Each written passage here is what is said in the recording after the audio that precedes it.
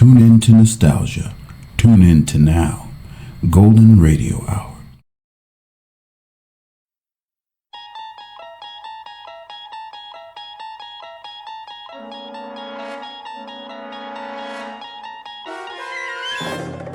You unlock this door with the key of imagination. Beyond it is another dimension, a dimension of sound, a dimension of sight, a dimension of mind. You're moving into a land of both shadow and substance, of things and ideas. You've just crossed over into the Twilight Zone.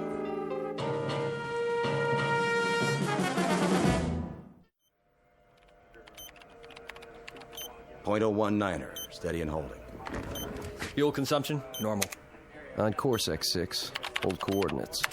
Oxygen supply, check. How does she look? Beautiful, General, just beautiful. Flight path? Right on the button, sir. No corrections? Hardly any. Couple of degrees starboard pitch right after takeoff. And the crew? A-okay, sir. A little cramped on the ship, but that's about it. Good. The White House will be pleased. About a test flight? The president's a big fan of the X6. He pushed it through Congress. Hey, then maybe I'll have a job next year. You will, Billings. You will. Count on it. This is the first step. She makes it back in one piece, and it's all systems go. General, I've got the telemetry report. Send it over to data control. Right away, sir. You boys have done well. So far, so good. Bring her in smooth, and you can take tomorrow off. Oh, you got it, General. Couple more hours, and she's headed back home. Patch me through to the ship, will you? I'd like to thank the crew personally. No problem. Set frequency. Roger that. X6. Calling the X6. Do you read? Try again.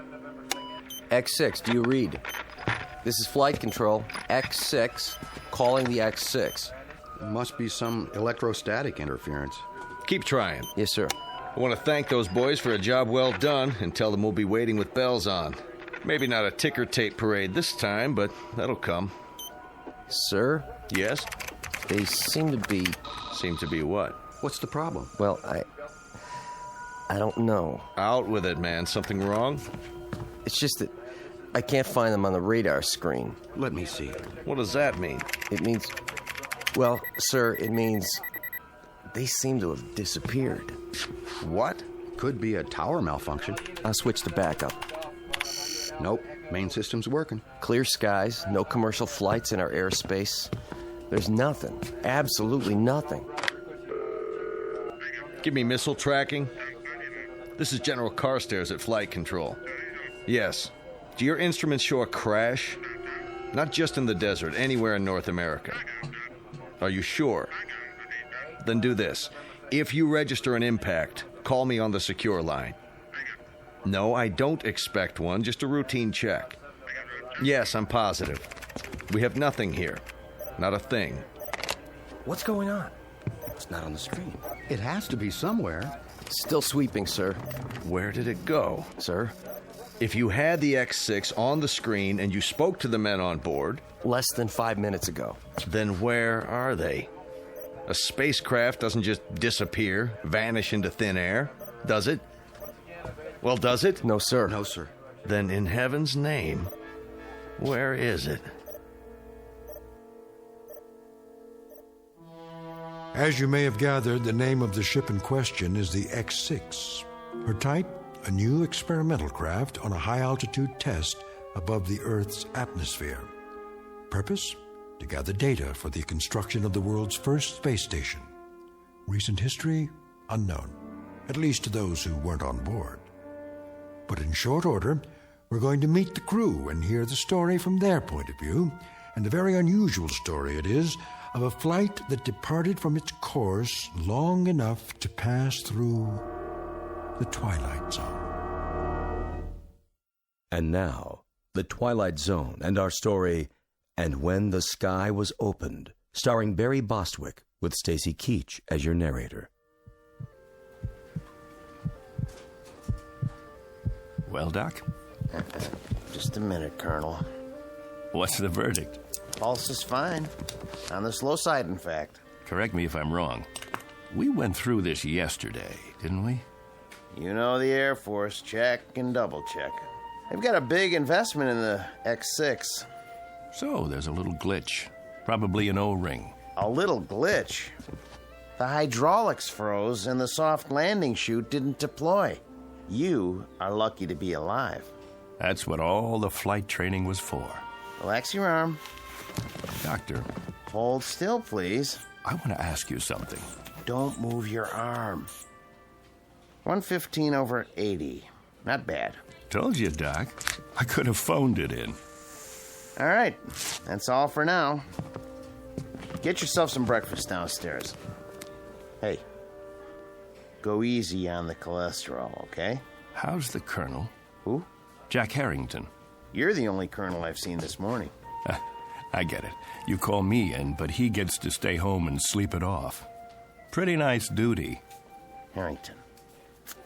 Where have I heard that name? You have a heck of a sense of humor. Did you have a question? It can wait. I want to, check with someone first. Well, look, try not to worry about anything. You may be a little disoriented for a day or two. Need any, medication while you're here? Sleeping pill? Muscle relaxant? Me? Never felt better in my life. If you experience any headaches, neck pains, that sort of thing, give me a call. Now forget about me. Gart's the one with the busted leg. He's still on the 3rd floor. Yeah, he'll be in a cast for a while. He's healing fine, though. 3rd floor. Room 14, wasn't it? Well, you should know. Gonna stop by? I was thinking about it. Go ahead. Give him a hard time, just not too hard. Tell him I'll be by on my rounds. Oh, and congratulations, Colonel Forbes, to both of you. What? Haven't you seen the paper? You're heroes. We flew the course, nothing special. Well, the force is proud of you just the same. The nation is. Just doing our job. Here, take this with you if you like. I've already seen it. Then give one to Major Gart. They've got copies all over the base. But they're going fast. Colonel, come here. Can I ask you something? If it's not classified? Yes? What happened up there How do you mean? when they lost you on radar? If I could tell you, Doc, I would. You and the General and everyone else. All I know is we must have lost pressure because we blacked out. For quite a few hours. The next thing I knew, we were down and the chopper was airlifting us out of there. That's it. End of story. But you made it. That's what counts. Yes. Yes. I guess it is.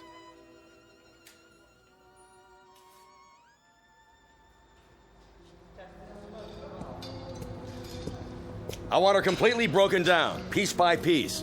Whatever it was, we've got to find it. Doing the best we can, sir. How's the investigation coming? Now, so far, everything checks out. Meaning? The only damage evident is from the touchdown. She came in on her belly at something close to 300 miles an hour. Must have buckled part of the landing gear. Wasn't fully extended. That's why the wing looks the way it does? She plowed through a sand dune just before she stopped. If you want my opinion, sir. By all means. I don't think you're going to find anything wrong. Well, that may or may not be. But for now, we've got a mystery on our hands. We need answers. Well, it would be my suggestion Yes? that if you want to unravel this mystery, you better check the crew, not the aircraft. The crew can't tell us a thing. How's that? We had them on radar for the first couple of hours. Everything went strictly by the book. Then they disappeared for 24 hours. Well, until they crashed down in the Mojave Desert. They must have lost consciousness because they don't know anything. The only way we're going to get answers is to dismantle the aircraft. Unless one of the crew members gets his memory back and fills in the blanks. And so far, they're not talking. Now, be that as it may. I want to see every nut, bolt, and screw laid out on the hangar floor in order. Every wire, every piece of insulation. If there's anything wrong with this baby, anything at all, we're going to find it. Yes, sir. On the double, sir.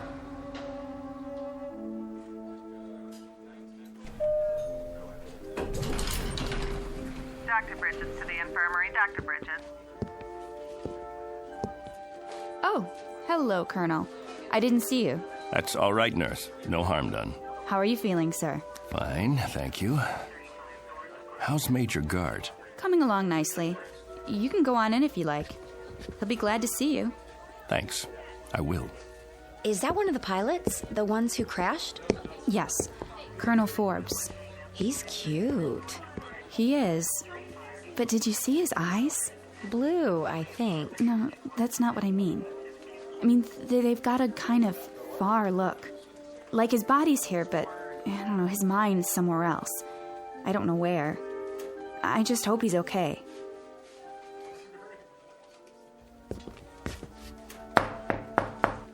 Come in. There he is. And there you are, prodigal colonel. Not disturbing you, am I? Nothing could disturb me in here. More like a prison ward. No playboys, no hot fudge sundaes. I was on my way out. Can't stay away, huh? Doc wanted to see me. Nothing serious, I hope. Me? No, just routine. I'd offer you a drink, a shot of straight orange juice. How's that leg? Can't feel a thing, which is good. One more thermometer, and I'm going to absent myself from this establishment without official leave. Pull a chair over here by the bed. Take a load off, Colonel. Sure. Now, go ahead, tell me. What's it like in the outside world?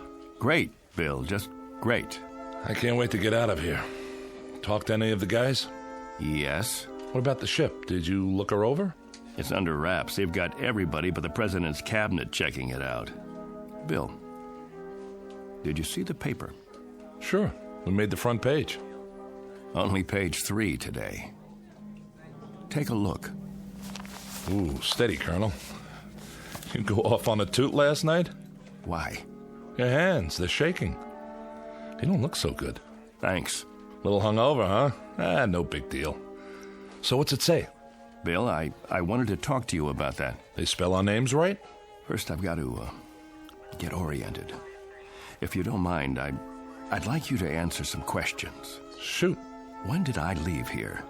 Huh? When did I get discharged from the hospital? Yesterday morning? Don't you know? I don't know anything anymore. Easy, Colonel. All I know is I need to verify a couple of things. Now, that shouldn't be very complicated.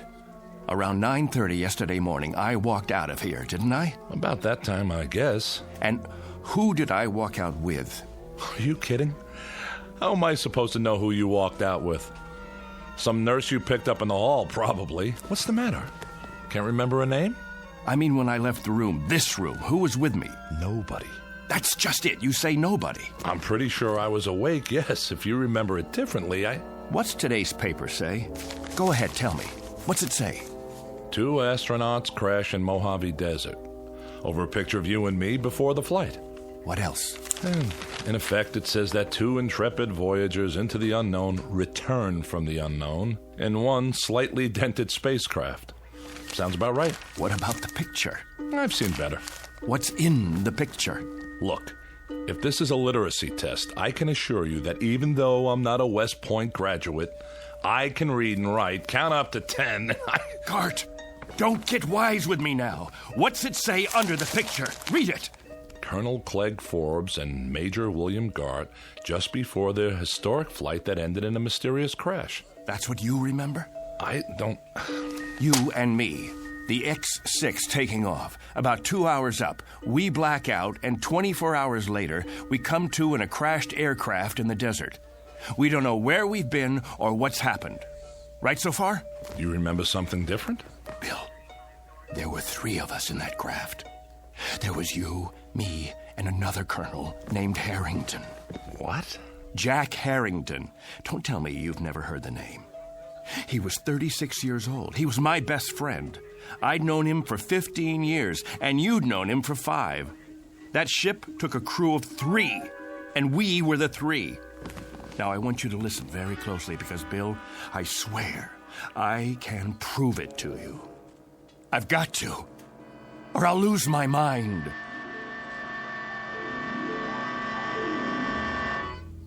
What are you talking about, a 3rd crewman? They brought 3 of us back to the hospital when they found us in the desert. You, me, and Harrington. Jack and I were just scratched up. You got the busted leg. Yesterday morning, they discharged Harrington and me. There was 3 beds in this room. Now, wait a minute. We said goodbye and promised we'd come back today to visit you. Then Harrington and I left to do the town. Now, you tell me none of that sounds familiar? Clegg, I don't know what you're talking about. I don't know anyone named Harrington. Whoever he is, he wasn't on the crew with us. The X6 carried 2 men, you and me. Nobody named Harrington. Nobody else at all. When you walked out of here yesterday morning, you walked out by yourself. There were never 3 beds in this room. Only 2, yours and mine. Something's happened to you. I mean it, Clegg. This is an after effect of the crash. It has to be. I think you'd better tell the doctor run some tests. Look, Bill, let me describe to you what I remember. Go on. I'm listening. I'll give you a chronological breakdown of everything that happened as of yesterday morning. First of all, I saw the paper. The one you just showed me? No, not that one. Yesterday's edition. I saw it on the stands downtown, only it said that 3 men came back. There was a picture of you, me, and Harrington on the front page, taken just before we took off. That's impossible. I know, it must be impossible. You say there were 2 of us. Everyone else says there were 2 of us. And now, that's what it says in today's paper. Well, then, that should tell you something, shouldn't it? A reality check. But I know there were 3 of us in that aircraft. They picked 3 of us up in the desert and airlifted us in a chopper, and 3 of us were checked over and debriefed. They kept you here because of your leg, and it was Harrington and I who left this room yesterday morning. Then we requisitioned a staff car and got a ride into town together. Bill, you said goodbye to us from that bed, and then you said, Harrington, keep an eye on Forbes. He can't hold his liquor. Those were your words. I don't know what you expect me to say. Don't say anything. Just listen. I was standing right at that door, and Harrington went back to your bed and made like he was going to sock you. I swear to you, Bill, it happened. I know it happened. And Harrington, keep an eye on Forbes, will you? He can't hold his liquor. Hey. Why, I'm gonna let you have it, you fresh kid. I'm gonna fix this punk's wagon. I wish somebody would. I'm gonna tell the medics he's one very sick cookie and they should hold him for observation another 7 years. You think that's long enough? I don't know. And every Saturday night, Major Gart, the Colonel and I will phone you from whatever bar we happen to be in, and if you're nice, we might even let you talk to some women. Let's go already. I hate long goodbyes. Go on, both of you. Leave me here to suffer in my loneliness and despair. Take care, Billy. We'll come in tomorrow to see you. Meanwhile, you can all read about yourself. Better memorize this in case you lose it. See? 3 space travelers returned safely. And nothing about your broken leg. Well, that's the press for you. Get out of here. I'm going to pick one up for my mother so she can frame it. One time, a fortune teller in a carnival in Des Moines said I'd be famous. It doesn't say anything about you, though. Out. And did you pick up a paper on the way out? Why? You said you had proof. I should have kept it, but it wouldn't make any difference now. If you could show me in black and white. Hold on. There's more to the story. When we got to town, Jack and I hit the bars. The first one was the Plush Monkey on 11th. You know the place, don't you? Yeah, a dive. Beer signs and bar girls. And a big mirror behind the bottles. We walked in trying to keep a low profile, but the blonde spotted us. That's them. No, it's not. It is. Don't stare. Give me your hairbrush. Welcome, gents. Take a load off. With pleasure. Say, aren't you the 2 guys who was up in space? Not that far, just the ionosphere. I thought so. That and a couple of bucks should get us a beer apiece, right? You bet your life, but never mind the $2. This is on the house. Why, thank you, my good man. Very kind of you. I don't get many celebrities in here, so go ahead, boys, drink hearty. You earned it. I don't even mind you cracking up the ship, and I'm a taxpayer. I like your attitude. Got a match? Not since Superman. A light from my friend here. Sure, pal, sure. Anything you want. Evening, ladies. Hi there, Captain. Colonel. Oh, sorry. She's new in town. Care to join us? Hold that thought. I'll ask my friend. You do that. We ain't going nowhere. Hey, Jack. Something wrong? No. Look at yourself in the mirror there. Not exactly a happy camper. I was just thinking. About what? I'll tell you after I taste the beer. To happy landings, whenever and wherever possible. I'll drink to that. Sorry. Something is wrong. That's okay. Ain't the last glass of draft in the house, let me tell you. It just slipped out of my fingers. Don't worry, I'll clean it up. Get you another one right away, Colonel. You're sick, Jack? No, I'm not sick. I just got this funny feeling. What kind of feeling? I don't know. Odd. Never felt anything like it before. Maybe we should go. Don't worry, I said. It was just for a couple of seconds there. It was like I didn't belong here. Like if I were to let myself go, You'd what? Like I'd disappear. Here you go. Thanks. Happy landings. You don't like it? I want to call my folks. Good idea. I should call Amy, too. Where's the phone? All the way in the back. You sure you're okay? Yeah. Be right with you.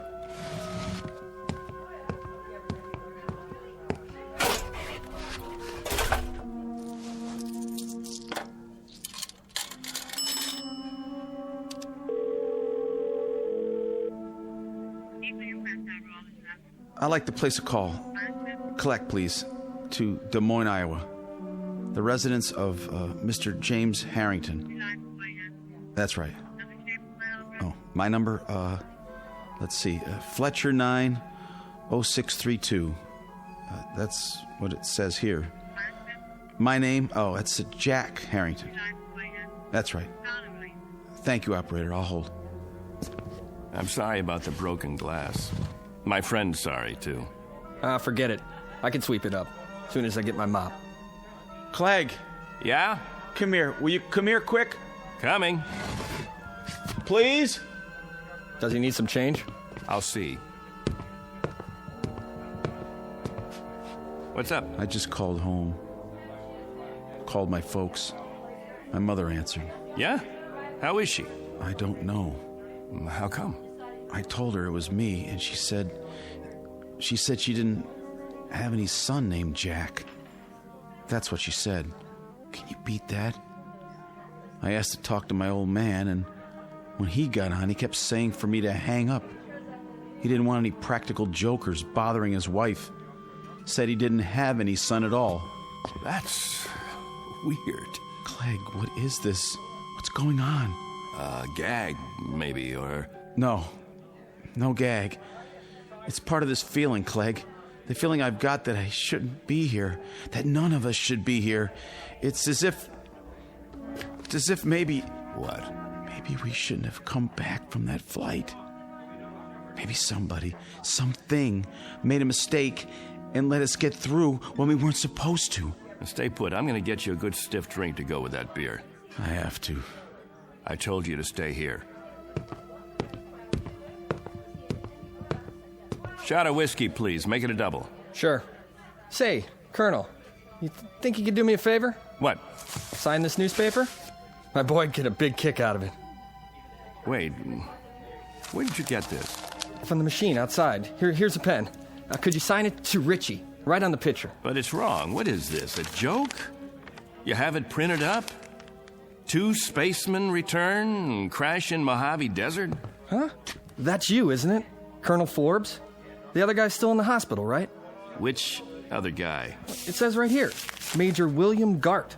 But there was a third man. See for yourself. He's back there in the... Back where? In the phone booth. It looks empty to me. Nope. Nobody's been in there all day. What? Buy me a beer, honey? I'm awful thirsty. My buddy, the one who was sitting here on the stool next to mine. You just got him another... Hey, where's his beer? What beer? My buddy's drink. Colonel Harrington, where is it? The one you gave him in place of the one he dropped on the floor, right here by the... Nobody dropped nothing on the floor. You see any broken glass? I don't. Dry as a bone, too. What are you trying to pull? I don't know what you mean, Colonel. You came in here alone. You don't know what you're talking about. You're crazy, you know that? Crazy, you hear me? If you think a thing like that, you gotta be out of your mind.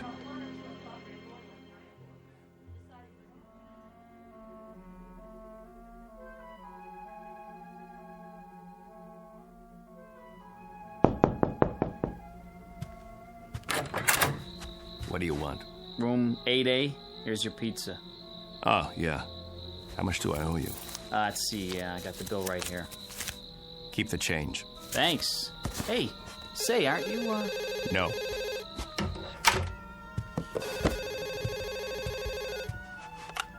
Yes? Ready with your call to Des Moines. Thank you, operator. Hello? Hello? Who is this? Mr. Harrington, this is Clegg Forbes. Who? You remember me, sir? I had Christmas dinner with you and your wife last Christmas. You and your wife, and Jack. Jack who? Your son. What is this, another crank call? Because if it is, it's not funny. Who is this, anyway? Perhaps I don't have the right house. Is this James Harrington? I'm James Harrington, but I don't have any son, and I've never heard of you. You live at 43 Elm Street? All my life. Got 2 daughters, both married. One lives in Sioux City, the other moved to Binghamton, New York last year. I should know whether I got a son or not. And don't call me again. Now what? Look at that face in the mirror. I don't know myself anymore.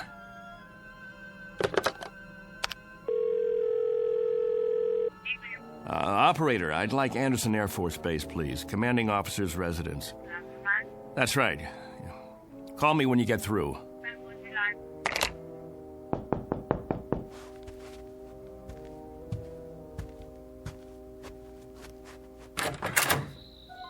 You've got some nerve. Amy, honey, am I glad to see you? Keep your hands to yourself. You, Colonel Clegg Forbes, are a devious, miserable, two-faced, two-timing... Amy, you won't understand this, but I need your help. You send me a telegram that you're getting out of the hospital in the morning and that you'll meet me at the station at 2. Well, I was at the station at 2. Amy, listen to me, please. I was also there at 3, and I was still there at 4. I could have had my pick of several Marines and an elderly gentleman who owns 25,000 shares of AT&T, but there was a missing Air Force officer named Forbes who didn't have the simple courtesy to leave a message or even a number where he could be reached. I can explain. Do you have any idea how many bars I've been to? How many hotel lobbies? Did it ever occur to you to... Amy, please! You look terrible, by the way. All right, Clegg. What kind of trouble are you in? And what are you doing in this motel? Are you hiding out? Oh, I don't even know where to begin. I sent you the wire because I did get discharged from the hospital that morning. Jack and I... The wire. It was in the telegram. What was? I told you that Jack and I were getting out. Wait. I wrote down the message when I sent the telegram. That'll prove it. I wrote it on a piece of paper. Now, where? Wrote what? Here it is. I wrote it right down here. See? It says, Dear Amy, I'm getting out at 9. No. I was sure of it. I wrote down that Jack and I were getting released from the hospital. Both of us, understand? Jack and I were... Am I missing something? Who's Jack? Don't you know? I don't know any Jack. Who is he? There were 3 of us in the ship. Gart, me, and Harrington. Jack Harrington. And I was with him, and he just disappeared. But you know him, Amy. You know him. You've met him 100 times. We've eaten dinner together. We've gone to dances together. We've double dated. Clegg, what is happening to you? I don't know. I swear to God, I don't know, but... Yes. Put him on, please.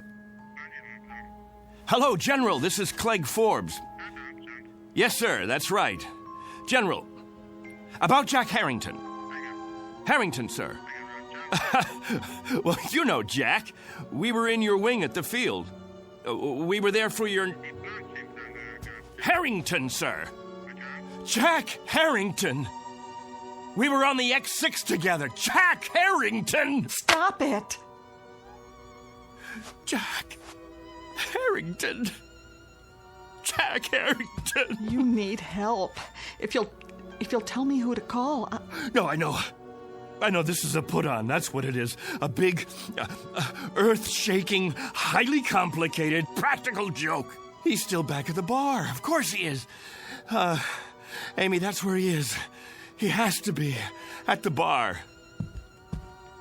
Clegg? Clegg?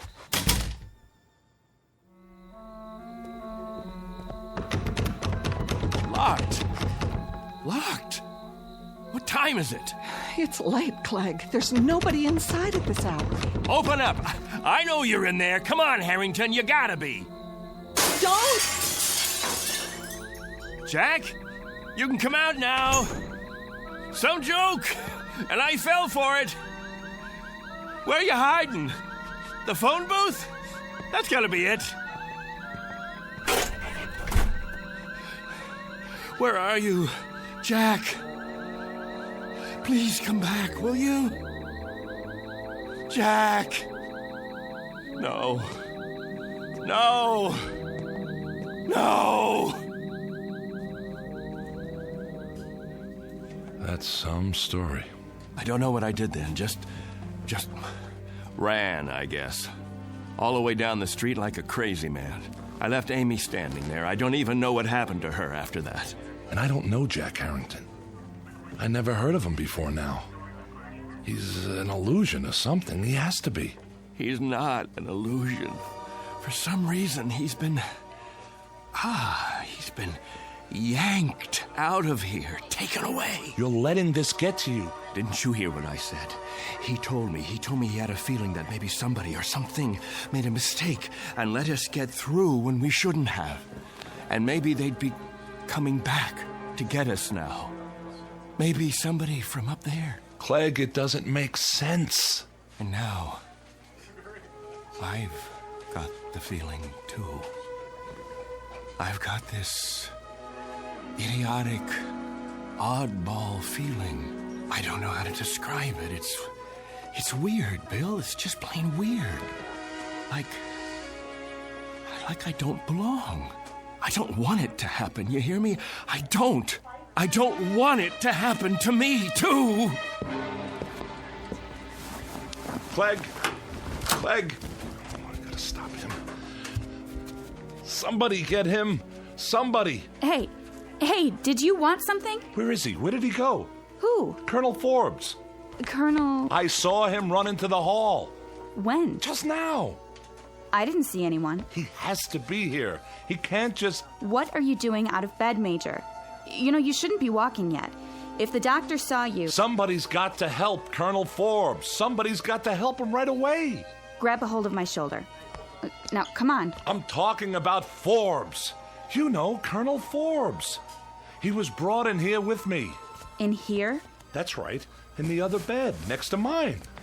Look, this is a private room. What? There's no other bed but yours. No. You see? All right, now, lie down. Now, raise your cast. That's it. What do you mean there's... Oh, no. Dear God. What happened to the other bed? Okay, try to rest. I'll call the doctor. Here, would you like to look at the paper? You're a hero. Do you realize that? Spaceman completes journey. Lone traveler returns to Earth. Lands in Mojave Desert. It's a nice picture of you. Would you like a glass of water? Major William Gart.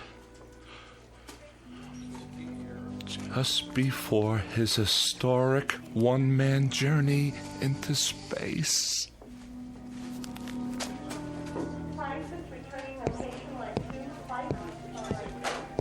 Hey, Doctor. I was sorry to hear about that crash. What did they call it? The X6? Yeah. Well, we do the best we can.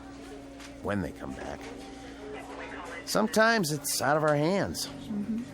At least it was an unmanned flight. Well, that's the one consolation, I suppose. Anyway, I wanted to check the ward. How are we fixed for beds? I've got some men in the infirmary. Let's see. 2 open rooms at the moment, Doctor. Great. Oh, and number 14's empty at the end of the hall. It can take up to 3 if we move some beds in. Well, that should do. Order some beds up from QM, will you, nurse? Yes, sir. Right away.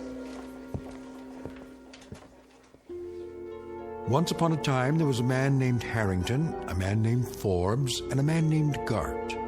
All were officers in the United States Air Force, trained for experimental flights into the upper atmosphere. They used to exist, but don't any longer. Someone or something took them somewhere. At least they're no longer a part of the memory of man. As to the aircraft, the X6, it's still supposed to be housed in a hangar on the base, or it will be one day. For the record, it hasn't been built yet. It's still on the drawing boards. But be careful. Don't let anyone hear you arguing about the reverse, or they might question your sanity. If you have any questions about the aircraft or the men who flew her, be sure to speak softly and only in the Twilight Zone.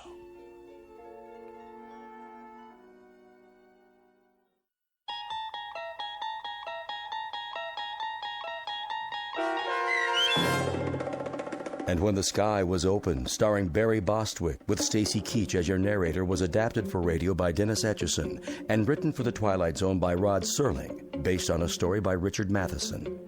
Heard in the cast were Mike Starr, Jeff Lupetin, Meg Thalken, Joby Cerny, Christian Stolte, Kurt Nabig, Richard Hensel, Doug James, Vince Amari, Justin Kaufman, Elizabeth Lido, Carl Amari, Jennifer Joy, and Tracy Hernandez. To learn more about the Twilight Zone radio dramas and to obtain audio cassettes and CDs of these programs, visit our website at twilightzoneradio.com. The producers of The Twilight Zone wish to thank CBS Enterprises, Carol Serling, Dennis Etchison, Claire Simon Casting, Terry Jennings, XM Satellite Radio, Sirius Satellite Radio, our sponsors, and our radio affiliates for helping make this series possible. This copyrighted radio series is produced and directed by Carl Amari for Falcon Picture Group. Sound design and custom Foley effects for The Twilight Zone by Cerny American Creatives Bob Benson, Craig Lee, Michael Slaybach, and Matt Sorrow. To learn more about the Twilight Zone radio dramas and to contact us, visit our official website at twilightzoneradio.com. Doug James speaking.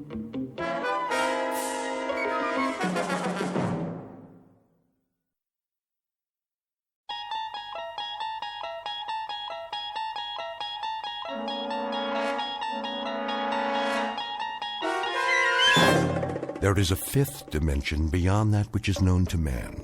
It is a dimension as vast as space and as timeless as infinity. It is the middle ground between light and shadow, and it lies between the pit of man's fears and the summit of his knowledge. This is the dimension of imagination. It is an area which we call the Twilight Zone.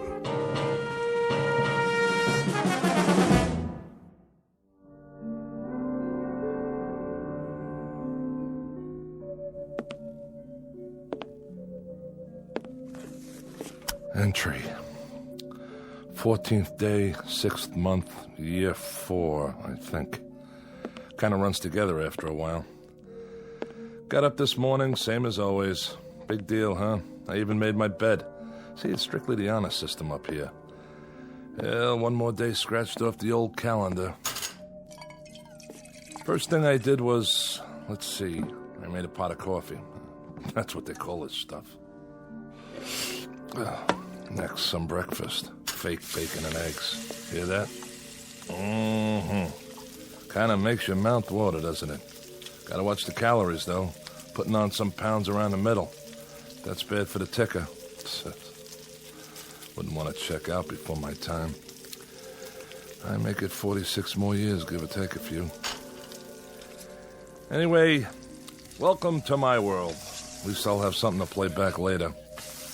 Otherwise, I wouldn't have anybody to listen to. Because this way I know I'm dealing with a higher class individual. Corry, you did it again. My compliments to the chef. Now let's go outside and take a look around. Don't mind if I do. This is my backyard. And my front yard. It's all my yard now. No footprints in the sand except mine.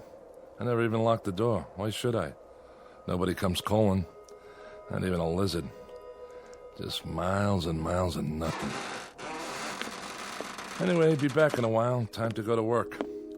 I got a 1947 pickup truck out there. Been restoring it for years. Gives me something to do, like a hobby, you know? Alan B., he brings me parts a little bit at a time. Wonder how he's gonna get the long block here. Now that's gotta weigh more than a few pounds. Bye for now. This is Corry, signing off.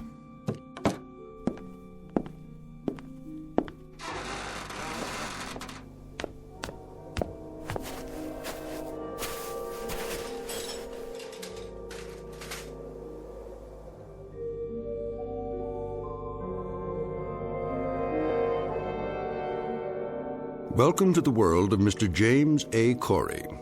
A shack, a shed, and a yard made up of sand and scrub that stretches to infinity. His work? An old truck, cobbled together from junkyard parts.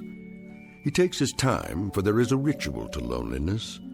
Twice a day, Corry leaves his shack, goes over to his vehicle in progress, and makes a few minor adjustments. Then he sits in the front seat, stares through the windshield that isn't there, and perhaps succumbs to a wishful daydream that he is at the wheel of a moving car, and the car is on a highway and there is some place to go. But this will have to remain a dream, because where this man is, there are no highways, no places to go, and no people to see. For the record, let it be known that James A. Corry is a convicted criminal placed in solitary confinement. And it matters very little that his confinement stretches as far as the eye can see. His sentence is the kind of isolation that can destroy a human mind. It is an exile far worse than a dungeon at the ends of the earth, because he has been banished to a place well beyond the earth. In just a moment, Mr. Corry will discover that he may not be alone for the rest of his life after all. And with that discovery will come the requisite spark of hope. But a spark is all it takes to fire a man's imagination in the Twilight Zone. And now, The Twilight Zone, and our story, The Lonely, starring Mike Starr, with Stacy Keach as your narrator. There she is, dead ahead. Got it, Captain. Prepare for planetfall. All systems check. Sir?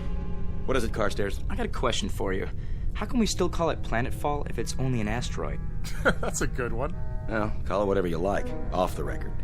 But we're on the record now. This isn't a training mission. Set the coordinates. Yes, sir. The surface is coming up mighty fast. I don't know how you can tell one sand dune from another. By doing this every 4 months, year after year. That's how. Corry's shack is just over the rise. I don't see... It's right there. Fire retro rockets. Decreasing speed. Ready to nose up. Nose up. 40 degrees. 60. Keep pulling. 75. 80. 88. 90 degrees, sir. Now angle her down. Tail first. Piece of cake, Captain.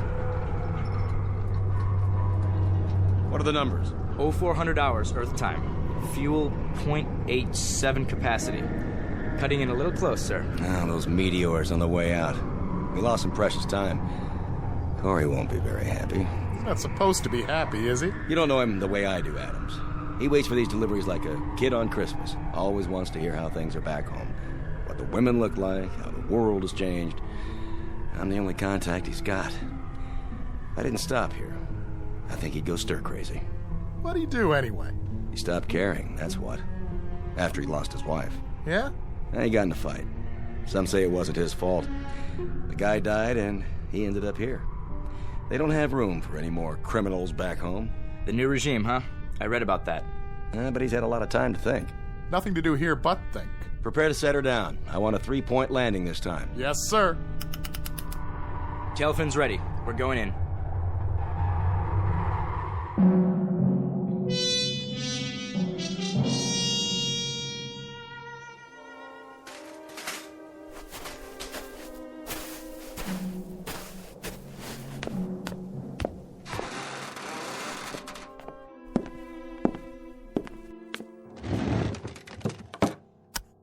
Entry, 15th day, 6th month, year 4. I'm even measuring time by this place now. I go on every day like the day before and the day before that, the weeks, the months. But I can't give in. I have to stick it out. There'll be a supply drop coming soon, I think. They're overdue. Hope it's Allenby's ship, because he's a decent man and he brings me things. Like he sneaked the parts for that antique out there. Few pieces at a time, as much as he could carry. Thank God for that truck and the hours it used up. I can look at it out there and know it's real. And reality is what I need. Because what else is left that I can believe in? The desert? The wind? Myself? Here's a thought. Maybe I'll end up like that truck. Inanimate. Nothing but an object sitting in the sand. Wonder if I'd still feel the loneliness. Would I feel anything? Hey! That's it. The ship. Hear that, diary? Now I don't have to talk to you. I've got somebody else. Besides myself. Be back later.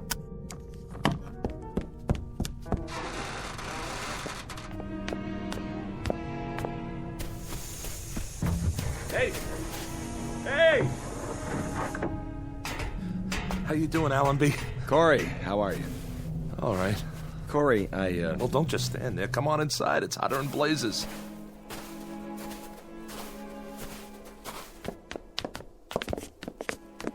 What a place you got here. Glad you like it. I didn't say I liked it. I think it stinks. And I guess you think I don't? I don't know what you think. Hey, take it easy, Adams. Well, you don't have to live here now, do you? No, but I've got to come back here 4 times a year. And that's 8 months out of 12, Corey, away from Earth. Sometimes my kids don't even recognize me when I get home. I'm sorry. I'll bet you are. Come on, fellas. Have some coffee. I got some clean cups. That's all right. Corry. Wait, what am I thinking? Let me pour you a real drink. Thanks, Corry. It's real nice of you. Not right now, Carstairs. If you say so, Captain. Hey, this isn't so bad, huh? I like the way you set it up in here. Sure. I have what I need. Most of it anyway. Thanks to the captain there. Yep, you got it made. This is Corey's kingdom, and it never changes. Sit down, everybody. How about a little poker? 4-handed draw, jacks to open. Who's in? We don't have much of a layover this time. All right, no openers. Joke is wild. There was some trouble on the way, and we lost time. Deuce is wild. How's that? Or blackjack? Anybody want to play blackjack? You can count to 21, can't you, Adams? Listen to this guy. Look, we've only got 15 minutes, guys. So what? Nobody's checking your schedule out here. What's the big deal? I'm sorry, Corry. This isn't an arbitrary decision. If we delay our departure by more than 15 minutes, that places us in a different orbital position. We'd never make it back to Earth on the fuel we've got. We'd have to stay at least 14 days before we're in position again. So? Why not hang out here? I've got some beer put away. I can turn up the generator and get it cold. We'll sit around, talk. It's just not possible. It's a few lousy days. A few hours, even. A couple of card games, at least. How about you guys? What's the matter? Think I'll murder you or something over a bad hand? Not this time, Corry. All right. 3 or 4 minutes gone already. Better get going. I wouldn't want to foul up your schedule. Not for a lousy game of cards or a few bottles of crummy beer. How's your water supply? Don't worry about it. I got plenty. Well, I'll have a cupful then, if you can spare it. Sure. We've got some fresh on board. I'll have the men bring it over. You do that. Brought you a few more things, too. I thought you could use them. Thanks. Any news? Not yet. But I told you last time, there's been some pressure back home about this kind of punishment. A lot of people think it's unnecessarily cruel. Well, who knows what'll happen the next couple of years. Well, they may change their minds, rewrite the law, bring you back to a prison on Earth like the old days. Allenby, I have to tell you something. Every morning when I get up, I tell myself that this is the last time. That I won't be able to live another day alone, not another day. And by noon, when I can't keep still anymore and the inside of my mouth feels like gunpowder and burnt copper and deep down in my gut, I've got an ache that won't go away and it starts to spread through my body, tearing little chunks out of me. Then I think that I've got to hold out for one more day, just one more day. But I can't keep doing that forever. You hear me? Or I swear I'll lose my mind. You're breaking my heart. What do you know about it? That's enough. Let him go. Why should I? What do I have to lose? I said... Take your hands off me, you nutcase. Watch your mouth. Corry. He shouldn't worry about losing his mind. Look at him. He's already lost it. Back off, Adams. Now you and Carstairs go back to the ship and get the supplies. Yes, sir. Go on, do as I tell you. And the big crate, the one with the red tag, handle that one gently. How about using the truck out there? Some of the stuff's pretty heavy. It's not running today. It isn't, huh? What's the matter, Corry? Out of gas? Lots of places to go around here. There's the country club past the mound over there. And the seashore over that way. And the drive-thru restaurant. That's around here someplace, isn't it? Knock it off, Adams. Get the supplies. I'm going. I brought you some parts for the truck. A set of coil springs. I got some magazines, too. Strictly on my own. And some old vintage movies. Science fiction. You'll get a kick out of them. I'm sure I will. I brought you something else. Yeah. It would mean my job if they found out. Look, Allenby, I don't want your gifts. I don't want your tidbits. Makes me feel like an animal in a cage and there's a nice old lady out there who wants to throw peanuts at me. Allenby, I only got one question. What about the pardon? I'm afraid you're still out of luck. That's what I figured. The new regime, huh? The sentence reads 50 years. And they're not even reviewing cases of homicide. Allenby, take a look out there. What do you see? This is 90% of the view I'm going to have for the rest of my life. Did it ever cross your mind? Because it crosses mine every hour of every day. Unfortunately, we don't make the rules. All we do is deliver the supplies and pass on information, because you're out of position for radio contact. Yeah, that's why they picked this place. Look, Allenby, a pardon. That's the only information I want. I'm not a murderer. I know. It was self-defense. A lot of people believe me, and it happens to be the truth. I killed in self-defense. I remember, Corry. Then why am I here? I doubt if it'll be much consolation to you, but this kind of assignment isn't easy. Stopping here 4 times a year, having to look at a man suffering? You're right. It's not much consolation. Here they come. I can't bring you freedom, Corry. All I can do is try to bring you things to help you keep your sanity. You want this big crate opened up, Captain? Not yet. Stay there. I'll be right out. Okay, I'll bite. What's the big box? You can open it after we're gone. If it's 20-year supply of puzzles, you can take them with you. When I want a problem to solve, all I have to do is look in the mirror. We've got to go now. Did you hear what I said, Corry? Wait till we're gone to open it. And this is important. When you open up the crate, there's nothing you need to do. The item has been vacuum packed. It needs no activator of any kind. The air will do that. There'll be a booklet inside that'll answer any of your questions. You're being awfully mysterious. I don't mean to be. It's just like I told you, though. I'm risking a lot to bring it here. They don't know what it is, so I'd appreciate it if you wait till we get out of sight. No problem.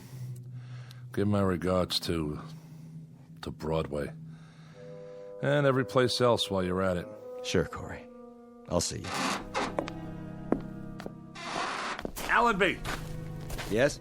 I don't much care what it is. But for the thought, Allenby, for the decency of it, I thank you. You're quite welcome, Corry. Have a good trip! 2 minutes, Captain.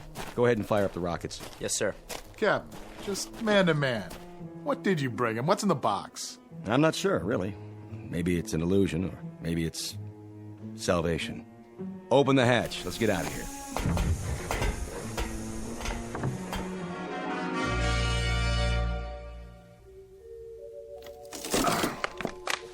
What? You are now the proud owner of an XB-1 robot. This model represents the latest in modern technology. Do not think of it as a machine. For all intents and purposes, it functions as a highly sophisticated simulacrum of a human being. Hello. My name's Alicia. What's yours? Hold on a minute here. Don't I speak clearly enough? No, you sound fine. Fine. What is this thing? Both physiologically and psychologically, she is comparable to a living human with a full set of emotions, a writable memory tract, and the ability to reason and to speak. She is immune to organic illness and under normal circumstances should have a lifespan similar to that of a human being. Caution must be taken against exposure to excessive heat and moisture. She comes complete with a loose-fitting microfiber garment for general use. Would you answer my question, please? What question? What's your name? Corry. My name's Corry. I like that name. Good. Glad to hear it. Now, if you don't mind, what are you doing? What is this place? This is mine. My place. Yours? Where I live. Alone.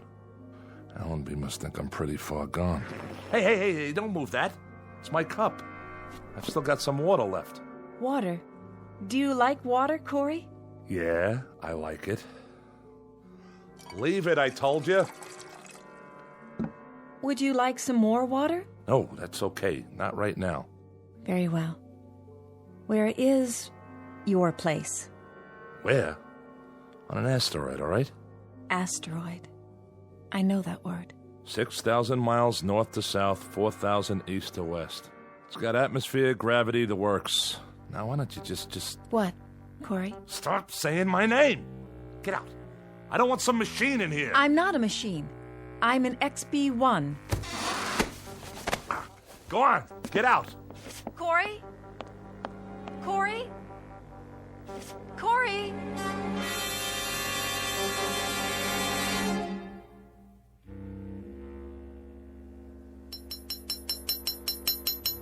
Ow! Blasted coil springs. What's wrong, Corry? Nothing, all right? I brought you some water. Where shall I put it? Just leave it. But it will get warm on the sand. It won't taste as good. You know that, huh? What it tastes like? I can feel thirst. Yeah? What else can you feel? I don't understand. Can you feel heat and cold? The wind? Yes. How about pain? Can you feel pain? That too. Ow. How can you? You're a machine. Excuse me. A different kind of machine. Yes. Of course you are. So why didn't they build you to look like a machine? Aren't you made of metal with nuts and bolts sticking out of you? With wires and electrodes? Would you prefer that? You know, I might. Because then you wouldn't be a lie. A lie? Why do they cover you with stuff that looks like flesh? Why even give you a face in the first place? A face that if I look at it long enough, it almost makes me think... makes me believe that... Believe what? Stop asking me stupid questions. I didn't mean to. Look at me. Don't hang your head. Corry. Turn that face up. I'm talking to you. Corry, please. Don't give me any of that phony stuff. Somebody program it into you? Why? What's the point? To mock me? I'm not mocking you, Corry. Yes, you are. Every time you talk to me, every time you look at me, like right now, I'm being mocked. You hurt me, Corry. Hurt you? How could I hurt you? This arm, it isn't real. Please, let go of me. There aren't any nerves under there. There aren't any tendons or muscles. There isn't any flesh and blood. But you don't even know what I'm talking about, do you? What are you doing?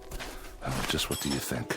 I'm looking for the right tool for the job, and you know what that job is? No. I'm going to turn you back into parts the way you should have been in the first place. Maybe I can use some of them in the truck. Corry, that's a hammer. That's right. That's what it is. You know what you are? You're like this broken down heap of iron sitting here. Exactly like it.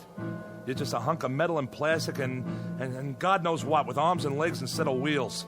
That heap doesn't mock me the way you do. Doesn't look at me with make-believe eyes and talk to me with a make-believe voice. No. Well, listen, you machine. I'm sick of being mocked by some kind of ghost, by the memory of what a woman looks like. Well, I don't need it. I've got enough memories. I don't have to be reminded of anything. And that's all you are. Nothing but a reminder that I'm so lonely I'm about to lose my mind. That's right. Close your eyes if you want. I don't care. Corry. What are you... Oh, Corry. Are those tears? Yes, You can cry, too? when I have reason. I can't stand to see that. But why? What are you crying for? I'm frightened. Frightened of me? You can feel fear? Yes. The book said with a full set of emotions. What else can you feel? Sadness You can? and happiness, joy, mystery, wonder, and other things. Such as? Loneliness, I don't believe it. don't you? There you go again. Listen, it's hot out here. Yes, that's not good for me. We'll go back inside. All right, Yeah, better? much better. In a little while, maybe we'll have some dinner or something, okay? That would be nice. And we can talk. If you wish. You like to talk, don't you? I mean, sit around, have conversations? Yes, Corry. What would you like to talk about? Anything. Tell me everything you know. Everything. I don't know very many things yet. You'll learn, Alicia. You'll learn.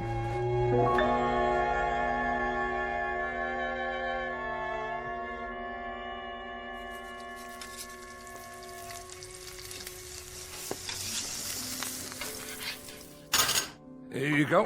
Of course, it's only freeze-dried, but it isn't bad.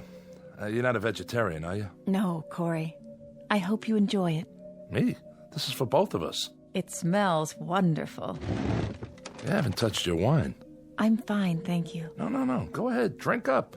I don't require food or drink, Corry. Is that right? Yeah, of course. What am I thinking? You should have let me prepare the meal. Why, you're not a slave. We're going to be partners from now on, you and me. No. But it means so much to you. I like to see that. It makes me feel happy. Does?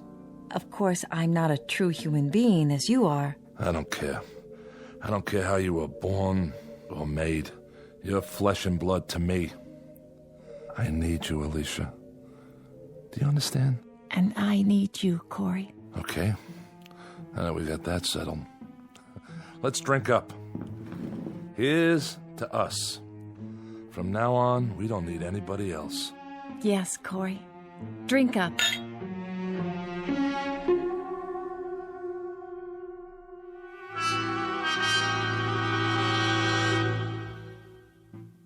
Alicia has been with me for 11 months now.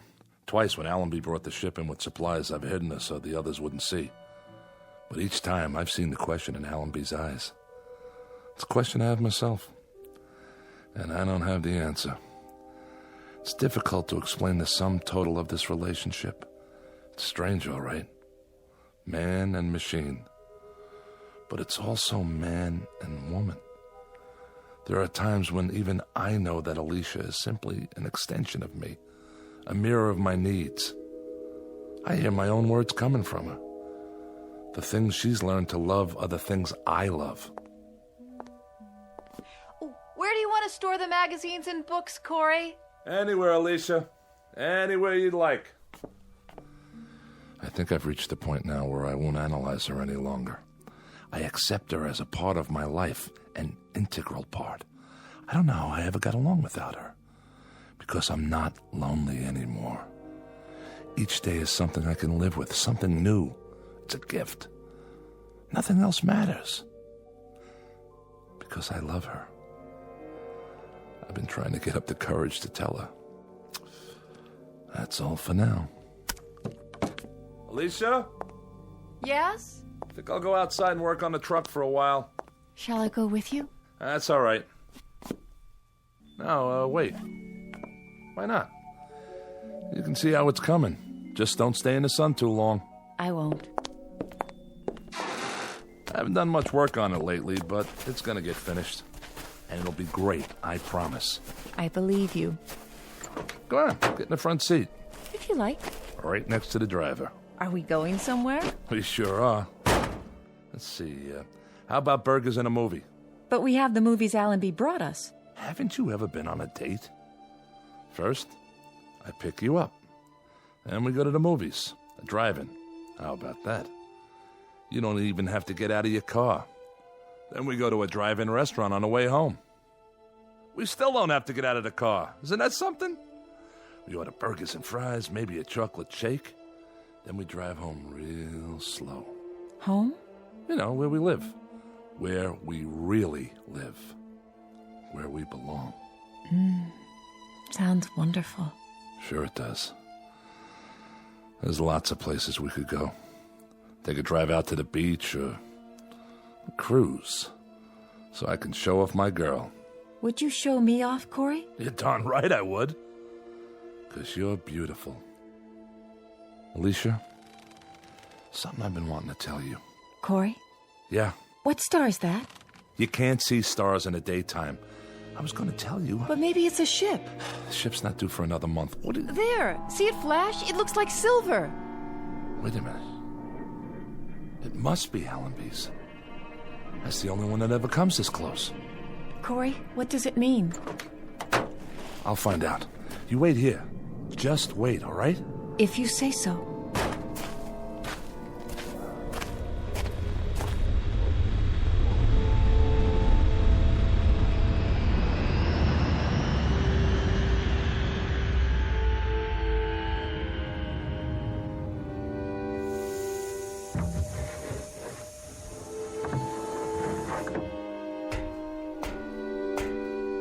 Allenby?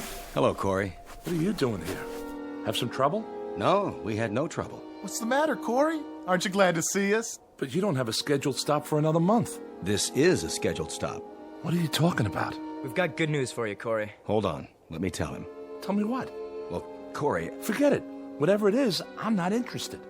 You better hear what it is first. You heard me, Allenby. I'm not interested. Don't you get it?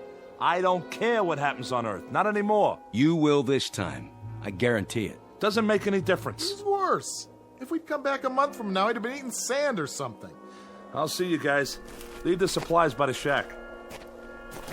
Corry, listen to me. It's this way, Corry. All the sentences have been reviewed. They've given you a pardon. We're not here to bring supplies. We're here to take you back home. What? But we've got to take off in exactly 10 minutes. We can't wait any longer. We're almost out of fuel. Any more than 10 minutes, and the coordinates will be wrong, and then I don't think we'd ever make it. Wait a minute, Allenby. What did you just say? What did you say about... You heard me right. A pardon. It won't do any of us any good unless you pack your stuff and get ready to move, Corry. We've picked up 7 men from other asteroids, and we've only got room for about 15 pounds of gear. So grab what you need and leave the rest of it behind, such as it is. I don't even have 15 pounds of stuff. I've got a shirt, a pencil, and a recordable diary. Pair of shoes. The truck you can leave here for the next poor devil. There won't be any next poor devil. There won't be any more exiles. You're the last. We'll leave it here to Russ then. The farthest auto junkyard in the known universe. And Alicia and I will wave to it as we leave. We'll just look out of the porthole and throw it a kiss goodbye. The car, the shack, the salt beds, the sand dunes, the whole works. Alicia and I will just... Who? Who, Corry? Oh, my dear God. I forgot.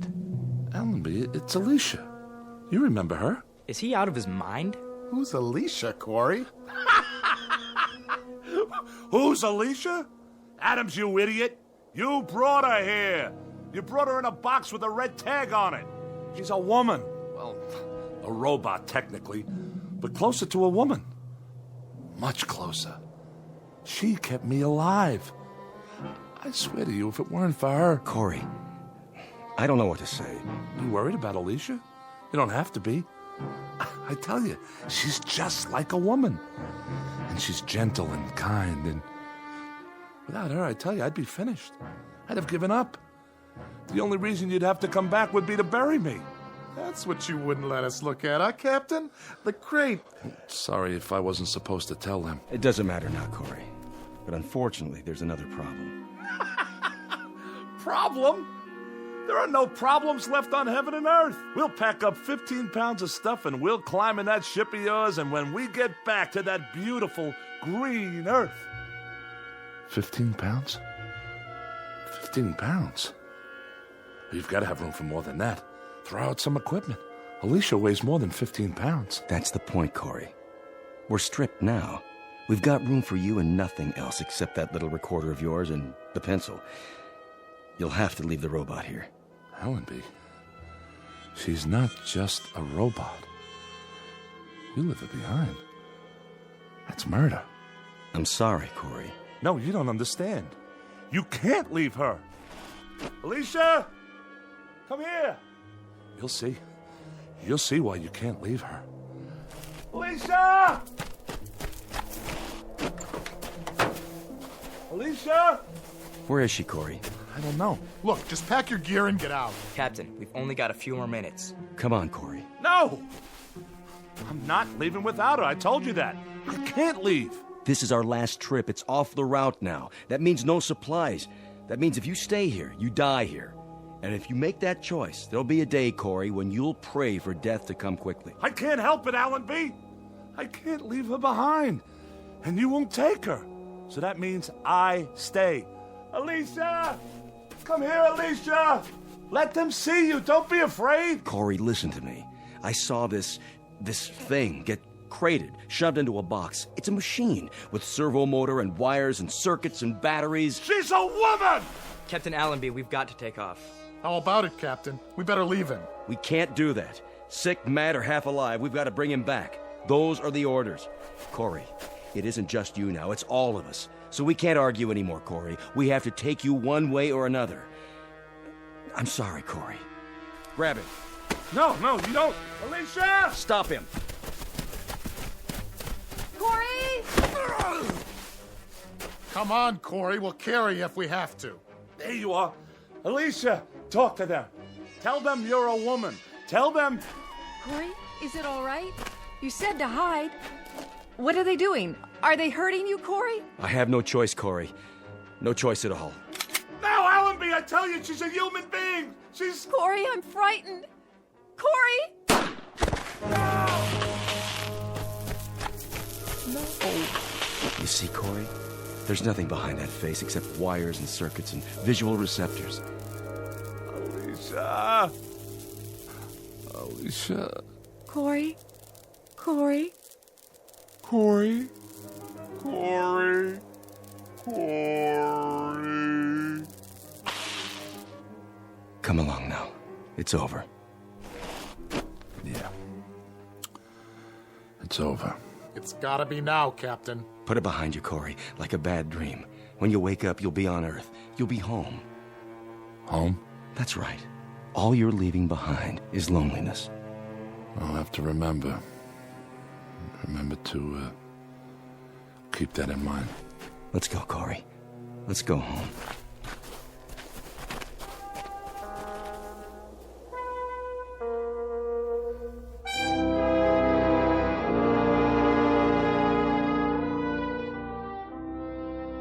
Down below, on a microscopic piece of sand that floats through space, is a fragment of a man's life. Left to rust is the place he lived in and the machines he used. Without use, they will disintegrate from the wind and the sand and the years that act upon them. All of Mr. Corry's machines, including the one made in his image and kept alive by love, but now obsolete, in the Twilight Zone.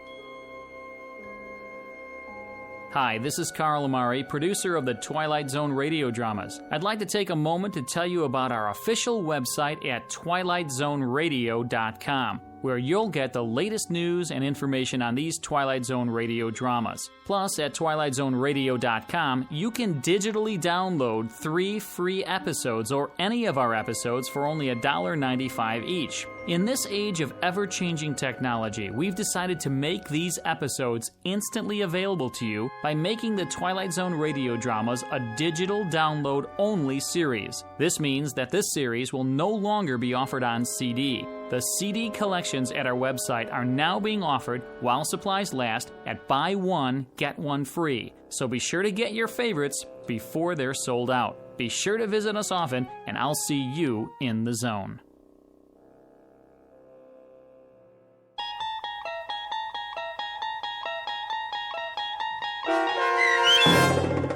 The Lonely, starring Mike Starr with Stacy Keach as your narrator, was adapted for radio by Dennis Etchison and based on a script by Rod Serling.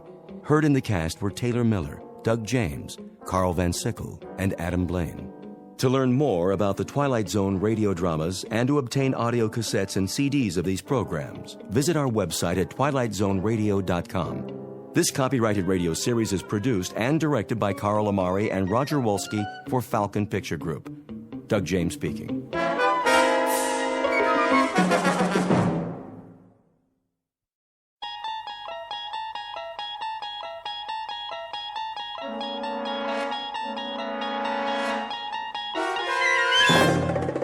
You unlock this door with the key of imagination.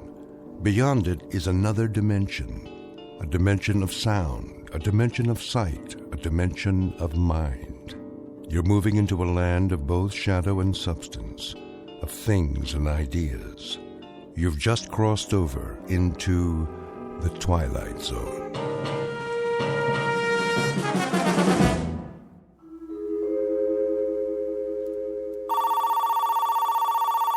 The Gerald Hugo Agency. Mr. Hugo's in a meeting. May I take a message? The Gerald Hugo Agency. No, he's still in a meeting. Yes, the same writer. Please hold. Now get this, Mr. Hugo. If this one ain't surefire, I'll cut off both my hands. You ready? Champion of the world. Robert Redford, maybe. Harrison Ford. You want to make him younger? I give you Adam Sandler. I appreciate it. So, he's champion of the world. But he promised his girl he'll never fight again. He made a vow. You know, Mr. Hugo, like a promise. Real solemn. Here are the network contracts, Mr. Hugo. Thank you. But now, here comes the rub. Get this. The champion's kid brother has like this incurable disease that can't be cured, and he needs an operation like yesterday. Mm-hmm. Yeah, and the doctor comes to the fighter and he says, "Hey, man, you want like your kid brother should live or what? I mean, that's the conflict. Don't you think it's a kick right in the head?" I do feel a dull ache. Here's this prize fighter who made this vow to the girl, and the newspaper guys start in on him, see? But I mean with the needle. Spider is a cheese champion. Who's Spider? The fighter. And now, here comes the meat. He promised his girl, but when he tells her he's gonna fight, she starts palpitating, and she calls him a filthy, rotten, dirty... Line 1, Mr. Hugo. Excuse me, Julius. See, the beauty of the story is that you can dress it up any way you want. Maybe he ain't a prize fighter. Maybe he's a cowboy, and he promised his girl he'd never shoot a gun again, and it's her kid brother that's got the disease. What's the matter? Don't that grab you? Why don't you go downstairs and cross the street on a red light? How about science fiction? There's this rocket man who promises his girl he'll never go up in a spaceship. Julius, you've been here all morning. I'll give you this. I've been an agent for 23 years, and I've never heard so many variations of the same story. Now, would you mind going home? I've got a big deal cooking here. A big deal? You doll baby, you were saving it for a surprise, weren't you? It's a sale, ain't it? The zombie story. I knew the minute I wrote it that thing was surefire. Listen to this, honey. It's fantastic. This dame marries a guy who walks around on his heels all the time. She thinks he's punchy, but it turns out he's dead. All the time they're married, she don't know it. Julius, let me put it to you this way. American Zombie didn't sell. The love story where the lady scientist falls for a robot, that didn't sell. Naked Weapons about a gang of topless ninjas, that didn't sell. They laughed me right out of the office. So I put it to you, Julius. Why do you persist? Why don't you go back to doing what you did before? The streetcar conductor, Mr. Hugo, there ain't no more streetcars. And besides, I get motion sickness. Let me put it to you another way. Number 1, you will never make a writer. Number 2, you'll starve to death if you try. And number 3, you're wasting my time, the producer's time, and everybody's time. Helen, phone up Jerry Bradshaw at Paramount. Tell him I've got a series proposal to show him. That's it, a TV series. Oh, Mr. Hugo, don't you get it? This is an absolute bolt from heaven. I got so many television series ideas, I can't sleep at night.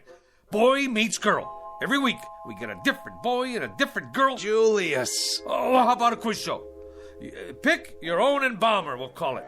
You make this deal with the contestant that when he kicks off... Julius, what do I have to say to get you out of here? Give me a chance. It's all I ask. Let me write a pilot script.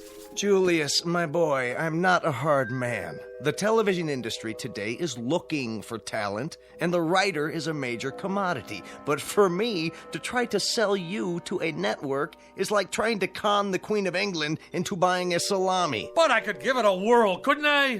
What's the series about? Maybe it's right up my alley. That's the point. This particular series and you go together like the black and tan at an IRA picnic. It happens to be based on black magic, conjuring, that kind of thing. Now, what do you know about black magic? What do I know about it? What do I know? You ask me, Julius Mulmer, what he knows about black magic.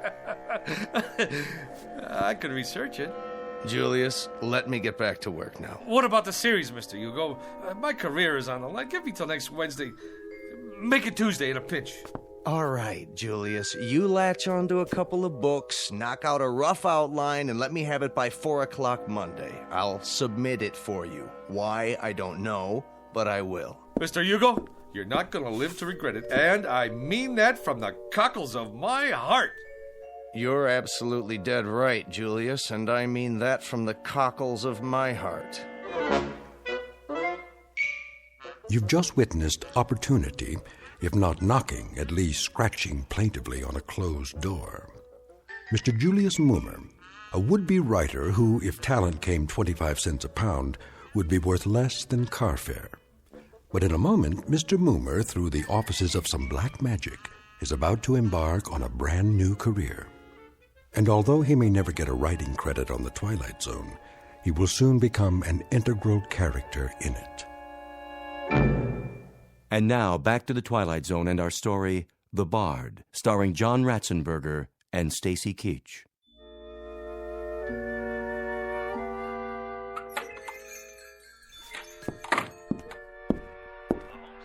Hello? Anybody here? Yes. Hey, what are you listening to?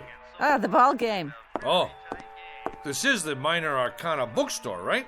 Sure is. What'll it be? I have a special price on first edition Keats. Okay, show me a keep. That's a man's name, not a thing. And not a very uncommon name at that. There was a third baseman came up from Newark, played for the Yankees one year. They used to call him Beanball Keats. Yeah? Held the American record for getting beaned the most times. One time they were playing the Browns. That was when St. Louis had the Browns, and he got beaned 3 times the first 5 innings. Old Beanball Keats. You learn something new every day. Ever hear of a pitcher named Stringbean Slattery? Well, Now there was a beanball artist. He could hit a batter when he was still in the dugout. As a matter of fact, he did one day. Hit a third base coach, played for the A's. Fellow named Lefty Mahoney. Old Lefty was just taking a drink when Stringbean wound up and tossed one at him, right on the noggin. It seems there was a feud going on between them when they played for Binghamton in the old NYP League. Mahoney used to wipe the spit off Stringbean's pitches. Mahoney was catching at the time. Stringbean's father used to be an outfielder for Syracuse in the International League. I don't need no book about baseball. You don't? Oh, how sad. It's a wonderful sport, you know. Where were we? I come in about... Well, what I had in mind was... Yeah? What do you got on black magic? You have an interest in the black arts? You bet I do. See, I'm Julius Mulmer from television. Oh, I'm Sadie Polodny from Newark. I'm afraid I don't have very much on black magic. I have a great deal of information on the Black Sox, however. You probably know they threw the series that year. Terrible thing. Very discrediting to the game. And they could have taken the series 4 in a row, too. That's where that expression, say it ain't so, Joe, comes from. Now, what is it you wanted? Books. Black magic. I'm afraid that one eludes me, but I'll tell you something. If I could exercise a little magic, I'd see what I could do about getting the New York Giants back. Hey, look out! Don't worry, that shelf will stand anything. I'll get it for you. Now, isn't that strange? It's one single book. That's the only thing that fell off that shelf. And it fell right in front of me. Which one is it? The Book of the Black Arts. What do you know about that? Lady, can you do that trick again? Well, this book and I have never been formally introduced. We are total strangers. Here, you want black magic? You got it. Maybe it's some kind of sign. Well, if it is, it's your problem now. It's been a real pleasure meeting you, having this chat. Mutual. You didn't happen to play third base for the Elmira Pioneers one year, did you? How much I owe you for the book? Nothing. Accept it as a gift. You're a wonderful ball player and a credit to the sport. It's been great. Now, bye.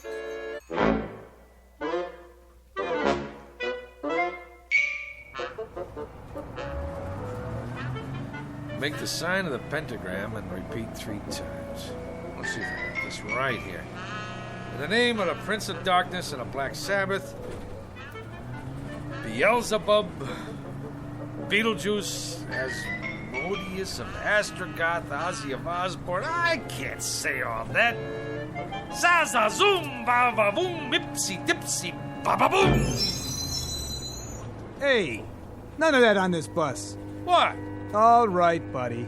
This here is public transportation, and there's rules. Do you mean me, driver? Yeah, you. I don't need no crazies on my bus. But I was only... Out. Hey, you don't have to throw my book. It's a very valuable tome there. I never touched it. It got off with you. But I left it on the back seat there. Get out of here. Oh. What do you know? Just like a puppy dog that follows you around. Looks like this little book in me. We got a thing going on.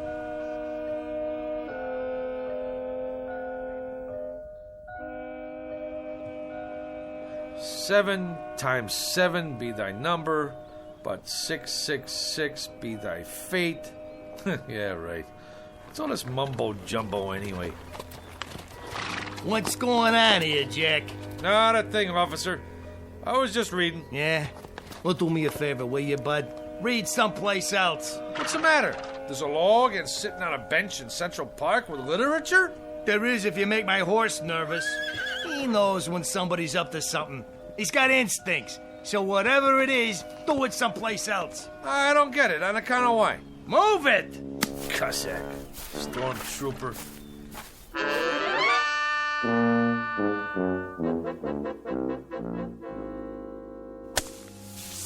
There. All right. Now I gotta draw a symbol in this here sand. Hey, Julius. What's the bit? What are you doing? Whatever it is, I wasn't doing it right. Magic schmagic. There's more here than meets the eyeballs. I've done everything it said, and nothing. Ye Book of the Black Art, being a step-by-step education in conjuring. So tell me, Faust, to what end? You don't dig? Cora, I'm standing on the threshold. I mean hovering. The only thing that stands between me and the secrets of the universe is 4 pages of Latin. Listen to this. The Black Art, consisting of necromancy, turgy, demonology, devilment, hoodoo, voodoo, conjuration, enchantment, spiritualism, manifestation, materialization, astral body and ectoplasm, mesmerizing, magnetizing, and fascinating. Like you name it, I got it. My mother isn't gonna like that sand all over the floor. You tell your mother she should pay me for the privilege of having me in this building. Yeah, you may also tell her that out of 10,000 writers in this town, they pick the absolute cream of the crop. And who's that? Who do they choose to write a big-time television series of black magic? Modesty prohibits. Not Julius Moomer. In the flesh. Big deal. Go ahead and scoff. But one of these days, you're gonna scoff on the other side of your mouth, Tootsie. There's gonna be a big, long limousine parked down below with 2 Lazarian coachmen. Liveried. Huh? Yeah, that's what I mean. In uniform. And they're gonna rap on your door and invite you and your old lady downstairs for a night on the town with their boss. And who will you find in the back seat smoking a Cuban cigar? Modesty prohibits. Just as a point of interest, Julius, what are you doing? I'm conjuring, baby. Conjuring. Conjuring who? Who knows? I just read from this here book and I got all the ingredients. Well, most of them anyhow. 3 tufts of feathers from a falcon. Yeah, I got them from a pigeon. Sand from Egypt. Yeah, I got some of my sneakers from Jones Beach. 3 legs of a spider. I found me an ant. Well, anyway, what with a few improvisations, I got a spell working here. At least I think I do. When my mother finds out what you're doing to the floor, you better conjure up the Marines. You're gonna need them. Anybody ever tell you you're a dirty, rotten teenager? Why don't you go and take a cold shower? Go ahead, get out or I'll turn you into a frog. Man, I don't know what's supposed to happen, but it better happen soon. Za-za-zoom, alikazam, va-va-voom. Nothing. Shazam! Ipsy dipsy! Kagazum! I need some help. By Monday, eh? Who do they think I am? Shakespeare? You called? Where did you come from? You summoned me, good sir. I did? Who are you? The face is sort of familiar, but hey, don't take this personal, pal. Like a guy should knock when he comes into a room, especially wearing tights and a collar like that. Hey, maybe down in the village, but not around here. Some folks take one look at you and have a coronary. Now me, I can handle this stuff. I'm hip, you know? Splendid. I'm pleased to hear it. Who'd you say you are? William Shakespeare of Stratford-upon-Avon in the flesh. William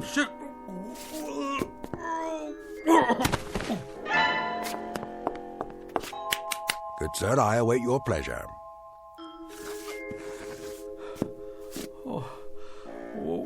What do you want from me already? Prithee, good sir, ask not what I want of thee, but rather what dost thou ask of the Bard of Avon? Would you try that one more time? It seems I must speak in the parlance of the time. Your time. I simply said, good sir, it was you who conjured me up, and I'm at your service. What would you ask of me? On the level, Pops.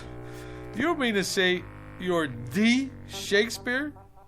Man, you've been dead 1,000 years. 'Tis true, of course, but death be not proud. You required a service of me, hence I am at your disposal. Well, He speaks, yet he says nothing. Romeo and Juliet, Act 2, Scene 2. Quaint surroundings, decidedly so, if squalid. And this, an ancient printing device, perhaps?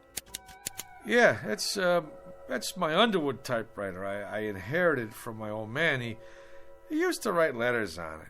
You would ask me to compose a sonnet, perchance, a play? You have but to ask, Mr. Moomer, is it? You mean you can knock me out a couple of pieces? Good sir, you have but to ask. What nature of authorship would you require? Oh, I got me an idea, Will. You don't mind me calling you Will, do you? What's in a name? That which we call a rose by any other name would smell as sweet. Man, what language! Hey, Will, don't let anybody knock your stuff. You got potential. But here's what we'll do. You and me will collaborate. You knock out the rough draft, and I'll do the polish. Yeah. We'll start out slow, see? Just to get the feel. Something with star power, you know, like for Julia Roberts. Julia? Never heard of her? Where you been, pal? Never mind. Don't tell me. A comely woman, I take it. One fairer than my love. The all-seeing sun ne'er saw her match since first the world begun. Solid. I love it. Now you start writing. Anything. Maybe a twist on the old Romeo and Juliet thing. You know, like West Side Story. Oh, swear not by the moon, that crazy, crazy moon. Take it, booby. Right. If you don't object, I prefer my own writing instrument. A feather, huh? A quill pen, actually. Will, baby, I don't care if you write with your feet. Go, man, go. Create. I'll just make us some coffee. Gilbert and Sullivan, Rimsky and Korsakov, Lennon and McCartney, Moomer and Shakespeare. I like it.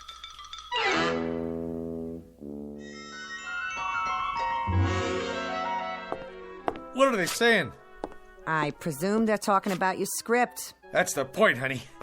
What else is there to talk about? The stuff is poetry. I don't mean if you can keep your head when all about you kind of guff.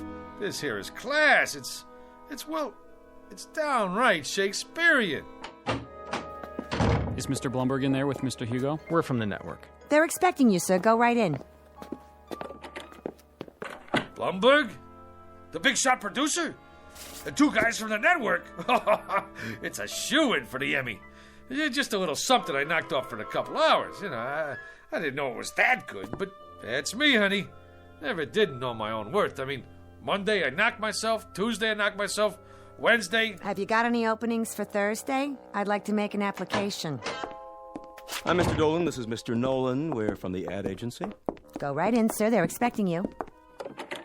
Come in, gentlemen. What were you saying, Mr. Bloomberg? I don't know. That's our feeling too, Mr. Blumberg. Our take too. Sponsor-wise, the thing requires some noodling. That is, we can't afford to jump off a bridge with this one. I concur. It's so archaic. I mean, language-wise, it's... Well, it's still rough.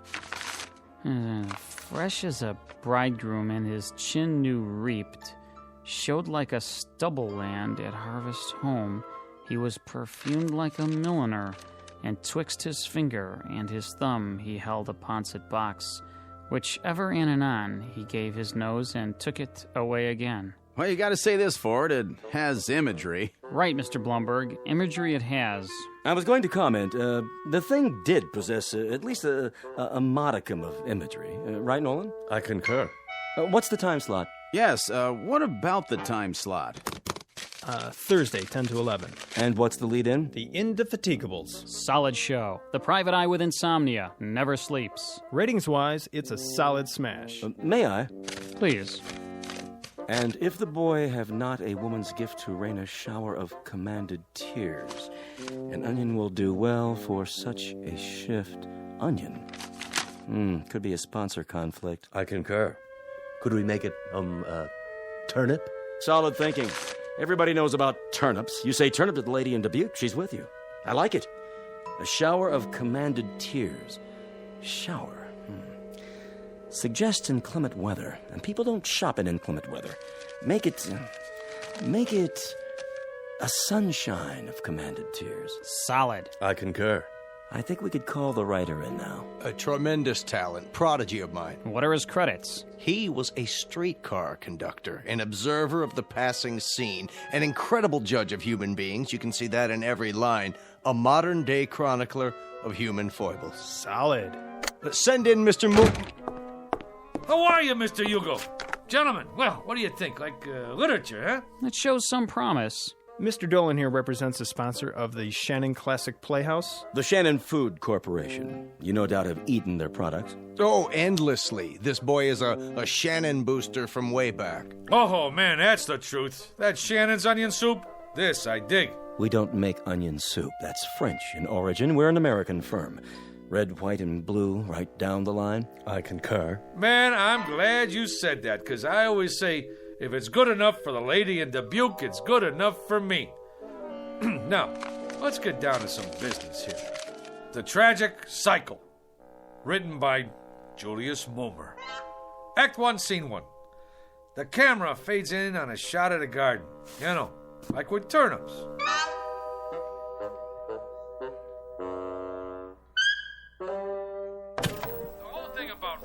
Is to stay in there and keep punching. It's like Keith said one time. All the time, keep punching, or you're done for. Hey, how about that, Will? Taped this show last night. You like it? Verily, a most impressive performance. Ain't that the truth? Ladies and gentlemen, welcome to this week's interview. Our guest tonight, Mr. Julius Mulmer, that rising young author whose tragic cycle will be seen next week on this network's Shannon Classic Playhouse. Mr. Mulmer, I'm told you've been writing for some time. You've come a long way. Yeah, it's like progress. Wasn't one of your early works in the horror genre a story about a zombie? Yeah, how about that? The fellow with a heart that don't even beat. Did he find love anyway? It was a little too controversial. That's why it didn't get on the air, you know. But I'm always trying to tackle controversial stuff, you know, pushing the old envelope. What about your TV pilot script, Mr. Mulmer? A situation comedy involving a billionaire. Just plain Trump. Yeah. The whole thing there was, we're always seeing stuff about typical guys and their typical wives and kids, you know? Well, what about the big shots? I mean, like what they call the rubber barons. Just because you're healed, that don't make you inhuman.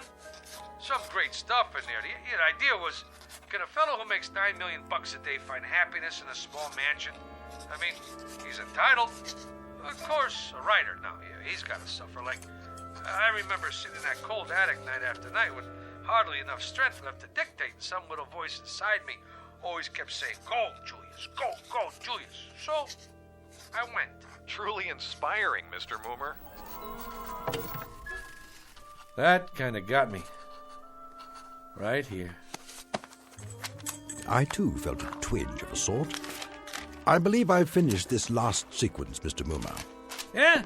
Let me see. Uh-huh. Uh-huh. You know something, Will? You got a real thing with words. It comes from working in an attic, Mr. Moomer. A little voice deep inside me keeps saying, "Go, William, go." I like that. Anyway, can't you just see it? The Shannon Food Corporation, ta-da, presents The Tragic Cycle, written by, ta-da, Julius Moomer, from an original story by Julius Moomer. Additional dialogue by Julius Moomer. Lucky I'm so modest. A thing like this could go to a guy's head. They're already talking another miniseries, movie contracts even. Maybe a Broadway musical. Well, you don't look so good. Like a strutting player whose conceit lies in his hamstring. That's from Troilus and Cressida, Act 1, Scene 3. In short, Mr. Moomer, you have not been prone to extend credit where it is due. At no time, for example, have I heard the name Shakespeare, or for that matter, any suggestion of collaboration on our play.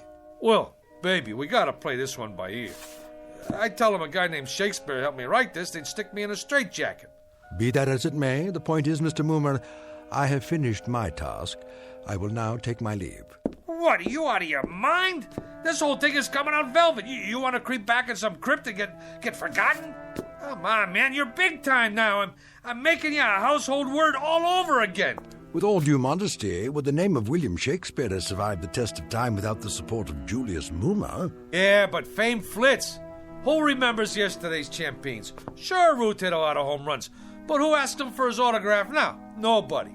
Nijinsky, that's pretty good, but who remembers her last movie? You did some right, but out of sight, out of mind. Shakespeare's dead, long live Mickey Spillane. Get me? My good man. You can't desert the ship. Now, what are people gonna say? That Fink who didn't have no gratitude? We got projects to do. Go out to Hollywood. Hey, the babes go crazy for guys with beards. I shall ponder it, Mr. Moomer. Till when? Till tomorrow. To date, you have not seen fit to invite me to any rehearsals. Tomorrow I shall survey the actors performing in it, and if justice is done to what I have wrought, perhaps I shall remain for a time longer. Now you're talking. Now I shall take a walk. I am that merry wanderer of the night, Midsummer Night's Dream. Act 2, Scene 1. To be or not to be, Mr. Moomer, that is the question. Oh, wait a minute. Rehearsal? How can he go to the rehearsal? Will, do me a favor, please. Don't rock the boat.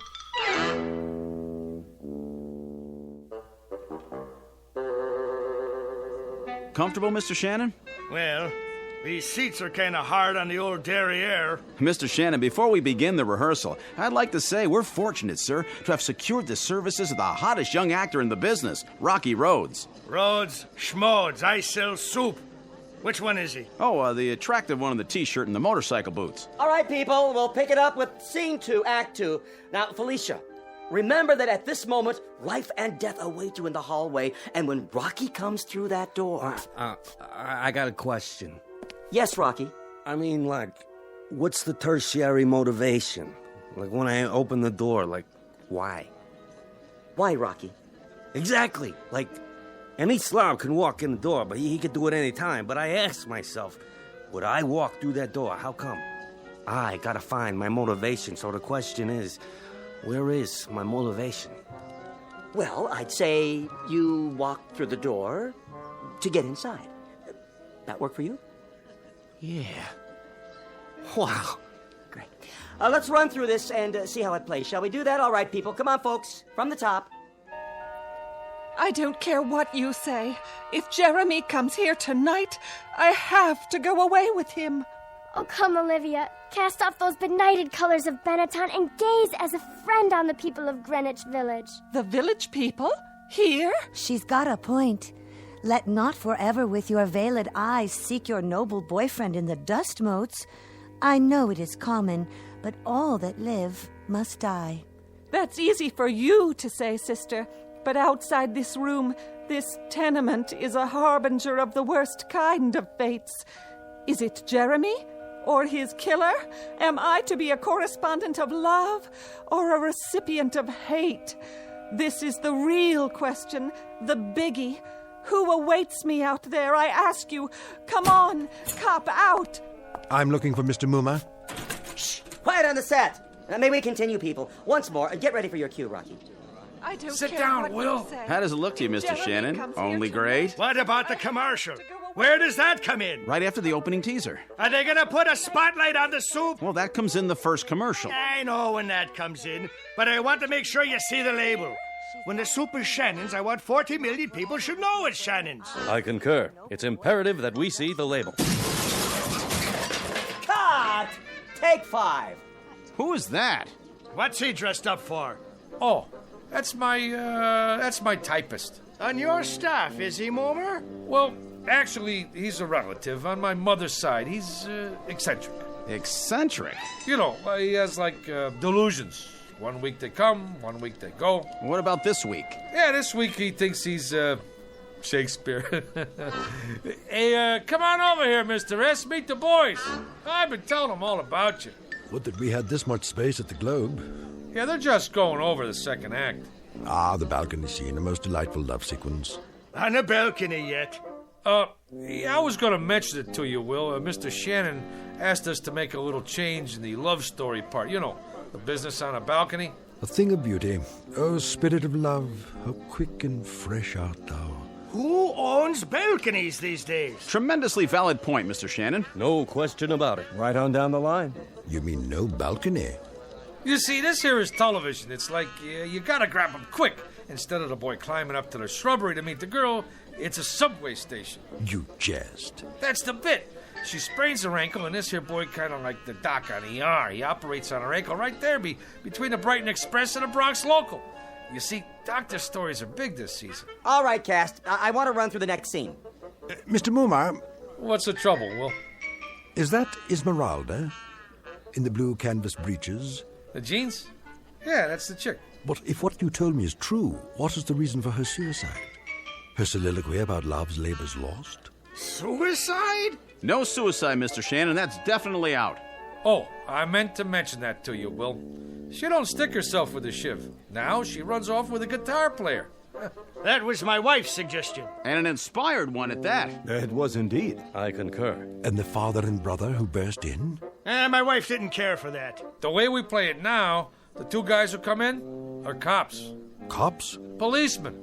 And then later, the scene where the mother starts talking about all the blood on her hands, she ain't the mother anymore. She's the gardener's wife who did time for embezzlement. But she has the most definitive line of the play. In the epilogue, I took it from Twelfth Night, if music be the food of love, play on, give me excess of it, that surfeiting the appetite may sicken and so die. Sicken?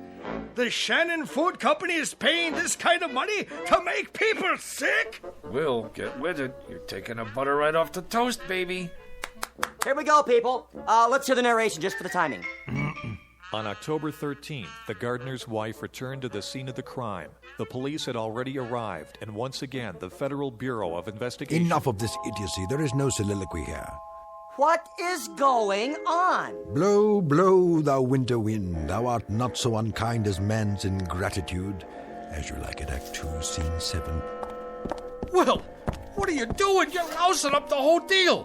What am I going to tell them? Tell them that foolery, sir, does walk about the orb like the sun.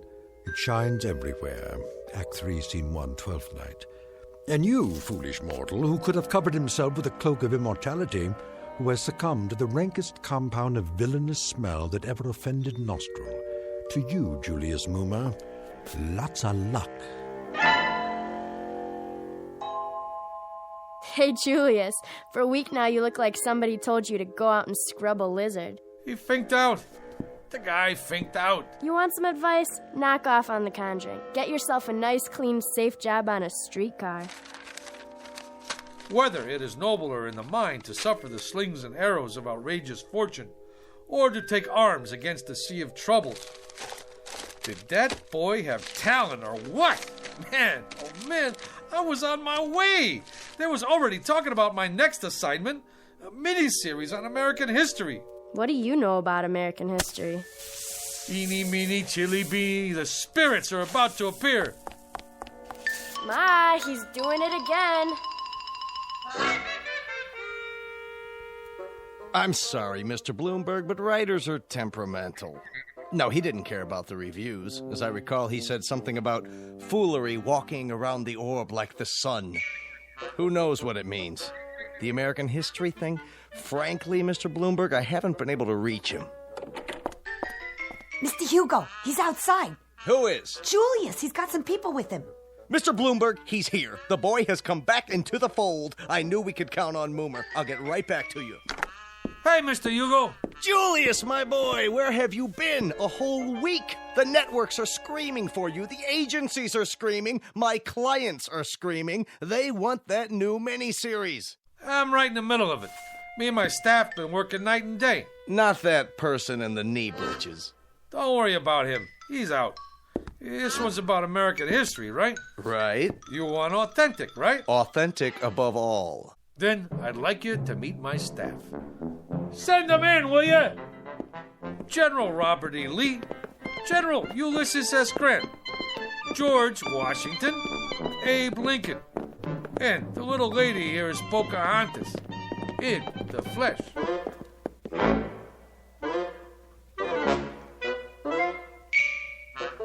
Mr. Julius Moomer, a streetcar conductor filled with desire for the special, if somewhat risky, rewards of authorship. And if the tale just told seems a bit tall, remember a thing known as poetic license in a place called the Twilight Zone.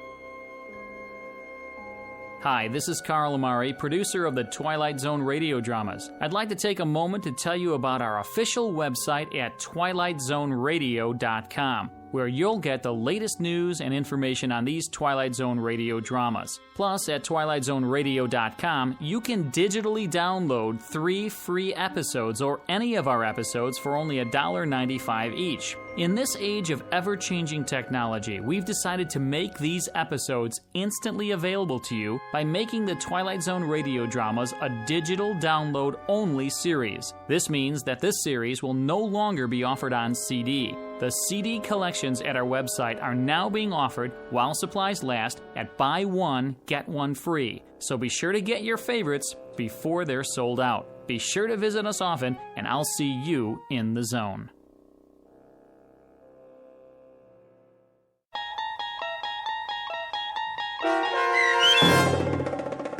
The Bard, starring John Ratzenberger with Stacy Keach as Shakespeare and your narrator, was adapted for radio by Dennis Etchison and based on a script by Rod Serling.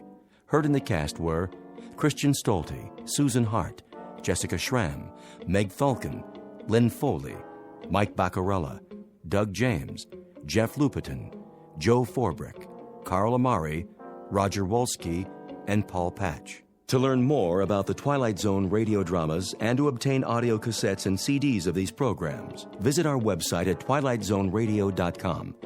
This copyrighted radio series is produced and directed by Carl Amari and Roger Wolski for Falcon Picture Group. Doug James speaking.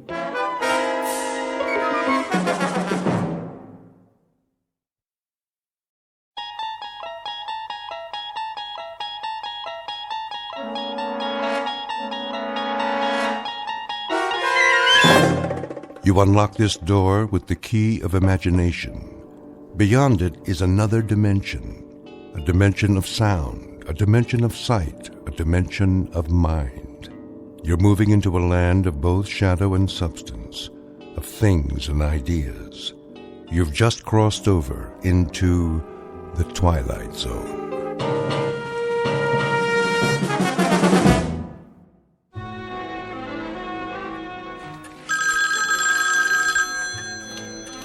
Roswell G. Flemington Model Ship Company. I'll check. Please hold. Did we fill the Benson order yet? Benson? I just packed it. Scale model steamship complete with working boiler and drive propellers. It's going out today. COD. Mr. Benson, your ship's been shipped. Mailed. You should get it by the end of the week. That's right. You're welcome. Lloyd, where's the ledger from last quarter? On the top bookshelf. Why'd you put it all the way up there by the ceiling? I didn't. Flemington did.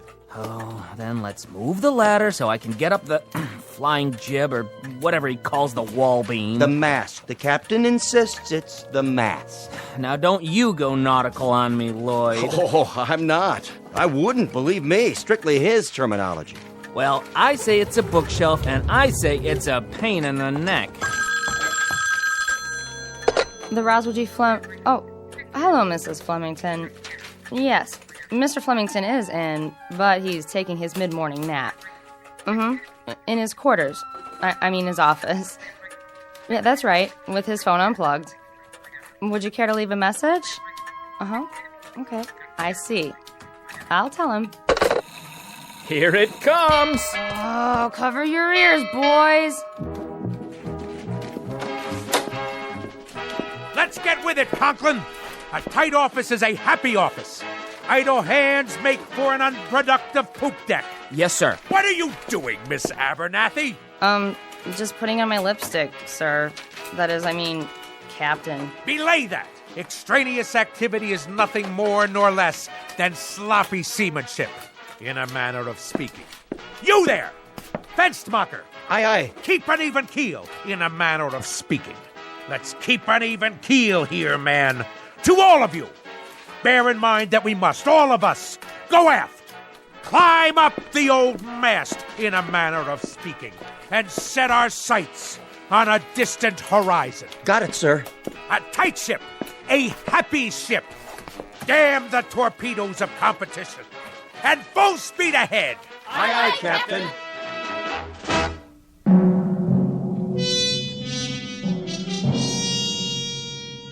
This is Roswell G. Flemington.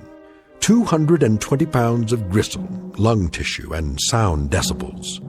He is, as you may have perceived, a noisy man, one of a breed who substitute volume for substance, sound for significance, and shouting to cover up the readily apparent phenomenon that he is nothing more than an overweight and aging perennial sea scout, whose noise-making is in inverse ratio to his competence and character.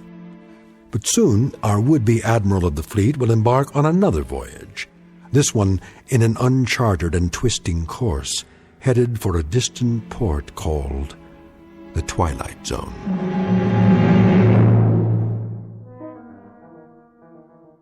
And now, The Twilight Zone and our story, Sounds and Silences, starring Richard Kind, with Stacy Keach as your narrator.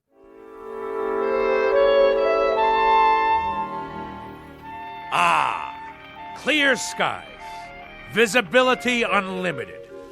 And now, for something a bit more bracing. You may enter. I forgot to tell you, sir. Yes? What? Speak up. I forgot to tell you that your wife called. Oh, she did she? Yes, a little while ago. She's on the phone again now. Would you like to take the call? Oh, I suppose so. See how the home fires are burning. What's that? I said I'll plug in the extension. Yes, sir. Here, madam. Yes? Yes? What noise? Oh, well, it's a most excellent recording, actually. Flight sounds of aircraft leaving the carrier Hornet. No, I can't turn it down. It has to be heard at realistic levels. Speak up! What is your request? Talk? About what, pray tell? Well, then talk away. Very well, later. Of course I shall be home for dinner. Yes, of course, I'm quite sure. Goodbye.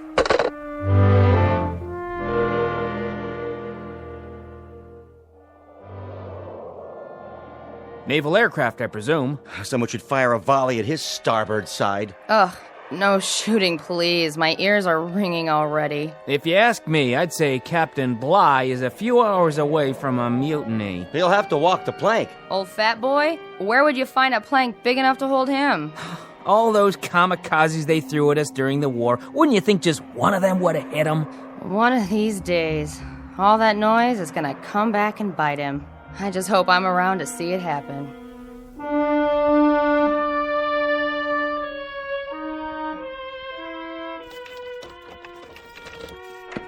All ashore!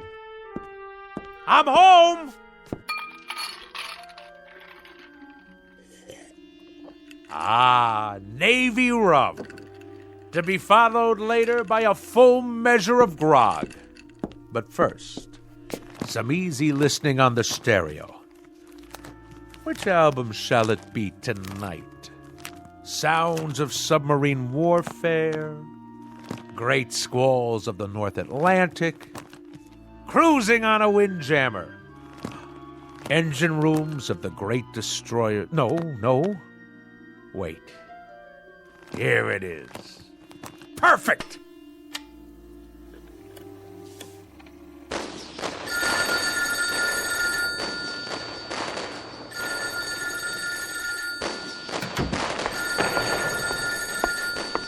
Yes? What's that? Can you speak a little louder? What? Roswell? Roswell! Hello, dear! Could you turn that down just a little bit? I beg pardon? I say, I can't hear a thing on the telephone. You know what that is, my dear? It's a collector's item. This is an actual recording of the battleship Missouri bombing Okinawa. That may be, Roswell, but I can't hear who's on the phone. Ah! Lay on, gentlemen! Let 'em know what's what. Fire at will. And by the good Lord Harry, we'll show 'em how a man's Navy treats aggression. Who did you say is calling? Who? Just a minute. I'm afraid you'll have to call back.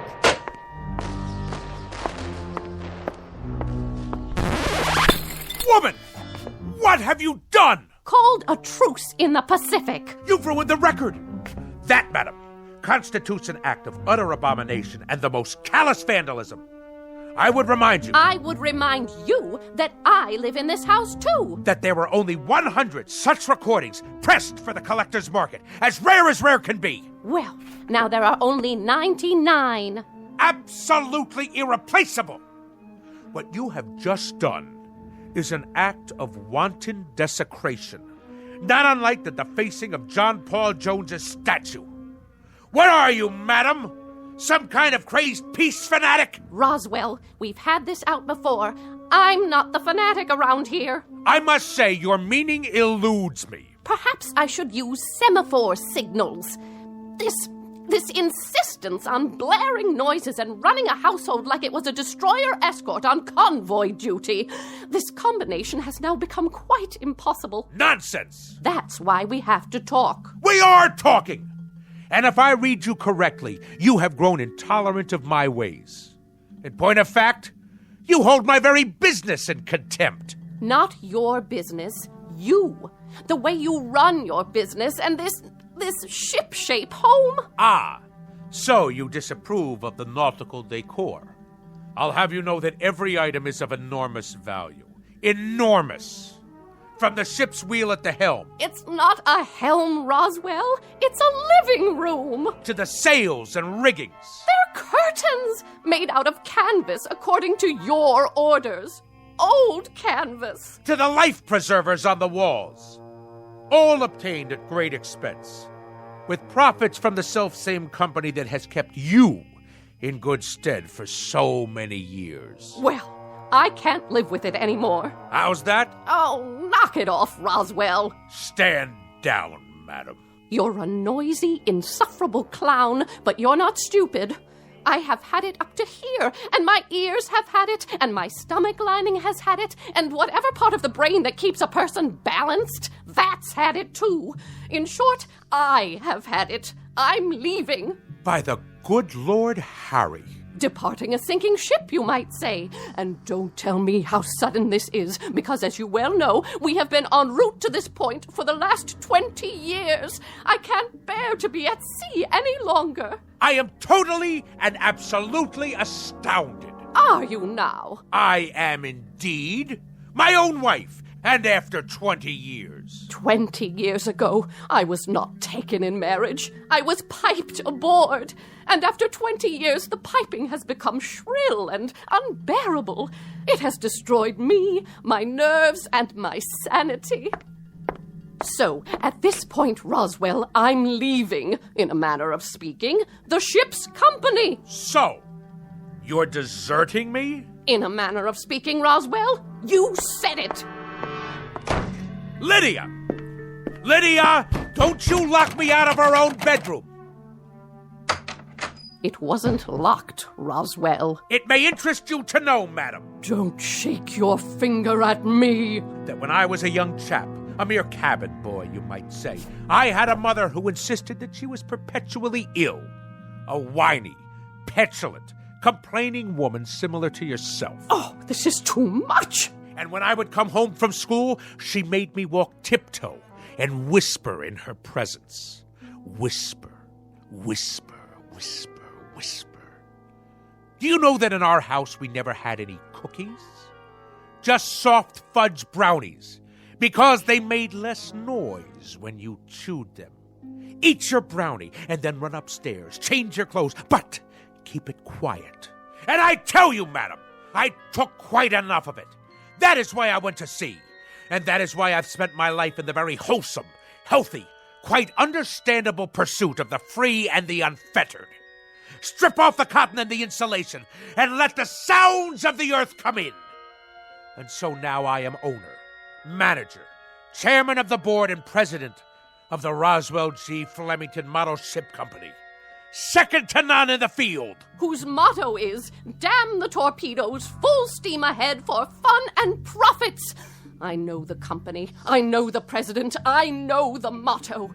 And I respond, Mr. Roswell G. Flemington, with the following nautical phrase, which I have now taken to heart and will proceed to implement. The phrase is, lay aft and dump the garbage. So, in a manner of speaking, consider yourself dumped.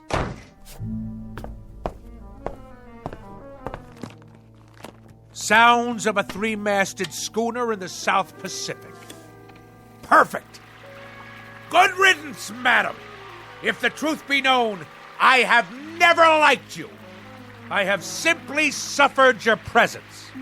If there is one thing that sticks in my craw, that thing is a landlubber.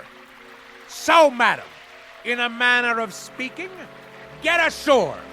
Do you hear me? Get ashore now! I have never, marked you, I have never in my entire life felt so free, so unencumbered, so absolutely fulfilled. In the parlance of naval language, in a manner of speaking, the situation is 4.0. My decks have finally been cleared. I intend to enjoy myself topside for the rest of the evening. And at precisely 10 bells, I shall retire to my sleeping quarters.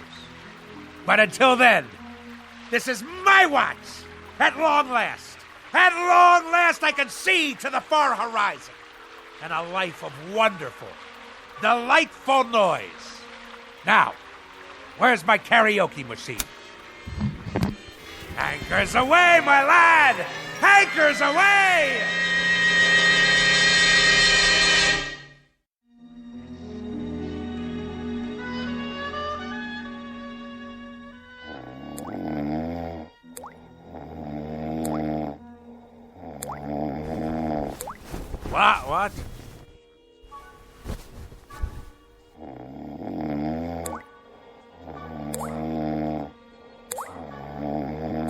What?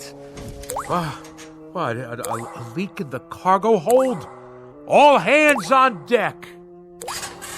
Oh, where's it coming from? The blasted bathroom sink. There. The shower. Off, I say, off!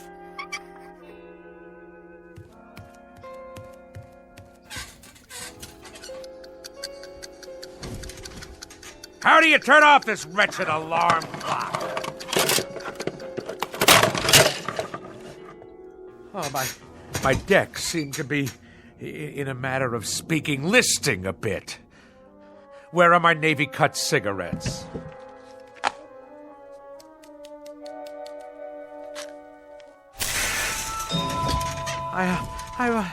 I must be dreaming.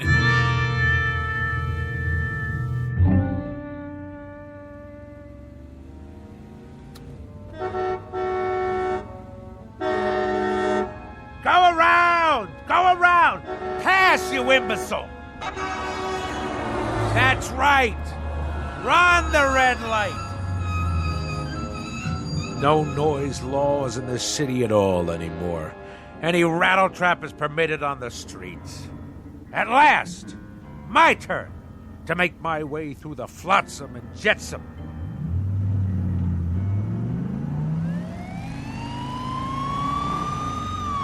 Judah, pull over.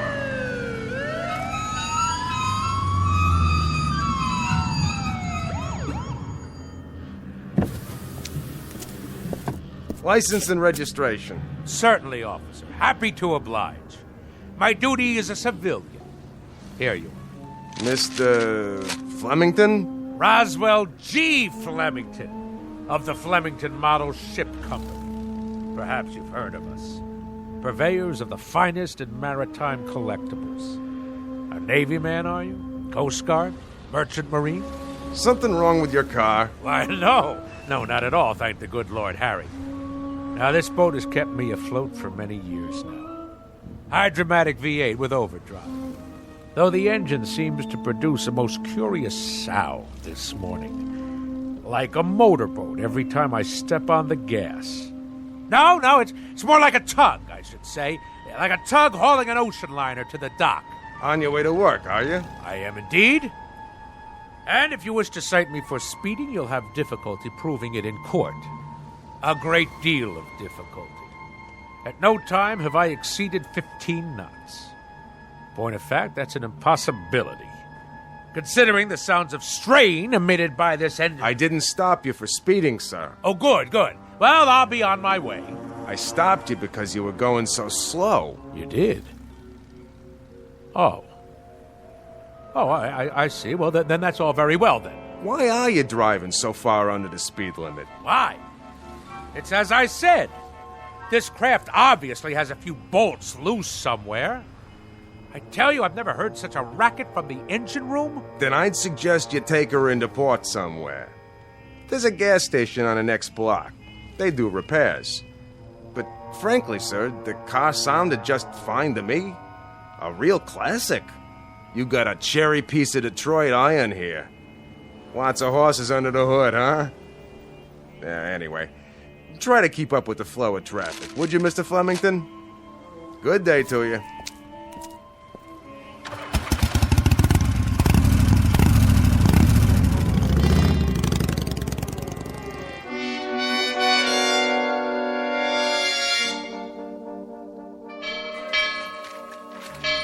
Oh, I've been here 2 years and I don't know when I'll get used to that thing. I've been here 4 years and I've never gotten used to it. What do you suppose happened to old Lardhead this morning? You should count your blessings. This is the first time he's ever been late. Wouldn't it be awesome if his car had fallen off the ferry boat with him in it? The peak. The absolute peak. Thus endeth the dream. Good morning, Mr. Flem. That's the first time he's walked in without telling me that the smoking lamp was not lit and we had to move full speed ahead toward the shores of prosperity. Maybe he's sick. Something incurable, like barnacles on the brain. That's very odd. That's very, very odd. I've been here 10 years, and that's the first time he's ever looked frightened.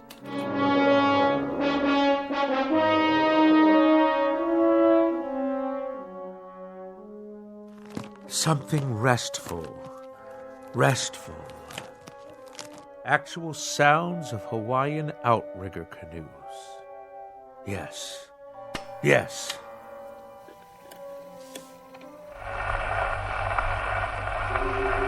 gods! This record is defective! Fresh air, that's what we need. The great outdoors, the smell of salt spray in our nostrils.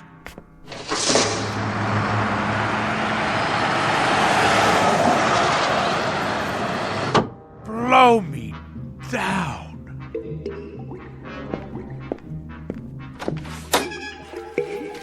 Conklin! What are you doing, man? Me? Just pouring a glass of water from the water cooler, that's all. Well, let's keep it quiet out here. Yes, sir. Now what are you doing? Swallowing, Mr. Flemington? I was thirsty. Quietly, I said. Quietly. Now stop gaping. Get to work. All of you. Mr. Fenstermacher! Begging your pardon, sir. New shoes. What have you gotten them? Dead fish? Oh, people!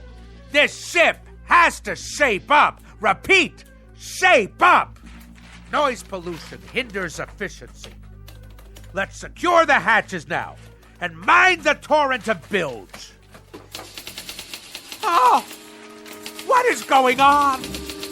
By the good Lord Harry, what on earth is going on?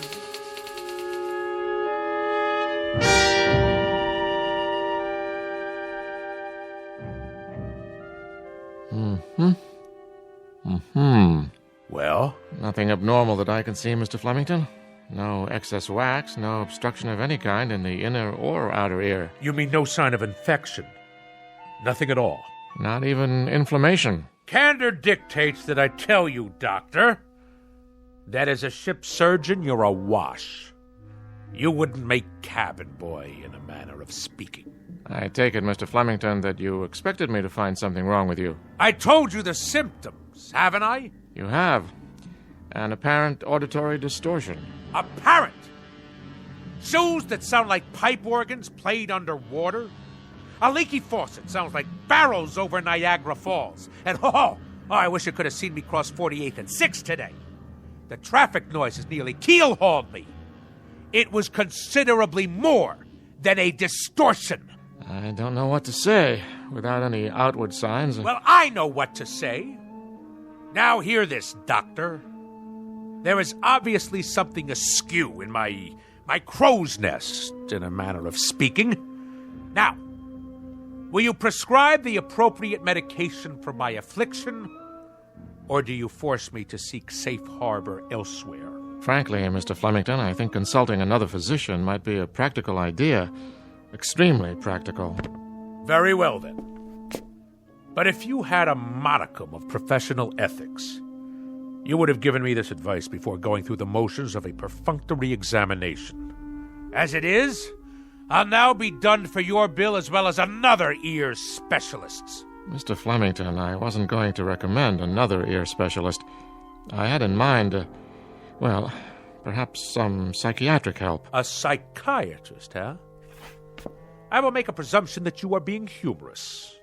It is that charitable outlook that saves your being called to account, sir. The soundest recommendation I can make under the circumstances. I can assure you, Doctor, and I use the term loosely, that there are few people today on land or sea who are as sane as I am. I bid you good day. Good day to you, and good luck. Oh, what is that hideous sound? I'm merely making a few notes on your chart, see? Nothing to be afraid of. An ordinary number 2 pencil, that's all.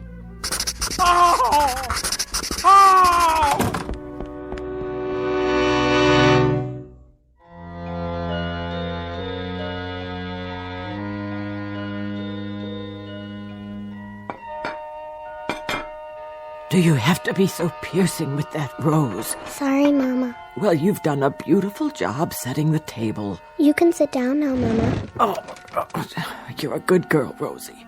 You know I'd cook Thanksgiving dinner if I could, but with my allergies and my arthritis and my bursitis and my ear infection, not to mention my spastic colon, well, it's all I can do to make it downstairs. I know, Mama. You may call your brother now. Roswell!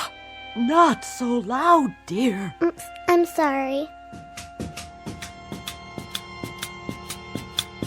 Roswell, would you please not ride your pogo stick in the house? All right. No running, you know what Mama said. Okay. Roswell? Yes, ma'am? Are you wearing shoes?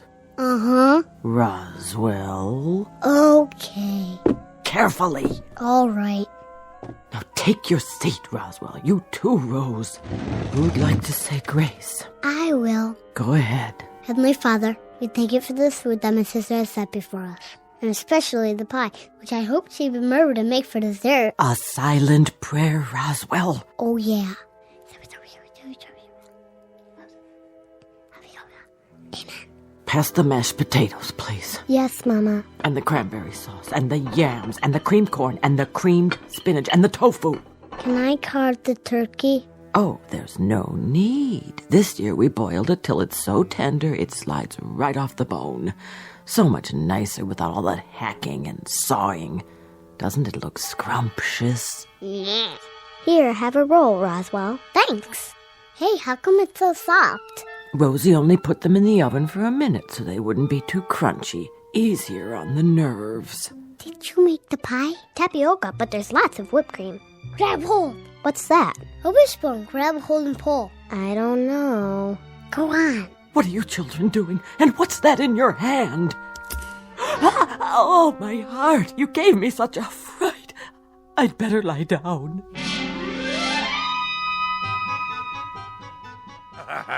But we got her good with the wishbone. Oh, didn't we? She thought she'd been shot with a harpoon. And you enjoyed that? Haha. It was the best Thanksgiving ever. Oh, the rules she had. Did I mention that we only used paper plates and plastic forks after that? I see. Out with the pogo stick. I padded around in socks from the moment I got home from school. The radio was permitted only with headphones. The telephone had no ring, just a little red light. My toothbrush, soft bristles. No toast, only soft-boiled eggs. No ice cubes in the refrigerator, not even chunky peanut butter. And all my school books had to be paperback, in case I accidentally dropped one on the floor. Go on. As soon as I was old enough, I ran away and joined the Navy. What happened to your sister? Oh, she became a sign language interpreter for the National Theater of the Deaf. Well, I should say that about covers it. It does? Now do you understand, Mr. Flemington? Understand what, Doctor? Unless I'm very much mistaken, it's a phenomenon we in the psychiatric profession call autosuggestion. Nothing to do with motor cars, I presume. A person talks himself into believing that certain occurrences take place, when in reality they are pure figments of the imagination. Beyond that, there are some suggestions that you were very resentful of your mother and her preoccupation with her imaginary aches and pains. You don't say. My guess would be that this feeling now extends to your wife, who very similarly provides you with a mother image. But I can tell you this, Mr. Flemington, and forgive me if I repeat myself, these occurrences are only figments of your imagination. Yeah, but if that's so, then... Snap your fingers.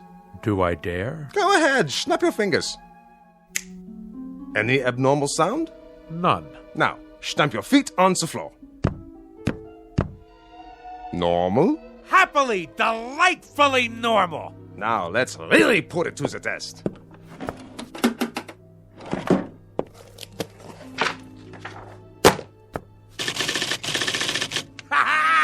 You've cured me, Doctor! By the good Lord Harry, if Admiral Nelson had had you at Trafalgar, he'd have kept both his eye and his arm. In Navy parlance, Doctor, you, sir, are 4.0. 4.0, sir, in a manner of speaking. Ha ha ha! I'm free to go. Free as a bird. And slam the door at will on your way out. Be my guest. I shall. You, sir. You have the soul of a seaman. Bless you.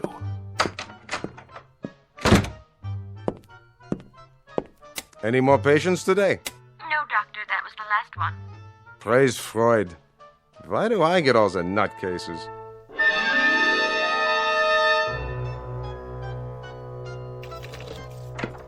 Incredible. Absolutely incredible. My own wife, the culprit. Her miserable preoccupation with noise. She planted that seed in my head. Incredible. Incredible what one crew member can do to a ship's company. Absolutely incredible. And the whole thing. Mind over matter. Land ho! You are not welcome on this particular quarterdeck, madam. Nor shall I stay here, Admiral. I forgot some of my things. I came to retrieve same, and now, whether you pipe me ashore or not, that's precisely where I'm headed. I might add, madam, that despite all your efforts to capsize this worthy vessel, in a manner of speaking, against the rocks and shoals of petulance and pettiness, this ship remains tight. Your efforts have been both worthless and wasteful. Horatio, old pal, let the following be my final comments. You are an overgrown sailor boy with an undermanned head. You are full of such neuroses that I wonder how you haven't cracked before this. Belay that! Belay that, woman! It just so happens that I have had a psychiatric evaluation. And if there is anything wrong with me, it is you. Furthermore, madam, the whole business is simply mind over matter. Absolutely and totally. Do you know what I can do? I can shut you off. I am a man of such incredible will that I can shut you off. Go ahead! Yell at me. Yell! Because even at this moment, I am in the process of exercising mind over matter. I am shutting you completely out. Flemington, I wonder about you. I wonder why no one has committed you. I really do. Ha! See? See? I have shut you off. Go ahead. Talk all you like. Really, Roswell, you need help. You really do need help. Mind over matter. I want to shut her out. I simply shut her out. Now, let's see. What'll I listen to tonight? Anchors Aweigh? The Midshipman's March? Actual sounds of a Japanese destroyer exploding in the Pacific, complete with boiler hissings, fantail cracking, and smokestack blowing apart. Ha-ha! Only great, huh? Better prepare yourselves, neighbors. This one will galvanize you in the proper manner.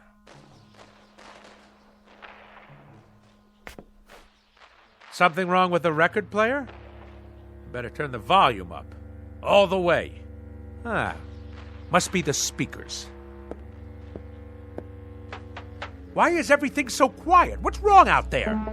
I can't hear the city. Hey out there!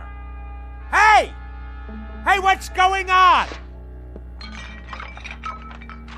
Why can't I hear anything? Louder! I want it louder! More noise!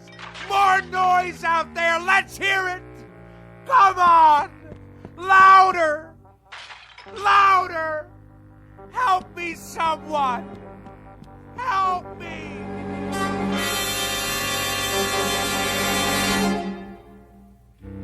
When last heard from, Mr. Roswell G. Flemington was in a sanitarium, pleading with the medical staff to make some noise, any kind of noise.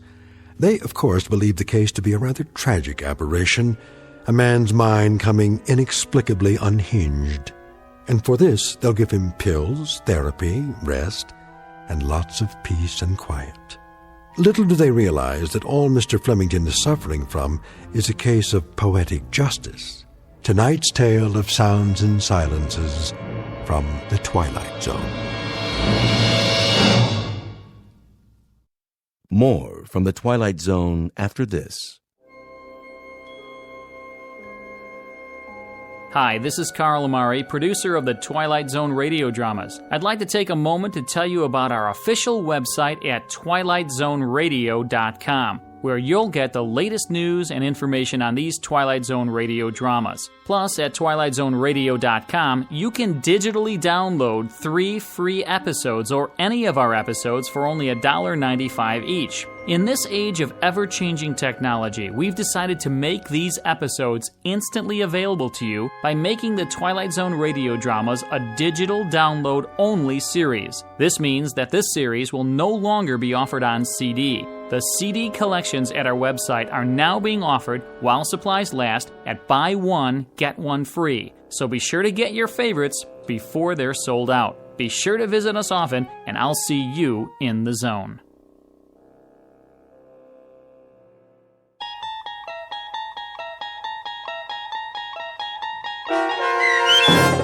Sounds and Silences, starring Richard Kind, with Stacy Keach as your narrator, was adapted for radio by Dennis Etchison and based on a script by Rod Serling. Heard in the cast were Maggie Carney, David Darlow, Richard Shavsden, Peggy Roeder, Sarah Marks, Carl Amari, Doug James, C.J. Amari, James Schneider, and Amanda Amari. To learn more about the Twilight Zone radio dramas and to obtain audio cassettes and CDs of these programs, visit our website at twilightzoneradio.com.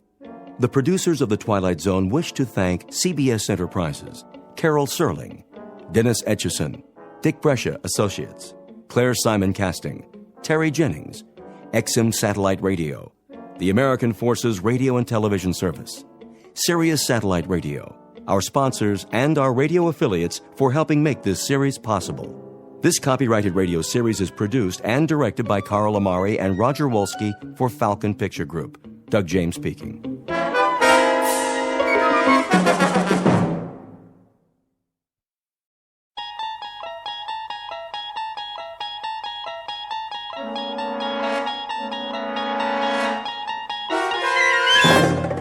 You're traveling through another dimension. A dimension not only of sight and sound, but of mind. A journey into a wondrous land whose boundaries are those of imagination. Your next stop, the Twilight Zone.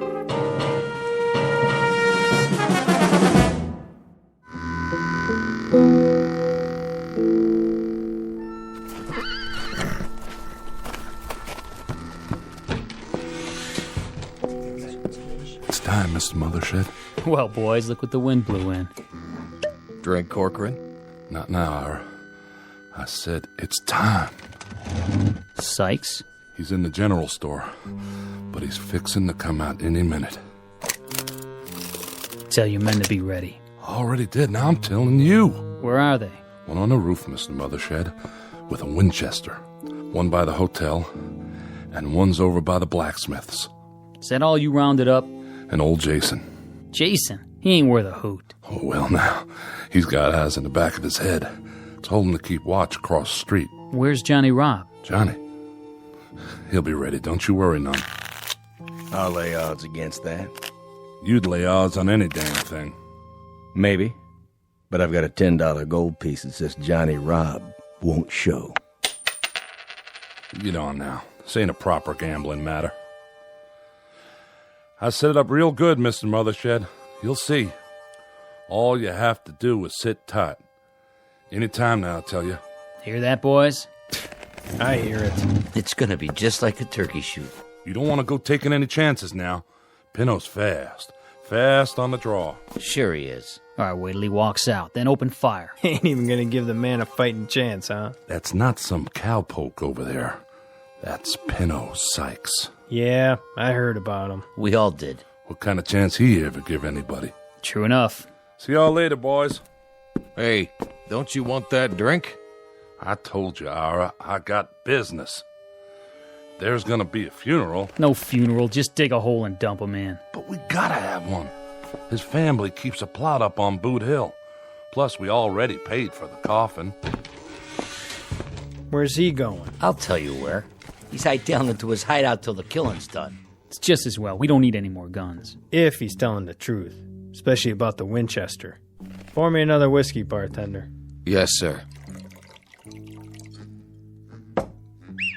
Hear that? I heard something. There's old Jason's signal. Let's go, boys. It's as good as over.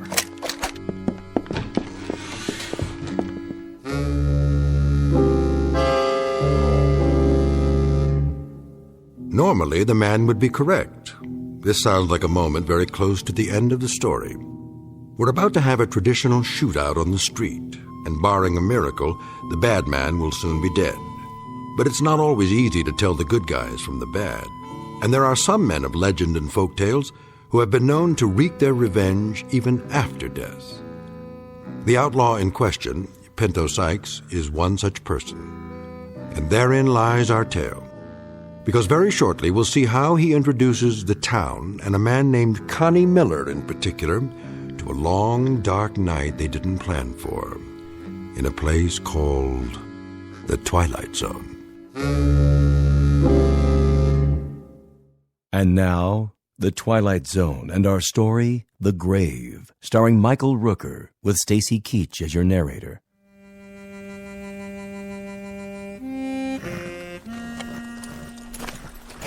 Put it on my bill. Yes, sir. I'll do that. Thank you kindly. You want any help with those supplies? Nope. Well, then, I'll be seeing you. Say. Yes, sir? Where's everybody gone to? Well, I don't know what you mean, Mr. Sykes. I better be getting back inside now. What did you call me? Me? Well, I didn't call you nothing. I say you did. I didn't mean no disrespect. You know my name? No, sir. I mean, yes, sir. I mean, well, everybody does. What are you so nervous about? Me? Well, I'm not nervous. I just got business to do. What kind of business? Ain't no customers waiting. Well, I know, but I... Good day to you. Come back real soon, you hear? Easy, Paint. Just tying this bag to the saddle, and we'll make tracks out of this jerkwater town. Freeze. Who's that? I got you covered, Pinto. Reach for the sky. Well, what do you know? Mother shed. You always was a low-down, egg-sucking dog. Still not man enough to draw on me. Keep your hand away from that gun. Easy now. What are you doing in this territory? I bought me a big spread. This town's got no room for your kind anymore, Pinto. Still scared of me, ain't you, Mother Shed? No need. I'm just passing through. Sure you are. Now, boys. Why, you...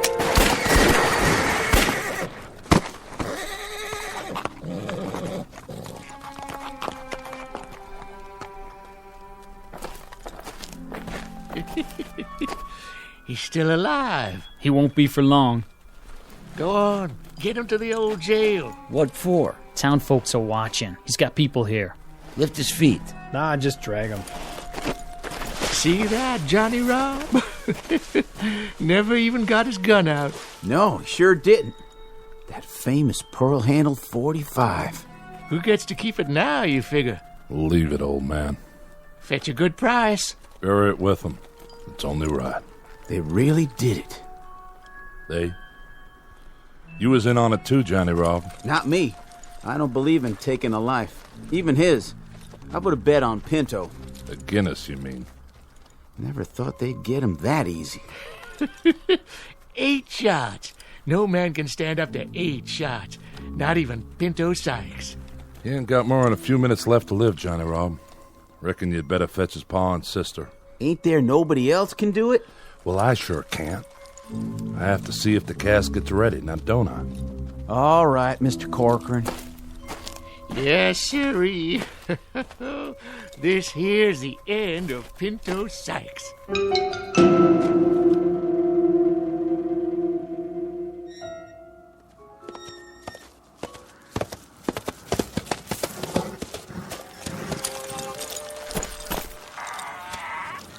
Somebody there? Only me, Connie. You shouldn't be standing in the shadows, Jason. I was waiting. Waiting for what? Had a feeling you might show up, now that it's safe. Why? Pinto Sykes come through here yet? You didn't hear. Why don't you talk sense, old man? What's that picket fence doing out there in the street? His sister, Ione, put it up day before yesterday to mark his blood. Closed it off so nobody would ride over it. Whose blood? Well, just who do you think? There's a southern wind. You know what that means, don't you? Not much dust in southern winds blowing down off the mountains.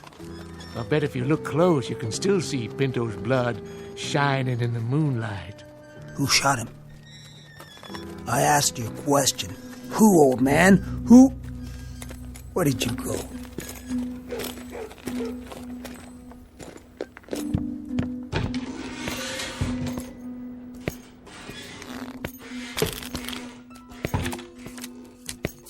Who wants to open? I'll be. Is that... Well, look at who's come back. Connie Miller? Gents. Take your coat off. I'll hang it up for you. Drink, Connie? Yeah, I could use one. Same as always? Leave the bottle. Oh, sure. I said, who wants to open? That's all for me. Me too. Not much of a pot, but I'll take it. Did you notice, Connie? Notice what? Our little fence out in the street. That I did. I noticed it. And I know what's inside it, too. How'd you know that? Old Jason's out there walking around in the wind spouting off. And what'd he tell you? The blood of Pinto Sykes. Well, for once, that old geezer told the truth. Who shot him? We did. Who's we? Us. The town. The whole town? Not me. I don't believe in gunfire myself. Only 8 of us actually fired, but the whole town was behind it. Fact is, this town don't have much in the way of marksmen. That right. Out of 8 that fired, we reckon only 1 bullet hit him. Which one? Don't even know for sure who fired it. Bullet passed clean through him, and no one is bragging that they're the one who did it. No, sir. No one is claiming credit for that piece of gunplay. You know something, Mr. Corcoran? Maybe by now, wherever he is, Pinto knows who it was that killed him. What do you mean, wherever he is? Oh, he's up on Boot Hill, of course. Lying in the family plot. Reckon it must be some disappointment to you, Connie, being as how you spent so long trying to find him for yourself. That it is, Ira.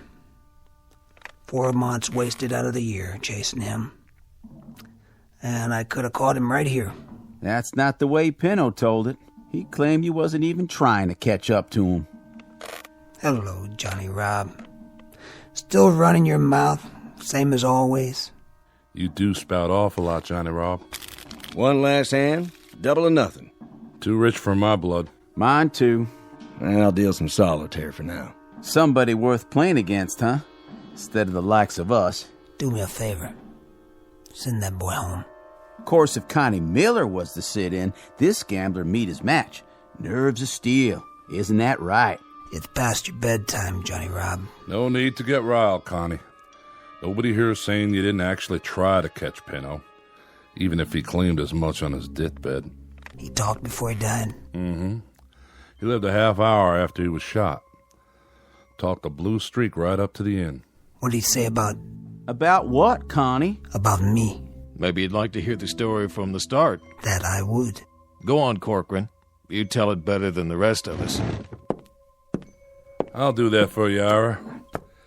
Reckon Connie deserves to hear it all. We got a new circuit judge now, Connie. Young feller named Ed Thackeray. He come through here last week, so we went to him with our complaints. Told him how one Pinto Sykes is wanted by the law in 3 states, and how he treats this town like his personal property when he rides in, just because he was born and raised here. Is that all you told him? We told him how we haven't had ourselves a sheriff in 3 years, and how Pinto, well, he just rides in and helps himself to whatever he wants, with nobody to stand up and make him pay. We told him how we hired you, Connie Miller, to track him down, but that we ain't had much results. Hey, hold up there. You know I've been on his trail. I know. Well, sir, this Thackeray gets mad at us, tells us to grow up and act like men, or else move on to where it's safe. He gets us kind of fired up, so we hold a meeting out at Mothershed's and we all agree to work as one. The next time Pinto shows up, we'd all join in and take him one way or the other. He rode in the day before yesterday. You want to tell the rest, Ira? Not much left to tell. He rode in and 8 of the town gunned him down in the street. That's about all there is. No, that's not all there is. What about the curse? All right. You tell it. When did he do all this talking? After we carried him to the old jail. We sent for Pa Sykes and his sister Ione. I know the names of his family. I was born here, too. Spent his last minutes talking to his people. Told his pa how sorry he was he hadn't turned out better, and his pa allowed that he turned out right well enough. He told Ione how he wished she'd marry a rich man, a rancher like Mr. Mothershed. and live on a proper spread. Then he asked to be buried near his ma, except not too near, as she was too true a woman to have the likes of him close by. Said he wants his family to do the burying, as he don't want anyone else to come near where he's resting, even though I'm the one that ordered the coffin. Said if we did, he'd come calling on us. Yes, sir. He put a right curse on the town. That's what you call it. What did he say about me? Well, now, he got real riled when your name came up. Said the slower he rode, the slower you chased him. Said he waited in Albuquerque, even sent word where he was, but you never showed up. Then he said you sure ought to be able to catch him now that he's dead and buried. But if you ever come anyways close to his grave, he'd reach up and grab you. Tell you one thing, since the burial, there ain't been no one from this town hanging around that graveyard. I'll tell you one thing. He lied. Even on his deathbed, he lied. I searched Albuquerque. Every saloon, every hotel. He wasn't even there long enough to rent a room for the night. What's that? Take it easy, Connie. Just the wind. Put your gun away. Well, now, what do you know? Somebody's out there, all right. Pretty harsh night, too. So I reckon we better let him in.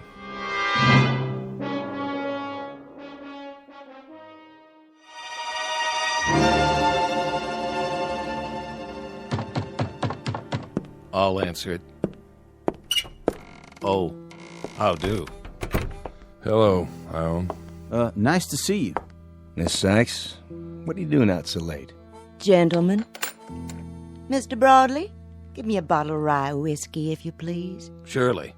Seems your paw is hitting the drink a mite heavy, though. You think so? None of my affair, but maybe you could try and get him to taper off. He's a fine man. He truly is. All I mean to say is, I swear, Ione, folks don't hold it against him that he was Pinto's paw. Oh, this isn't for my paw, Mr. Broadley. This is for me. Oh, I see. Begging your pardon. Well, look what rode in on the wind. Hello there. My brother was just talking about you. Your brother? Most certainly. When was that? Day before yesterday. He's real sorry he missed you. We told him, Ione. And did you tell him how Pinto's going to greet him if he does see him? We told him that, too. You've been chasing him for so long, Connie. You ought to feel real lucky tonight. You finally know right where he is. And all you have to do is walk out there. How nice for you. That whole Sykes family was never real bright. Tell us, Connie. Tell you what? You afraid of Pinto's grave? What are you talking about? Because the rest of us are. How about you? I'll tell you something, Johnny Rob. I was never afraid of Pinto alive, and I sure as hell ain't afraid of him now that he's dead. Understand? Well, now, is that the truth? You know English, don't you? Because I don't exactly know as I believe you. Why, I'll bet... Hold it now, Connie. Simmer down. He deserved it. Maybe he did. But let's not have any bloodshed. Nobody calls me a coward. You didn't let me finish what I was saying, Connie. I don't think you're a coward. No, sir. Leastwise, I don't think you're afraid of anybody in this room, especially not me. For sure not you. I'm just a poor boy that works hard for not much. I'm not real strong, but dogs and kids like me. Follow me around all the time. Go ahead. Why don't you speak your mind straight out? Have another drink, Connie. Come on. Sit down. Sure windy tonight, ain't it? I remember the last time we had a wind like this. I'm waiting, Johnny Rob. Well, like I was saying, no, sir, I don't believe you or anyone else is afraid of me. But whether or not you was ever scared of Pinto is something only you know. Johnny Rob. Well, I was about to say when you hit me and hurt me is, I'll bet, not that I'm accusing you, I'm just saying, I'll bet that you won't be calling on Pinto anytime soon. No. Anytime like tonight, for instance. Now, why don't you shut up before you really get hurt? Now, Connie. Look at the time. By golly, it's almost 12 midnight. What about it? Drop it, Johnny. I'm betting you won't go out of here at midnight sharp and climb all the way up to Boot Hill and visit Pinto's grave. Now, I got a $20 gold piece somewhere. Yeah, it took me nearly 20 weeks of odd jobs to save it. Here, I'm betting it all that you won't do what I just said. That a real bet, Johnny Rod? Boy just can't help running his mouth, can he? Never could, as I recollect. Well, he does have a point, though. What about it, Connie? What about what? You calling him? Of course not. Why make him save for 20 more weeks? I don't need the money. Just the same, you did state that you ain't afraid of Pinto, dead or alive. If I heard you right. Look, I'm a grown-up man, and I don't do little boy things anymore. Like playing in graveyards at midnight. You know I'm not afraid, don't you, Ira? Never take sides myself. Then you won't go. I don't like you, boy. I never have, and I reckon I never will. So, you've got a $20 gold piece. Well, I've got a $20 gold piece myself. And it just covers yours. I'd say the bet's covered. Well, now, looks like in about 20 minutes, one of us is going to have $40 instead of $20. That's right. And afterwards, while I'm spending it, I don't want you hanging around where I have to look at you. Got it? Don't you want to know where Pinto's buried, Connie? It's on the southeast corner of the graveyard, close to where Tom Santee's planted. Connie. Yeah? Haven't got another 20 you want to put up, do you? Are you saying you want to bet against me, Steinhardt? Betting's what I do, Connie. You know that. Oh, you're not looking so good tonight, Connie. When a gambler bets, he has to win, or else he go out of business. So, you don't think I got the nerve to go up either? I didn't say that. Then what did you say? I just said I'll bet $20 that you won't. You got a bet. It's my 20. Your turn. What are you asking? To see my money? That's the idea. We've made bets before, Steinhardt. Yeah, but this time's different, Connie. Now, if we were betting on a horse race or the turn of the next card, I'd trust you. But not this time. What's so different about this time? When you get out to Pinto's grave, how do I know he won't reach up and grab you? If you don't come back, how do I collect? There. That good enough for you? Gold certificates. Legal tender in my book. Hold these for us, Ira. Sure, Connie. How about you? I've still got some more betting money left. Whose side are you on? Never bet myself, nor take sides. How about you? Can't afford to bet tonight. Steinhardt here took all I got to lose. If you hadn't lost to him, how much? And which way would you have bet? Reckon I'd bet against you. Nothing personal. I don't get it. You people know me. Why all at once you think I'm yellow? Because we'd be afraid. You can draw them guns of yours real fast, Connie. We've seen you. But out in that graveyard in the middle of the night, they ain't worth a copper cent. You'll have no more to fight with than a yearling on his first legs. I don't get my nerves from these guns. I had it way before I could pick 'em up. You'll find that out soon enough. Ira, get my coat. Right here. Just one thing before you leave. Yeah? Well, we've got a detail to work out, Connie, since this is a job you have to do by yourself. How can we be sure you did it? My word's good. Well, maybe so. But look at it from where I sit. What's to keep you from going, let's say as far as the edge of the graveyard, and then coming back and telling us you went all the way? You saying you don't trust me? Hey, business is business, Connie. This is my livelihood. Then it looks like you're going to have to go along with me to protect your interest. Don't it? Just to make sure I do what I say. He's got you there, Steinhardt. Yeah, that won't do. Even if I were inclined to go, which I'm not, it'd improve his chances by the simple fact that courage comes easier when a man's not alone. And how'll we ever know? I have another way. Give me your Bowie knife, Ira, from behind the bar. If you say so, but I don't see... Just bring it over and put it on the table. There. Now, Connie, when you arrive at your destination, Stick the knife into the earth of the grave. And then at daylight tomorrow, we'll be able to see the proof. That's a real smart plan, don't you think so, Connie? I don't like to disturb a grave, not even Pinto's. You backing out? I said I'd go out there, but I won't treat no grave with disrespect. Then stick it near the grave.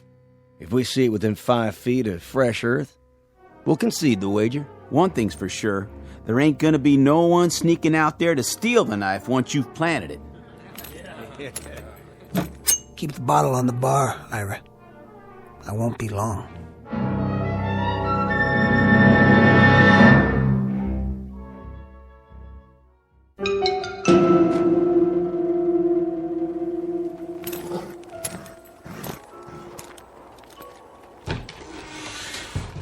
Well, who'd have thought?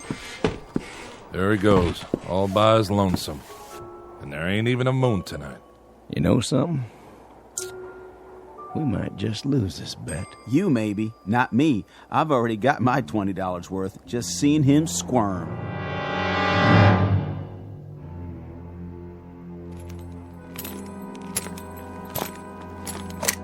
Who's there? Just me. That Connie Miller again? Jason, I told you once, don't be lurking around in the dark. A man could get his head blowed off. Yeah, same as in daylight. Gonna stay a while? What do you care? Well, that's your horse, ain't it? Tethered up by the saloon. A man shouldn't ought to leave his horse. Might catch her death, all lathered up. I got one stop to make, then I'll be back. I could take care of her for you. Get her some feed and a blanket. No need. Can you spare me some change anyway, Connie? A 10-cent piece will do, so I can get me some grub in the morning. I'll take care of you later. If it's all the same to you, I'll have it now. You don't trust me? Sure, I trust you. But a lot can happen twixt sundown and sunup.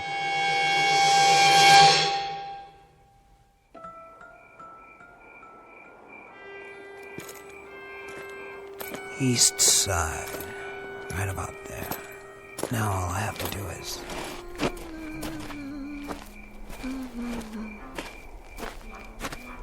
Evening, Connie.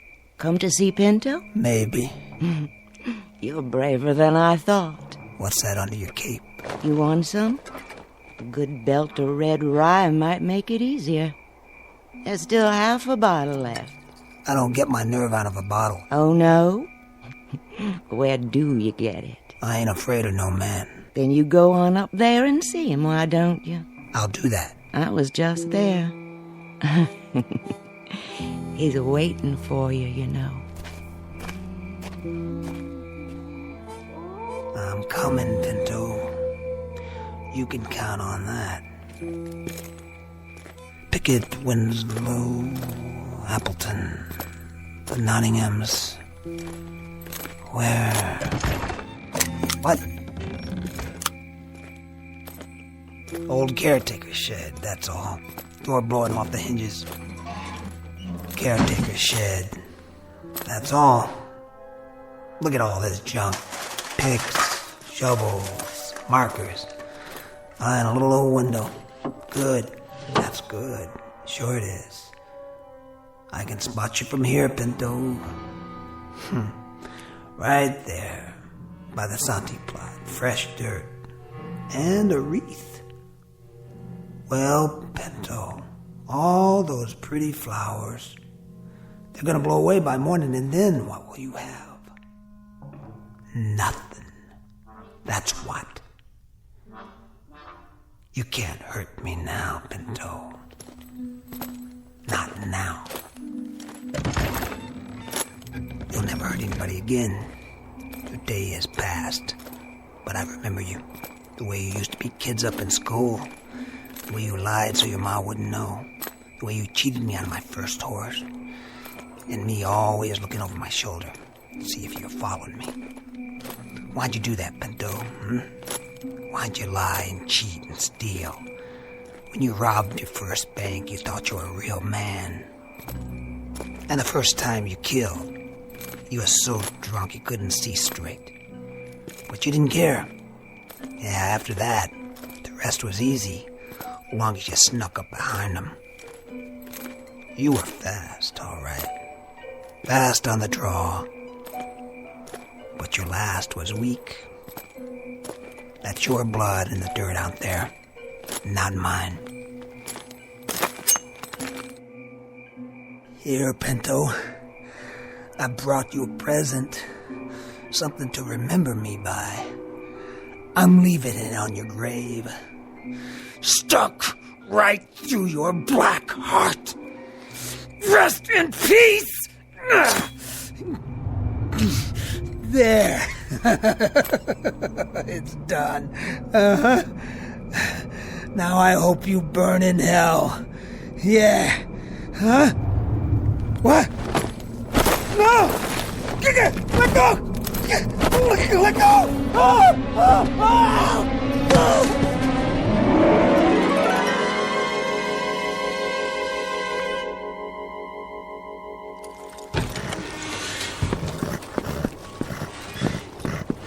You seen him, Johnny Rob? I don't understand it. It's full daylight, and he ain't back yet. Well, maybe he didn't have the nerve to come back and face us after he turned tail and run. That's not likely. His horse and gear are still here. So he didn't just ride out of town, but he didn't come back to collect his bet, neither. I'm wondering if somehow I ain't got a man killed. Nah, that's no way to talk. I didn't mean to. I didn't ever mean to do that. It's daylight now, Johnny Rob, and we can think with clear heads. Deep down, we all know the dead can't really hurt nobody. You know that. I don't.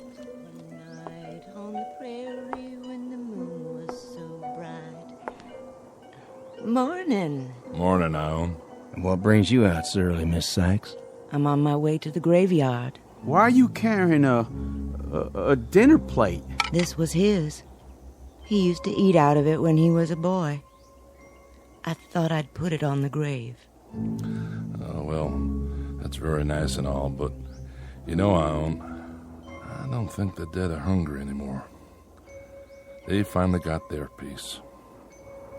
You might say their cup runneth over. Thank you for saying that. But I still want him to have it.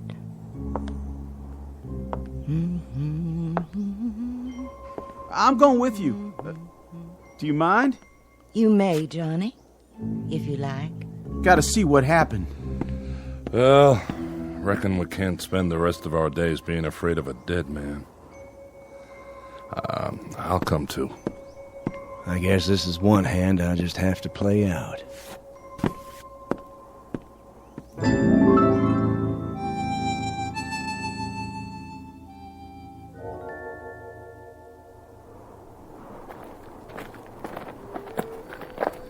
Now then, Ione, we sort of got turned around. Whereabouts is the southeast corner? There. I can see it from here. And I can see him in his long coat. Oh, Lord, I knew it. I knew it. I've gone and got a man killed. See? See? Connie Miller lying here by the grave, dead. Put it out, Johnny Rob. You're acting like a baby. It isn't your fault, boy. No? What happened? What really happened? The whole story's right in front of you. Look at it. I'm looking, and all I see is Connie with a knife through his coattail so he couldn't run. Oh, he must have been powerful scared. Well, he was more courageous than I thought. He came. He knelt by the grave, see? Right there's his knee prints. What are you getting at, Steinhardt? Somebody caught him here and pinned him to the ground. You don't think he did that to himself, do you? He pulled a knife from his belt. He thrust it into the grave like this. But the wind was strong, as it is now, and it blew his coat tail over the grave. And being so dark, he didn't notice that he'd put the knife blade through his own coat tail, pinning it down. You mean? Then he started to rise.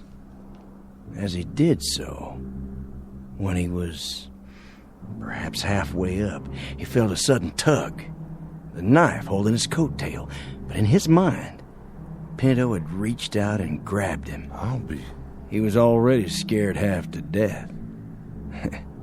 This finished him. His heart gave out. That's all. That's what happened. It is, isn't it, Corcoran?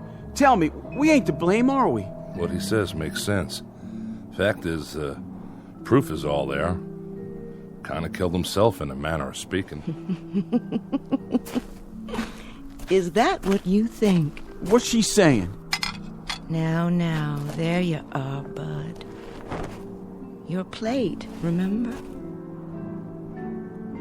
So, you think Connie's death was an accident? That he stuck the knife in the hem of his own coat? Yes, ma'am. Tell me this. How did his coat tail get over the grave like that?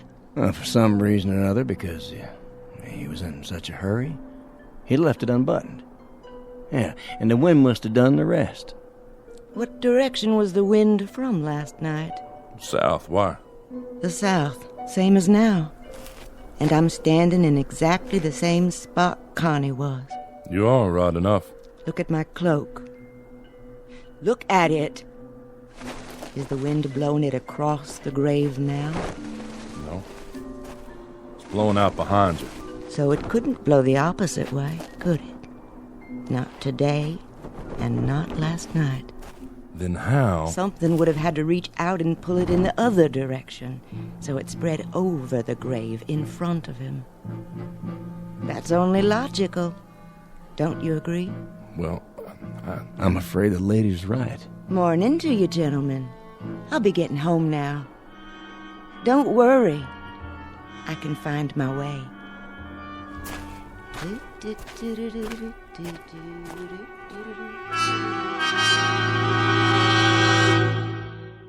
Final comment.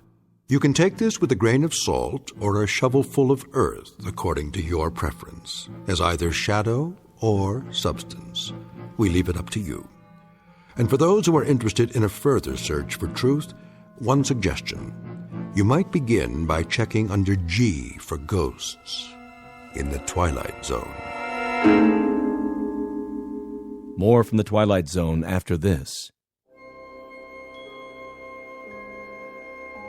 Hi, this is Carl Amari, producer of the Twilight Zone radio dramas. I'd like to take a moment to tell you about our official website at twilightzoneradio.com, where you'll get the latest news and information on these Twilight Zone radio dramas. Plus, at twilightzoneradio.com, you can digitally download 3 free episodes or any of our episodes for only $1.95 each. In this age of ever-changing technology, we've decided to make these episodes instantly available to you by making the Twilight Zone radio dramas a digital download-only series. This means that this series will no longer be offered on CD. The CD collections at our website are now being offered while supplies last at buy one, get one free. So be sure to get your favorites before they're sold out. Be sure to visit us often, and I'll see you in the zone.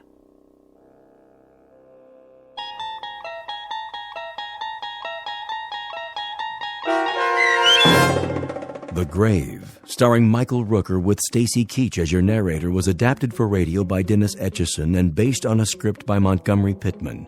Heard in the cast were Mike Starr, Doug James, Jeff Lupetin, Linda Ryder, David Darlow, Christian Stolte, Bob Dunsworth, Carl Amari, Vince Amari, and Roger Wolski. To learn more about the Twilight Zone radio dramas and to obtain audio cassettes and CDs of these programs, visit our website at twilightzoneradio.com. The producers of The Twilight Zone wish to thank CBS Enterprises, Carol Serling, Dennis Etchison, Dick Brescia Associates, Claire Simon Casting, Terry Jennings, XM Satellite Radio, Sirius Satellite Radio, our sponsors, and our radio affiliates for helping make this series possible. This copyrighted radio series is produced and directed by Carl Amari and Roger Wolski for Falcon Picture Group. Doug James speaking.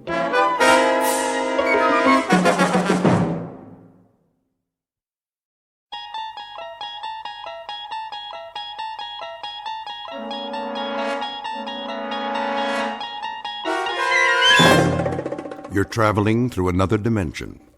A dimension not only of sight and sound, but of mind. A journey into a wondrous land whose boundaries are those of imagination. Your next stop, the Twilight Zone.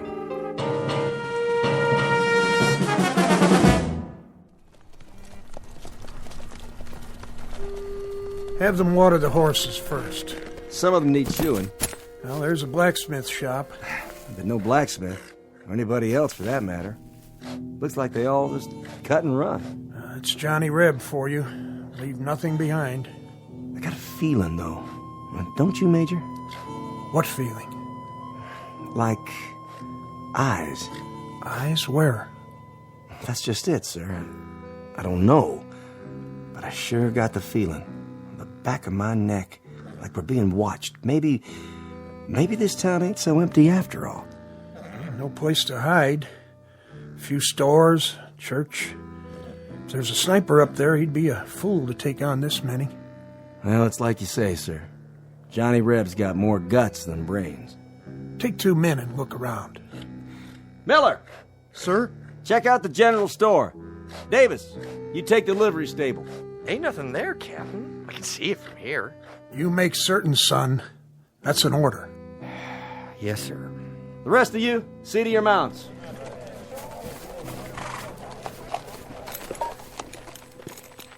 Well, I'll be. Will you look at that? What is it? Captain, I think you better see this. Hold your fire! What do you see? Miller? Miller? Davis? What happened to them? I don't know, Major. They went around that storefront at the end. What the...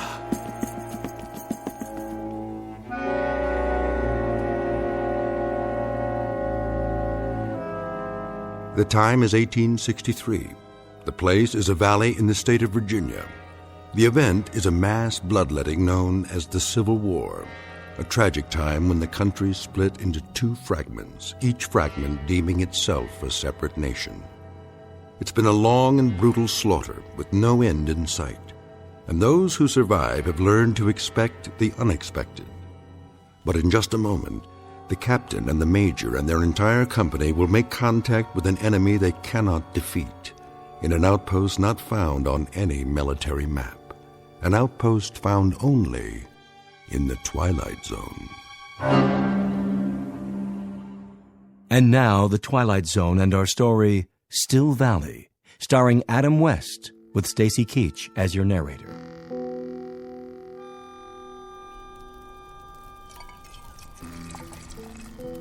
You want more coffee, Private? That what it is? Chicory, maybe a little sawdust, but it's hot. Obliged. I've tasted worse. I just don't remember where. What is it? Quiet. You hear something down there? Thought I did. Yanks? Maybe. Whatever it was, I don't hear it anymore. I didn't hear nothing. You never hear nothing, Dogger. Just sit in your duff and wait it out. Where's your carbine, soldier? Huh? Oh, it's over there. A lot of good it'll do you laying on the ground. What do you mean? What if the Yanks showed up? What'd you do? If the Yanks was here? You reckon you know how to work this thing? Yeah, I know how, all right. And if you pull the trigger, you reckon it'll fire? I reckon. Then show me. Hey, what's the idea? The idea is you aren't a right arm to me or a left arm. You're just some extra baggage that breathes through his mouth and splits half my rations. You mad about something? Fed up is more like it, Dogger. When do you figure to shape up? By the end of the war? I'd do my part. Yeah, like an army mule. Why don't you just go down there and give up? The Yanks will treat you real good, while General Bobby Lee's off fighting the war for you. I didn't used to be like this. Yeah? When did you up and change? I was at the 2nd Manassas. I think that's where it come to me sudden like. What did? It's like this, Paradine. I had my 2 brothers there. One of them was 15 years old, that's all. 15! I was right alongside him, going up a hill. A mini-ball came out of nowhere, hit him dead center. Took him 3 hours to die. He was just a kid, just a little screaming kid. That was my brother Phil. My older brother Kearney. He was dead the next morning. Wanted to be a preacher. Always talking about the gospel, words of Luke, words of John, words of the prophets. He ran out of words, and God run out on him. But you don't have a nerve in your body, I guess. Oh, I got 'em. Just as many as you from head to boots. But I don't concern myself as much as you. You're worrying about dead men and lost battles. That's just too much area to fret in. Then what do you worry about? I'm worrying about 2 scouts on a mission. Us. And a piece of dirty brown paper with orders written on it. It says right here.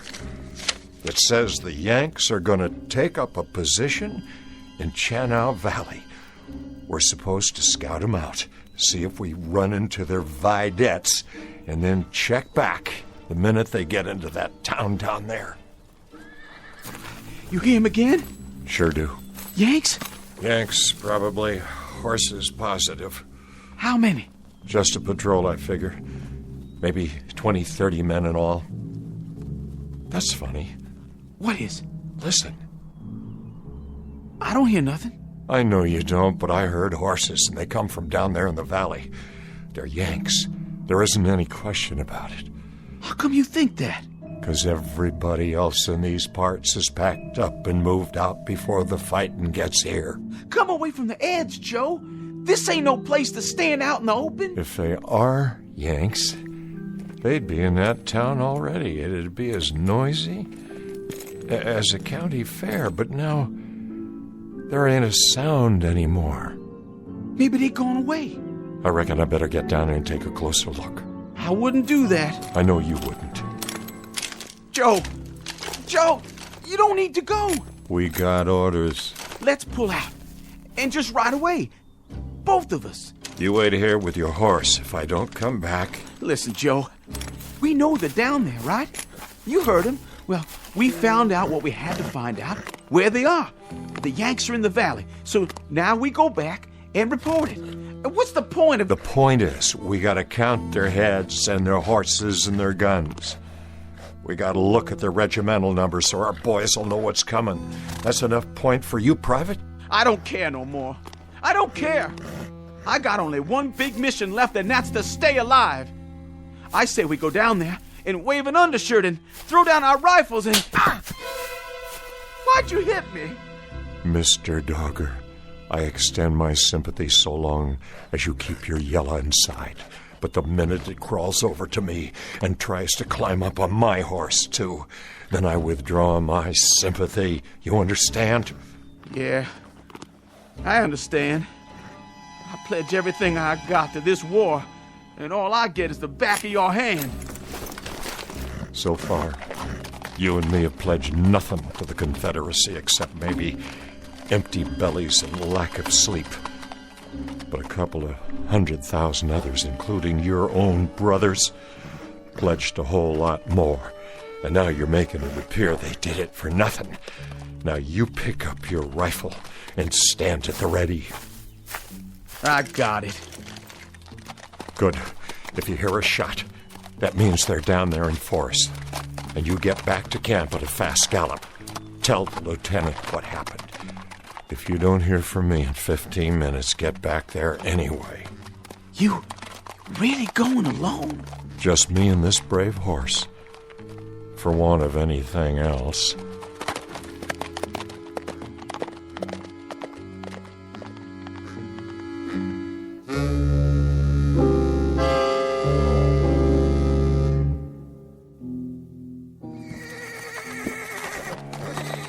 Easy, horse, easy.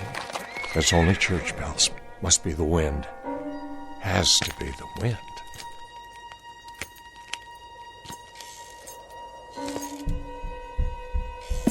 Who's there? Come on out with your hands up. If you're in there, why don't you show yourself? You a yellow yank, that it? I got you. Drop your... Where'd you go?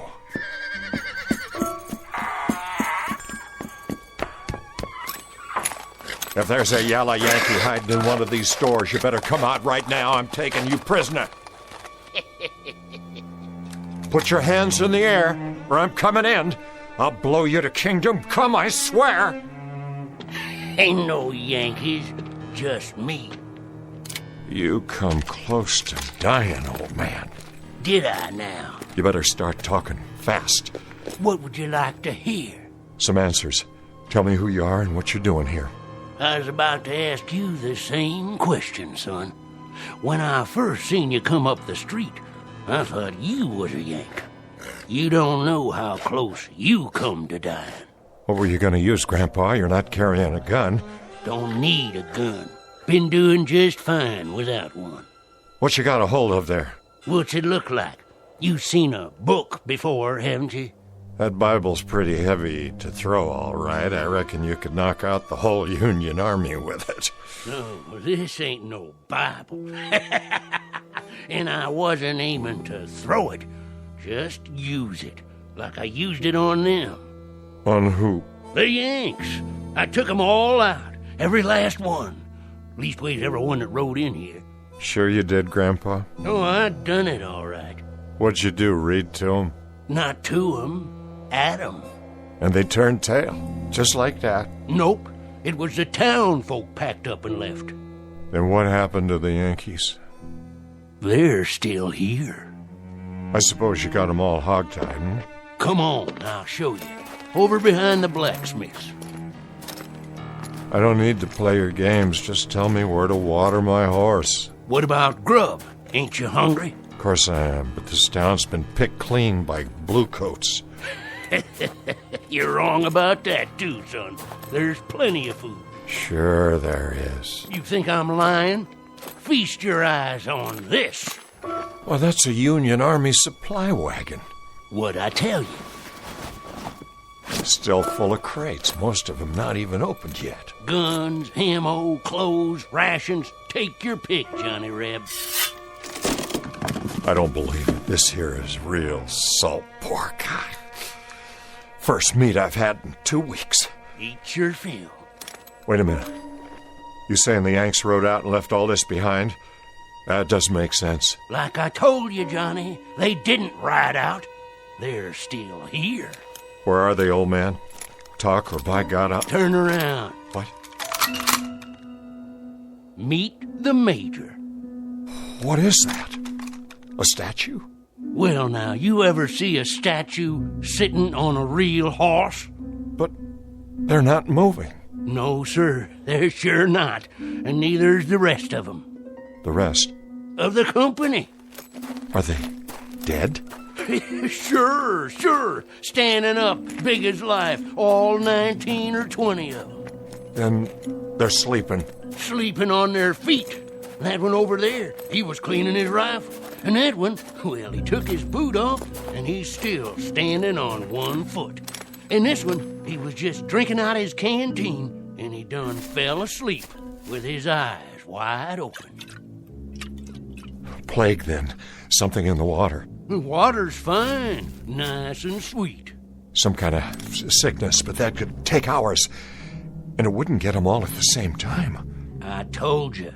I put him to sleep. There must be some natural explanation. Natural? Now don't that take all? What happened to them Yanks ain't natural. This is what done it. This here book and what's in it.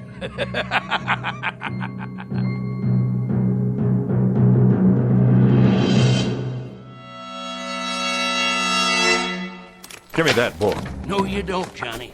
This here is still my book. For now. Hey, Yank. Wake up. I'm the only one can do that. This is crazy. They must be asleep. No wounds, not a sign of blood. Go on, wake up. None of you are dead. Wake up, Yanks. I'm taking you all prisoner. I told you. It has to come out in this book. But you don't believe me. You think I'm lying. I didn't call you no liar. This here is what done it. Give me that. Now you gone and done it. What kind of book is this? Can't you read, Johnny? The front of it says Witchcraft. You better be real careful. Dropping it in the dirt?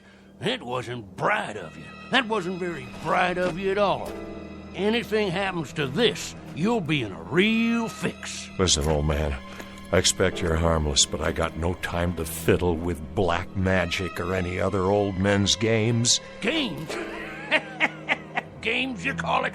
And here in front of your eyes stands the enemy. Not a twitching, not even a moving an eyeball. Now look, old-timer, I flat out don't understand this. I don't understand it at all, but there's a war on. I got no time to just stand here jawing. I'll take my book back, if you don't mind. Here, good riddance. All ye horsemen and ye footmen conjured here at this time, I command you to be still.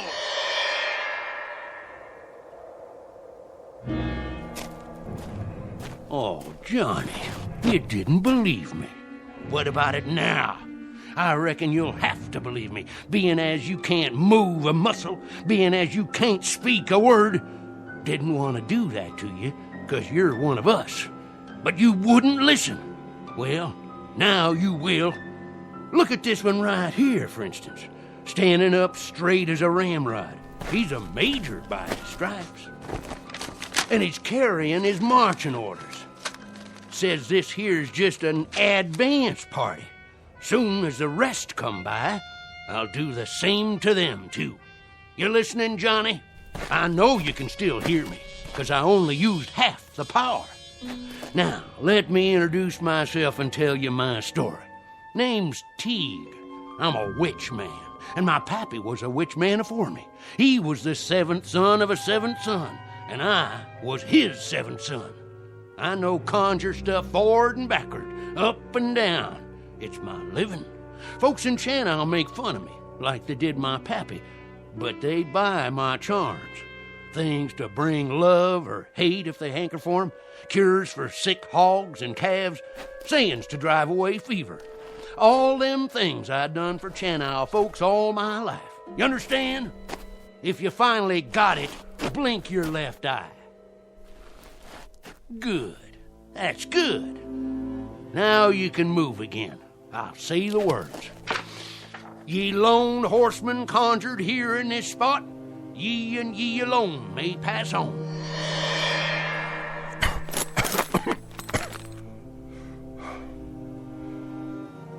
Mesmerism, that's what it is. Parlor tricks? Sure, that's what you'd call it. You'd call a rooster a hen and a gelding a bay just to deny what's right and true. Oh, Johnny, I thought you understood. What did you do? Just what I knows how to do. I've been laughed at and told to mind my business. Young'uns hooted and throwed stones. I could have cursed 'em, but I didn't. No, sir. They was my friends and neighbors in Channel, and I kept back evil from 'em. But I couldn't move. I couldn't blink an eye. Just like the Yanks. When they come, everybody run afore 'em, but me. Invaders, tyrants, thieving skunks in blue. But I fixed 'em. I didn't do no running. I carried this book out into the street, and I read the words, and you can see what happened. Now you listen, and you listen good, Johnny Reb. You fight the Yanks with everything you got. That's what I intend to do. Let me see those orders.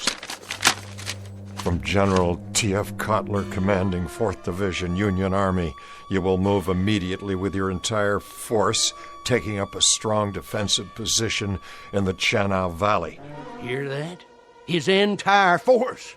There's more coming. You and me got things to talk over, Johnny Reb. What things? I heard all I need. You got to understand. This book here don't have nothing to do with mesmerism. This is conjure stuff.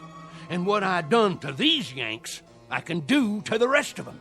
I can freeze them in their tracks. I can open up a path to Washington, D.C., so that Bobby Lee could ride in there with no more than 3 Confederate troopers and take over the whole country. That's what I can do with this book here. That's what I can do. You hear me? Magic? You claim it's magic. I don't claim. I say. It's what I read in this book. And now you've seen it. You felt it. And you could do this to the whole Union Army? Could and would. Why don't you, old man? For one good reason. And one good reason only. It better be a good one. If you have the power to turn the war to our side. I'm going to die. I'm going to die before the sun goes down. How do you know that? How? I can feel it in my bones. I can smell death. I seen the raven on the wing. I heard it coming. It's on a white horse, galloping this way. It's a pounding in my heart, a galloping straight at me.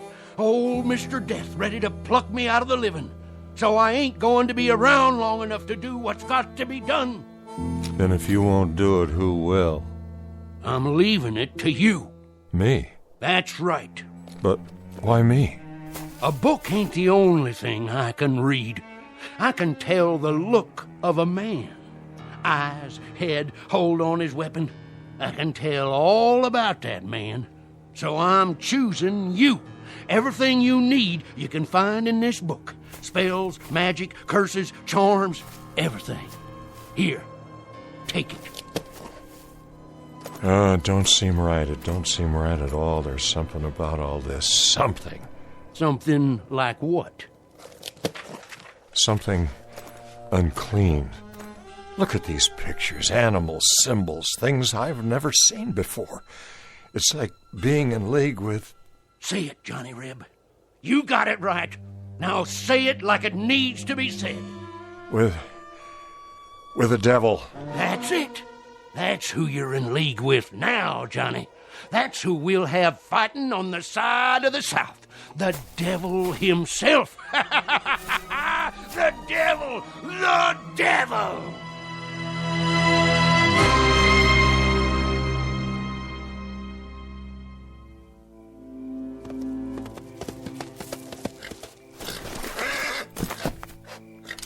Halt!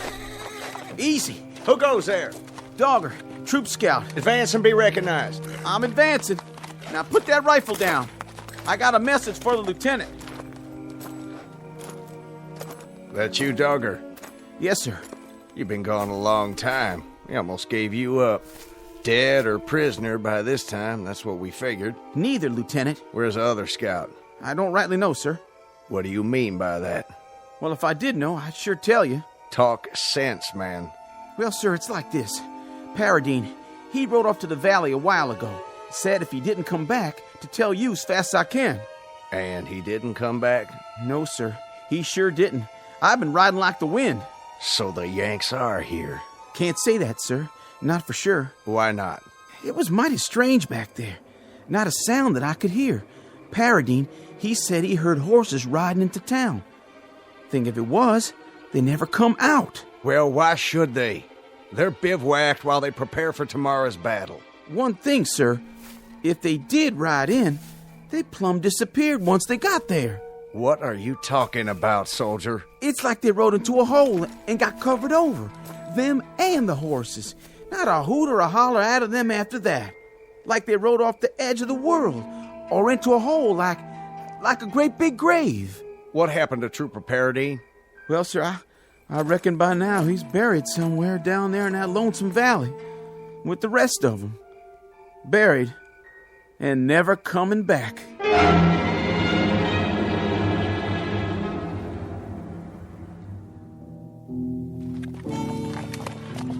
Good girl. Drink your fill while I do the same. Johnny, where'd you go? Filling up my canteen, old man. Sorry, Johnny. Must have dozed off. That's okay. Stay lying down. You don't look so good. Almost sundown. Not much time. Oh, now there's plenty daylight left. Drink of water? Thank you kindly. I told you, I only got till sundown. After that, it's all up to you. That ain't gonna happen. You're feeling stronger, I can tell. Oh, no. Just a few more minutes. That's all you gotta wait. Just a few more minutes. What are you telling me? Read it. Read it. You hear me? I said stay down. Johnny Reb, you hear me? You got to read from it out loud. Here. Right here. It takes your blood on the first page. Oh, come on. That settles the pact. That makes the contract. Your blood mixed with mine on the front page. You need food is what you need. That's the only thing wrong with you. How about some salt pork? Hey, Johnny Reb, stars and bars. Here, I'll cut you off some. Hoist 'em high. Would you open your mouth and eat? Stars and bars. Stars and bars. Oh, man, don't you do me like that. Oh, dang saber. Now I've gone and cut myself. The blood, it dripped right there in the book, just like you said, old man. Hey, old fella, talk to me. What do I do now?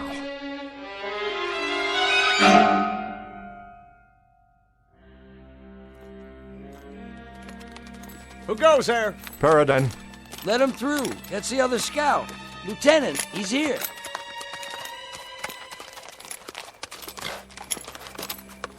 That's you, Paradine? Yes, sir. You see, Dogger, he didn't ride off the edge of the world after all. Joe, is that you? It's me, all right. I'm sure glad to see you, Joe. I rode back here just like you said. You did good. So the prodigal returns. Some people around here figured you must be dead by now, or a prisoner. Neither one, Lieutenant. No time for either, it appears. Sir? That book in your hand. Man's got to do his reading, doesn't he? It wasn't like that. Well, let's hear it, man. What did you see? More'n you'd believe. I'll be the judge of that. Go ahead. I'll try. Where are their advanced people? In the town. And the rest of their forces? The main body was spread out behind 2,000 men at least, 60 guns, 1 troop of cavalry, maybe 50 supply wagons. You drunk or something, Paradine? Not a drop, sir. There hasn't been a sound from that valley all day. Not one sound. Lieutenant, you got every reason to call me crazy. But the reason you didn't hear them is because they're asleep. Why, of all the... Put to sleep by magic, black magic. It's all in this book here. There was an old man, Teague by name. He done it. Then he give me the book so I can carry on. Paradine, this is an order. You're to take yourself to bed on the double. You're to sleep the night, make your report to me in the morning. This is my report, Lieutenant. There's practically a division of Yankees down there, and they're dead on their feet, not moving a muscle, just standing right out in the open, big as you please, or sitting straight up, the same as they were when the spell hit them. Spell? What spell? It's in the book here. I swear to you. I won't call you mad, Paradine, or drunk. I'll wait till morning, but if you haven't changed your story by then, I'll be ready to charge you with one or the other. You want proof? Of what? A daydream? Here's what you do. In the morning, you send a patrol down there and take a look at the main street of that town. And what will they see? Just what I said. But in the meantime, I think I done something that'll prove it to you quicker. Where's Mallory's troop? Mallory's not back yet. They went up to the North Ridge late this morning. There was Yanks camped up there. Company's strength at least, wasn't there? That's about what we figured, but what's that got to do with it? It's got everything to do with what I said. This book. On the way back here, I read from one of the pages out loud like the old man told me. I wanted to kind of test it, so I conjured up a spell, and I pointed it up there toward the ridge. That's enough. I've heard all I care to hear. Who's that? Sounds like the troops are back. Who's there? Mallory. Where's the lieutenant? Now you'll know I've been telling the truth. Sir, reporting in. Glad to see you, Mallory. Warm yourself by the fire, then maybe you can clear something up for us. Paradine here says... I just saw something I can't explain. No more than any of my men can explain it. And they saw it too. We walked up to that ridge in a skirmish line, scared out of our boots 'cause it was so unearthly quiet. We figured the Yanks were waiting for us just beyond the parapet. They were waiting all right, but not for us. Standing straight and tall, guns to port, and frozen like statues. You mean they were dead? Not dead. Not dead and not alive. Just frozen stock still like rocks. You could see them in the moonlight, not moving. They could have been markers in a graveyard made out of granite.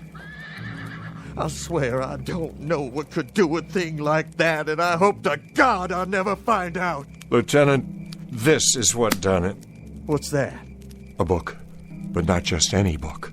Paradine, are you trying to tell me... You heard what he said. If that's true, if it's all true, then this is the devil's work. What's this all about? Is somebody gonna tell me? An old man gave me this book. A witch man. You're right, Lieutenant. It is the devil's work. I know that, too. But maybe it's time we called muster on the devil. Maybe that's all that's left to us. We ain't got enough guns. We ain't got enough food. We ain't got enough anything. We're losing, Lieutenant. The Confederacy is cracking up into pieces in front of our eyes. It's bleeding to death every day. There isn't enough blood left in our veins to change things. And the ground won't hold anymore when that runs out. I don't know much about church things. And I don't know anything about Satan. All I know is that we had a cause. And it's dying right in front of us. Then, Paradine, please open the book and read what's got to be read.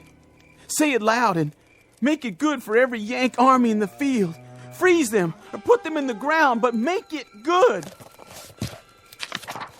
I'll give it a try. Satan, I call upon ye in all your power and glory. I call ye in the darkest hour of my need. And in so doing, I do heartily revoke the name of... Go ahead, Joe. Finish it. I don't know if I can. You can do it. It calls upon us to revoke God. Give it to me, then. Wait. I'll finish it right now if you can't. Dogger. Now look what you've done. Leave it be. Joe, you said yourself, it's all we got left. He's right, Paradine. God help us, but this is all we got left. I don't like the feeling inside me. What do we call them, Lieutenant? Damn Yanks? That's the phrase, isn't it? Damn Yanks? But if I read aloud from this book, it'll be the Confederacy that's damned. It's that book, or it's the end. Then let it be the end. Let it come if it must come. But if it's a cause that has to be buried, let it be buried in hallowed ground. Let it be buried in hallowed ground. And let this be consumed by fire.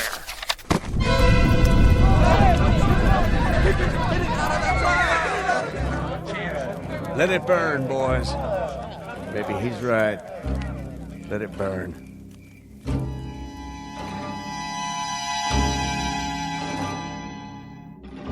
Joe, you awake? Yeah. I was thinking. You probably did right, Joe. If we got God on our side, we don't need no witch book.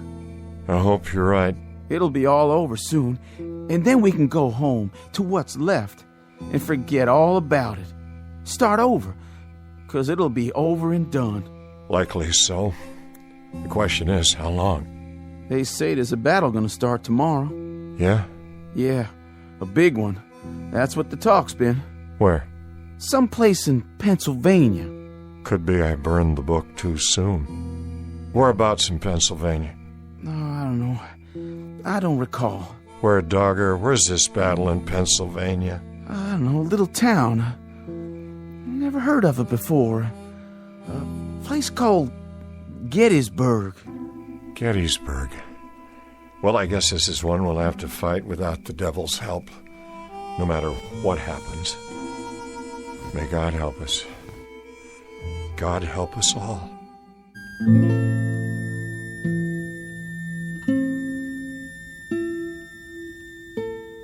In a time to come, during what will be Joseph Paradine's old and garrulous years, he'll tell anyone willing to listen that the Civil War wasn't lost at Antietam or Gettysburg or Shiloh. Rather, he'll insist, the Confederacy's fate was sealed in a little valley hamlet called Shannou. And people will laugh or pity him when he insists that the South lost the war because they refused a certain strategic alliance. But the truth is that such unholy alliances are often the norm rather than the exception in the Twilight Zone.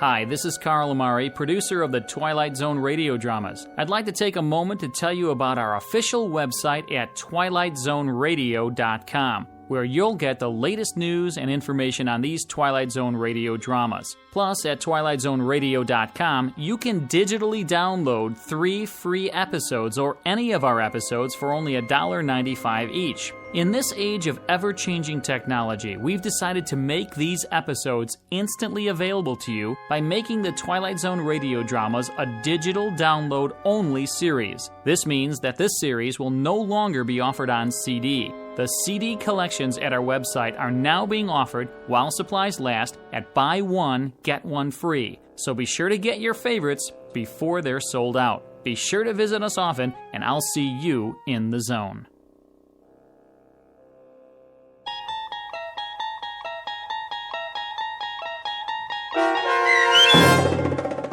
Still Valley, starring Adam West, with Stacy Keach as your narrator, was written for The Twilight Zone by Rod Serling from a story by Manly Wade Wellman and adapted for radio by Dennis Etchison.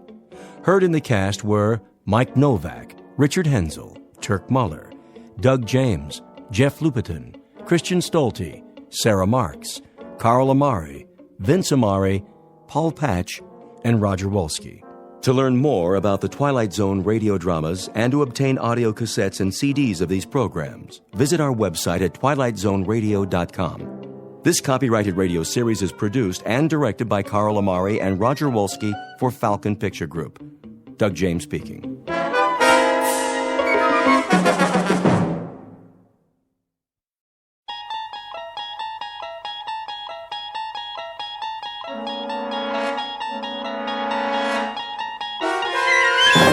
There is a fifth dimension beyond that which is known to man. It is a dimension as vast as space and as timeless as infinity. It is the middle ground between light and shadow, and it lies between the pit of man's fears and the summit of his knowledge. This is the dimension of imagination.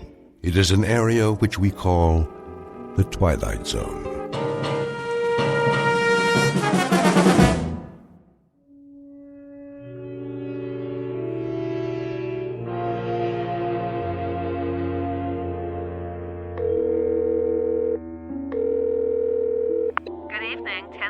Hi, this is Joey Crown. Who? Joey Crown. I called before. Can you speak up, sir? I called a couple of times and I left a message. Do you have a reservation? Me?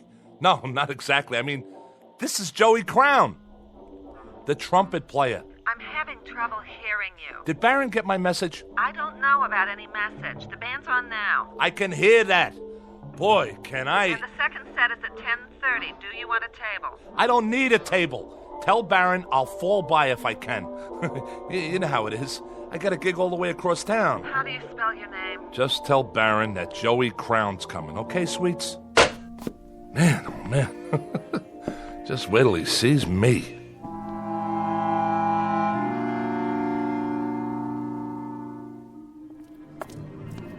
Hey, Bobby, what's happening? Name? You know me. It's... Wait a minute. Who are you? You have a reservation. Hey, pal. We've been waiting for a half hour. You got in line. How you doing? Sorry, folks, but I'm supposed to be inside. Hold on. I gotta check the list. I'm not on the list. See, I got a gig here tonight. Oh, you're in the band. Well, not in it exactly. Baron knows I'm coming. He'll let me sit in, I'm sure of it. First show's sold out. If you want to put your name down for 10:30... Just tell Baron, all right? He'll comp me. Hey, fella. Hang on. There's been a little misunderstanding. No, I mean, I know you. You do? Didn't you used to be Joey Crown? Used to be? What do you mean used to be? Crown. Sorry, man. You're not on the comp list. If you want to wait in line... Hey, hold on. See this? It's a trumpet case. I'm not some piker. I played with Baron lots of times. I used to work the page tree and the gate. What's the matter? Don't you believe me? Ask Artie. He owns the joint.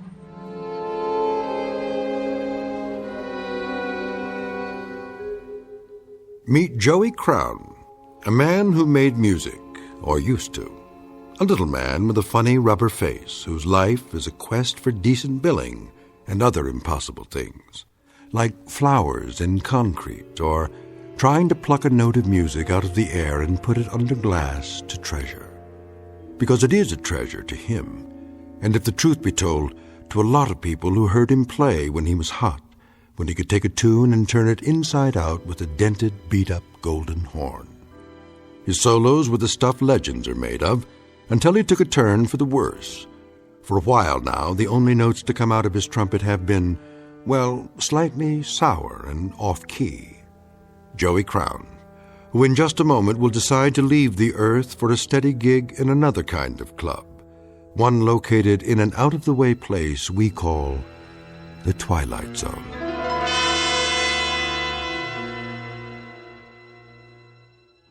And now, The Twilight Zone, and our story, A Passage for Trumpet, starring Mike Starr, with Stacy Keach as your narrator.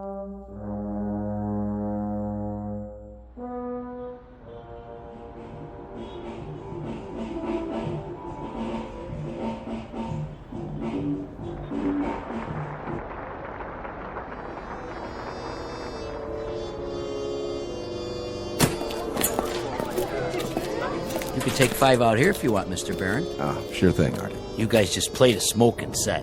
Thanks. Yeah, thanks. I came in early on the bridge. You did all the changes. Nice set, boys. Was it okay? I couldn't tell. That sounded good to me, just the way I like it. Sure was. Man, you guys know how to swing. Who's that? Too dark to see. I think it's... Hey, Joey. What do you say, Baron? What are you doing here? Well, what do you think? I brought my axe. What for? I thought you might need somebody with a horn. I already got my sideman, Joey. Sure you do.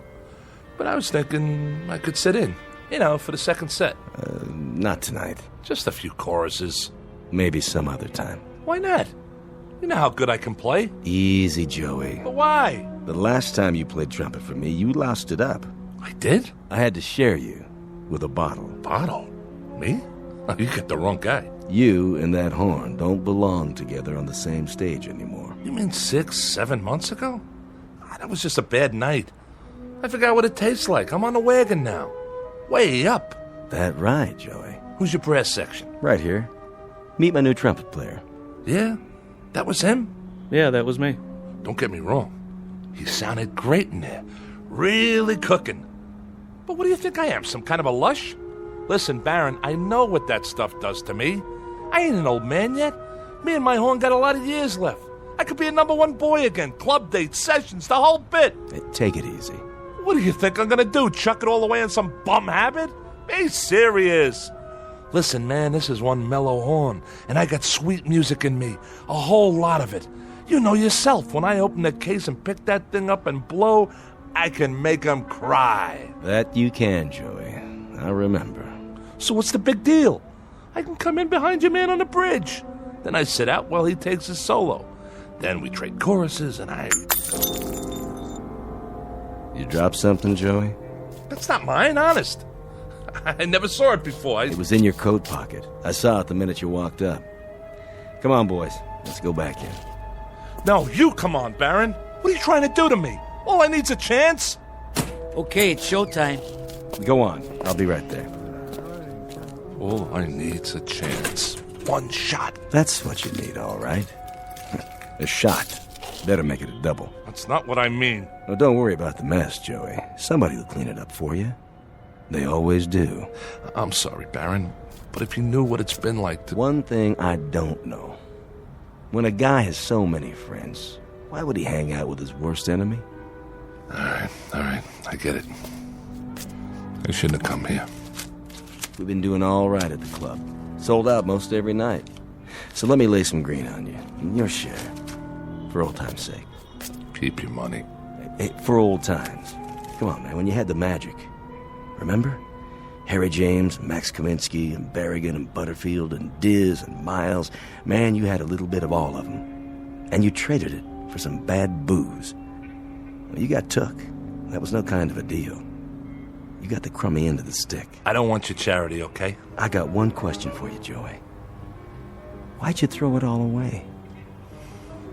Maybe because I'm sad all the time. Because I'm nothing anymore, and I know it. Because from now on, I'll live and die in a crummy one-roomer with dirty walls and cracked pipes. I'll never have a girl because I'm an ugly little gnome. I'll never be anybody again because half of me is that horn. I can't even talk to people without it. That's my language. Go easy on yourself, Joey. Oh, but when I'm high, Baron, when I'm high, I can't see how dirty the walls are. I don't see the cracked pipes. I don't even know the clock's running, that the hours are going by. Then I'm Gabriel. I'm Gabriel with the golden horn. And when I put it to my mouth and blow, it comes out jewels. It comes out a symphony. It comes out the smell of flowers and summer nights. It comes out beauty. When I'm drunk, Baron. Only when I'm drunk. Take care of yourself, son. Oh, man. I got so much misery. I got so much sadness. I'm nothing. I'm just plain ordinary nothing. Oh, I'm so tired of hanging out.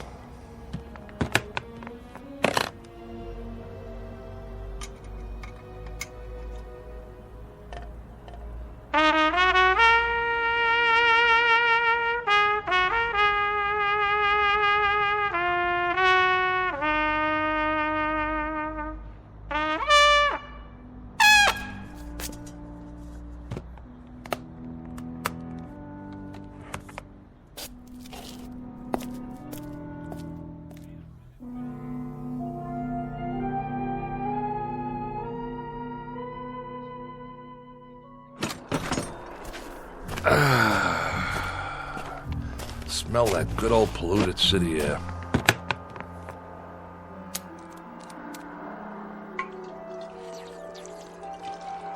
All right, Joey. It's showtime.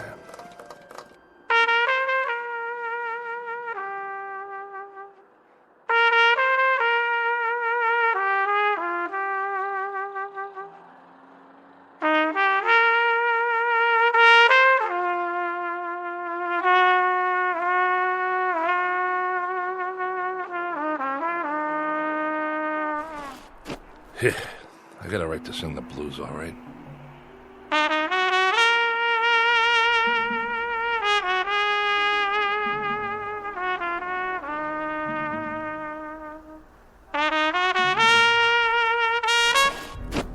Don't stop. Who are you? Please, play some more. What are you doing up here on the roof? Well, I suppose I could ask the same of you. I wanted to be by myself. Don't you know it's the middle of the night? Yes. Couldn't sleep either, huh? Would you please play a bit more? I can't play. Why do you say that? I thought it sounded beautiful. What do you know? Well, I don't know much about music, I admit. But it had so much feeling. You have a gift. Once upon a time, maybe, but that was a long time ago. Use it or lose it, right?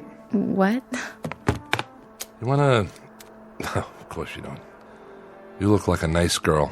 A real nice girl. You haven't answered my question. What is this, a quiz show? Why can't you play? I just can't. Got it? Is it because that bottle's empty? Not yet, it's not. You want to know why? Okay. The reason I can't blow that horn anymore is that too much of me is in there. Too much of Joey Crown. Is that your name? It was. It's a nice name. I like the sound of it. You don't know who I am either, do you? You don't know anything. I'm sorry, I just like the way you play. Well, I have played my last note. Yes, ma'am. My very last note. No more. Well, I think that's what's sad. Then I'm sorry. I'll just have to disappoint you. It's been very nice making your acquaintance. You look like a nice person. A very sweet person. Thank you. You're new here. You come out from Iowa or Cincinnati or someplace like that, and you don't know anybody. I could have shown you around. I could have taken you places where they play some nice jazz, you know? All we'd have to do is ride the subway down to the village, walk around. There's places everywhere. On every street almost. There was a time when you could have heard me play. Now, it's too late, so go home, lady. Go back to where you came from. Because you'll never make it here. This town's too tough for people like you. Go on. It's been nice talking to you. Yeah, it's been a ball. Now do me a favor. Get lost. Way to go, Joey. Every time something nice happens, you go and wreck it. What's the matter with you? You're stupid, Joey. Stupid. You know something? This town's too tough for me, too. So wake up. Time for something else, Joey. Anything. Time to get out. Or die.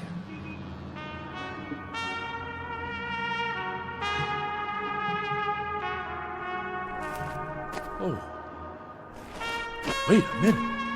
The heck is that? Nobody ever played that good, not even Joey Crown. Nobody on this earth.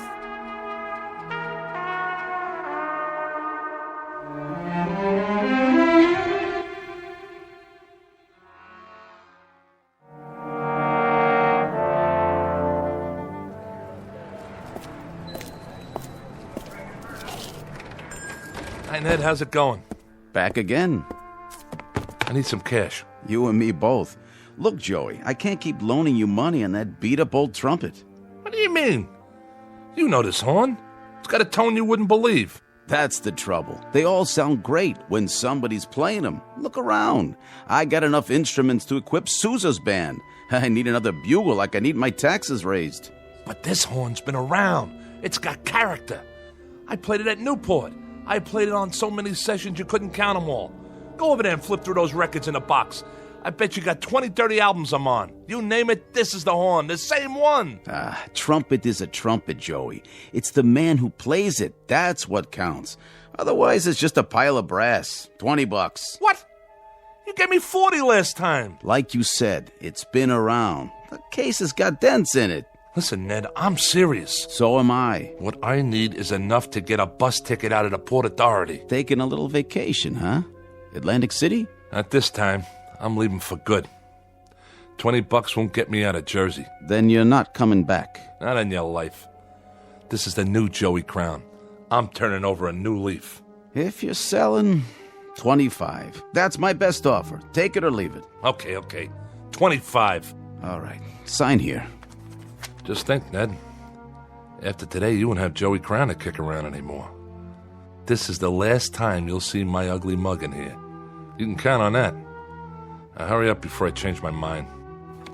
You want to kiss it goodbye? I already did that. Changing jobs, huh? Yeah. I'm going to start a new career. Digging ditches. So you don't need it anymore? That's right. Like I don't need lungs. See you in the funny papers. Then if you're sure... I'm sure.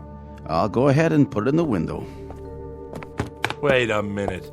You put a sign on it. $75. Nothing personal, Joey. Business is business. A man's got to make a profit these days. Sure, but you only gave me a third of that.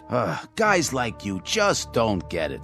I mean, what's money to somebody who plays jazz all night, sleep until noon? What kind of responsibilities you got? Nothing, right? Not a thing. Yeah, nothing. A big fat zero.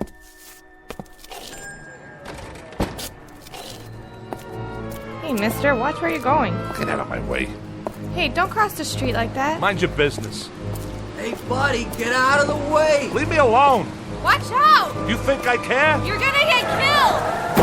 Oh my gosh! He just walked right out in traffic. Like he could care less. Somebody call an ambulance.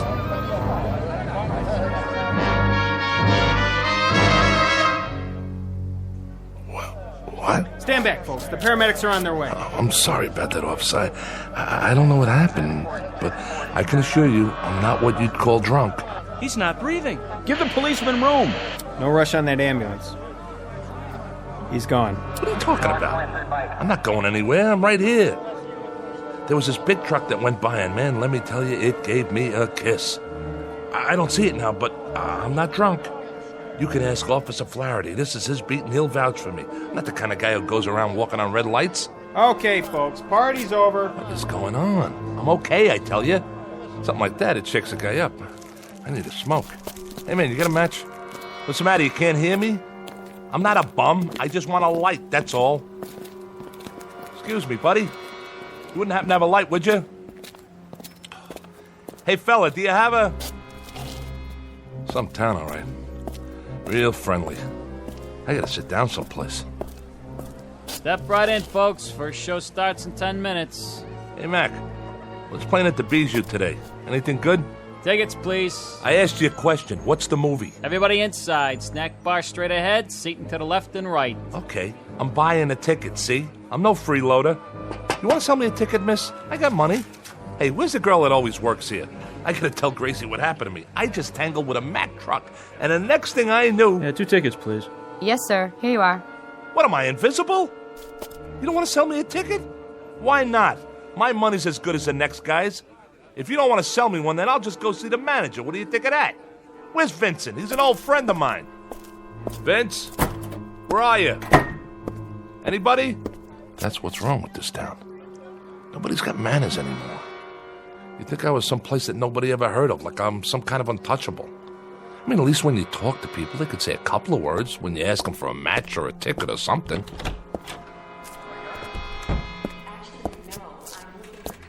What's the name of this flick, anyway? Really Scary Stories. Ha, looks like a winner. What is this, a horror movie? No thanks, I gotta get out of here. Excuse me, if you could move your feet a little. Sorry, I didn't mean to step right through your leg. Hey, what's going on? Where is everybody? You, behind the counter, can't you hear me? Are you deaf? Those people in there, they couldn't see me, feel me. I stepped right on one guy's toe. Pinch me, I'm real, ain't I? Wait a minute, is somebody pulling a gag? Vince trying to shake me up? Well, now look, miss, is somebody trying to... Look at me! Right behind you in the mirror. Where's my reflection? I can't even see myself.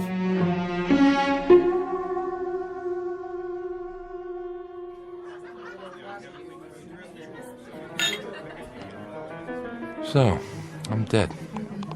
Can you beat that? I'm DOA. Just plain old deceased. 2 margaritas, Nick. Coming right up. And another round for table number 2. You got it.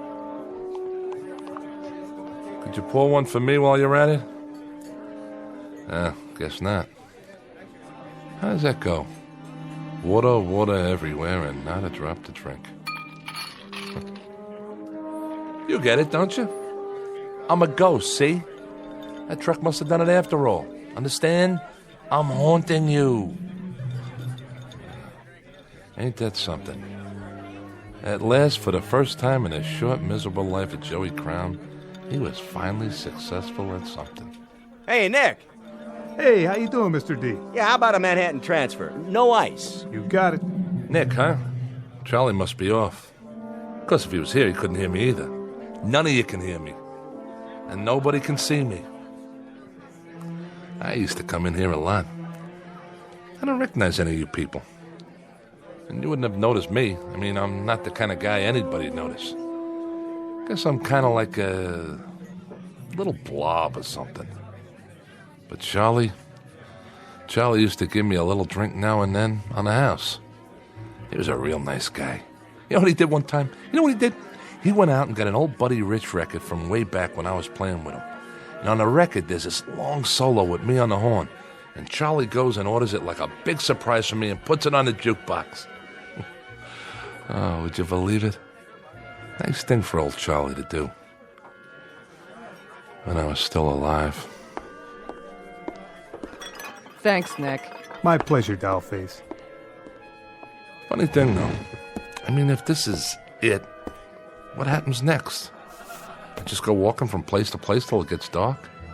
This could wear a guy down. I mean, nobody to talk to, nobody to listen to, not even a horn to play. Not anymore. Oh, excuse me. Am I in your way? Not that you care, huh? You can walk right through me, because I'm just a ghost. Plain old nothing little man and a plain old nothing little ghost.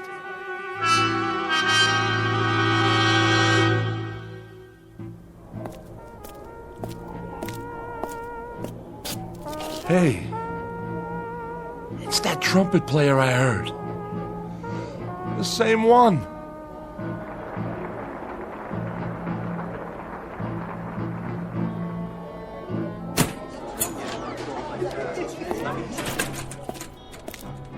You're good. Real good. Thanks. I mean it. The tone's so clean and pure. You got some chops. Who's Baron? Oh, he took the night off. I see. Wait a minute. Yeah? You said thanks. That's right. Then, I can't believe this. You can hear me? Sure I can, Joey. I hear you just fine.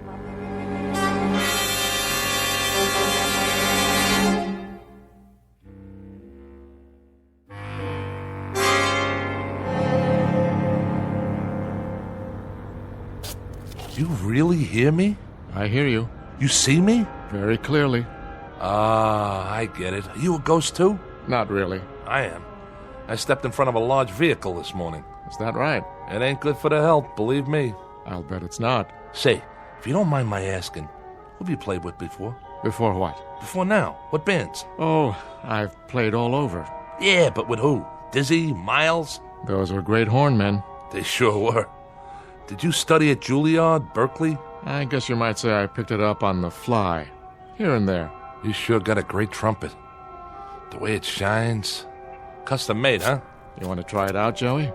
Yeah, I'd like to. You mind? Whatever you like. Joey. You call me Joey. Joey Crown. That's the name, isn't it? Yeah, but we ain't never been introduced. Not formally. But I know who you are. You play a nice trumpet. I know. I'm an expert on trumpets. You ain't no slouch on it, that's for sure. Go ahead.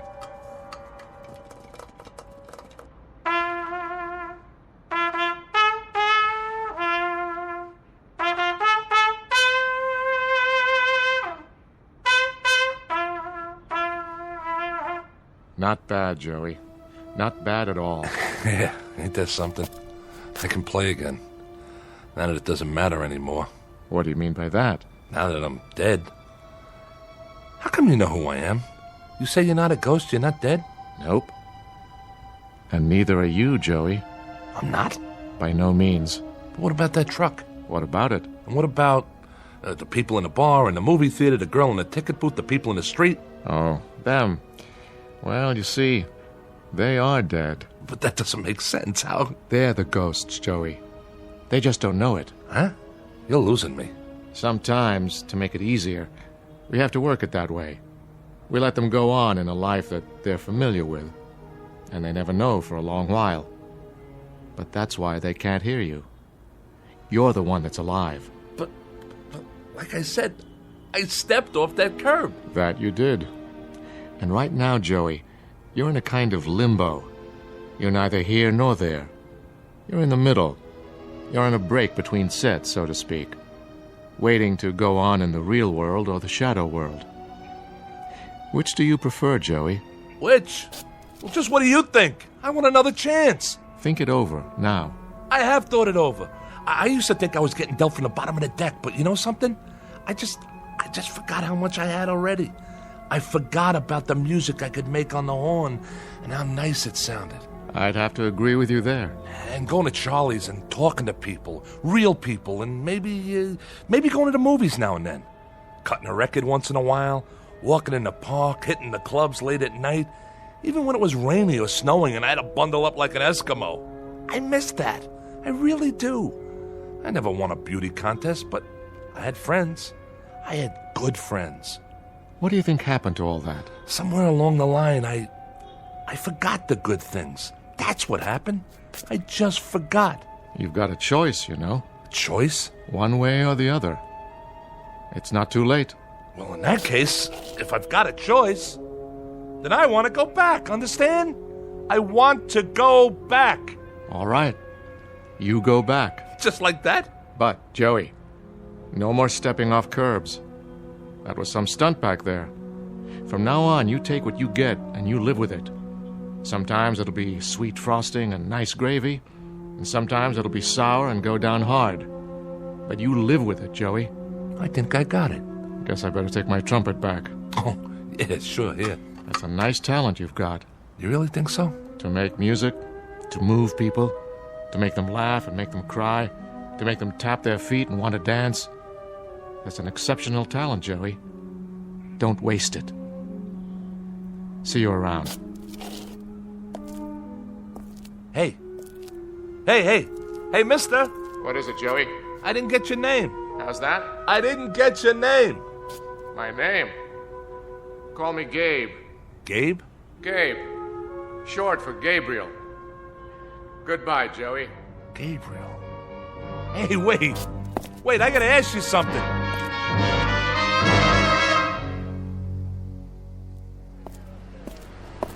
Hey, mister, watch where you're going. Get out of my way.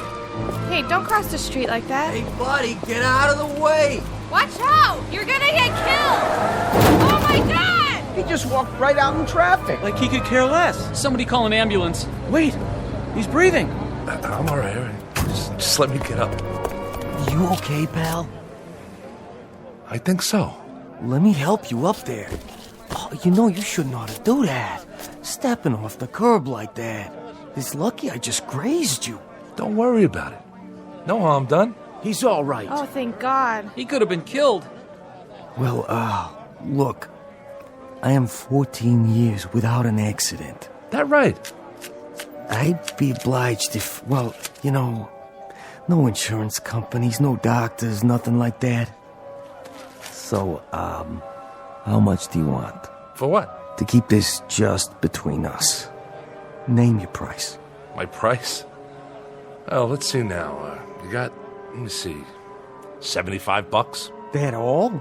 Sure, I got that much. I got more if you want. 75 will do. Okay, 50, 60, 75. Here you go, pal. Good luck to you. I gotta go now.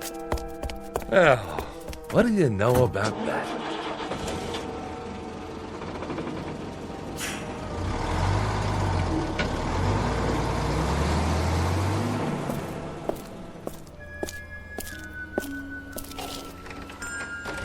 Hello, can I... Oh, it's you. Hi, Ned. Change your mind already? Yeah, I changed my mind. They come and they go. But you, Joey, you're the first one to go and then come back. I know. I don't want to hear your argument. No argument. I guess I can let you have it. How much? 75? No. 25. He'll talk me back down anyway. How long has it been? 5 minutes? Not even enough time to accrue interest. Go. The sign says 75, and 75 it is. A man has to make a living. You tempt me, Joey. Right is right. It's only business. What did you do out there? Win the lottery? Something like that. Goodbye, Ned. You won't be seeing me for a while. Hope business picks up. You too, Mr. Jazzman. But tell me something. Anything. What have I done to deserve such good fortune? Nothing much. You've been my friend is all. For quite a few years, and I'll never forget that. Get out of here. Go on.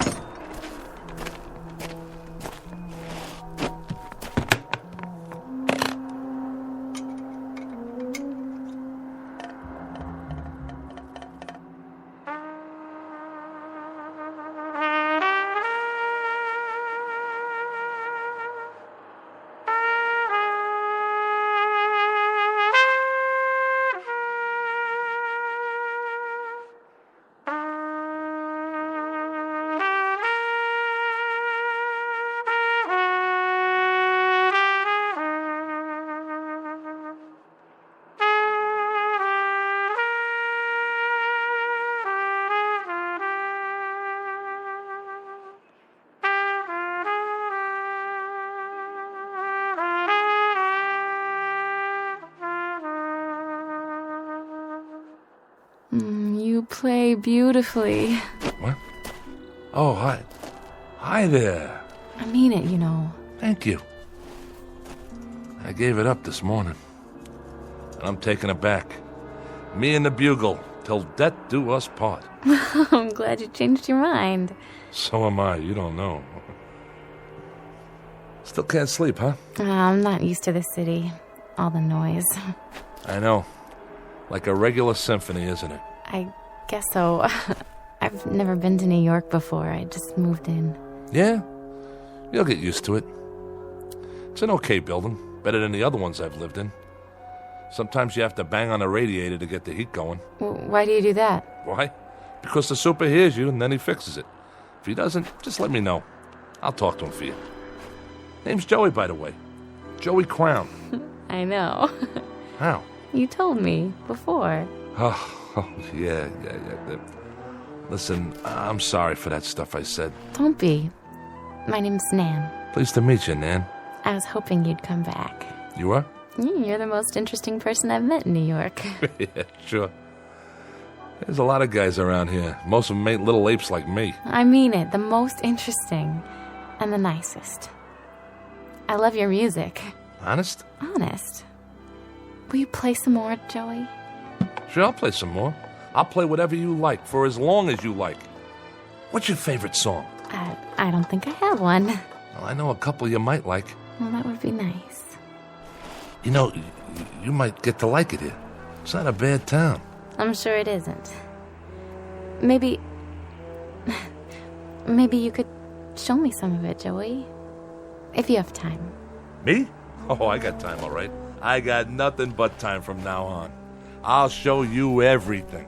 The Battery, Central Park, the Village. I'll show you 52nd Street, and we'll hear some good jazz. I mean good. I'll take you to Charlie's. You'll like Charlie's. It's a great place. And you know what? You're not going to believe this, but he's got a record of mine when I was playing with one of the big bands. At least I think he still has it. If he doesn't, there's a little pawn shop I know that has all kinds of records in back. And we can pick up a copy and bring it home and listen to it.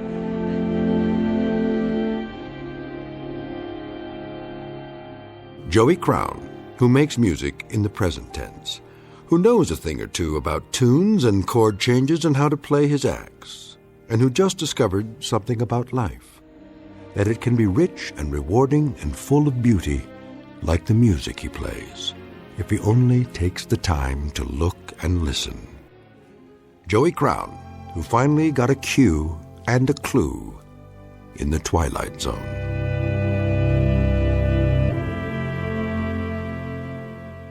More from the Twilight Zone after this.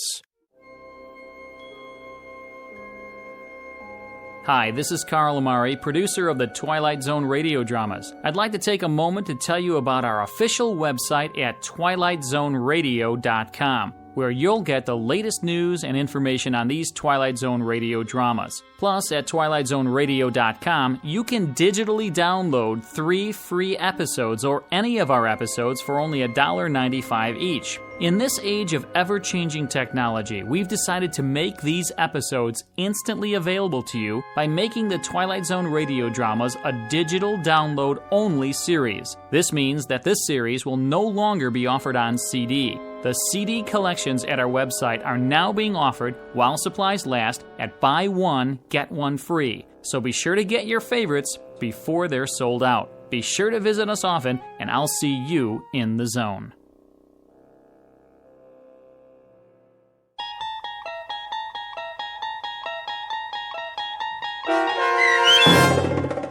A Passage for Trumpet starring Mike Starr with Stacy Keach as your narrator was adapted for radio by Dennis Etchison and based on a script by Rod Serling. Heard in the cast were Doug James, Brooke Sanford, Jeff Lupiton, David Darlow, Kurt Nabig, Meg Falcon, Lynn Foley, Carl Amari, Sarah Marks, Chuck Somar, Vince Amari, Karina Karpolovsky, Bo Nortel, and Roger Wolski, with special trumpet stylings by Chuck Somar. To learn more about the Twilight Zone radio dramas and to obtain audio cassettes and CDs of these programs, visit our website at twilightzoneradio.com. The producers of The Twilight Zone wish to thank CBS Enterprises, Carol Serling, Dennis Etchison, Dick Brescia Associates, Claire Simon Casting, Terry Jennings, the American Forces Radio and Television Service, our sponsors, and our radio affiliates for helping make this series possible. This copyrighted radio series is produced and directed by Carl Amari and Roger Wolski for Falcon Picture Group.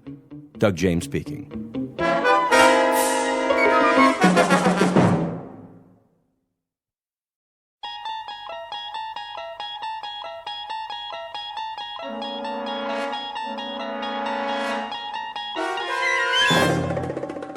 There is a fifth dimension beyond that which is known to man.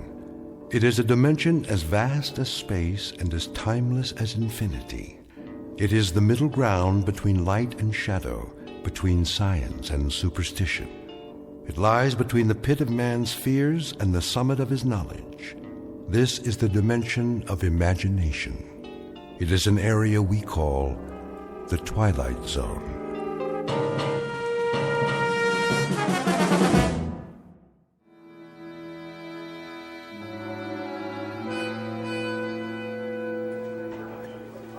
Where is he? We should start anyway. Pass me the coffee, Bob. How long are we supposed to wait? Gentlemen, I called you here for a meeting, but I don't have all day. You try my patience, Mr. Williams. Yes, sir. I want the figures on the account now. I'll try to reach him again, sir.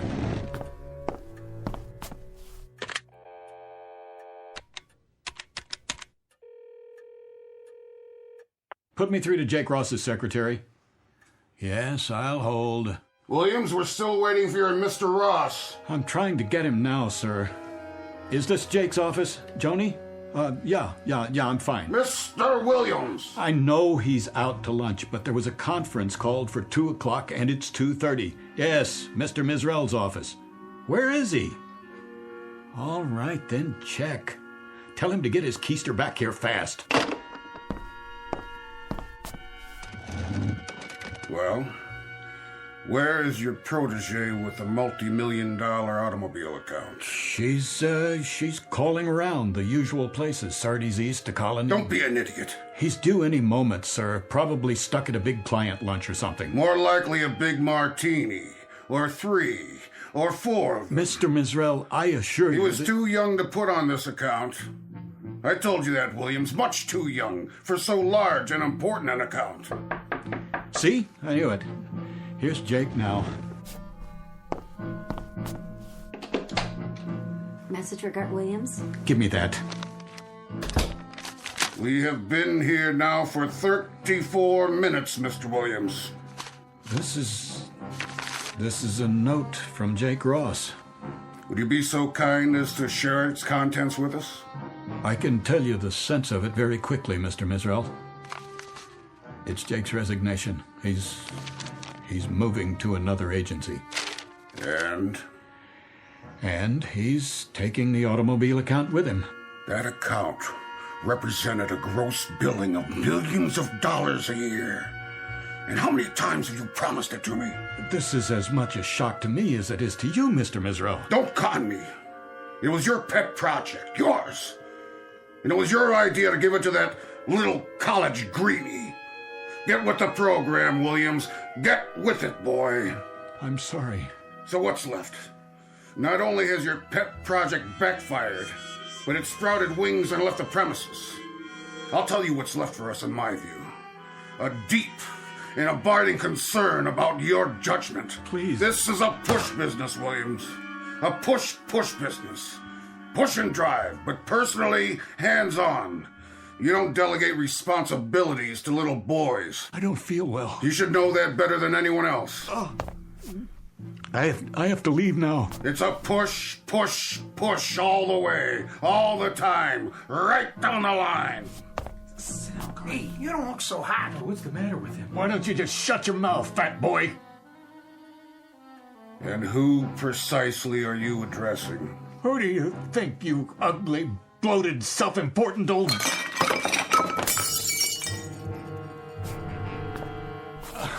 I'll clean it up, Mr. Mizrell. He didn't mean that, sir. I closed 2 new accounts. If I may, Oh, no. Excuse me. Please, excuse me, all of you.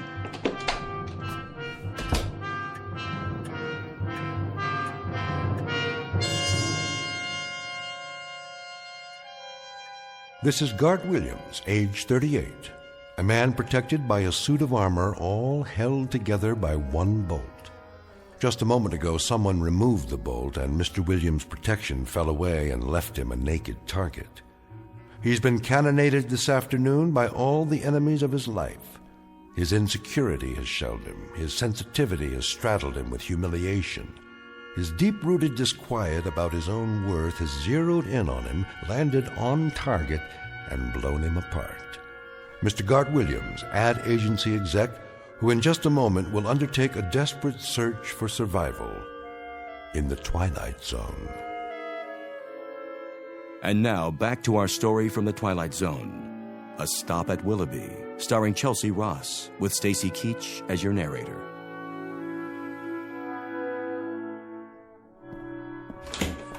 Oh, hi, Mr. Williams. You have some messages. I put them on your desk. Thank you, Helen. Are you okay, boss? Just, let me sit down for a minute. You don't look so good. The ulcer's acting up again. Oh, no. Don't worry about it. I'll be fine. You should take it easy. I can get you some lunch. No, thanks. Sure? Something plain? I think I'll go home early today. Oh, good idea. Well, can I get you anything first? Yeah. Anything at all? A sharp razor. What? And a chart of the human anatomy showing where all the arteries are.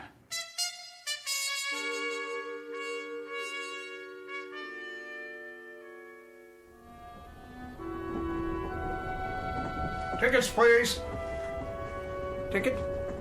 Oh, right here. How are you tonight, Mr. Williams? In the absolute pink. Cold winter this year. Seems to get darker earlier than it ever has. That's the way of the world. The rich get richer and the days get shorter. Isn't that the truth? Here's your ticket. Enjoy the ride.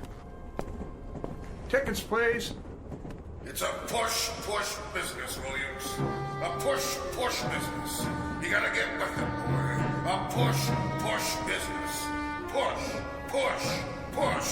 Push. Got to get with it, boy. You got to get with it. Got to get with it. That's enough!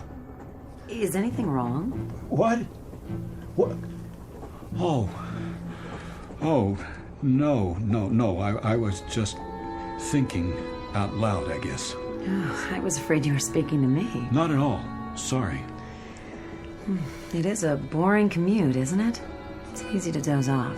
Yes, it is. All that darkness outside.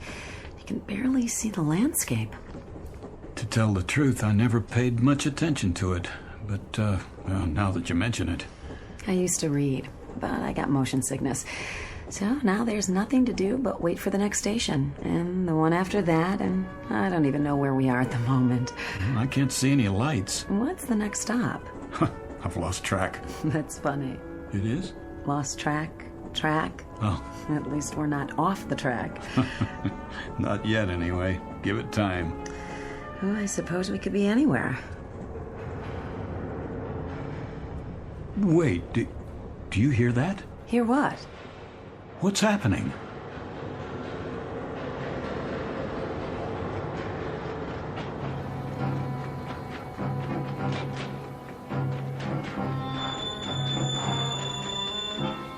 Miss?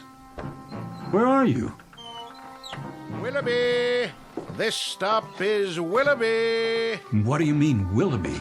Where's Willoughby? That's Willoughby, right outside. There's no place called Willoughby on this line. I've taken this train hundreds of times. Where's the woman I was talking to a minute ago? Woman, sir. This car's empty. And the light. Why is it so bright outside? Well, why wouldn't it be? Sun's out. The sun? It's summer. That's what she is. Mid-July. And a real warm one, too. No, it's not. It's November. What is going on? Why are you dressed that way? That ridiculous old hat, the uniform. Where's the regular conductor? Willoughby, 5-minute stop. Wait. What is this place? Already told you. Willoughby. But that's impossible. Take a look for yourself. But those clothes... The horses. What is this, a practical joke? No, sir. It's Willoughby, July 1888. Nice place, don't you think? And there's the woman I was talking to.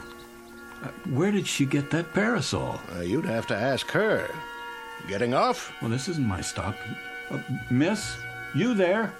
Why, hello, Mr. Williams. Good day to you. Hold on. Can you tell me... Shall I open the door? No, You ought to take a look around sometime. Peaceful, restful, where a man can slow down to a walk and live his life full measure. If you're not getting off, you'd best take a seat. Yep, right on schedule. All aboard!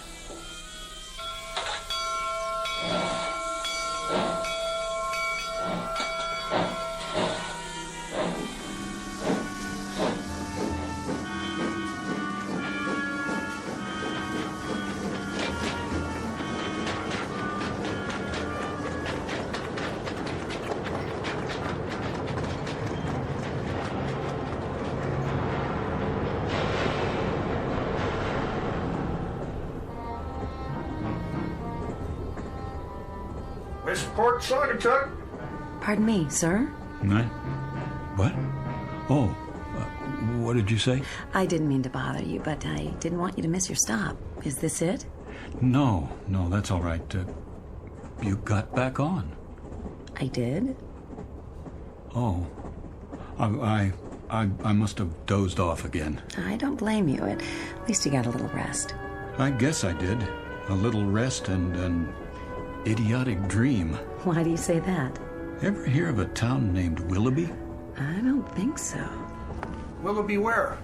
Willoughby, Connecticut, I guess, or Willoughby, New York. Not on this run. Are you sure? There's no Willoughby on this line. Westport, Saugatuck, next stop.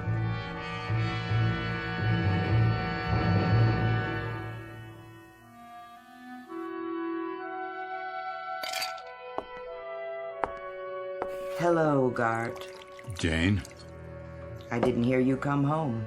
That's all right. I figured you'd notice sooner or later. Oh, I see. So that's how it's going to be. If you say so. What are your plans this evening? Do you care? So you're going to get quietly plastered and sing the old college songs. No songs. I'm all sung out. Then you're just going to get drunk while I sit here and watch. You can join in if you like. No thanks. I don't have anything to celebrate. Neither do I. It was just one of those days. I guess it was. How would you know? Bob Blair's wife phoned. She said he'd been in a meeting with you.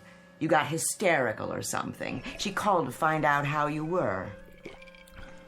They were all very solicitous, all the boys at the meeting. The kind of free-flowing compassion that spells relief for everybody because it means I'm the victim, not them. That's a big word with you, isn't it?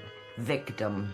Pour me another drink, will you, Jane? Would you spare me your little homilies for once and just give me a simple, honest answer? Did you throw away your job this afternoon? Did you wreck your entire career? It appears not. Mr. Mizrell phoned before I left the office. And? He has found it in that giant, oversized heart of his to forgive me. Forgive you for what? What's the difference? That gracious, somewhat obese gentleman will allow me to continue in his employ simply because he's such a human-type fella. Real people person. And one small additional reason. If I were to go to a competitive agency, I might take a lot of business with me. Go on. That's it. That's all of it. I'm tired, Janie. I'm tired and I'm sick. Then you're in the right ward. We specialize in people who are sick and tired. Gart, I'm sick and tired of a husband who lives in a permanent state of self-pity. A husband with a bleeding heart sensitivity. He unfurls like a flag whenever he decides the competition is too rough for him. Some people aren't built for competition, Janie, or big, pretentious houses they can't afford like this one, or rich communities they don't feel comfortable in. Comfortable? Let me get this straight. You're not comfortable here?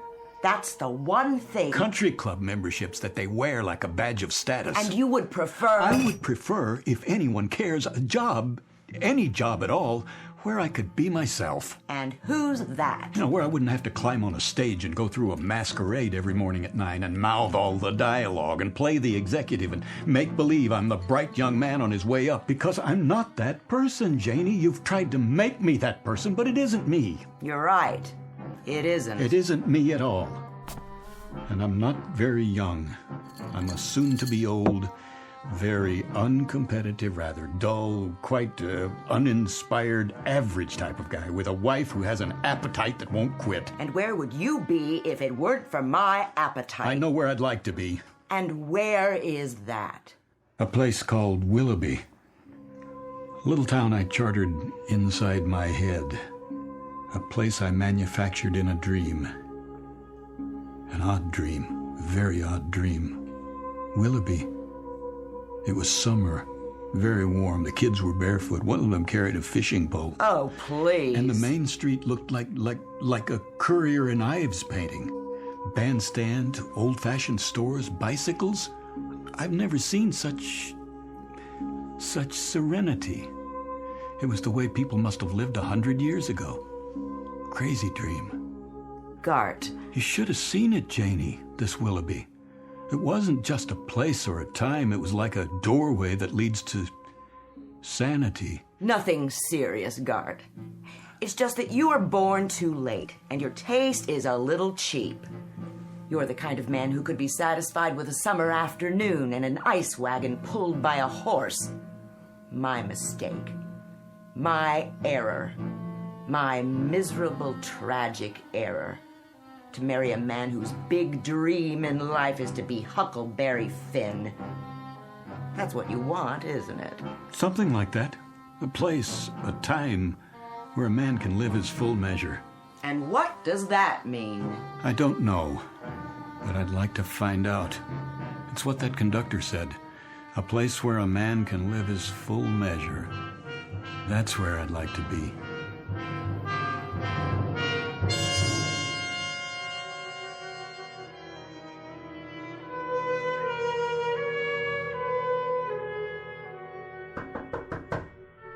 Yes?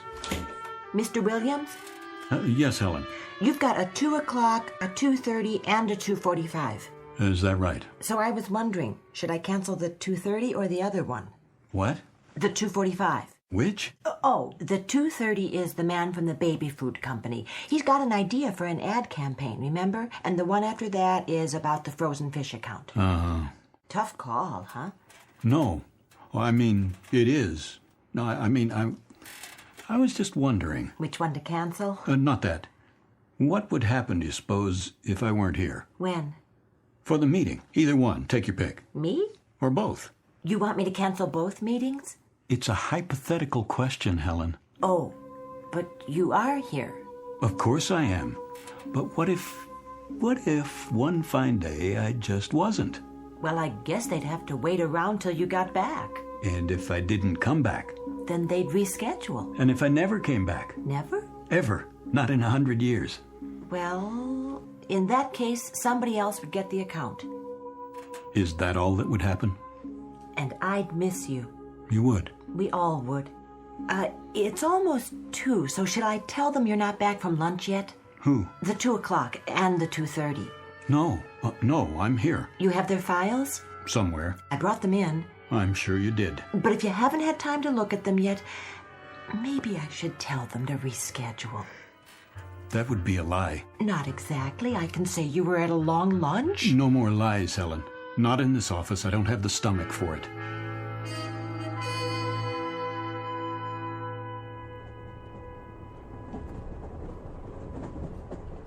Hello again. It's you. Please, have a seat. You look like you caught up on your sleep. Feeling better? Oh, tolerable. And you? No complaints. It is a bit of a grind, though, isn't it? These long commutes. Well, actually, I only take this train for the scenery. Some view. The scenic route. If you like miles and miles of pitch-black fields, you can't even see the towns. So there's nothing much to do but grin and bear it. It's an opportunity. It is? For conversation. Do you know I've never spoken to another soul on this train? They're all so wrapped up in their own melodramas. Misery loves company. So, we might as well be miserable together while we're sitting here. Has to be more interesting that way. Did you ever... What? It's silly. But did you ever want to get off at a stop where you've never been before, just to see what it would be like? Which stop are you thinking of? No, I don't know. It doesn't matter. Pick one and see what happens. Well, you'd be on your own. Nobody waiting. No car. I wouldn't mind. There's nobody waiting for me anyway. Would you? Not anymore. Forgive me. Did I say something wrong? Oh, it's just a... This is going to sound strange. I didn't mean to get personal. I think we're having the same dream. What? Well, sharing the same fantasy in a way. Remember the last trip when I dozed off? We spoke and I asked you about the next stop. I was afraid you'd miss your station. You see, I dreamed we came to a station I'd never seen before. You got off as if you lived there. I saw you outside walking around. In the dark? It was a bright summer day. I'm beginning to like this dream. And did you get off the train so we could have an adventure? That's the problem. I wanted to, but I didn't. Why not? I wish I knew. Willoughby. What did you say? Well, last week you asked me about a town called Willoughby, Mr. Williams. Oh, yes. I looked it up. No such place as far as I could see. You're sure? Every old timetable I could find. Nothing with that name. Not even close. Thanks anyway. Where did you hear about it? Oh, I must have dreamed it. Probably did. Old-fashioned name. Sounds nice, though. It does, doesn't it? Nice place to visit, maybe. Don't know if I'd like to live there. You never know. No, you don't. Take it easy now, Mr. Williams. Next stop, Stamford. Stamford, next stop. Is that the name of it? Willoughby? It was. You know, it seems familiar. They used to have different names, these towns, a long time ago. It could be you read about it in a book. It could be we both did. I don't have much time to read. It's almost as if I'm remembering something. Don't tell me you believe in past lives. That's nonsense. No, it's not that. But the name does sound familiar, and I do like the sound of it. I do too. Willoughby. Willoughby.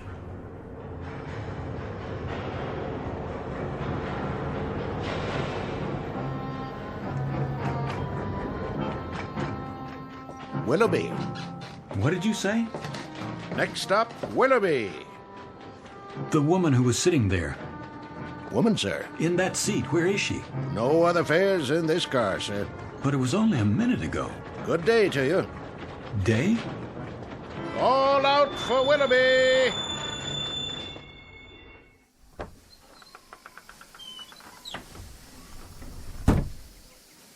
It is day. Getting out, sir? Quick, what year is this? Why, 1888, sir. What else would it be? I don't know. I've been away for a while, have you? Lost track? Yes, in a sense. How long is the stop at this station? Long enough to drop off and pick up.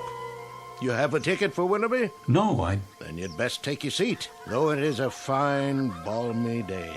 A place where a man can live his life full measure. Yes. Hello there. Hi. You did it. You got off. Of course. This is where I live. It's such a lovely afternoon. And I do believe I'll take a walk in the park with some of my friends. You're quite welcome to join us if you'd like. All aboard! Wait, the train started moving. Goodbye, Mr. Williams. If I can jump to the platform... Oh, no, don't do that. I can make it. Too late. I can make it. Don't. It wouldn't be safe. Another time. Yes, another time. We'll make a day of it.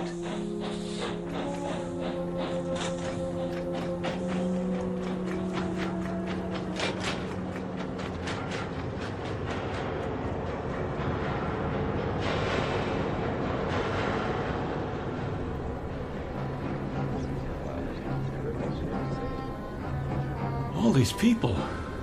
A full car, Mr. Williams. Always is this time of day. There's your seat right over there. The woman I was talking to. I'm not sure that She's not here now. Oh? Maybe she went to the club car. Or got off. Where? No stops so far. She got off at Willoughby. You on that kick again?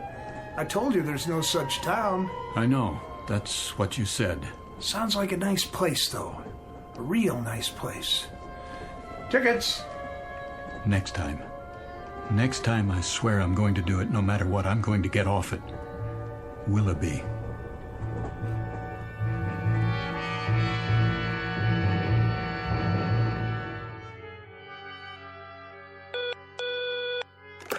Yes, Helen. It's the big man on line 1. Should I tell him you'll call him right back? Don't bother, I'll take it. Mr. Mizrell, morning, sir. I wanted to remind you, Williams, what we need here is an ad with pizzazz. Real entertainment. You've got to take the audience by the ears and give them a yank. Rock 'em and sock 'em. Give them the old push, push, push. My thoughts exactly. Got to be bright, Williams. Bright with patter, hipness, and the whole thing push, push, push, push. That's what the client wants. I'm working on it.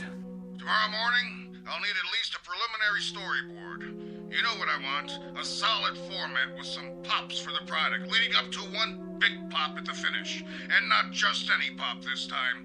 Light, color, explosions. I see it as a field artillery attack. We shell the audience with mortar fire, lay down some tactical air support, and establish a beachhead in their cerebral cortex. Then we send in ground troops and occupy the territory. There. What do you say to that? I'll do what I can. Do more than you can. With me, Williams, aspire, dream big, and then get behind your dreams big time. Push, push. Well, I haven't seen the ratings on the show. No, but it was the time slot the sponsor wanted.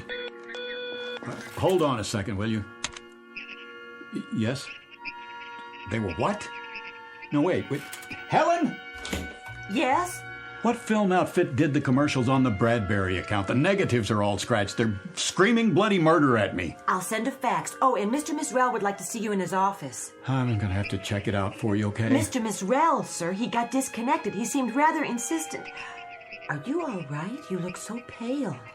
Oh, I'd like to be alone now. Not the ulcer again? Oh, please, just go. I'll be right outside if you need me.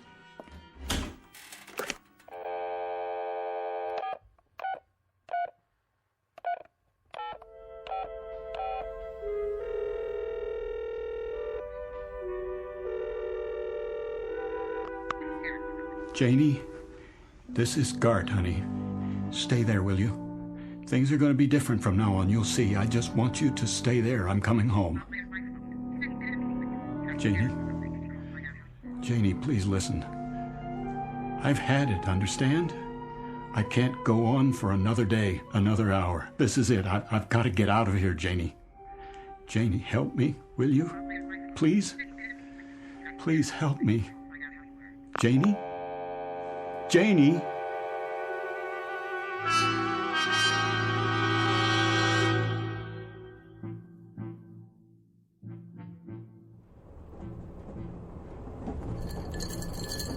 Another scotch, Mr. Williams?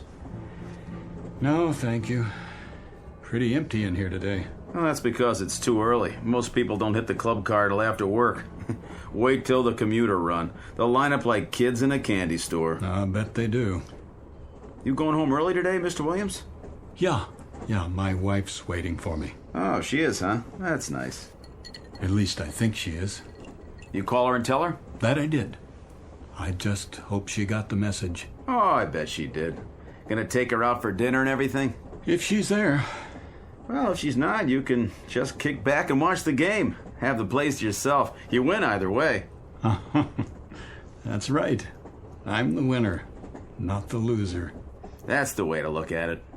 Let me ask you something. You know that woman?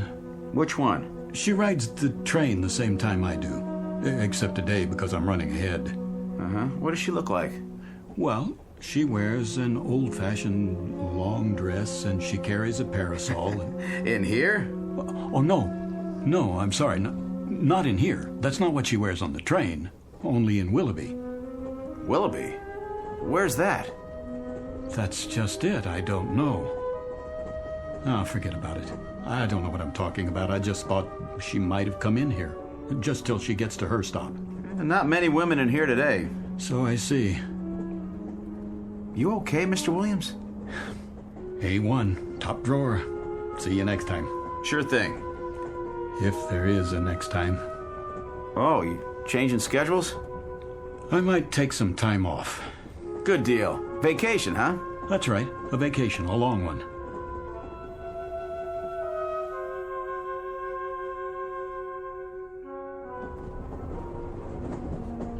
Ticket? Hey, you're early, Mr. Williams. What? Decided to call it a day, huh? Yes, yes, you could say that. Well, enjoy the trip. Oh, conductor. Something else? You wouldn't happen to have a light, would you? You want a cigarette? They have matches in the club car. No worse than a drink, I guess, if that's your poison. But you can't light up here. You have to wait till we stop at a platform. Of course. I was just wondering if you could bend the rules this time. It's been quite a day. I need to unwind before I get home. I used to smoke 2 packs a day. Had to give it up, though. Doctor's orders. Right. Said it was cutting years off my life. So I decided to stick around. You want to do that, don't you? Yes. As a matter of fact, I do. That's why I'm going home. There you are, then. I have another question for you. Yeah? That woman, the one I talked to. Which woman is that now? Have you seen her in the other cars? Can't say as I have. Would you take a look? If I see her, I'll let you know. Thanks. I appreciate it. Some people didn't go to work, though. Cold day. Yeah, maybe that's it. Be colder tonight.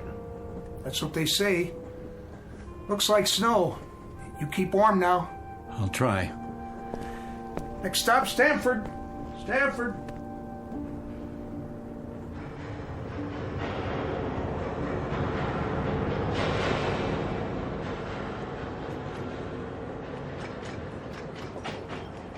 Willoughby, next stop. Next stop, Willoughby. This is where I get off. Stop the train. Yes, sir. That's your station, Willoughby.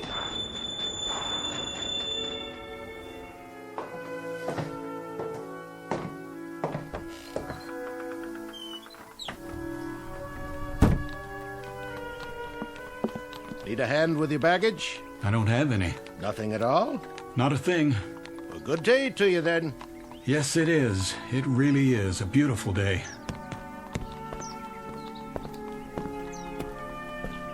All aboard!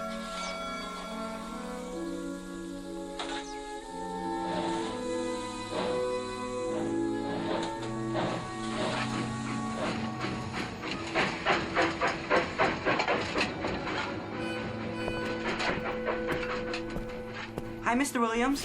Hi. We're going fishing. I can see that. Catch some big ones today, huh? The biggest you ever saw. Want to come? Maybe some other time. It's pretty hot today. Yeah, we're gonna get a sunburn, then go swimming. That'll be fun. Come on, we got an extra pole, and there's plenty of fish. I'll bet there are. Bye, boys. Catch one for me, okay? Sure.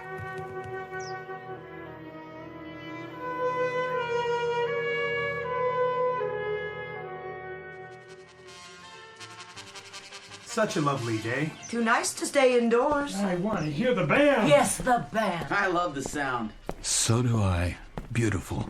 Did you say something? Not really. It's you. Hello. Oh, it is you. I'm glad you decided to join us. I was on my way down to the park. Where? Oh, that's right. You just got here. Come with me. It's not far. I'll introduce you to all my friends, just as I promised. Then they'll be your friends, too. I'd like that. I feel as if they already are. Then later, perhaps we'll take a stroll by the lake. It's truly splendid with the moon and the stars and... I like it here right now, with you. The trees, the stores. The shops are my weakness, I must confess. You've got some wonderful antiques here. Antiques? That beautiful grandfather clock in the window, for example, a classic. Wonder how much they're asking. It's quite reasonable, I'm sure, even though it's new. But it can't be. Come along now. We'll be late.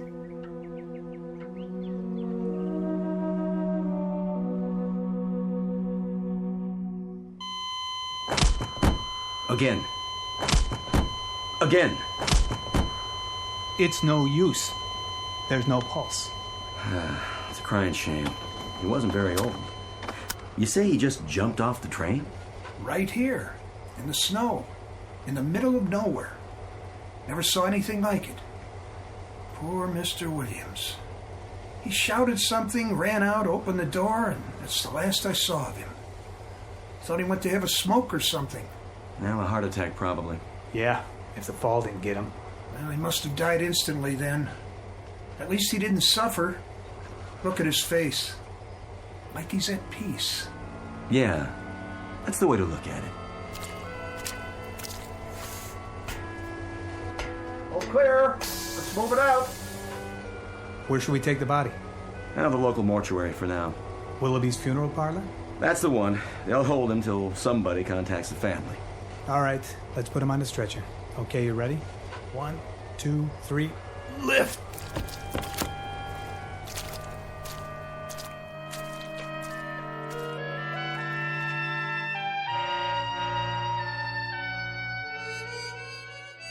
Mr. Gart Williams, who withstood the slings and arrows that come with life in the fast lane for as long as he could bear them, and eventually sought respite for his torment in the only place left open to him, under a gravestone, who climbed onto a world that went too fast for him and then finally jumped off.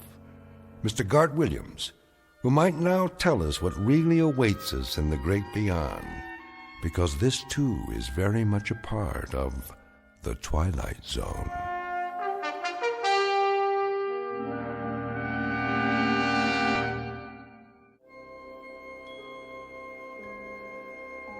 Hi, this is Carl Amari, producer of the Twilight Zone radio dramas. I'd like to take a moment to tell you about our official website at twilightzoneradio.com, where you'll get the latest news and information on these Twilight Zone radio dramas. Plus, at twilightzoneradio.com, you can digitally download 3 free episodes or any of our episodes for only $1.95 each. In this age of ever-changing technology, we've decided to make these episodes instantly available to you by making the Twilight Zone radio dramas a digital download-only series. This means that this series will no longer be offered on CD. The CD collections at our website are now being offered while supplies last at buy one, get one free. So be sure to get your favorites before they're sold out. Be sure to visit us often, and I'll see you in the zone.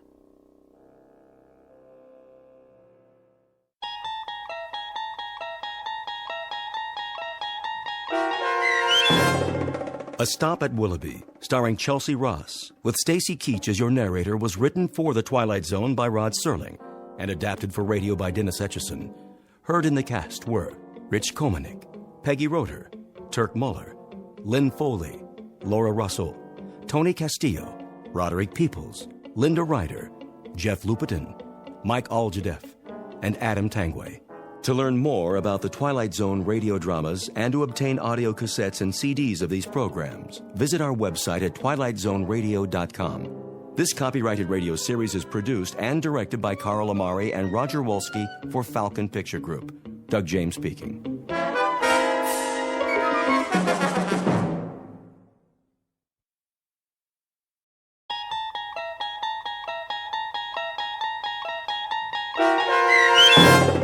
Perchance to Dream, starring Fred Willard with Stacy Keach as your narrator, was adapted for radio by Dennis Etchison and written for The Twilight Zone by Charles Beaumont.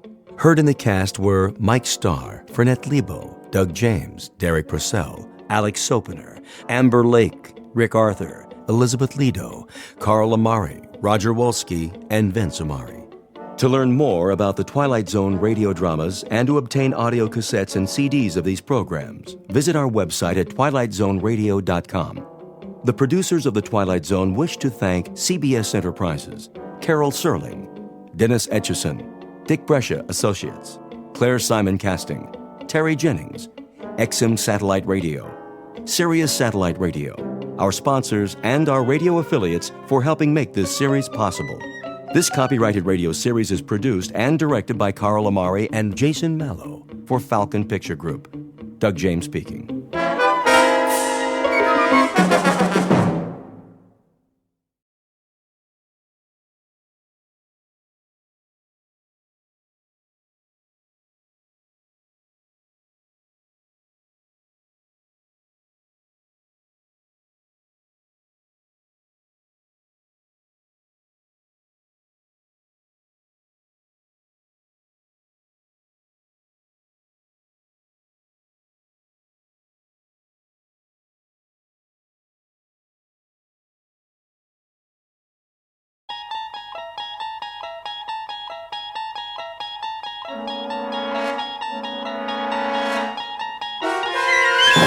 There is a fifth dimension beyond that which is known to man. It is a dimension as vast as space and as timeless as infinity. It is the middle ground between light and shadow, and it lies between the pit of man's fears and the summit of his knowledge. This is the dimension of imagination. It is an area which we call the Twilight Zone.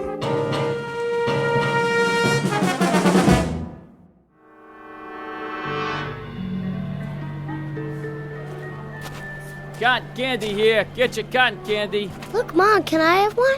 It's nothing but sugar. Oh, please. Only 25 cents. Get your cotton candy. Well, just this once. But that's all you're getting, young man. One, please. Excuse me, can I ask you? Mom, that man got in front of me. I just want to ask. One cotton candy coming up. Please, I have to know. My son was first. Where's the exit? Do you mind? I'm trying to get out of here. One at a time. Which way? Hey, pal, you don't look so good. Why don't you take it easy? I can't take it easy. Somebody's after me. Move right in, folks. See the dancing girls, blondes, brunettes, any kind you want. Starring the beautiful Maya, Princess of Darkness. Quickly, where can I hide? Hey, easy, pal. You don't understand. She's been following me all night, everywhere I go. Can I have my cotton candy, please? Come along, Christopher. It's late. But, Mom! You've had enough sweets. You, over there. Come on over, mister. Show's about to start. Leave me alone! Come inside the tent. Always room for one more. How do I get out of here? Well, right over there, pal. See? Through the turnstile. Follow the crowd. Hey, watch where you're going. Let me through, please. That man just shoved me. Sorry, you've got to let me out. Hey, slow down there. One person at a time. Please, someone's after me. Get in line, like everybody else. All right. All right. There, that wasn't so hard, was it?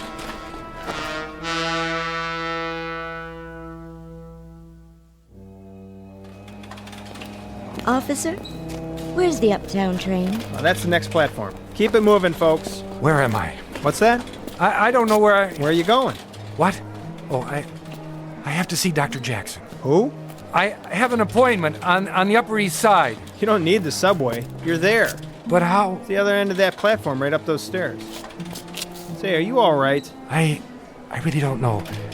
What time is it? 11:45. Midnight? That's a good one.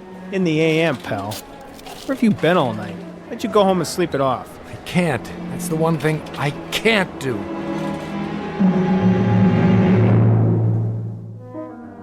Noon in the city. Lunchtime for thousands of people. To most of them, the next hour will be a rest, a pleasant break in the day's routine. To most, but not all. The gentleman on the run is Mr. Edward Hall, an ordinary man who lives an ordinary life. The only problem is, his life has been turned upside down. He knows his way around the city, but he's had a bad night. Several, in fact. Nights without sleep as he flees a place that may or may not exist. It's all real for Mr. Hall, however, and it holds a secret he does not want to face. So get ready to run with the hunted, because time is the enemy, and the hour ahead is a matter of life and death when you're trapped in the Twilight Zone.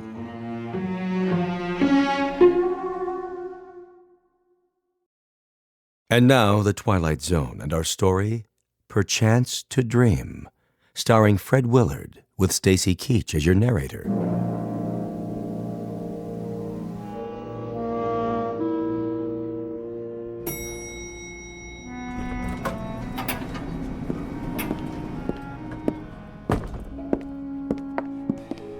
Excuse me. Yes? I'm not sure if this is the right floor. The Goodman building, right? Mm-hmm. What are you looking for? Doctor, I can't remember his name. It's on this piece of paper. Let me see. Elliot Rathman? Oh, yes. Dr. Rathman, the psychiatrist. He's in 1410. That way, at the end of the hall. Thank you. Are you all right? I don't know anymore. I guess that's why I'm going to the doctor. Would you like me to walk with you? No, I can make it. Are you sure? What? You don't look so good, honey.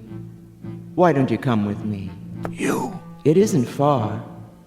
I can show you the way. Don't touch me. What's the matter? I'm free for the rest of the day. Get away! Relax, honey. It won't be long now. May I help you? Tell her to keep away from me. Pardon? That woman. Who? In the hall. She's been following me. I don't see anyone. She was there as soon as I got off the elevator. I didn't recognize her at first, but when she began to speak... Well, there's no one there now. See for yourself. She was. I tell you. Why don't you take a seat? Do you have an appointment? I think so. Dr. Jackson said he would call. Oh, yes. Mr. Hall. That's right. We've been expecting you. I'll tell Dr. Rathman you're here. Doctor, your 12 o'clock is here. That's fine, Charlotte. Mr. Hall? Yes. Come in. Please. The chair or the couch, whichever you prefer. Not the couch. No? You look tired. I am, but I can't. Why not? If you're tired... I might fall asleep. And what would be wrong with that? It's a long story. Are you feeling sick? No, just tired. Then try the chair. It's pretty comfortable. Maybe just for a minute. I have to be careful not to close my eyes.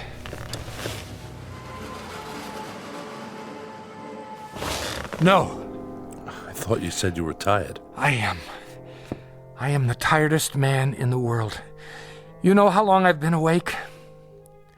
87 hours. Almost 4 days and nights.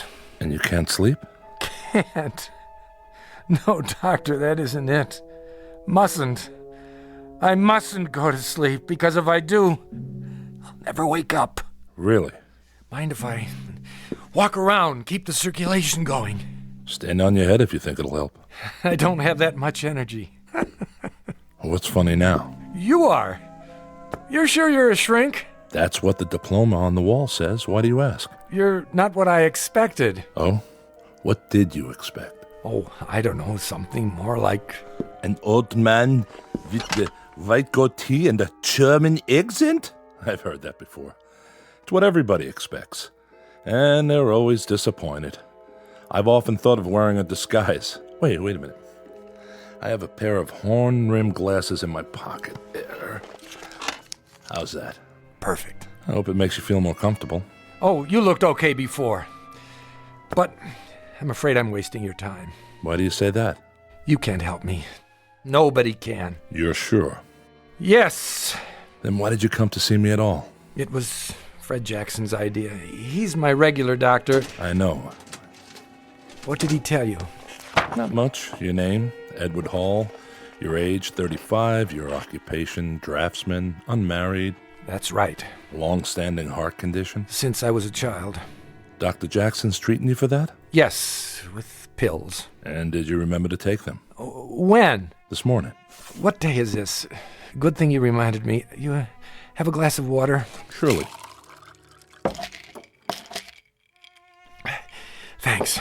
No history of mental illness? Definitely not. That's all I have. You want to tell me the rest? No, forget it. I'm sorry to take up your time.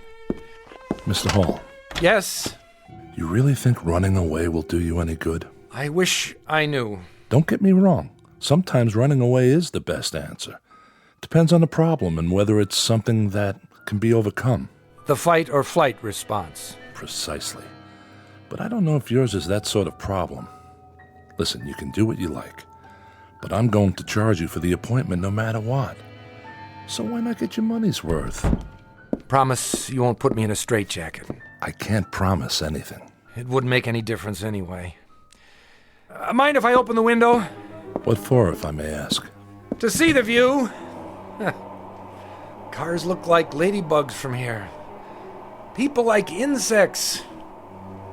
Quite a drop. Straight down.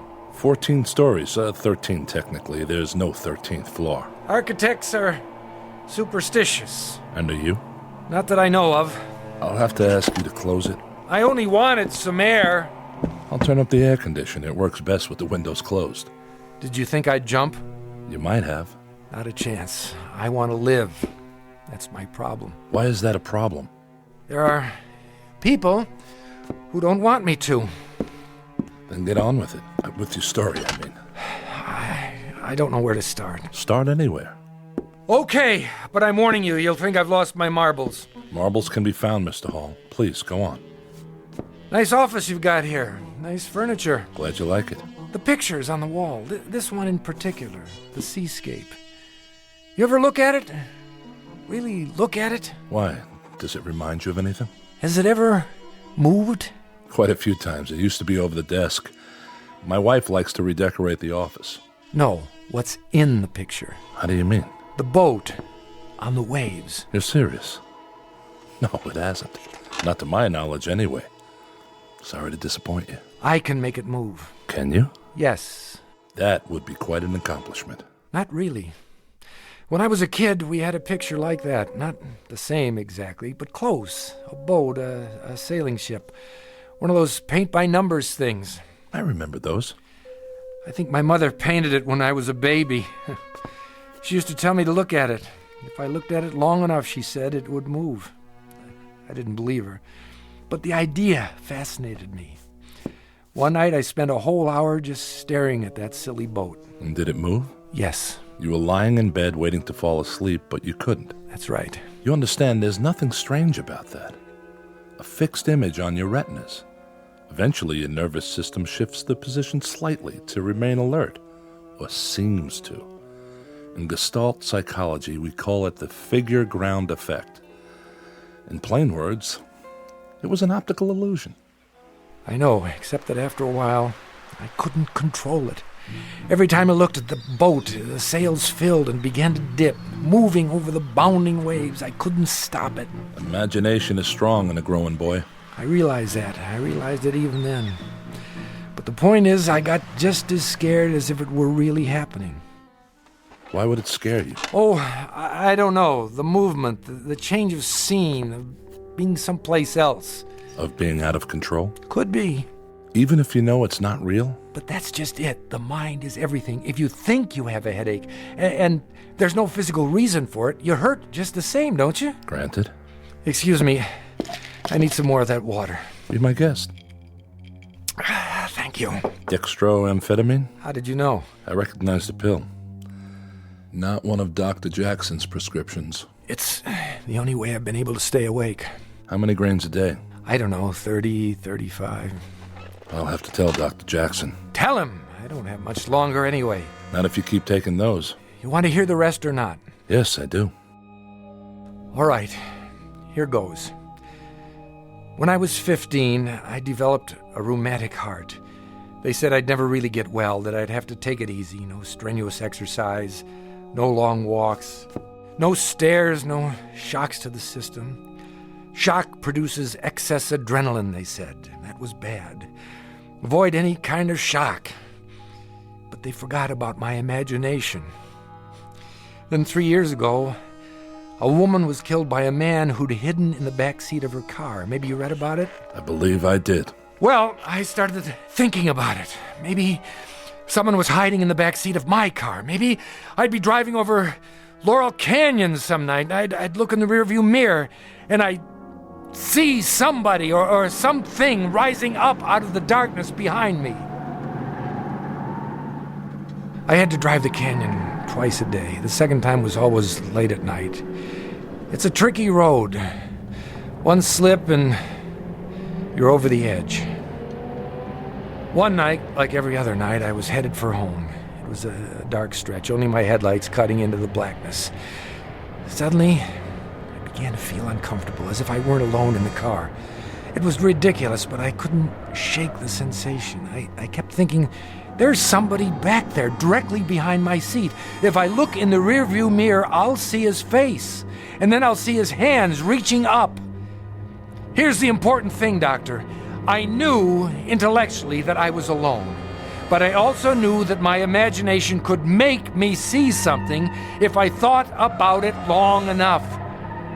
And so don't ask me why, but I looked in the mirror. And there he was. I hit the brakes, lost control, and that was when I went off the road into the ravine and crashed.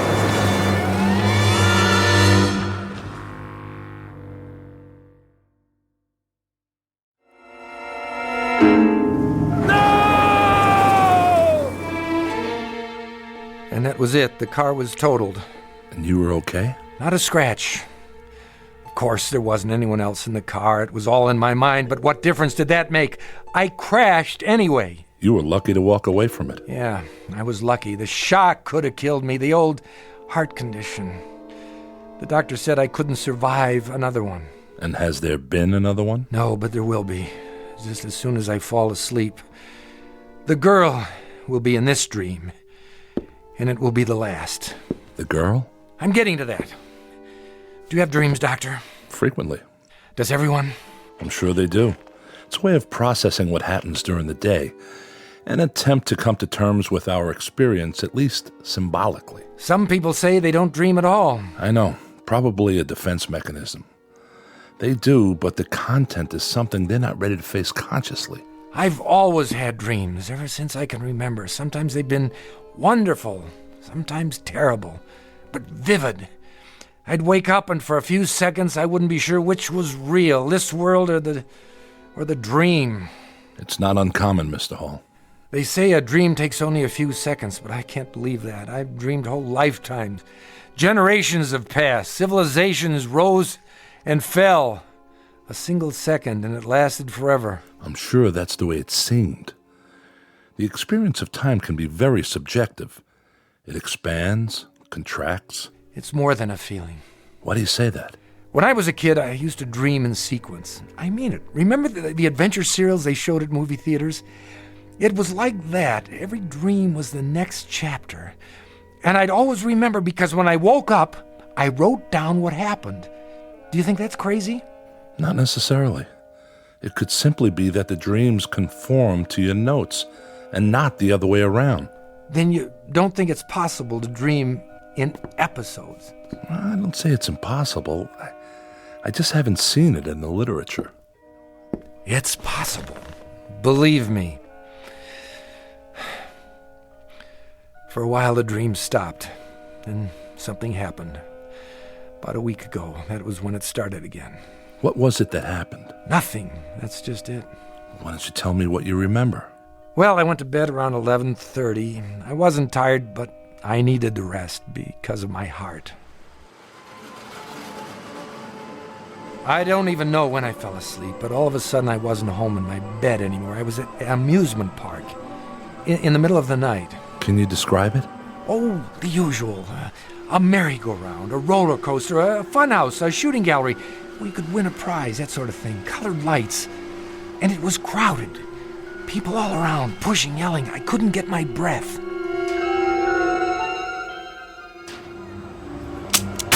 There you go, bullseye. Some shooting. You must have been in the service. Yeah, Marines. Sharpshooter. Well, take your pick. Stuffed animal, Cupid doll. I'll take the teddy bear for my girl. One teddy bear coming up. Ooh, Artie, thanks. It's so cute. Keep it by your bed to remember me by. Oh, I will. Hey, how about you, buddy? What? Over here, Mark. Step right up. My name's not Mark. Oh, yeah, sorry. Take a chance. 6 shots for a quarter. Hit the bullseye and you get a genuine imported Cupid doll. How about it? 25 cents. $0.25. How much? 25 little pennies. Go on. You look like a good shot. That was when I got it.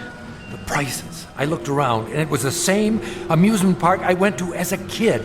In 26 years, nothing had changed. It was exactly as I remembered it. Ah, you missed it. Here, let me give you another rifle. This one shoots straight. No, thank you. Hurry, hurry, hurry. See the dancing girls. See Maya, the cat girl. Move in close. One more time and you've got it. Excuse me. That'll be 25 cents. I don't have any change. Hey, you owe me a quarter. Girls, girls, girls. The most exotic, the most exciting, the most sensational examples of feminine pulchritude this side of heaven. Move right up, folks. Last show of the night. See this roll of tickets? Well, the regular price is $1, but I'm going to put these away. If you're within the sound of my voice, the price is only 50 cents. That's right. Half price for this show only. The pitchman was in shirt sleeves and a straw hat. A crowd had gathered at the platform. All men looking at 5 dancing girls in skimpy costumes. But the one they looked at the most was in the middle, wrapped in a black silk cape, the color of her hair. He was right about one thing. She was beautiful. Full red lips, pale, delicate skin, and huge cat-like eyes. You like 'em full-figured? We got 'em. You like 'em slim? We got 'em. Blondes, brunettes, redheads, if they ain't here, believe me, they ain't worth looking at. Now, here's a little preview of what's inside. Music, maestro. Maya, give the folks a peek under the cape. Come on, baby, I know you're modest, but we can't expect them to take my word for it. Hey, honey, show us what you got. I couldn't take my eyes off her. Slowly, she opened her arms. The black cape parted, and I saw her magnificent body gleaming with sequins. I give you Maya, the cat girl. What a figure. Ooh, man, I like. Hey, can I have the next dance? She started moving, whirling to the beat, her hair like a black flame, faster and faster. Was she smiling? I couldn't be sure, but the whole time she was looking at me. I felt the crowd, the music closing in like a net. I couldn't breathe. Excuse me, pardon me. I have to go. If you'll let me through, please. I didn't know who the girl was. I'd never seen her before, but as much as I was drawn to her, I knew I had to get away. Something about her eyes, something deep inside those dark cat's eyes. May I have a light? What? A light. For my cigarette. Oh, of course. Thank you. But you're Maya. I just saw you on the stage. Why did you do that? Why did I do what? Walk away. I felt like it. You didn't find me nice to look at? Maybe too nice. Aren't you supposed to be back there entertaining the customers? I'm free now for the night. Are you alone? Yes. Then come with me. Where? Does it matter? You want to, don't you, Edward? How do you know my name? Oh, I know a lot of things. I'm Maya. Don't be afraid. I'm not. Then come. Come. Look, I don't know if I... You are afraid. Only because this isn't happening. It's a dream. I'm not here. I'm at home, asleep, and you're part of the dream, aren't you, Maya? I know that, too. You do? Naturally. We passed a funhouse with a huge mechanical woman out front. The laughter was grotesque. Take me in there, Edward. Screwy Louie's room? It's for kids. But it's dark. Soft and cool and dark. Please. How can I argue with a dream? Tickets here. Wait, I don't seem to have any money. That's all right. We've been expecting you. What? Evening, Maya. Mr. Hall. Let's go. It's just inside this door, behind the glass. You can kiss me now. What if I don't want to? You want to. Look, whose dream is this, anyway? Edward. What in the... It's only a prop. A mechanical dragon. I can't take this. My heart. But it isn't real, Edward. It isn't real. And that's when I knew, beyond any doubt, what she really wanted. She wanted to kill me!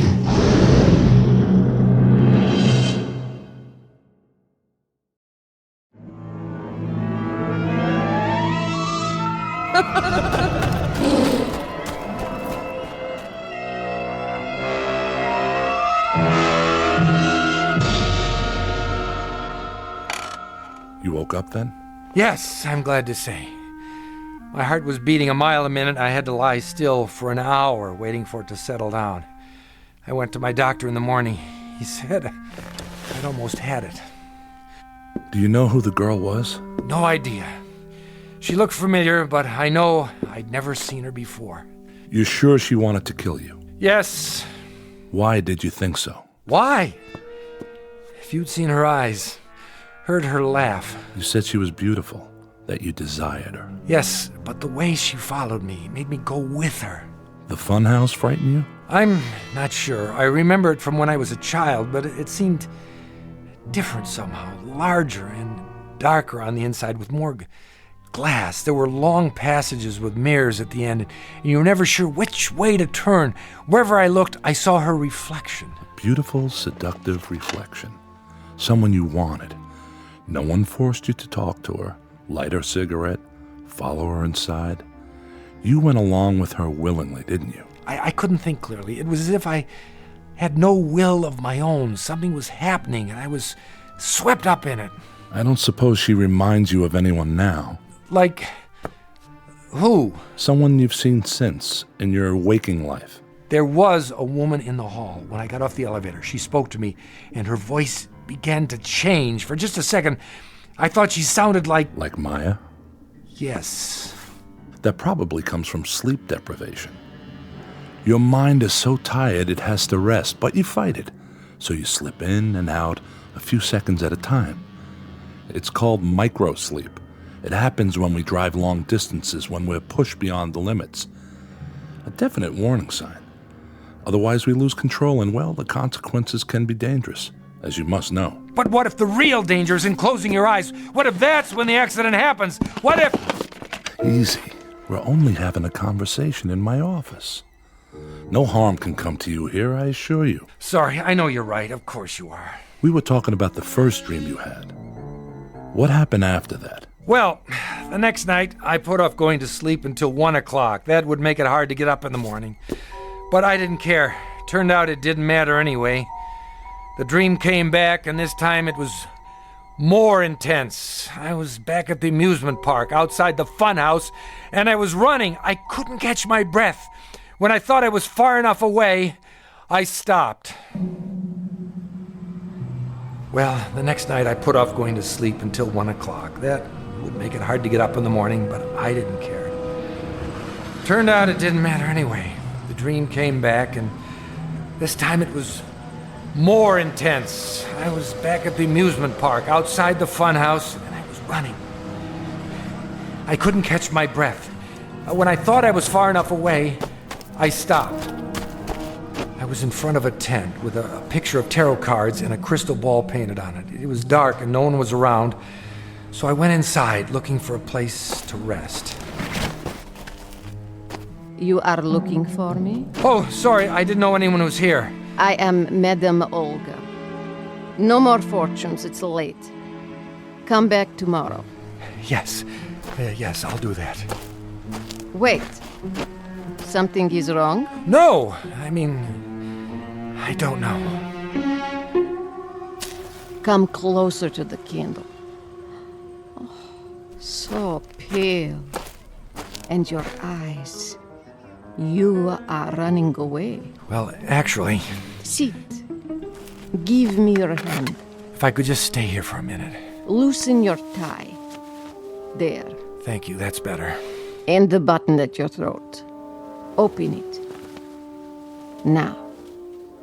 Someone is after you. It doesn't make any sense. I don't even know her. Ah.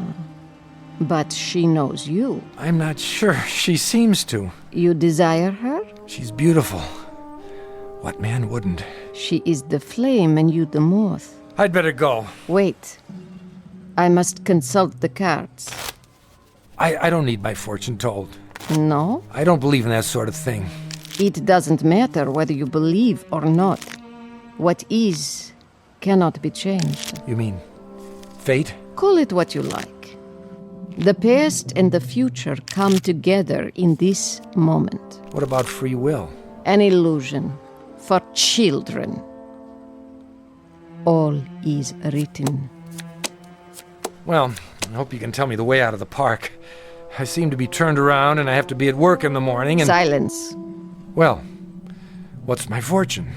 I am afraid you don't have a fortune, Mr. Hall. Thanks. That makes me feel better. Why do you hurry? I have more important things to do, like getting home. You rush for no reason. You have always been here. You always will be here. Thanks for the advice. Bye. Edward. Where? Behind you. But how? I've been waiting. Get away from me. What's there to be afraid of, Edward? It's only a dream. I have a heart condition. I can't stand all this excitement. That's silly. There isn't any excitement, not really. You said so yourself. You're home in bed, asleep. Now you can do all the things you can't do when you're awake. Anything, Edward. Anything. No, that isn't true. The doctor. Oh, look.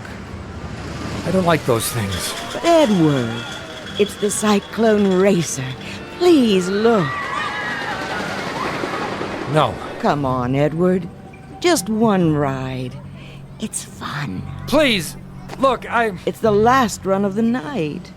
You must come with me. I didn't want to go anywhere near that roller coaster, but I couldn't help myself. I had no choice, even though I knew what it would mean. I had to follow her. Oh, that was so scary. Yeah, especially in the dark. Can we go again? Nah, let's do something else. Oh, they're closing up anyway. Last ride of the night. Get your tickets. 2, please. I can't. Why not? I don't have any money. My wallet. That's all right, Mr. Hall.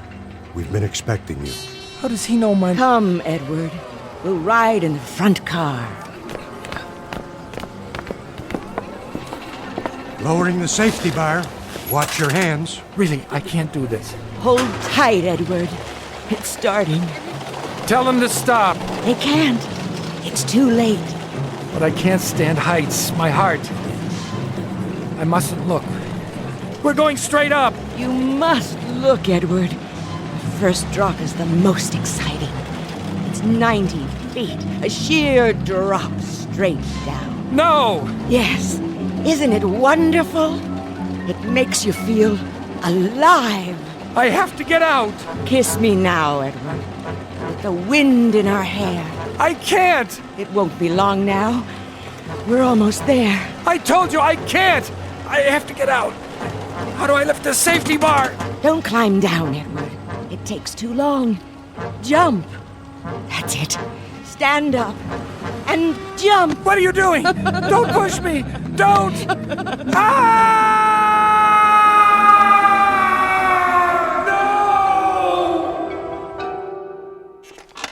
Is that it? That's it. If I go to sleep, I'll be back on the roller coaster for the next episode. It'll pick up where it left off.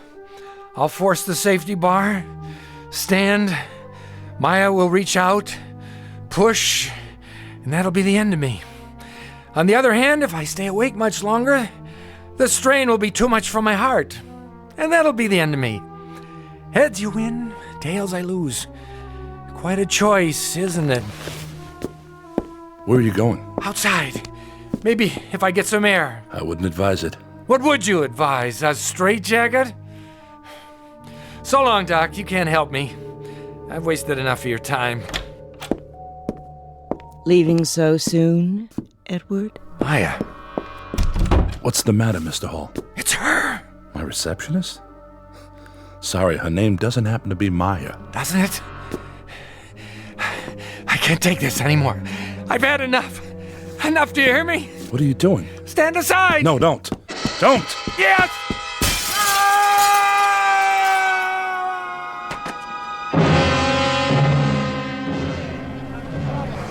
What happened? He fell, or jumped, from that window up there. Oh no! The blood! The blood!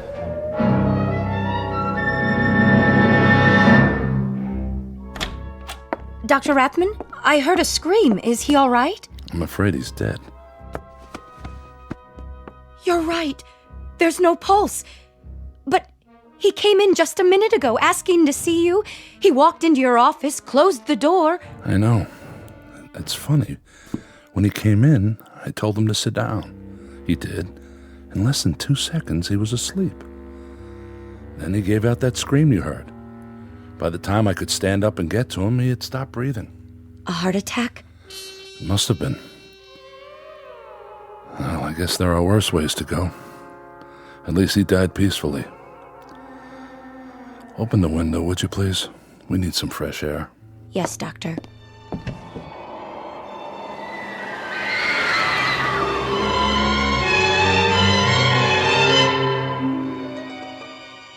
They say a dream takes no more than a second or so, and yet in that second a man can live a lifetime, suffer and die.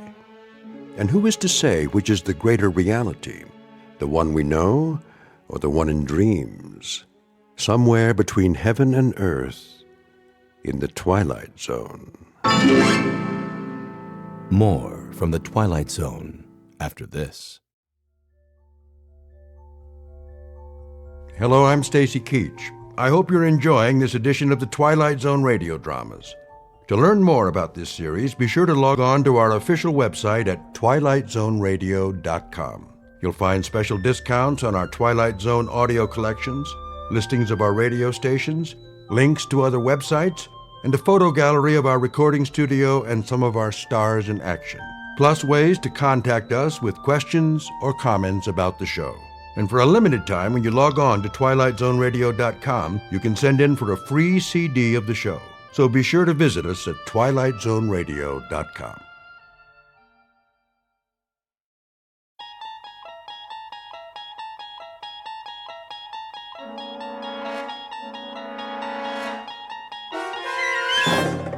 You're entering another dimension, beyond any limits known to man. This is the universe of imagination, a wondrous land of brave new stories from the far reaches of space and time. So fasten your seatbelt. There's the signpost up ahead. Your next stop, the Twilight Zone.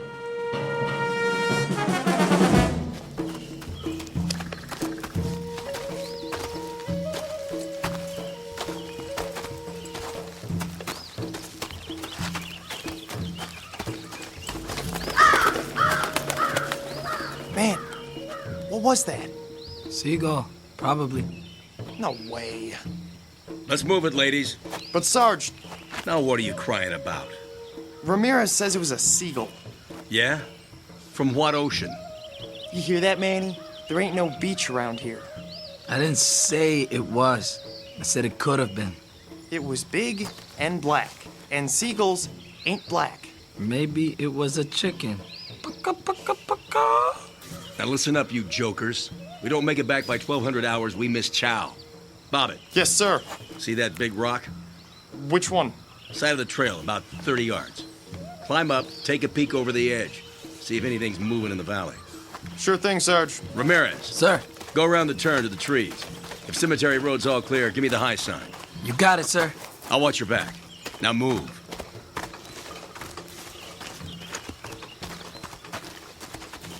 Sarge wants to take a break. What about us? This ain't no democracy. You hear that? Artillery. Could have been thunder. I don't see any clouds. Do you see any clouds? The weather's crazy around here. The enemy's 5 kilometers away. That's what headquarters says. Why would they lie? So we don't turn, tail, and run. I ain't no chicken. Well, let's find out. You got the glasses? Right here. There's the rock. Go over and take a look-see. And keep your head down. Here goes nothing.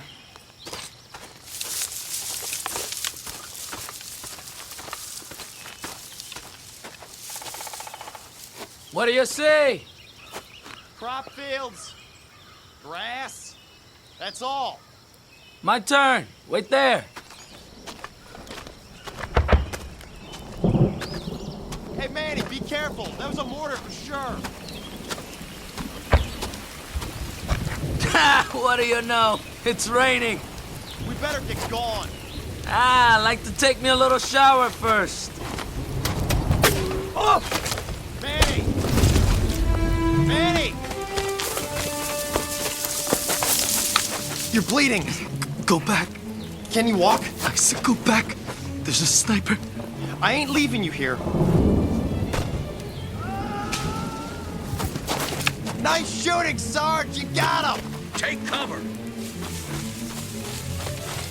Ramirez is hit. He's losing blood. Get him to the trees. You were right, right? Hang on, Manny. It was a crow. I should have known. Crows are bad luck. Move! He can't walk. Lift his legs. It's too late. promise me something. What? When the captain writes to my folks, tell him to say, I didn't feel a thing. Get down!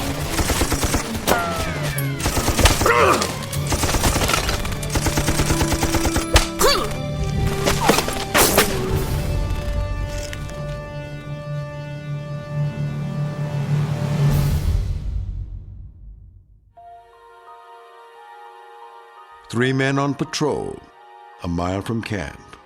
A simple reconnaissance mission. Or it should have been. The year? Take your pick. The place? It might be any on a very long list. This army happens to be American, but there are a lot of uniforms out there. The men, though, never change. Their job is always the same, to stop the enemy. The question is, at what price? And what of those who wait, for whom their lives are beyond price? They can only pray that every man comes back alive. Some, however, never come back. This, then, is their story. Tale of those who fight and those who wait in the Twilight Zone. Company, attention! One!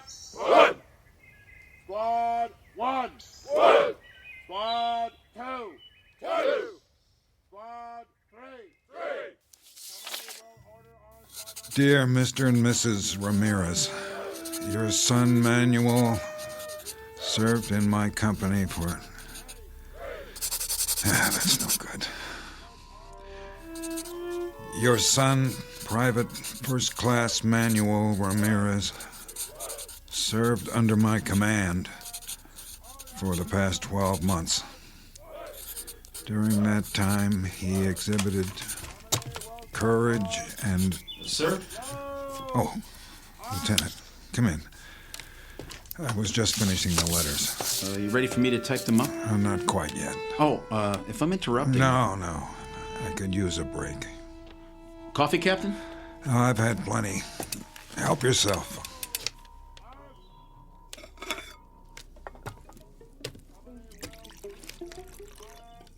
How many is it now? What? The letters. Too many. One for every man we've lost. I always thought... What's that, Eddings? Isn't it the Pentagon's job to... Officially, yes. Then why... They were under my command. That makes it my responsibility. I see. Every one was somebody's son, or husband, or brother. They deserve more than a form letter. Frankly, sir, I don't know how you do it. Sitting here, writing? That's the easy part.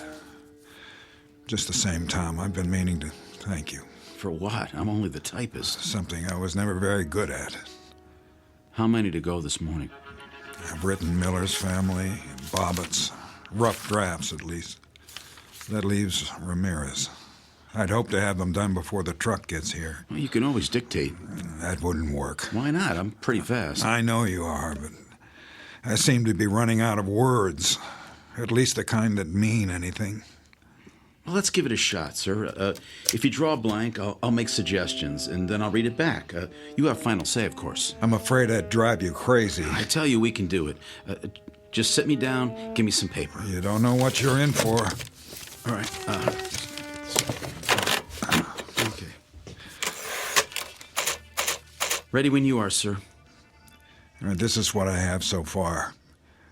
Dear Mr. and Mrs. Ramirez, your son, Private First Class Manuel Ramirez, served under my command for the past 12 months. During that time, he exhibited courage and, dedication? Good. It was on the tip of your tongue, sir. I don't know what's wrong with me. Nothing's wrong with you. The fact that you took the time to write, believe me, Captain, that says a lot. His loyalty and motivation were an example to the entire company. It is therefore with the deepest regret that I write today to inform you.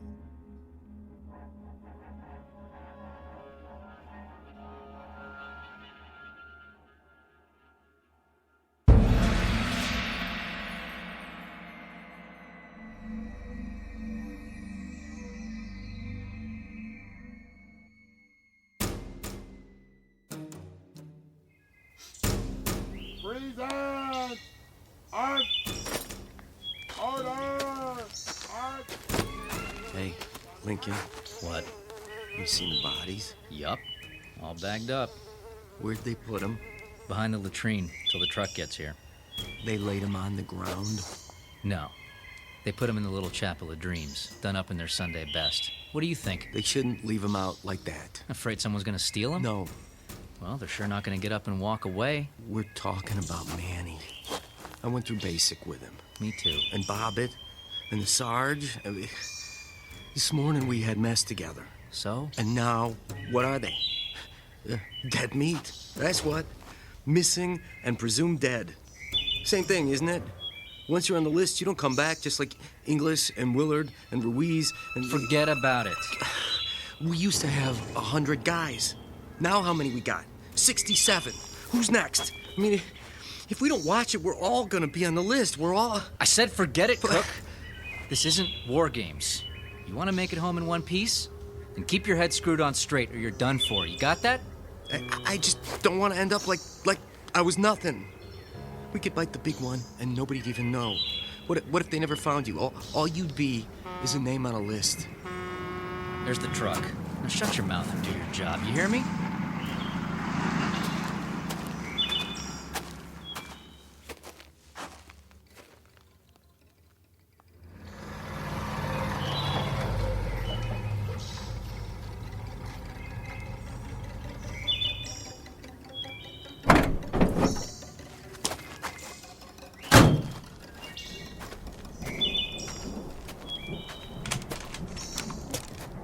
Gorman?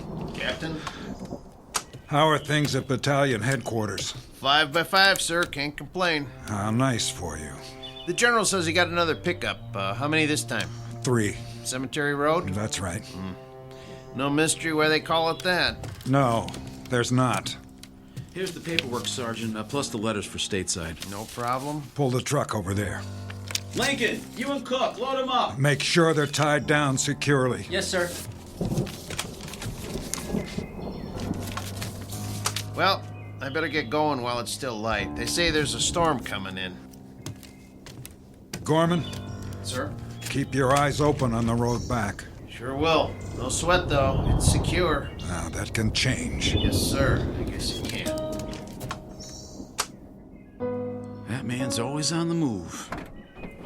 Better than sitting in one place. Stop by my quarters for a minute, will you, Tom? I want your opinion on something.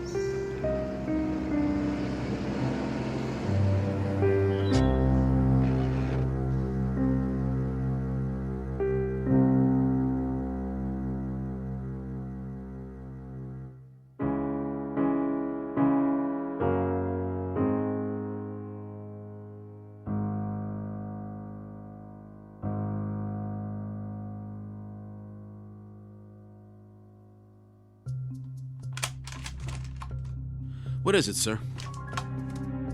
Take a look at this. A map of the mountain? And the surrounding area.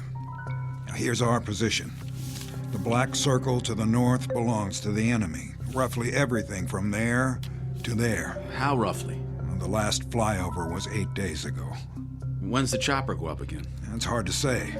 According to command, it's too risky. The weather? The pilot would have to come in low because of the cloud cover and then pull up before he hits the peak. There's no room for error. You could call in a blanket airstrike. On what? Everything inside the black circle. We don't know their present location. If they've moved, the locals may have come back. Headquarters doesn't want to bomb civilians, and neither do I. So until the weather lifts, all you can do is send out more recon. And keep adding names to the list. Missing. Presumed dead. A terrible, terrible waste. It doesn't make sense. It does to the general. But Cemetery Road is a shooting gallery. Give me an alternative. Pull back for now, until we know more. Somebody has to hold this side.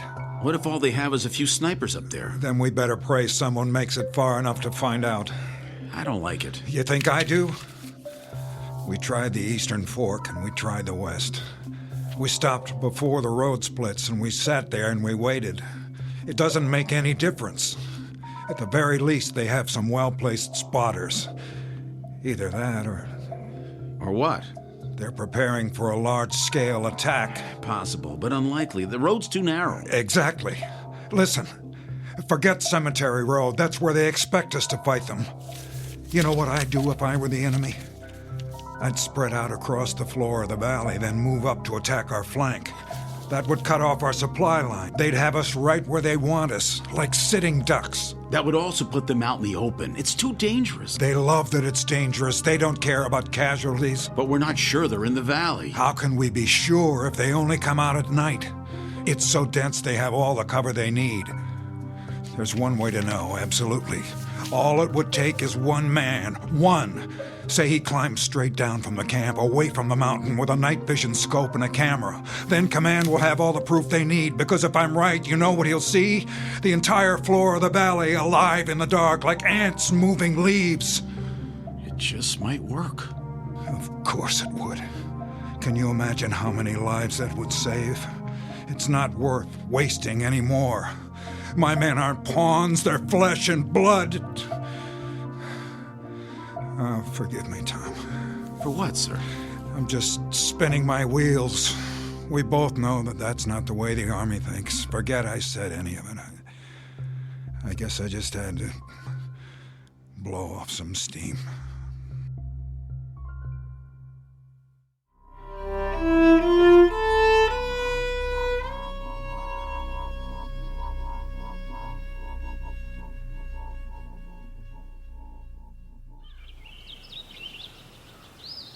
That ain't the way that women are over here. They have women here? Hey, Sarge? What? Can I get some fresh coffee? What's the matter with what you got? It's kinda cold. Well, I'll tell the waitress to make some special just for you. Where's Lincoln? In the latrine, I bet. Maybe he locked himself in. Maybe he fell in.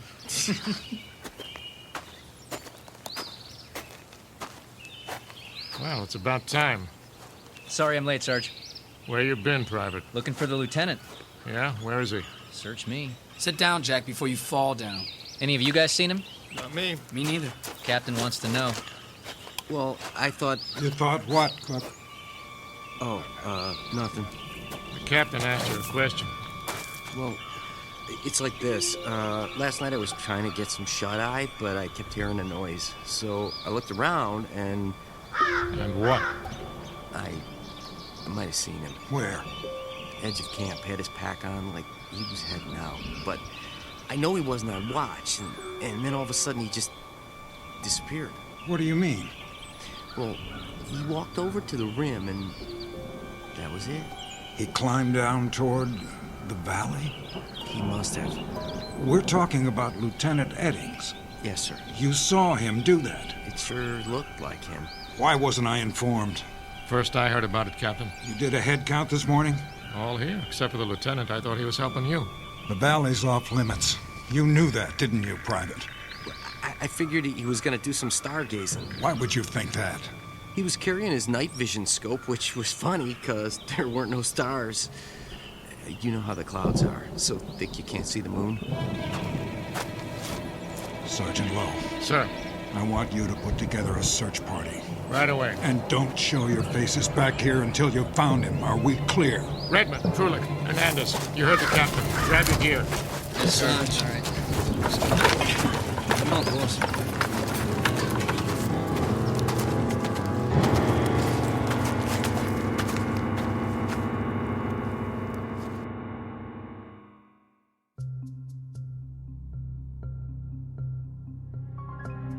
General?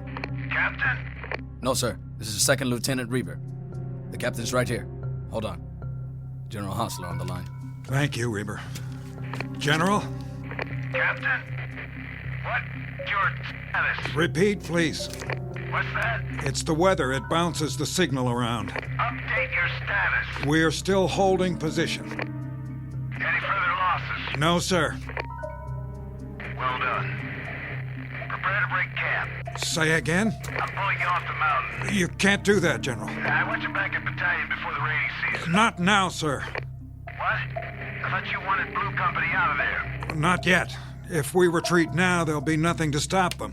I'll lay down artillery fire once you're out. But, sir, I still have a squad in the field.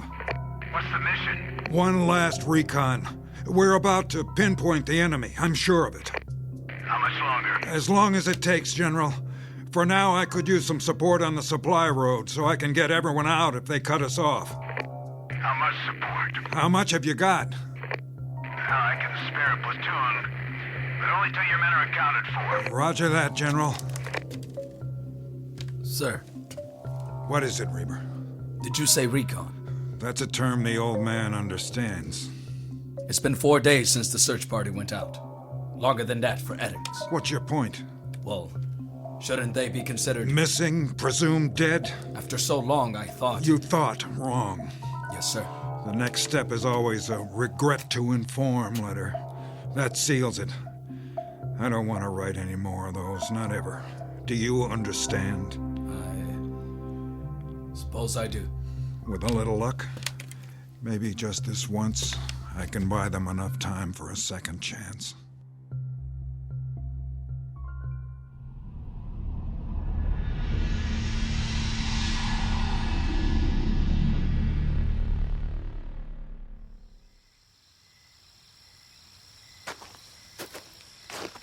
Evening, Captain. Hello, Reber. Where's the new platoon? Back by the supply road, cleaning their weapons. What do you think of them? They look like they'd shoot anything that moves. That's the problem. Then you're not going to send any of them down? With 5 of my men still out? Not unless I have to. No sign of them? Not yet. I'll call you on the walkie if I spot anything. Meanwhile, you ought to get some sleep, sir. I have 2 men standing watch. Which men? Privates Lincoln and Cook.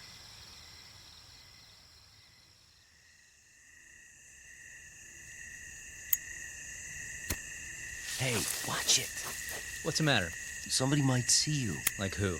Somebody out there. Oh yeah, I forgot. The boogeyman? You want one? Nope. Might help calm you down? I don't need to calm down. Maybe you do, boy. All I need to do is fast forward my butt out of here before... What was that? The wind. There ain't no wind tonight. Well, maybe you're hearing things. Douse the cigarette, soldier. Evening, Captain. You know better than to light up out in the open. Sir, yes, sir. Anything to report? Nothing, sir. No movement down below? Not as such.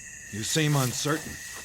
Well, sir, you know how your eyes can play tricks on you. If you're scared of the dark. Are you? Heck no. I always said the nighttime was the bright time. You know, Draco the Dragon. I don't believe I've had the pleasure. Oh, well, I used to look at the stars when I was a kid. Had me a map that showed the constellations. Big Dipper, Little Dipper, Belt of Orion. I know them all. Plus, the meteor showers, where they was gonna be. I just lay out in the backyard and wait. Zip, there goes another one. Sometimes I'd make a wish. Of course, the stars look different here. Art? Yeah. The captain doesn't want to hear your life story.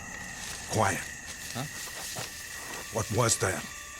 I didn't hear anything. Let's have a look with the glasses. You see something? I'm not sure. What was it? Some sort of movement in the tall grass. Yeah? Reber? Yes, sir. I'm going down the side for a look around. Wait, sir. It may be nothing. I'll send some men. Negative. But, Captain... No one else. Not this time.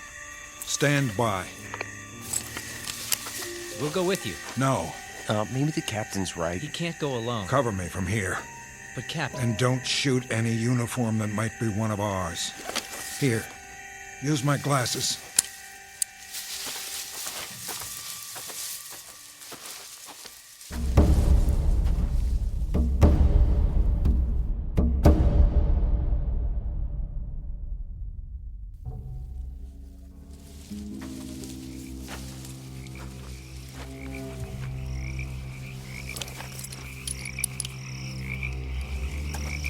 Reber? Where are you, sir? About 300 yards.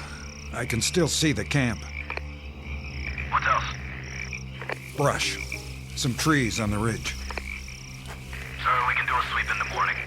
Not on your life, or anyone else's. Captain, please. Hold on. What is it? Wait. Hear that? You're breaking up. The storm's coming.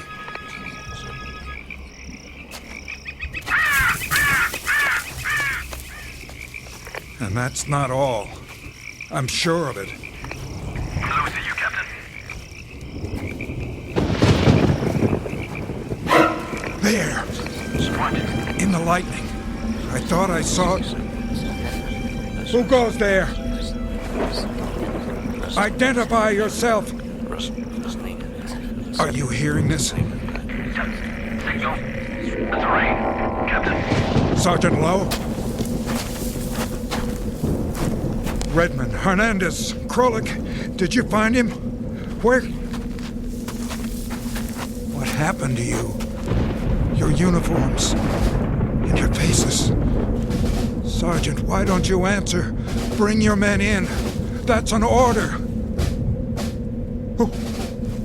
Who's that behind you? Tom?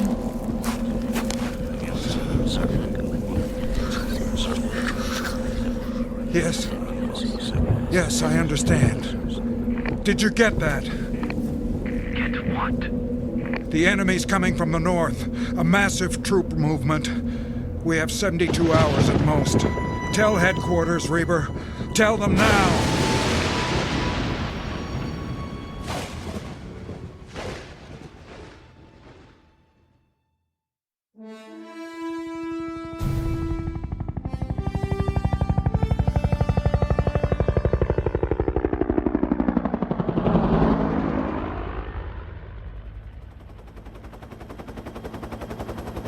The storm's moved on. About time. Visibility good, sir. The mountain's straight ahead. Take it higher. You sure? Yeah, today we're flying over the peak. Well, I guess it's okay if we can see it.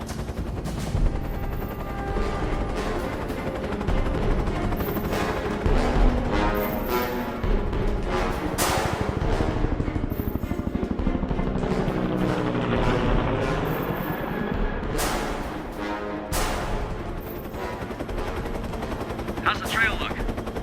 West side's clear. The valley, too. You think the enemy pulled out? They must have. Their kind don't usually give up.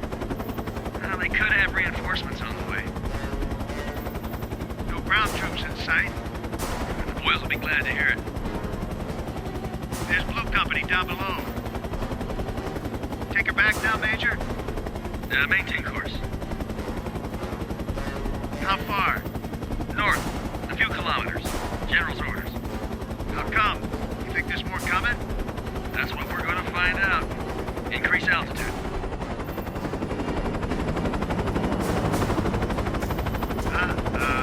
What you got?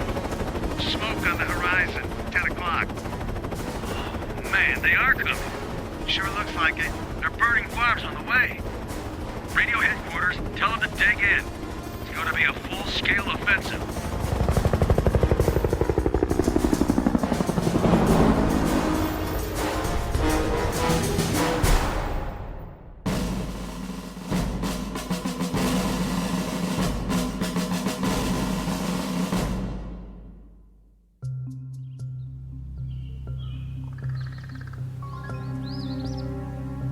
Jack? Yeah. You seen the captain? He'll be along. You can set your watch by it. That's the truth. Every 15 minutes. That's all he does, walking back and forth, checking the valley. Sentries ain't good enough for him. Still nothing down there. Then why aren't we moving out? Ask him yourself. Here he comes. Private Cook. Yes, sir? Report. Big fat zero. You're positive? Stone dead, Captain. What are we supposed to be? Be quiet. Sir. But, sir... Quiet. What is it? I thought I heard them. Who? Don't play dumb with me, Private. I'm not, sir. I mean... You know Sergeant Lowe, don't you? Know him? Why, sure. And Private Redmond? Yeah? And Hernandez and Krolik and Lieutenant Eddings? We know all of them, sir. Or we did. Then you should have no trouble recognizing them. Huh? They may have trouble getting up the side. It's still muddy. Let me know at the first sign. Yes, sir. He's losing it. Big time. Don't he know they're dead meat by now?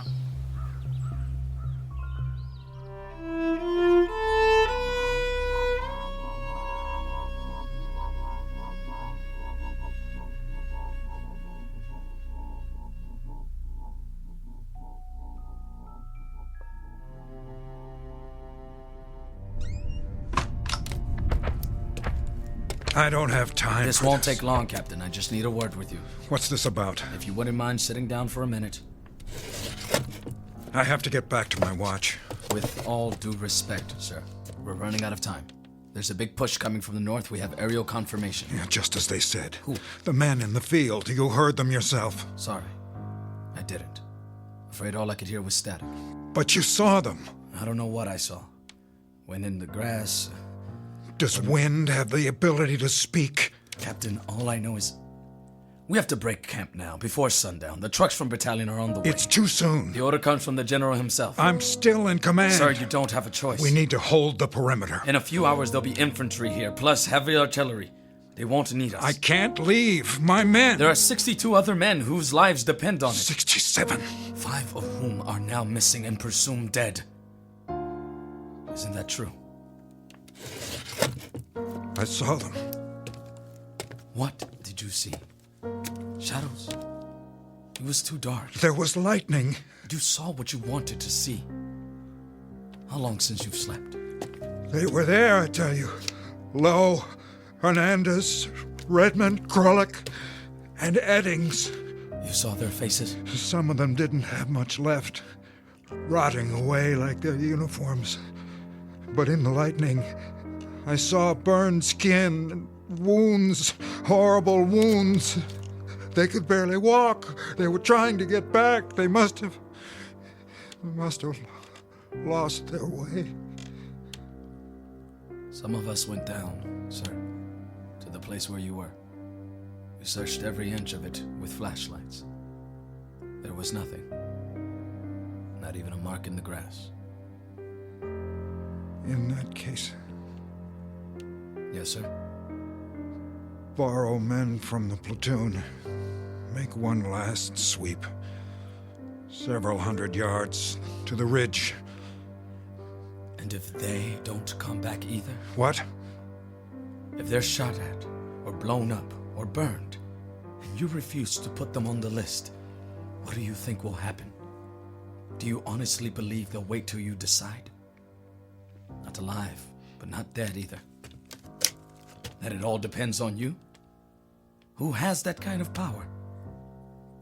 Please. Think! What if you never write another letter about another GI? Will they stay that way forever?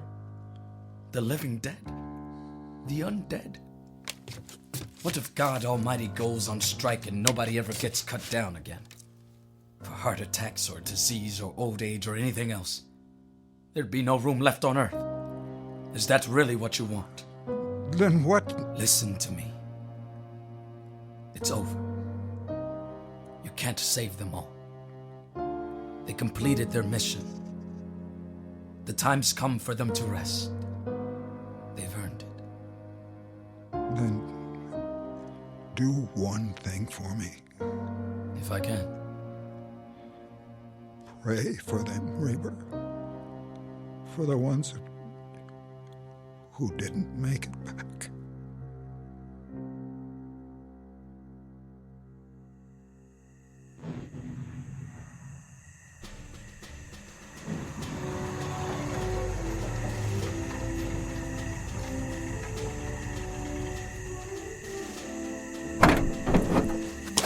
Okay, everybody out. Unload the trucks. Sir, yes, sir. Yes. Okay. On the double. Let's go, let's go, let's go. Move, move. Okay. Gorman? Hi, Lieutenant. Bet you're glad to see me. Am I ever? New company's packed up and ready to roll. We'll turn around and head back as soon as I get everybody emptied out. We didn't leave them much. It's all right. We're gonna camp out under the stars tonight. Tell them to make a wish. Sir, you're in the first vehicle, front seat. Thank you, Sergeant. How many men? 62. Exactly. See you at headquarters, Captain. Reaper? Yes? I'd like you to ride with me.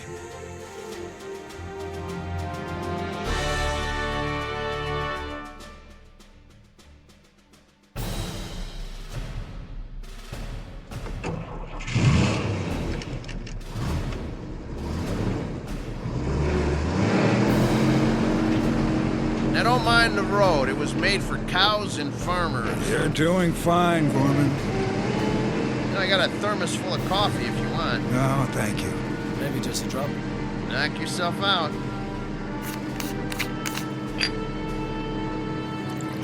Some sight back there, huh? What's that? The truck's on our tail. Check the side mirror. Heads bobbing under the tarp every time they hit a bump. Somehow, I don't think they'd mind. Those drivers don't know the way like I do. Never been to Chinatown, Sergeant? Which one? It doesn't matter. I was just thinking about Chinese New Year's. Yeah? They have those big paper dragons, you know, with 5 or 6 guys underneath to hold them up. Yeah, right. That's what all these trucks remind me of. Only here it's canvas instead of paper. And there's a whole lot of guys. Look at them back there. Heads bouncing up and down. I'm not sure where they're going. Lieutenant. Yes, sir. When we get back to battalion, I've got a lot of things to catch up on.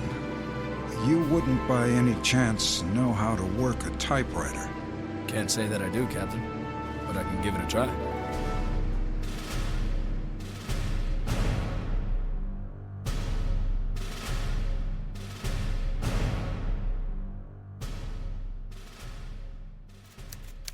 Dear Mrs. Eddings, in the course of my military career, I never had the privilege of serving with so promising an officer as your husband. Such intelligence, bravery, and commitment are rarely encountered in the Army, or indeed anywhere else. I considered Tom Eddings a fine man and an outstanding first lieutenant. It is therefore with profound regret that I write today to inform you of his last selfless act of courage during an incident under my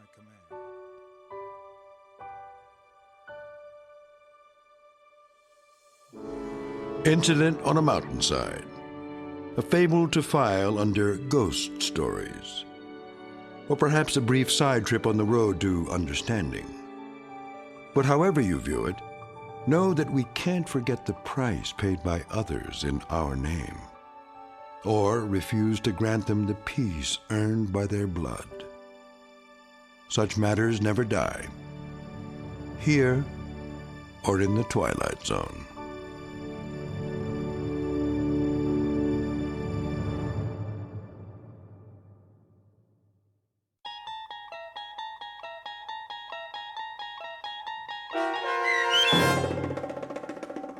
Missing, Presumed Dead, starring Danny Goldring, with Stacy Keach as your narrator, was written for The Twilight Zone by Dennis Etchison. Heard in the cast were Jeff Lupetin, Edgar Miguel Sanchez, Gary Tiedemann, Kurt Nabik, Patrick Cerny, Doug James, David Darlow, Joby Cerny, and Norm Woodell.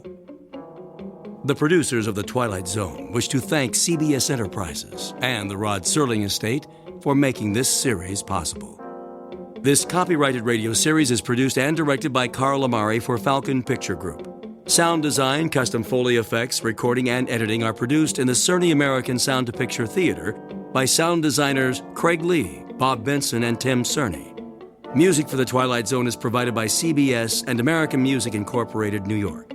To learn more about the Twilight Zone radio dramas and to download episodes, including 6 free episodes on our homepage, visit our official website at twilightzoneradio.com. Doug James speaking.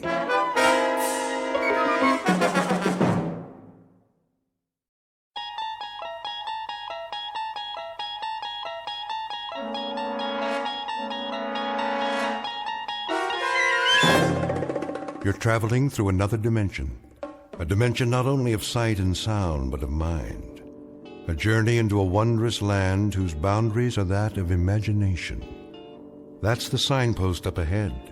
Your next stop, the Twilight Zone.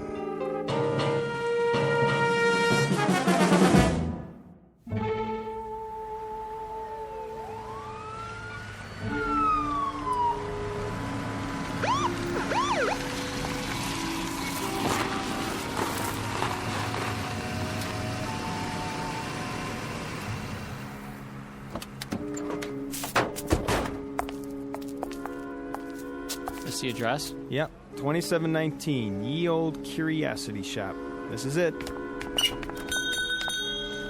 Oh, officers, I'm so glad you're here. You the one who called, ma'am?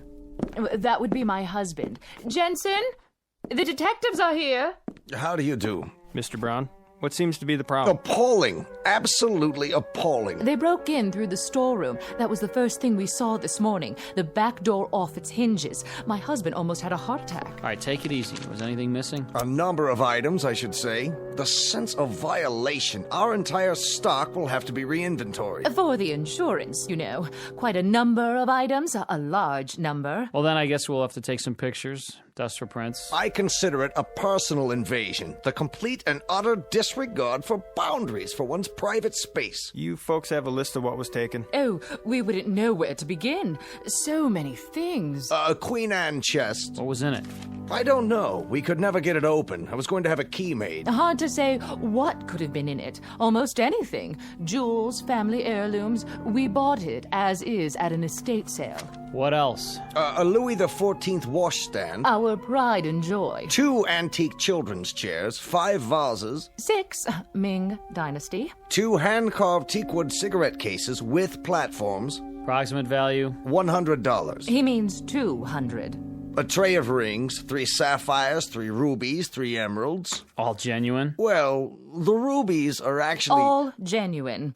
And there was a 19th century silver service for 12. Isn't that right, Jensen? And a dining room chair made in 1778. Let me see. 3 paintings in frames. Early Picassos? Huh, that right.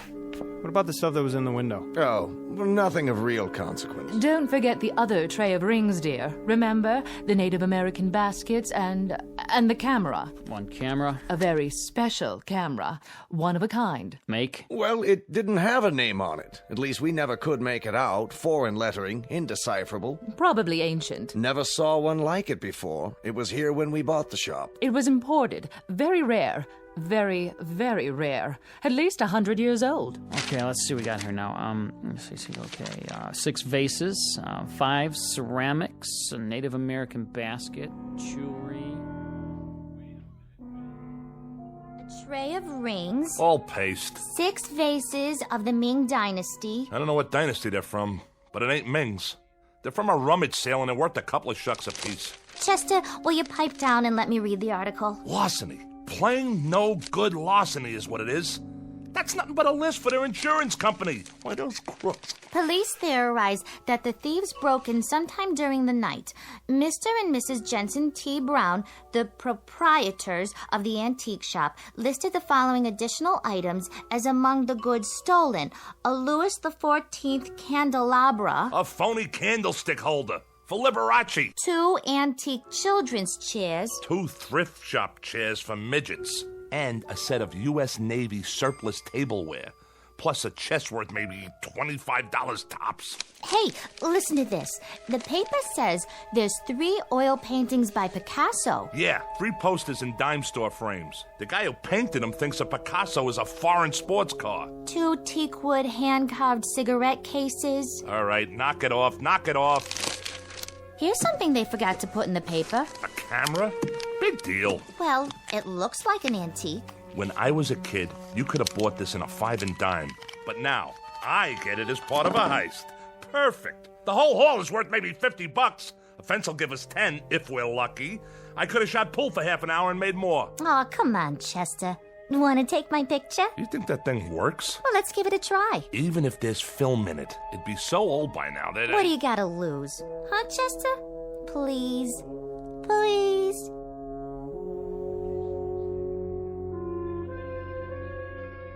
Scene of the crime, a hotel suite that in this instance serves as a den of thieves.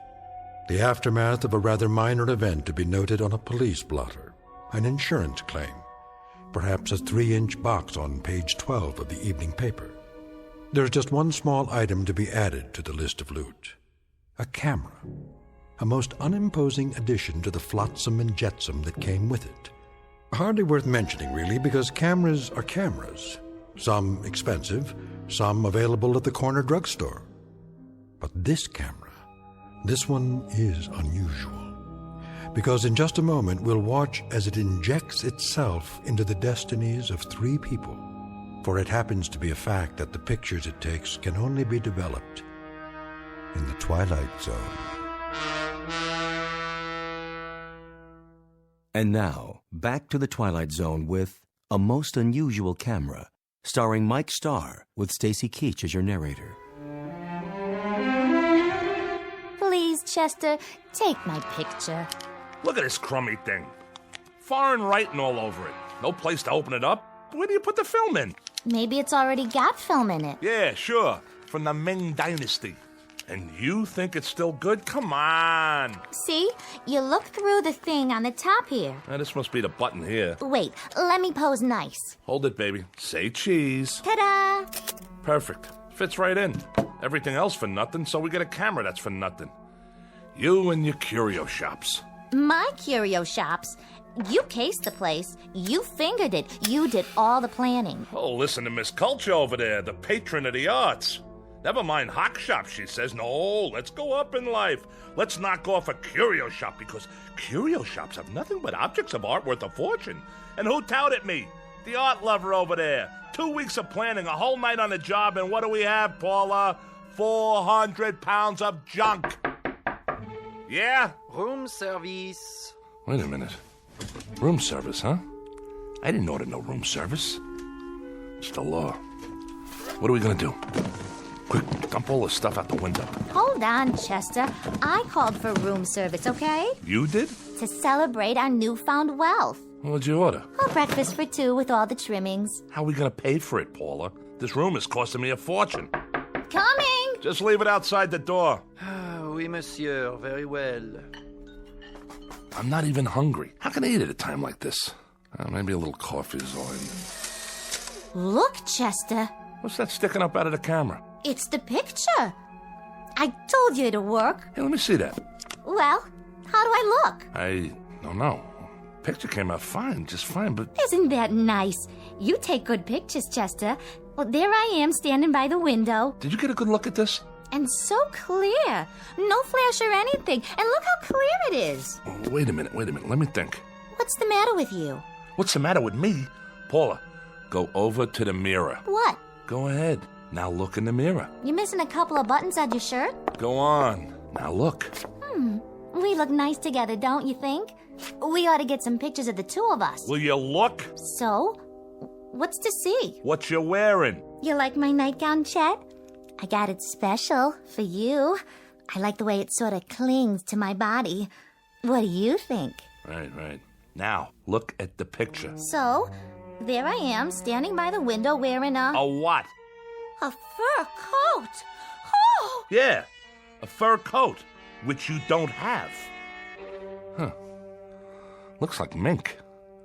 One of those Ember Autumn Haze models. Real pricey. Could be sable. Nah, don't think so. It's a mink, all right. Chester, what am I doing wearing a fur coat? I wasn't wearing a fur coat when you took the picture, was I? Of course you weren't. I don't have that kind of money. I don't even own a fur coat. Chester, what is going on? I got it. Got what? It's a gag. A gag? A gag camera, strictly for laughs. What do you mean? You know, like at Coney Island. Remember? It looks like you're wearing a costume or something. I don't think so. Sure. Inside, they got these ready-made pictures already developed. But the negatives have already got a picture on them, see? The only thing this takes is the face. But we ain't in Coney Island. You know, like a carnival when you pose in front of those crazy cardboard things. You put your head on top of the cutout. Fat lady, sailor, cowboy, driving a car, you name it. And it looks real. That's what this thing is. Not bad. That's kind of clever. You sure? Sure, I'm sure. Well, you might as well clear up the rest of this junk. If you say so. What are we going to do with it? Who cares? Stuff it down the garbage chute for all I care. Except for these phony Ming flower pots. Chester, what'd you do that for? Now we got to clean it up. No, we don't. Leave it for room service. We're paying enough. There's one thing we didn't open yet. Yeah? That little chest over there in the corner. Did it come with a key? No. You'll have to open it in your own inimitable style. There ain't a lock ever made I can't, Jimmy. Anybody ever tell you had a lousy disposition? If I have a lousy disposition, it's because I'm married to a nickel-and-dime heister who can't tell a real diamond from a baseball diamond. Baby doll, this suite is costing an arm and a leg. delivered and paid for by Mrs. Diedrich's son Chester, from profits collected during a slew of years when you weren't even in the picture. So happens that I need you like I need a 3-time conviction. Well, aren't you the clever one? Let's see what's inside. Chester, look! I'm looking, but I don't believe it. The most beautiful fur coat I've ever saw. Full length, too. So we scored something after all. We sure did.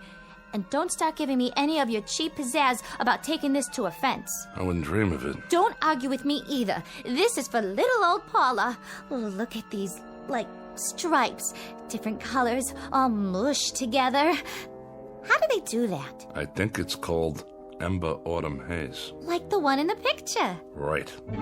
Exactly like the one in the picture.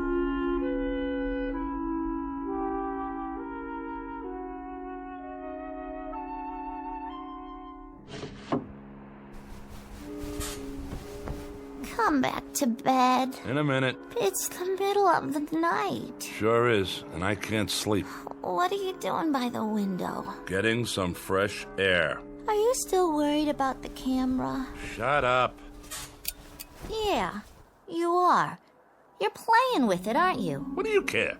Leave the light off. It's hot in here. It's not hot. We got air conditioning. What's it to you? You can't just let it go by, can you? You want me to forget about it? Is that it? So it's a crazy camera. So it takes dopey pictures of things that aren't really there. That's not the point. Oh, yeah? What is the point? Sure, it takes dopey pictures. Pictures like things that haven't happened yet, but do happen. That's the point. So what do we do, Chet? One lousy picture and you get insomnia? It's a camera, that's all. Here, I'll show you. Did you just take a picture? There. See any lightning? What did you take a picture of? It doesn't matter. The wall, the door. All right, now drop it, why don't you? Let it alone. Forget about it. How can I forget about it? This thing comes from witches, maybe, or sorcerers. Look at the writing on it. It could be loaded with black magic or something. And what are you loaded with? Do you see anything? Where is the man with the horns who comes in with a bargain for your soul? He's supposed to show up any time now, right? But he's not here, is he? Listen to me. It's a screwy camera. Period. Let's see how this one came out. Well? Here. You tell me. It's my brother Woodward, standing by the door. That's who it is. It's that cheap, no-good brother of yours. But that's crazy. He's in jail. 7 years for breaking and entering, and that was only a year ago. So it's impossible. So was the fur coat, right, Paula? Oh, no. No, Chester. It's throwing us a curve. Maybe it's somebody who looks like Woodward. Chester, I'm scared. Feel my heart. I'm palpitating. A little palpitating never hurt nobody, and what's to be scared about? The thing has obviously gone tilt or something. Are you sure? Sure, I'm sure. Woodward's not here. Woodward can't possibly be here. Woodward won't be here. Woodward is serving time. He's 900 miles away in a cell block, and I don't care what that crazy camera shows us. Who's ever in that picture ain't Woodward. What's that? Shh! Somebody's trying to jimmy the door. Go see. Please, Chester. But be careful.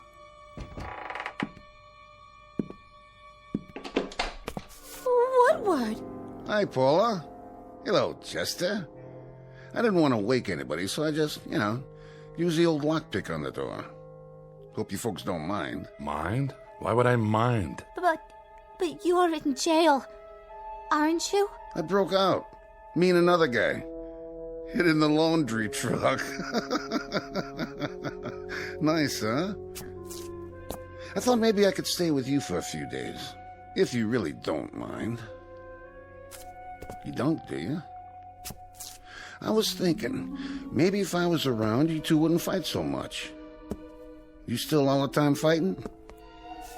Hey, what you got in your hand there? A picture. Yeah? Let me see. Well, will you look at that? Yep, there I am, standing right by the door. Wearing just what I'm wearing now, too. Same clothes. Ain't science wonderful? Do you know what you're saying? Sure I do. I think it's great to be able to get a picture of...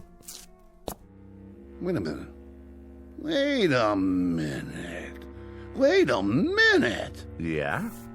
If I was outside the door... Uh-huh. And you was in here... That's right. But you already had this picture of me. Right. Standing right here. Inside the door. Yeah, and? Then... like... how come?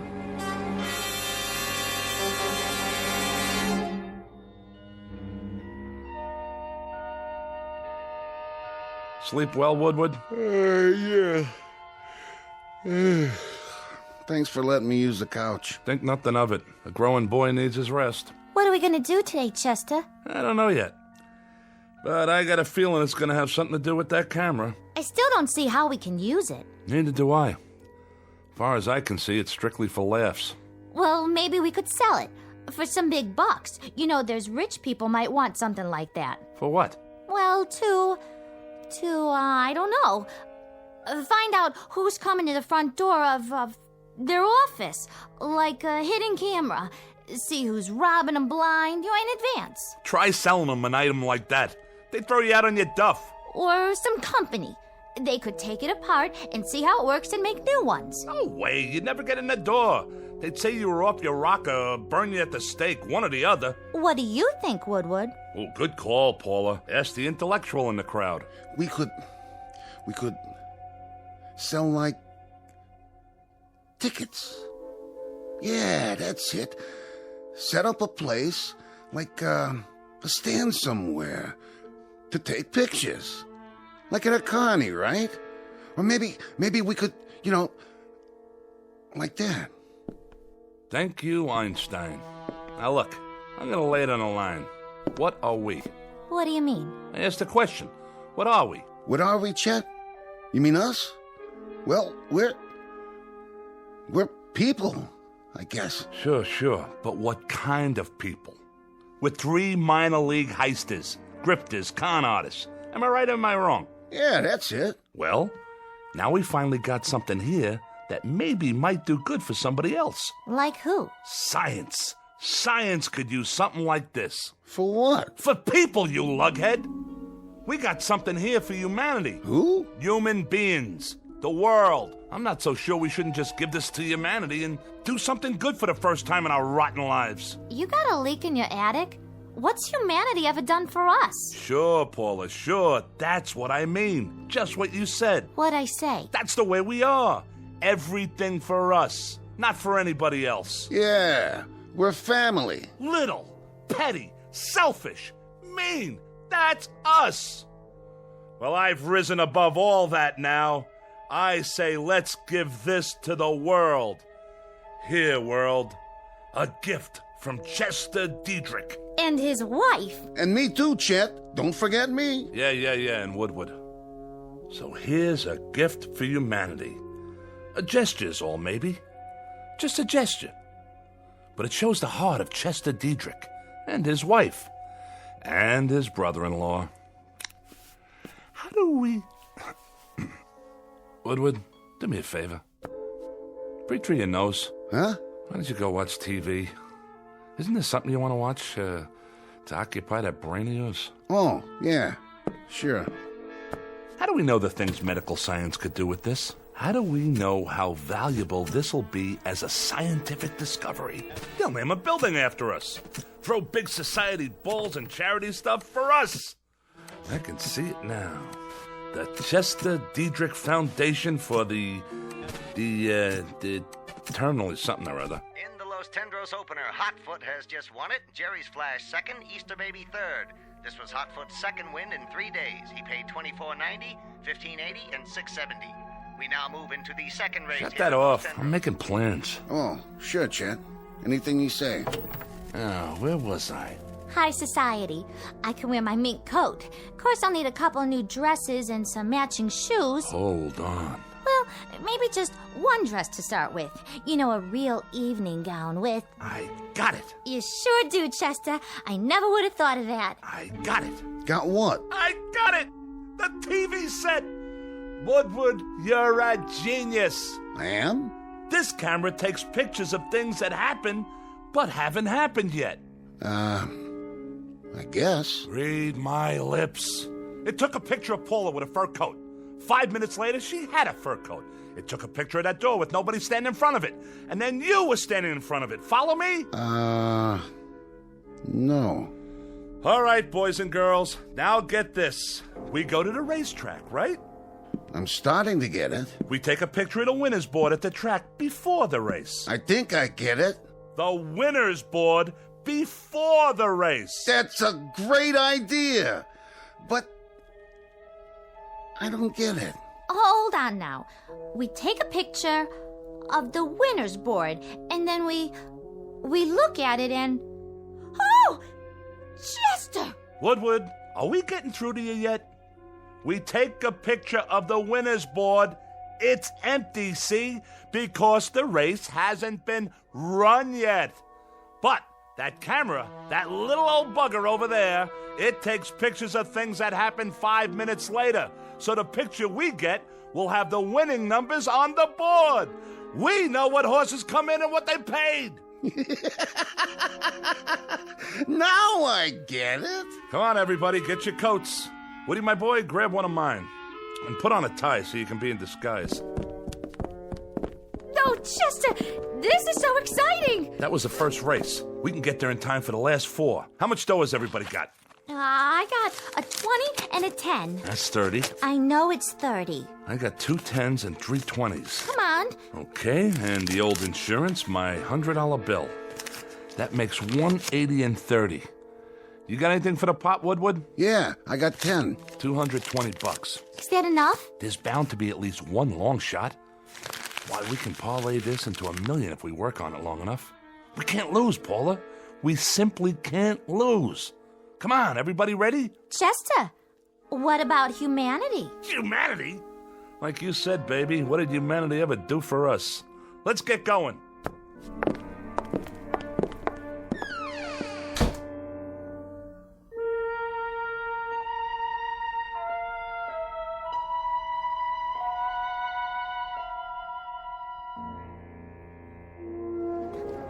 Give me the camera. Let me see. The camera. You brought it, didn't you? Right here, Chester. I was just teasing. I'll brace it on the rail to keep it steady. Oh, boy, Chet. Oh, boy, you got us an idea here. My ribs aren't bothering your elbow, are they? No, not at all. Then let loose of me. Let me get the picture. Did you get the board? I got it. Are you sure? I'm sure. Now what do we do? Now we wait for the picture to come out. Don't we have to develop it first? Take it to a drugstore or something? Oh, for crying out loud. No, see, it comes out of this little slot on the top. Yeah? Neat. Sometimes it takes a little while. How long? The race is gonna start pretty soon. All things come to him who waits. Oh. Which horse do you like? I don't know which one I like yet. On account of I haven't looked at the picture yet, okay? Uh-huh. I like the number 5 horse, Tinky Beggar. It suits you. Peanuts, hot dogs, get your red hots here. Over here! Oh, no. Wait 5 little minutes and you can buy all the hot dogs you want. Right now, everything we have goes on the horse. Which one? Well... Look at it. 6, 3, and 11. And look what 6 pays. $47.60 to win. Hand me the racing form. Here you go. Number 6. Tidy 2, that's number 6. Okay, kids, we bet our money on Tidy 2. I don't like the looks of that horse. He's walking real slow. Will you get it through that thick skull of yours? We can't lose. Stay right here, and don't let anything happen to that camera.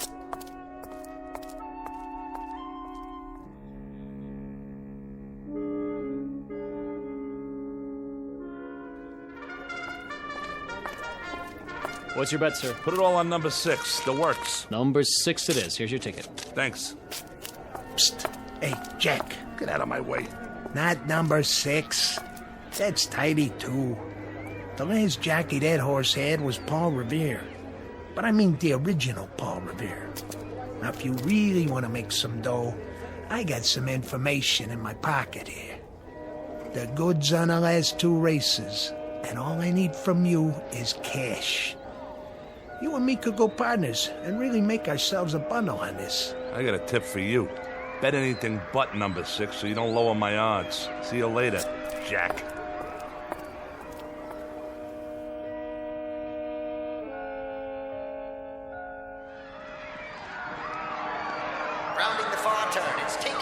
Sir Midas, Pink Gloves, Bart Jr., Lady Deck. Coming in the stretch, Tidy 2 coming up very fast on the outside. Now in the stretch, Tinky Beggar, Sir Midas, and Tidy 2 is third. Tidy 2 moving up. Tinky Beggar and Tidy 2 neck and neck. It's Tidy 2. It's Tidy 2 all the way.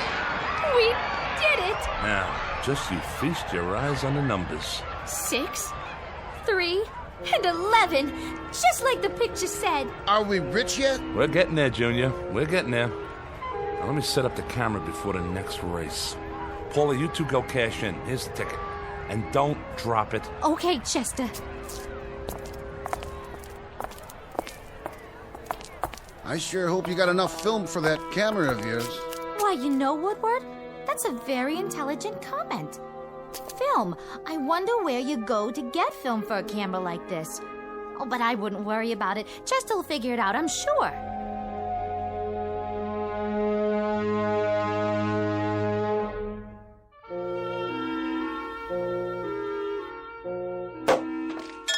Want another glass, Chester? Not now. I'm on the phone. Yeah? Yeah, but when can I get a delivery on something like that? No. I don't want the black one. It's gotta be yellow with black upholstery. Spoked wheels, Continental kit on the back, dual exhaust, power everything, the works. You got that? Now when can I get a delivery? All right, then order it. No. I'll pay you in cash. Come over with the papers tomorrow morning, we'll settle it then. How much did you say it was? No, I'm not backing out. I was just thinking. Maybe I ought to get 2. Huh? Well, you bring the papers. Fine. So long. It's the room service waiter. Are you done with your snack, Woodward? I ate the steak, but I can't finish all the chicken. I guess that'll hold me till dinner, though. Yes? I came for the dishes, madame. Right over there on the coffee table. Can you bring a couple of more bottles of champagne on the way back? Yes, madame, I can easily do that.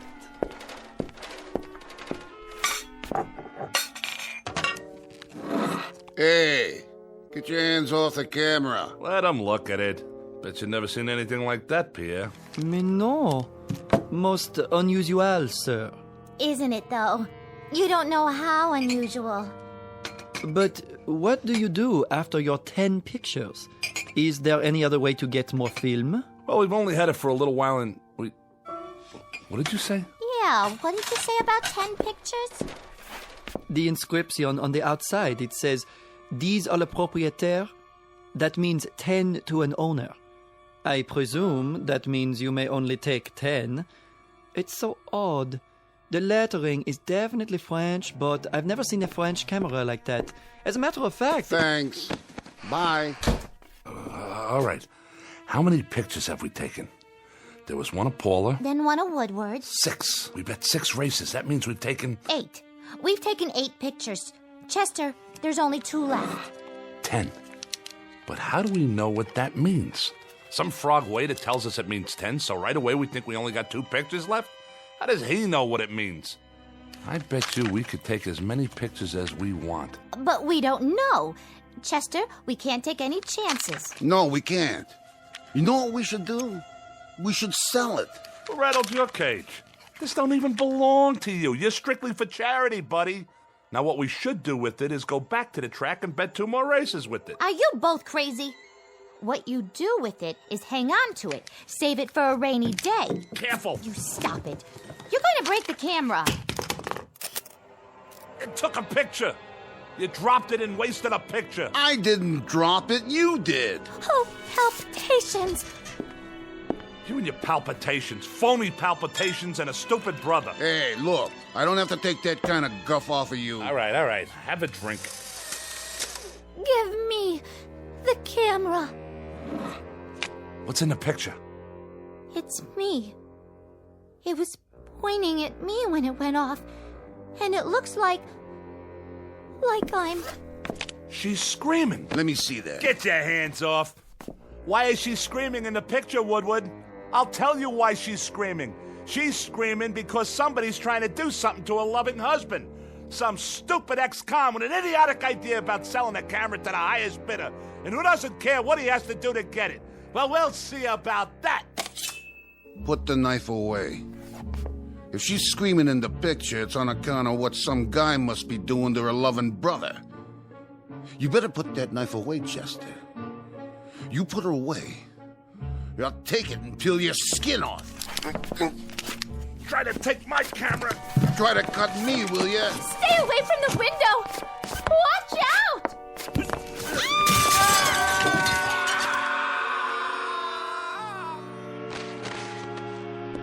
Oh, Chester!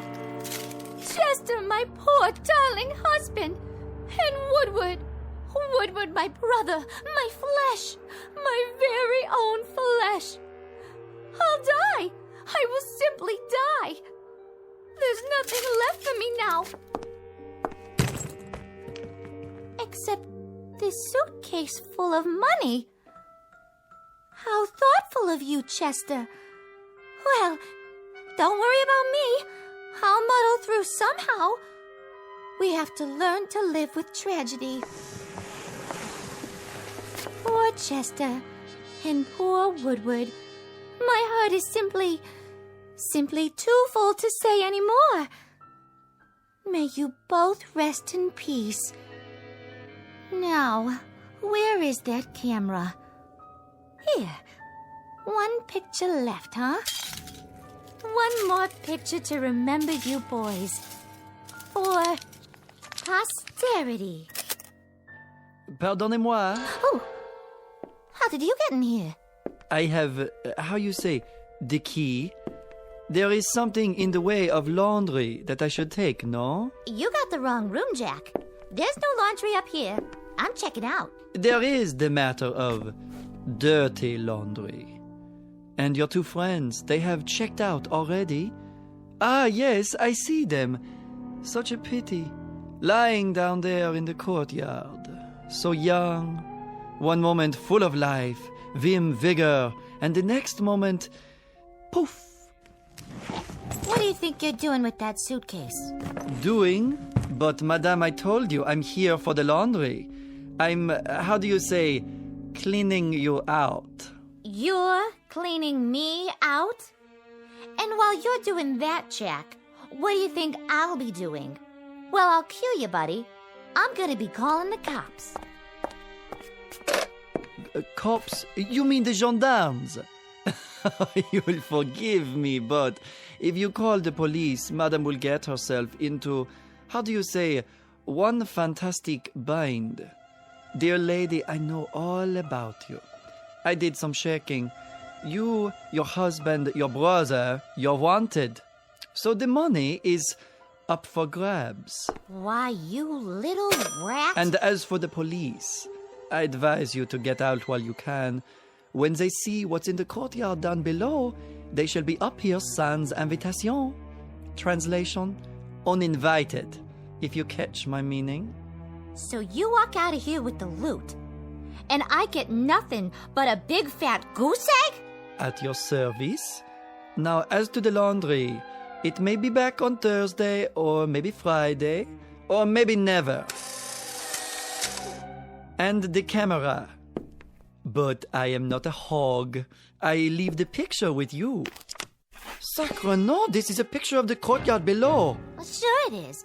I just took it. And if you don't mind, I think I'll just keep it. As a souvenir. But how can this be? In the picture, there are more than two bodies. More than two? Then who else is down there? Watch your step, madame. The broken glass. You will trip and hurt yourself.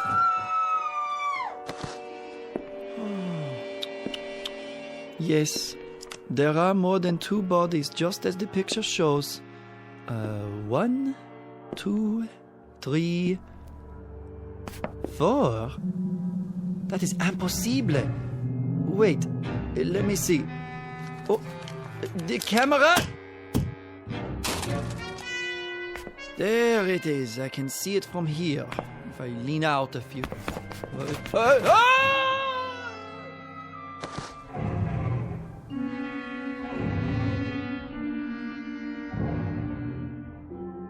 Object known as a camera. Vintage uncertain. Origin unknown.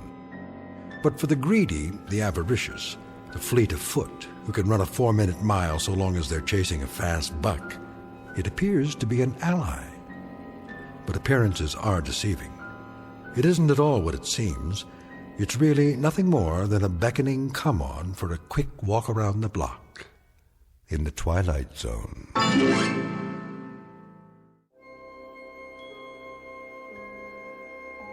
Hi, this is Carl Amari, producer of the Twilight Zone radio dramas. I'd like to take a moment to tell you about our official website at twilightzoneradio.com, where you'll get the latest news and information on these Twilight Zone radio dramas. Plus, at twilightzoneradio.com, you can digitally download 3 free episodes or any of our episodes for only $1.95 each. In this age of ever-changing technology, we've decided to make these episodes instantly available to you by making the Twilight Zone radio dramas a digital download-only series. This means that this series will no longer be offered on CD. The CD collections at our website are now being offered while supplies last at buy one, get one free. So be sure to get your favorites before they're sold out. Be sure to visit us often, and I'll see you in the zone.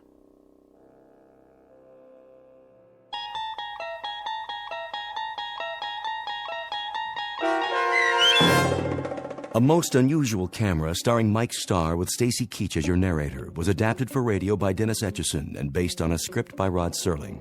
Heard in the cast were Alyssa Fraden, Rich Komanek, Brooke Reed, Christian Stolte, Turk Muller, Roger Wolski, Carl Amari, and Doug James.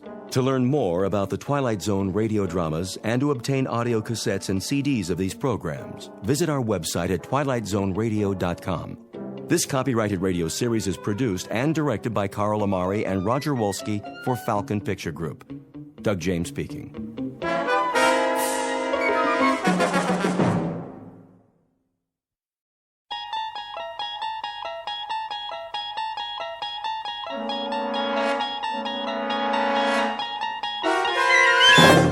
There is a fifth dimension beyond that which is known to man.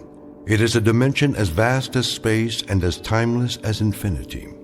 It is the middle ground between light and shadow, and it lies between the pit of man's fears and the summit of his knowledge. This is the dimension of imagination.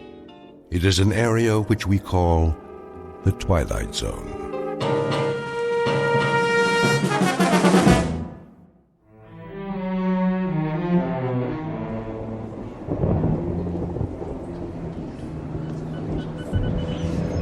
Last call, bus to Heart City, now departing from floor 2. Carry on luggage only.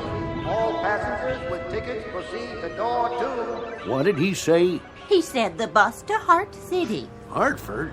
That us? No, dear. When's our bus? I don't know, Edward. Why don't you ask? Ask who? The nice man at the ticket window. I want a window seat. Yes, dear. If they don't give me a window seat, I'm not going. I'll stay right here on this bench all night if I have to. You can't do that. They won't let you. Won't let me sit by the window? Then you go on without me, Eleanor. Pardon me. Oh, hello, dear. I'm sorry to bother you. Not at all. Are you waiting for the Cortland bus by any chance? What did she say? Portland? Portland, Maine, or Portland, California? Neither, I'm sorry. We're going to the Elder Hostel in Fort Ritchie. My friend Mary went there last year, and she said it was lovely. I'll ask at the window. About your bus, too, if you like. Do you mind if I leave my suitcase here, just for a minute? Of course, dear. Oh, you know that. Thank you. I'll be right back. Excuse me. The bus to Cortland. What about her? It was due a half hour ago. Yep, a half hour ago. When will it be in? It's kind of hard to say. Road slick, maybe a bridge or two out. That's bound to screw up the schedule. Well, do you have any idea when it'll be in? She'll be in when she'll be in, that's all. I told you that the last time you asked, miss. The last time? The last time I asked you was right now. Look, all I want is a civil answer from you. You're getting a civil answer, miss. Trouble is, every 10 minutes, you're up here requiring one. The situation just doesn't change that rapidly. You want to know about the Cortland bus? It's late. It was late when you first asked me a half hour ago, late when you came back 15 minutes later, and it's late now. All the asking in the world ain't gonna push it none. This is the first time I've been at this window to ask. Either your eyes are bad, mister, or... My eyes are fine. I don't have any trouble reading the timetables, now do I? Maybe you're the one with the problem. Maybe you don't hear very well. Or maybe you don't remember things. Maybe you'd best see a doctor about that memory of yours. I don't need to see any doctor. Now, I've had just about enough of this conversation. Goodbye. And you needn't worry, I won't bother you any further. Here she comes again. Are you all right, dear? Yes, I'm fine. Oh, I forgot to ask for you. Ask about what? Your bus. You wanted to know about the one to Fort Ritchie. Oh, we don't need to know. You don't? I found that schedule you brought us before. That's nice. I'm glad, but I didn't bring it to you. What did she say? Oh, but you did. The first time you came over. You didn't ask us to watch your bag then. My bag? Yes, here it is. You were going to the window, but you didn't want to leave your bag here. Not the first time. And you're saying I spoke to you on 2 different occasions? That's right, about your bus. Is something the matter? No, nothing's the matter.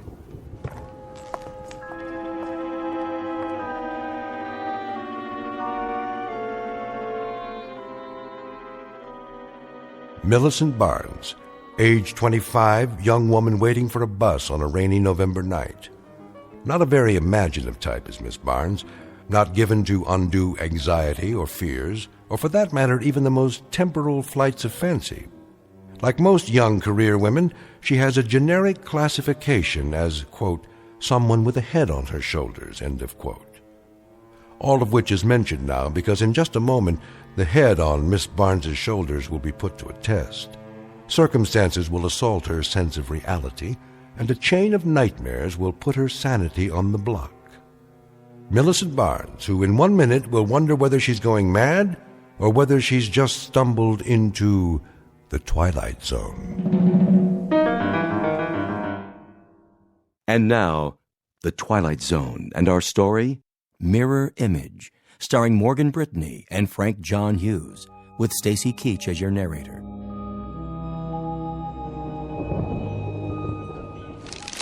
Well, shall we run through it again? Thank you, no. Good.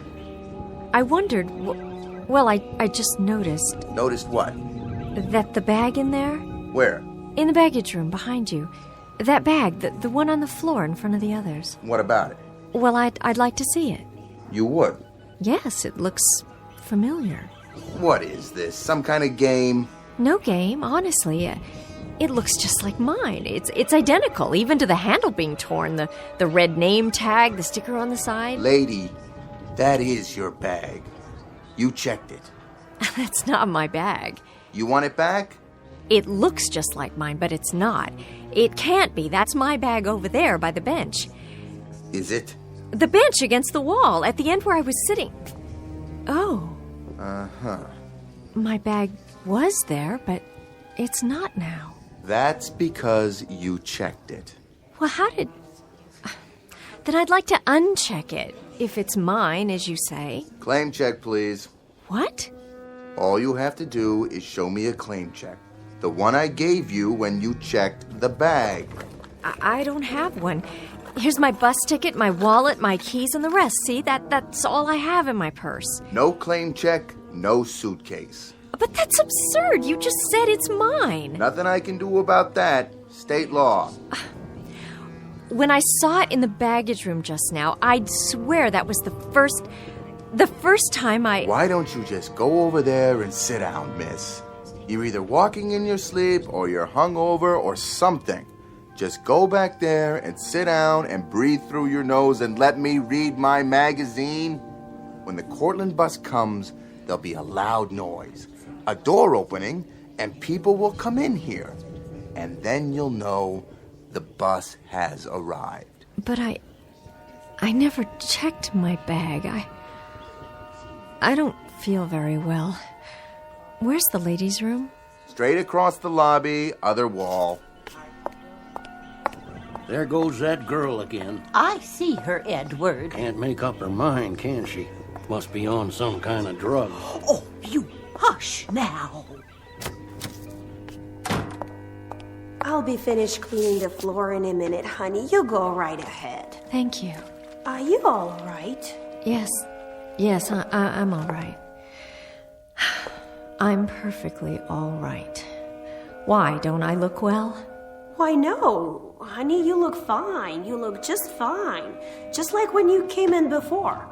What do you mean, before? You were in here just a few minutes ago, remember? That wasn't me. Sure was, honey. Same coat, same little rain hat. That was you, for sure. Not that many people in the station this time of night. Plus, I never forget a face. Look, I don't know what's going on around here. Somebody takes my bag, somebody says I'm always asking questions about the bus. Now you tell me I've been in here before and... Just take it easy now. Everything's going to be all right. Well, of course it is. There's nothing wrong to begin with. There isn't a thing wrong. I think the only problem around here is that you people need some sleep or something. You say I came in the ladies' room. Big as life. And then I suppose I walked back out into the waiting room, right into this very door. So far, yeah. Here, want to try? Oh, thank you. This guy's easy, though. Oh. Let me get you a cold cloth, honey. I don't think you're well. I don't need one, thank you. I must be overtired. That's it. But I'm going to be fine. Now, let's just do a quick reality check. Look out there. What for? Tell me what you see. Okay. Now, tell me about the woman. Tell me if... No woman. Are you sure? All I can see is a kid playing a video game. Hi. Oh, hi. I'm on level 13 again. That's nice. Whoa. I wanted to ask you, who were you talking to just now? Who do you think? Want to play, huh? Play? There goes. I lost. Oh, well. I might have another quarter in my purse. Four's enough. Is it? That's what you gave me already. I still got 2 left. Of course. And that was just a minute ago, wasn't it? Yeah, when you're coming out of, you know... The ladies' room? That guy at the window. He won't give me change, but you did.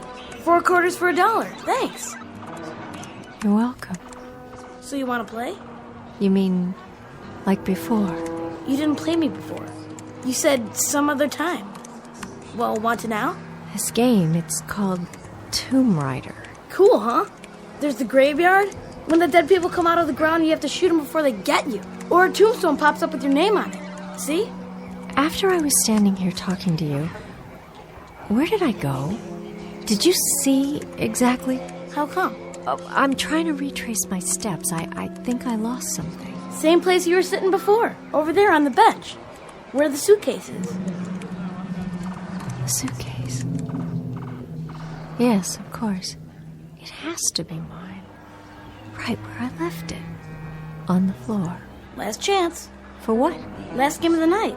Before they shut off the machine. Some other time. I gotta go home anyway. Home. Yes, you do that. Time to go home.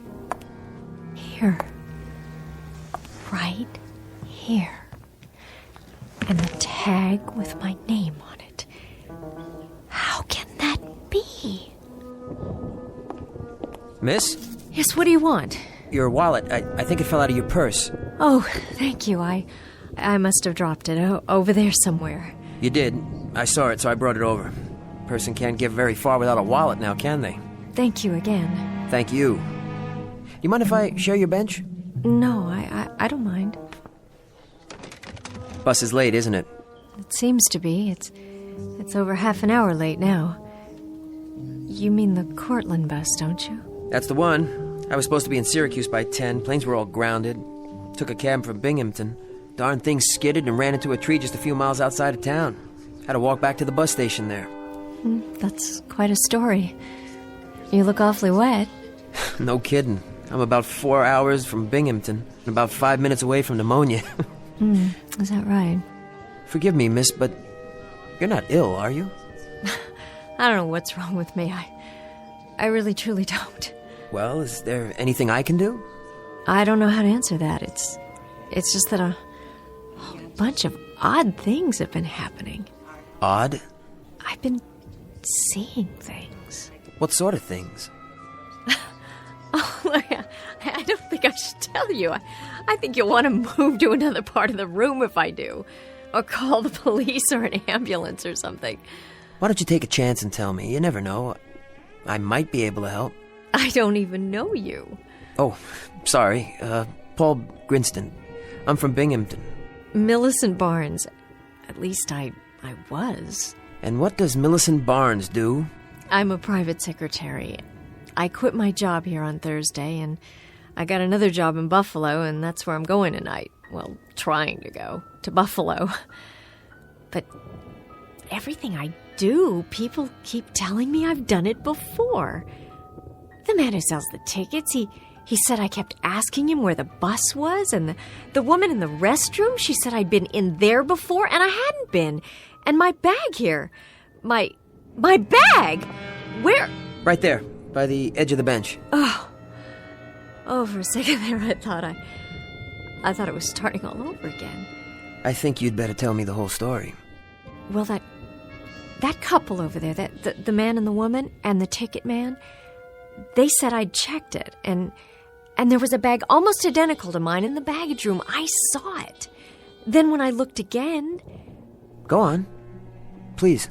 Well, it doesn't make any sense, but when I was in the ladies' room, there was a voice from out here, and I thought I heard... What did you hear? My own voice. I thought I heard myself talking to someone.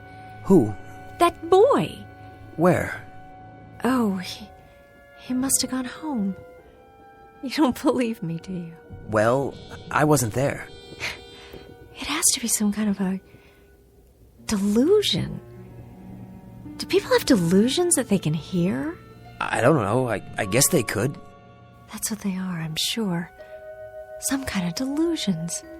But it isn't just hearing things and seeing things that don't exist. It isn't just that. Why did the old man selling tickets and that woman in the powder room and the couple on the bench and the boy playing the video machine, why did they all say they'd seen me before? I can't say. That's a tough one. What is happening? What on earth is happening to me? I must be sick. I must be running a fever, but I'm not even warm. I don't have a fever. No fever at all. Do I? Here, touch my hand. Can you feel me? Yes, I can feel you. You're really here if that's what you're worried about, and you don't have a fever. I'm not some sort of crazy person. Really, I'm not. I've never had any problem like this. I mean a problem with my mind or anything like that. Of course you haven't. And there is an explanation someplace. There's a reason. Maybe... Maybe what? Maybe there's someone here in this building who resembles you. Could be that, you know? Or maybe somebody playing a joke or something. Is that possible? No, that's too fantastic, and that doesn't explain the bags or anything. If there was someone, where is she now? This is a small bus station. Where is that person? When you get to Buffalo, will someone be there to meet you? Why, yes, I think so. I'm sure of it. A friend of mine. She's supposed to pick me up at the station. Maybe you should call ahead since we're running late. Let your friend know you won't be getting in for a while. Yes, that's a good idea. There's a payphone over there. Good. Oh, but I only have $1.25, and that man at the window... Here, this ought to be enough. I can give you this dollar bill. Forget it. Oh, you're very kind. I'll be over there. I'll watch your bag for you. Thank you so much. Good luck. Would you do one thing for me? Sure. What do you need? I need you to ask the man at the ticket window something. Would you mind? Not at all. Ask him if... But you don't have to ask him. Just look over his shoulder into the storage room where they keep the bags and see if there's one that looks like mine. The same handle, the same kind of tag hanging off it exactly. And if there is, tell me. Would you do that? No problem. I'll be right back.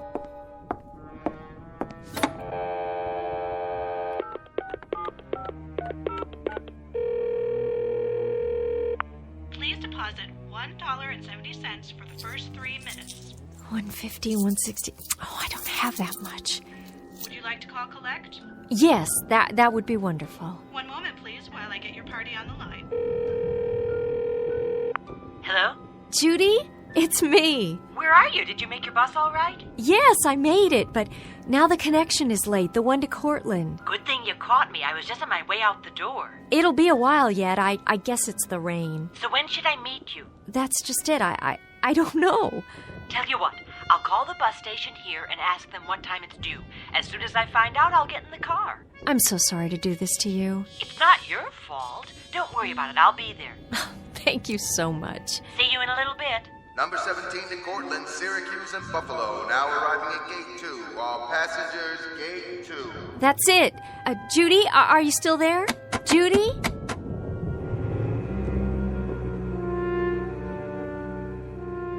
Gate 2, departing in 5 minutes. Need a ticket? No, I've got one. Luggage? What? You want to check any luggage? All I have is this briefcase. Go right through that door then. Line's outside. What time is it? Well, I don't know yet. It's finally here. I thought we'd have to stay in a motel. Hope the bridge didn't wash out. Well, better late than never. You can go now. Right. I have to wait for someone. I think she checked her bag. Could you look? Medium size, leather handle with a red tag on it, and a sticker on the side? You mean the young ladies? I don't see it. That's because she picked it up already. Took it through. No, I don't think so. I don't see it back there, but it's possible she didn't check it at all. Oh, she did all right. Picked it up as soon as I made the announcement, just before you walked up. Wait a minute. That's not true. No? She went to use the phone. Phone's over there. Nobody's using it now, see? How can that be? Glad to have her out of my hair, if you want to know. Real nervous type. Couldn't make up her mind. Number 17, Cortland, Syracuse, and Buffalo. Boarding now.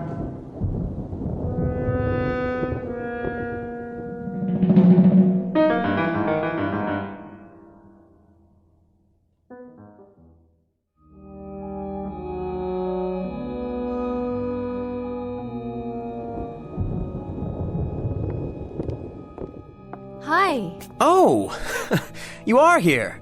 Where did you think I'd gone? To make a phone call, but... I did, and now the bus is here, at last. I guess we better get going. Let me get my bag. You're... Right here where I left it. Thanks for watching over it for me. Let me get that for you. Looks heavy. Oh, thank you. You're very nice. No problem. Really, you're being very kind to me. Oh, forget it. You're easy to be kind to. More than just kind. I mean... Come on. We don't want to miss it. Just set her down right there, ma'am. I'll put her in with the rest. Be careful now. It's got all my prescriptions. Don't you lose it. I won't lose it, ma'am. What goes in comes out. I'll even give you a claim check for it, okay? There you go. What did he say? Come along, Edward. Hello, sir. Hi. Want that in here? Yes, just this suitcase. Give the claim tag to the young lady. Oh, Something the matter, miss? look! What? That's my bag. He's got it. Not that one, the other one. The one that looks just like it. Where? In the luggage compartment, you see it? It's already been loaded on the bus. Who gave you that suitcase? Which one? With the red name tag on the handle, right there. Some woman? I don't remember. Try. What did she look like? Well, it's hard to say. Half a dozen people lined up all at once. Miss Barnes! Millicent, wait!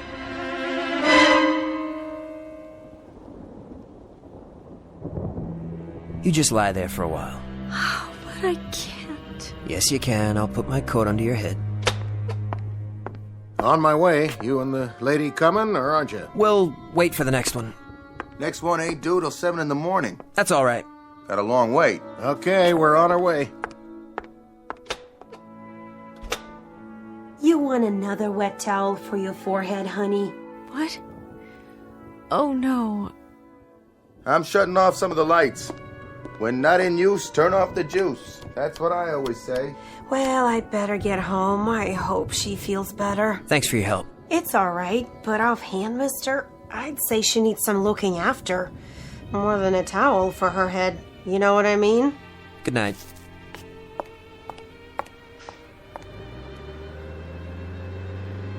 How are you doing? The bus. It couldn't wait, but there'll be another one. You didn't get on. I don't care. I'm this late already. A few more hours won't make any difference. It's quiet now. Nice and restful. So you can just take it easy on this bench here. Keep your feet up. Where are you going? Nowhere. I'll sit on the other end. Stay here. I wanted to tell you Yes? what I've been thinking about. Go ahead. Something. It's very odd, but I've been remembering something I heard or read a long time ago. I don't know where.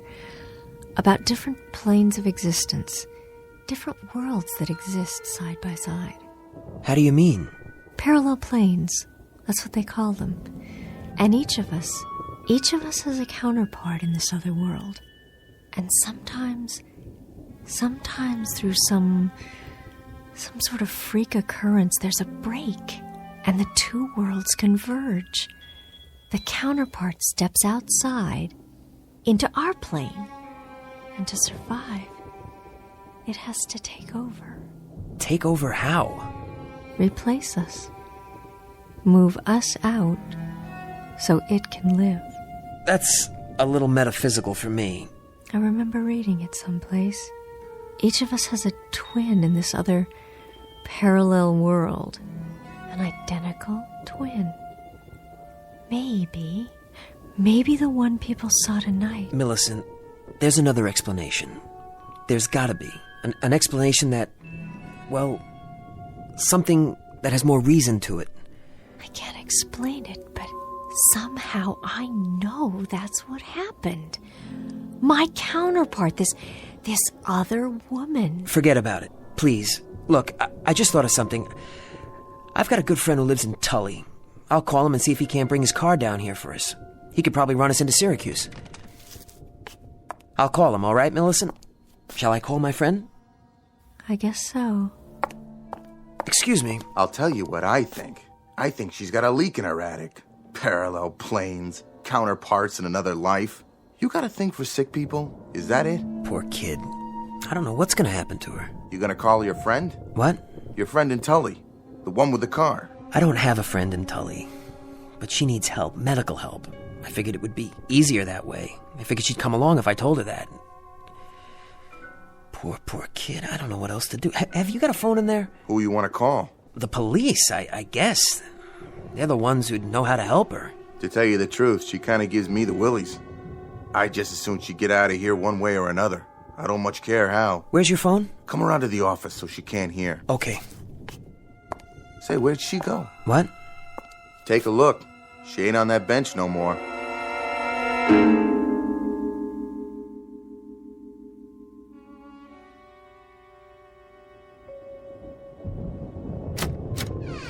Is anybody in there? Where are you? Where did you go? I know you're in here. Unless you really did get on that bus, but you didn't, did you? You're too clever for that. I only want to ask you a question. Then I'll go.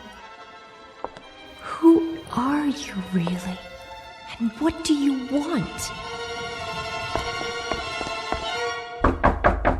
Millicent, are you in there? Yes? Oh, good. You had me worried there for a minute. I'm fine. I made the call. I just thought, it's let up outside. How about a breath of fresh air while we're waiting? All right. It's late. Yes, it is.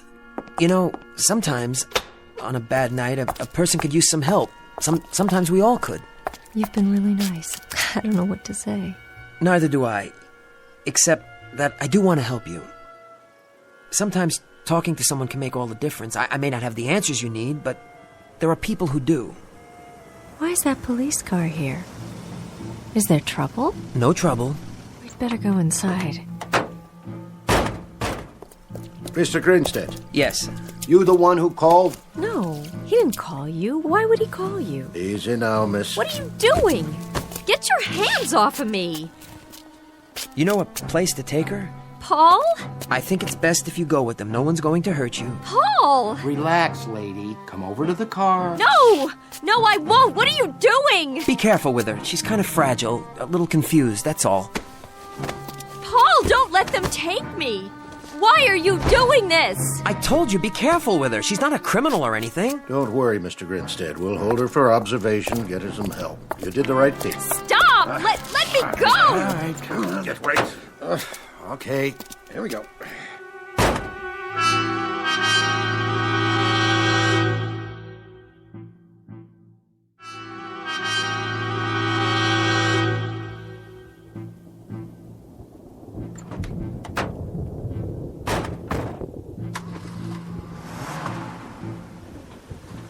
Millicent.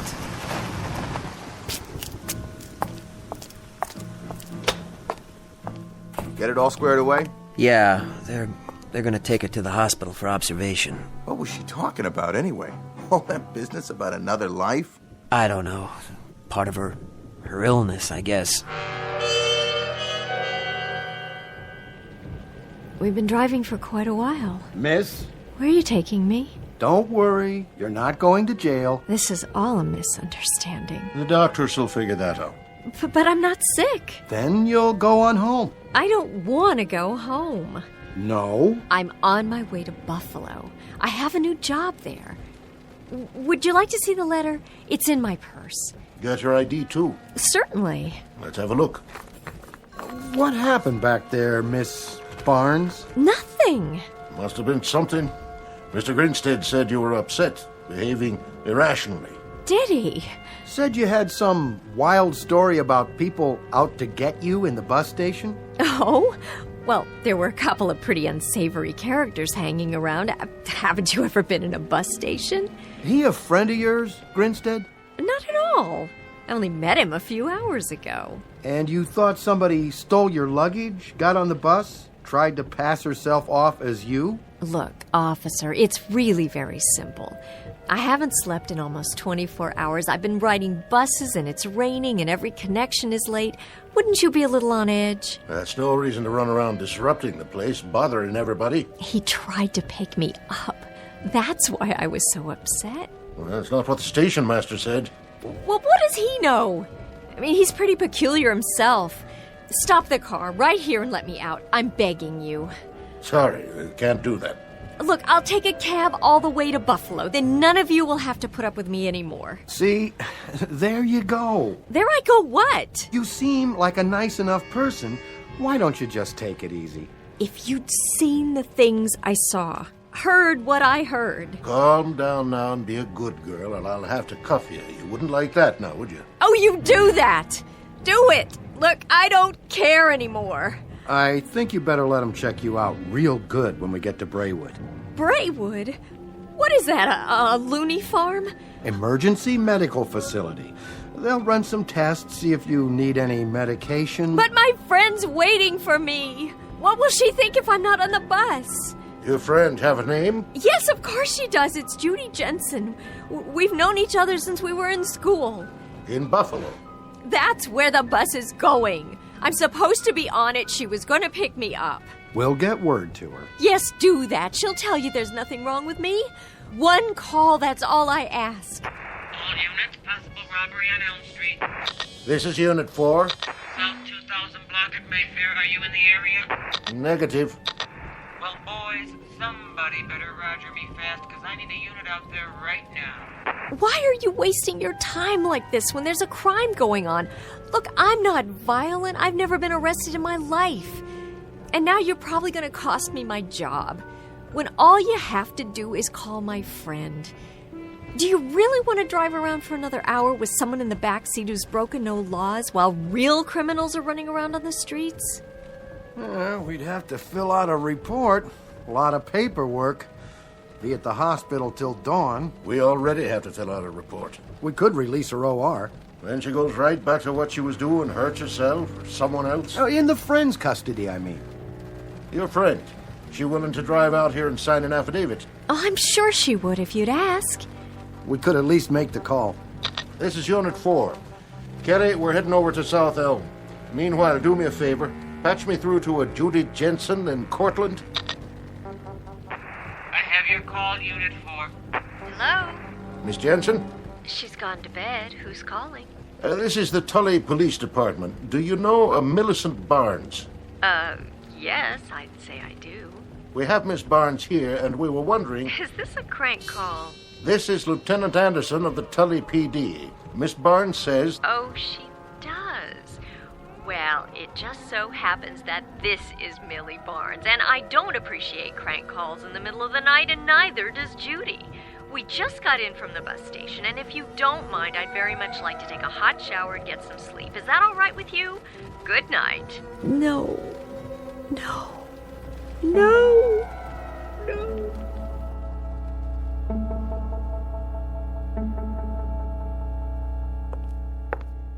You have any coffee? Vending machine, other side. When's the next bus? 7 o'clock? You got 4.5 hours. Take a snooze on the bench there if you want. You'll be all alone. No noise. I even shut off the video machine. This place is like a tomb between now and morning. Thanks. I might do that. You want to check your briefcase? No, I'll keep it with me. Thanks.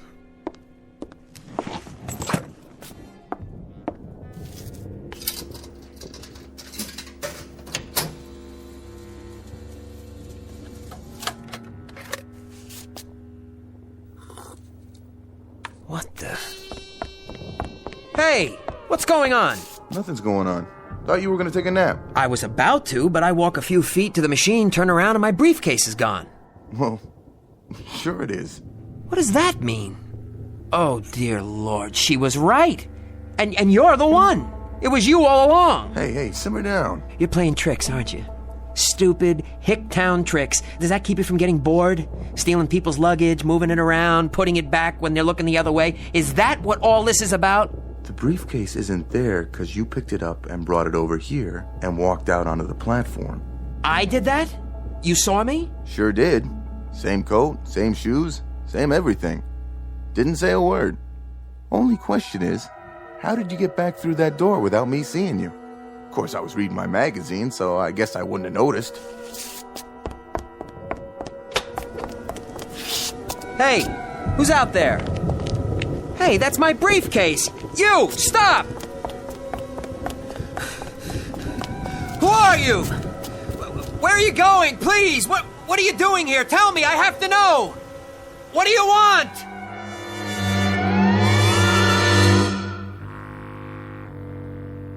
Obscure metaphysical explanation to cover a most disturbing phenomenon. Reasons dredged out of the shadows to explain away that which cannot be explained. Call it parallel planes, the myth of the Doppelganger, or just plain old-fashioned insanity. But whatever you call it, you'll probably find more where that came from if you take a good look around the next time you're forced to spend a cold, wet, particularly inhospitable night at a bus station or some similar out-of-the-way place, one that's located just over the borderlines of the Twilight Zone.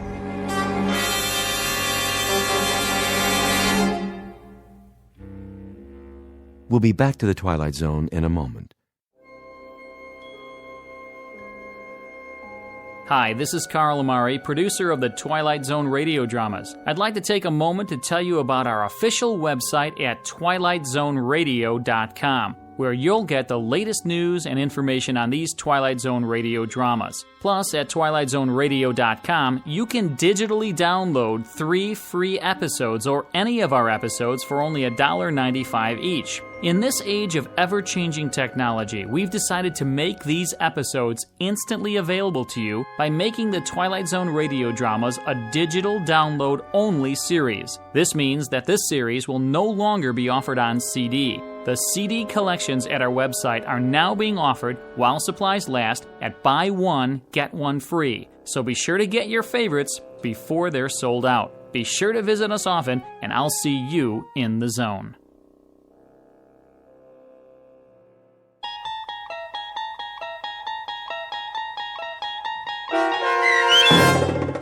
Mirror Image, starring Morgan Brittany and Frank John Hughes with Stacy Keach as your narrator, was adapted for radio by Dennis Etchison and based on a script by Rod Serling. Heard in the cast were Peter DeFaria, Richard Hensel, Peggy Roeder, Adam Tangway, Roderick Peoples, Doug James, and Natalia Reed. To learn more about the Twilight Zone radio dramas and to obtain audio cassettes and CDs of these programs, visit our website at twilightzoneradio.com. The producers of The Twilight Zone wish to thank CBS Enterprises, Carol Serling, Dennis Etchison, Dick Brescia Associates, Claire Simon Casting, Paul Patch, Terry Jennings, the American Forces Radio and Television Service, our sponsors, and our radio affiliates for helping make this series possible. This copyrighted radio series is produced and directed by Carl Amari and Roger Wolski for Falcon Picture Group. Doug James speaking.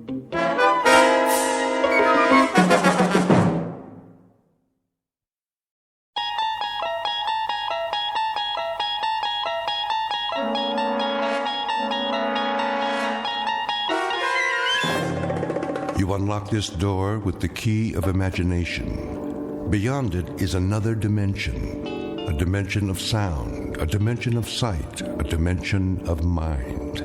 You're moving into a land of both shadow and substance, of things and ideas. You've just crossed over into the Twilight Zone.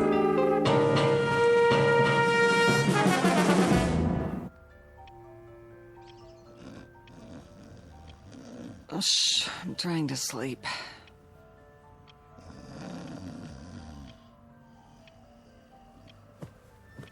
I said I'm sleeping. What?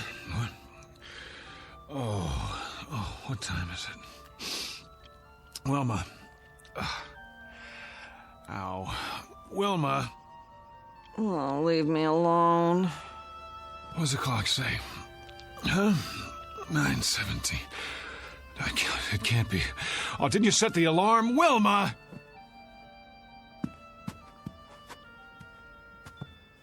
I've got to be at the bank. Do you know how late I am? Oh, great. Just great. I don't even take my clothes off. No more parties. Never again. Oh, be quiet about it. Sure, go on. Get your beauty sleep. You feel lousy. Never mind how I feel. So I'm late for work. So what? No skin off your nose, right?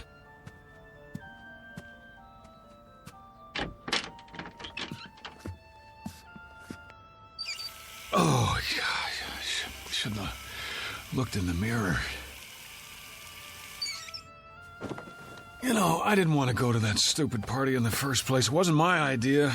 I wanted to stay home and read, but no, can't do that. Can't hurt old Petey's feelings, can we? Wouldn't be nice. So I go to work an hour late today. And you sack out till noon. That's fair, yeah, makes sense to me.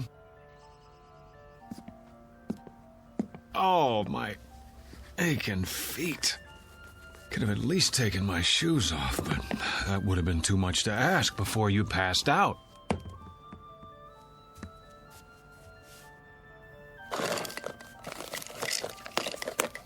Oh, boy. Rearranging my stuff again, huh? Okay, I give up. Where'd you put it? Wilma! Wilma, where's my razor? Would you please tell me that much? Oh. Hey, wake up! Leave me alone! Snap out of it. I'm late, I said. Come on! Get away from me! Never mind the dramatics. Just tell me what you've done with my razor and I'll clean up and get out of here. Then you can go back to sleep for as long... Don't do that! What's the matter with you? No! I'm not even touching you. Are you sick or something? Wilma, I asked you... Who are you? What kind of a question is that? How did you get in here? Well, as I dimly recall, I staggered in about 2 a.m. with you at my side. After that... What are you doing in my bedroom? Oh, you mean this isn't the YMCA? I suppose I could have slept on the couch if you wanted me to. Am I forgetting something? Did we have an argument? Because if we did, I'm afraid I... Get out of this house! Come on, honey, knock it off. I'm late enough as it is. Just tell me where you put the razor so I can shave, change my shirt. Out! Out! I'm in no mood for jokes. If you don't, I'll scream again, louder. Wilma! How do you know my name? It's on our marriage license, remember? Mister, I don't know what you think you're doing, but I've never seen you before in my life. Cameo of a man who has just lost his most valuable possession. He doesn't know it yet, but he's about to find out. In fact, he doesn't even know there's been a loss. Because, like most people, David Gurney has never given much thought to the matter of identity. But he's going to think about it from now on, because that is exactly what he's lost. and his search for it will take him through unknown territory in one of the darkest corners of the Twilight Zone. And now, The Twilight Zone and our story, Person or Persons Unknown, starring John Schneider with Stacy Keach as your narrator. Did you hear me? Get out! Because you've never seen me before. Now you don't even know your own husband. Oh, you're beautiful. What a time to go psycho on me. Now, look, whoever you are, I don't want any trouble. But if you don't get out of here, I am going to call the police. Easy, Wilma. Take a pill or something. Stay away from me! Go ahead. Call the police. Call the fire department. Call the paramedics. Tell them to bring an oxygen mask because there's a man here who's dying of a hangover. Oh, my head. I'm not bluffing. If you're not off that bed and out of this room by the time I count to 5, I'll make the call. I swear. 1, 2... Cut it out, will you? I've got a splitting headache. 3, 4, 5. This isn't funny anymore. Give me the police. Hello, police? I'd like to report a guy who... Give me that. Have you gone crazy? What are you gonna do? Kill me? I'll scream until the neighbors come. All of a sudden, I'm a stranger? I suppose I didn't buy this king-size brass bed and the lamp and the carpet and the wallpaper to go with it. If I didn't, who did? Santa Claus? Oh, you're insane! Boy, this is what I call a delayed reaction. 2 martinis at midnight and she gets drunk the next morning. Go back to bed, sleep it off. You cannot tell me what to do. You got it. I won't waste my breath. Now, what are you doing? Changing my clothes. What are your panties doing in my drawer? Your drawer? Where did you put my socks? If you don't keep your filthy hands out of my things... Filthy? Yeah, well, if I had time to take a shower... What in the name of... Those are my dresses! So I see. What did you do with my clothes? Oh... The Lord is my shepherd. All right, I'll wear what I had on last night, but if anyone says something at the bank, I'll tell them whose fault it is. My darling, brain-damaged wife with her defective sense of humor. Daily bread and forgive her. Sorry, trespasses as we forgive those who trespass. I'm going to work now. When I get back, you'd better have things straight again, understand? Do I make myself clear? The kingdom, and the power, and the glory, now. Goodbye. And forever. You gotta help me.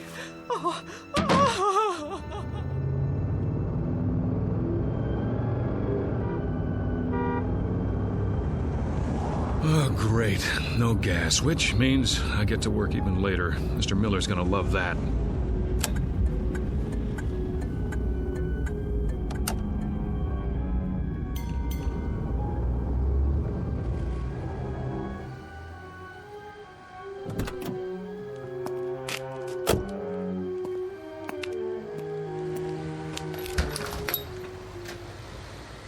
Come on.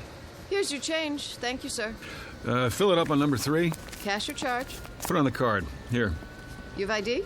Yes, I have ID. Every kind you want. Here, look, I'm in a hurry. Would you run the card while I pump the gas?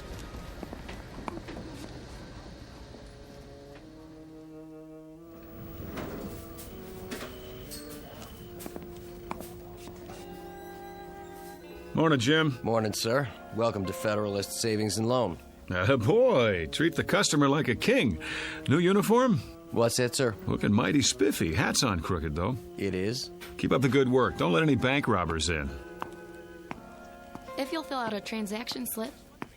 Who do I see about a loan? Morning, Julie. Fred. Bring back this loan application and I'll begin the procedure. Well, how long's it gonna take? Oh, no, not long. We can usually give you a decision in 72 hours. What in the... Well, see, I sort of need the money right away. I'll do my best, Mr. Klein. May I help you? George? I am Mr. Hurtubise, Assistant Vice President. Of course you are. Who's that? Sir? At the desk by the window. Why, that's Mr. Cooper, our Vice President. Well, would you mind telling me what Mr. Cooper is doing at my desk? Beg pardon? What is he, some trainee of all the... If you'll wait your turn, sir, Mr. Cooper's busy. Yeah, sure he is. What is this, George? April Fool's Day? I don't see why I have to fill this out. I already gave you all the information. I'm sorry, Mr. Klein, but without verifying your collateral, I'm afraid there's nothing we can do. You know how long I've had an account here? And you giving me the runaround? Well, maybe I'll just take my business somewhere else. What do you think of that?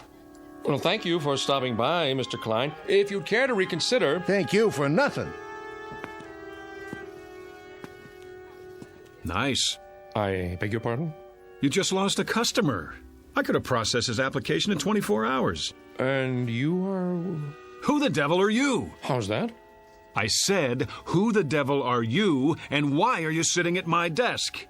Your desk? Yes, my desk. I've had about enough of this today. Get out of that chair. I'll do nothing of the kind. Friend, you'll get out of that chair, or I'll throw you out. Yes, I need security over here. Move. No need to get upset, friend. Oh, you don't think so? After the morning I've been through? Here, take this junk with you. Your pictures, your phony nameplate. I said take it! Trouble, Mr. Cooper. Would you show this man to the door? Knock it off, pal. You're the one who's leaving. Better come with me. Back off, Jim! This joke's gone far enough. He says it's his desk. Come on, sir. Let's settle this outside. There's nothing to be settled. I want my nameplate back and my pictures. What the hell did he do with them? Now, sir. Outside, I have to insist. Go ahead, insist. I'm not budging. Yes, you are. You're putting your hands on me? This is too much, Jim. I like you. You're a good security guard. But if you don't let go of my arm, you're out of a job. Outside. I said, let go of my arm. There! Now you are fired. Put your hands up. Put your gun away and get back to work. What's the matter with you people? Has everyone gone crazy? Up, over your head. I advise you to do as he says.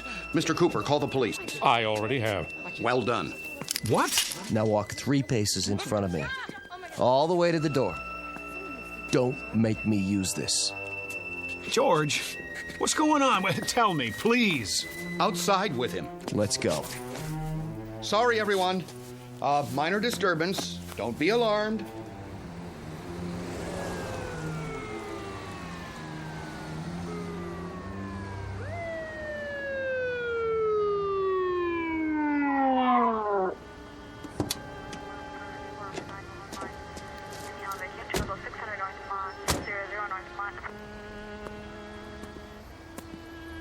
This the man? That's him.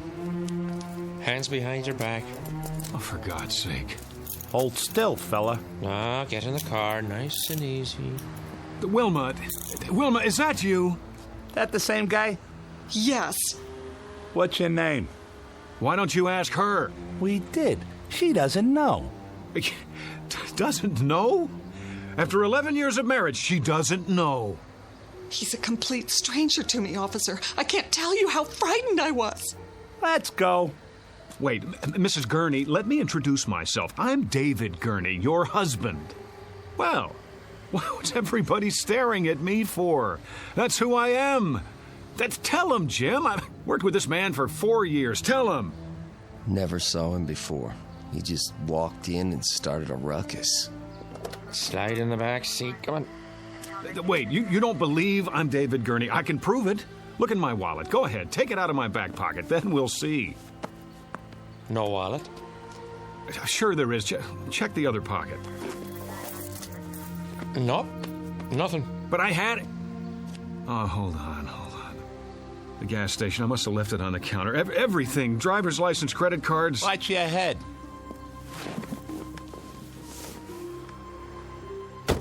You can't do this. Somebody tell them. My name is David Gurney. David Gurney.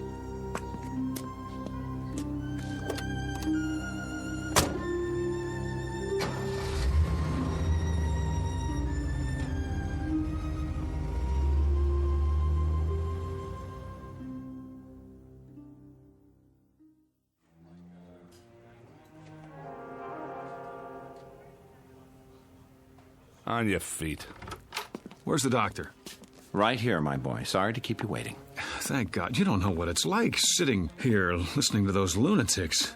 Well, I think I do. If you'd like to come with me? Let's move it. I see you people have finally come to your senses. Now you can sign the papers and I can go home. You're not going anywhere. Not just yet. What is this, a jail? No. I thought you understood that. It's not part of the penal system.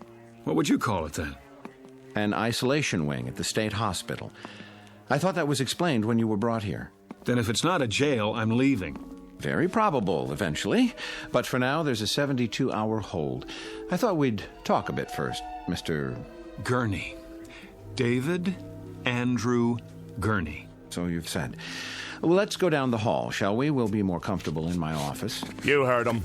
You don't have to manhandle me. It's all right. He's not dangerous. If you say so. Please, follow me.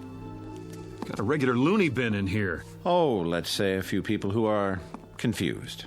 I think of it as a kind of hotel for the weary mind. Yeah, only they can't check out. Actually, most of them will be released. A few are violent, but you're not like those, are you? Well, I should hope not. Come in, Mr. I suppose I must call you Mr. X for now. I told the officers who I am. I've told everyone. Please have a seat. Where's the couch? I'm afraid you've seen too many movies. Of course, if the chair is not comfortable. It'll do. I just want to get this over with and go home. And where is that? I've been through this before. You still insist that you live in Miss Berenson's condominium and that you are her husband. Yet she's unmarried. We've checked. How do you account for that? I don't care what she says. I know who I am. No need to get upset. Everybody's telling me I'm not who I think I am. But what do you expect me to do? Relax? It must be a challenge to your belief system. But if I'm to help you, then you've got to come to terms with the facts. And what are the facts? Couldn't say just yet. The police are running your fingerprints, and then we'll have something to work with. But for now, this person you think you are, we know that he doesn't exist, except in your mind. Oh, we know that, do we? It seems that you've invented him, whether out of whole cloth or people you've known. You're lying. And why would I do that? I don't know, but you are. You've got to be. A man can't live for 40 years and all of a sudden... Is that how old you are, 40? Yes. And then, just because he loses his driver's license... We're checking the place where you say you left it. But it wasn't just that. Everyone at the bank agrees that... You put a lot of stock in everyone else's opinions. How about mine? Well, we must begin somewhere. Consensus matters, doesn't it? Surely you can see... I see that they're all lying. That's what I see. How can you be sure they're not telling the truth? At least as they see it. That's what I'm doing. So you believe they live in a different world, a world with different rules, a different history. I don't have any idea, but I know what I know. Ah, there's the conflict, you see.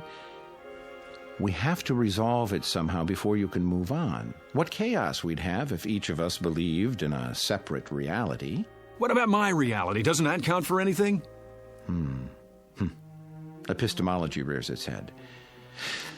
You're obviously an educated man. Perhaps if you'd provide a list of the schools you've attended, we can contact them. Unless you believe their files have all been corrupted somehow. All right, let's go over it again. I live at 2457 Lime Rock Avenue, Los Angeles, California. But we've established that Miss Berenson lives there. Her name is not Berenson, it's Gurney, and she's married to me. In fact, she is not married to anyone. Oh, that's a fact, is it? Her name is on the lease. She has ID, car registration. Let me see it. Well, that can be arranged. But for the time being, I'm afraid the burden of proof is on you. Oh, that's reasonable. How can I prove anything while I'm in here? Could you prove who you are? Could anyone? But I'm surrounded by a staff who know me. The people in those rooms down the hall, their voices in the wilderness. Eventually, they're going to have to come around, acknowledge the commonly agreed upon reality, or they'll be sent somewhere for long-term treatment. You don't want that, do you? What choice do I have? There's always a choice. It's up to you. There's a man here who says his name is Winston Churchill. I've shown him pictures of the real Churchill, but he's sticking to his story. So he won't be going home anytime soon. The same with his neighbor, Florence Nightingale, and her buddy, Jack the Ripper. He thought he was Jesus of Nazareth yesterday. Maybe he'll come around. I hope so, because the sanitariums are full of Jesus Christs. It's a real strain on the budget. So please, don't make it hard on yourself. The choice is yours. Pretty cut and dried. Either I prove who I am, or I give up my identity in order to get out of here. You don't have an identity at the moment. That's the issue in a nutshell. Let me use the phone. All right. It's about time. I'll turn on the speakerphone so we can both hear. Agreed? Agreed.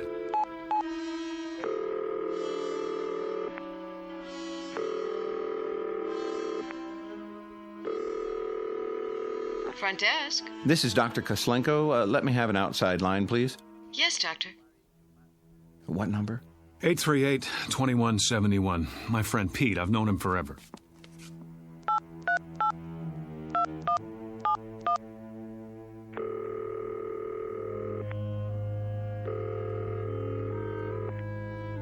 Hello? Hello, Pete. Yeah? Who's this? It's Dave. Look, you don't know how glad I am to hear your voice. Listen. Dave who? Pete, for God's sake, Dave Gurney. Wilma and I were at your place last night. Don't kid around. I think you have the wrong number, fella. But we went to school together. He's my best friend. Care to try someone else? Let's just cut through all this. Call 272-3478. Ask for Mrs. Gurney. Very well.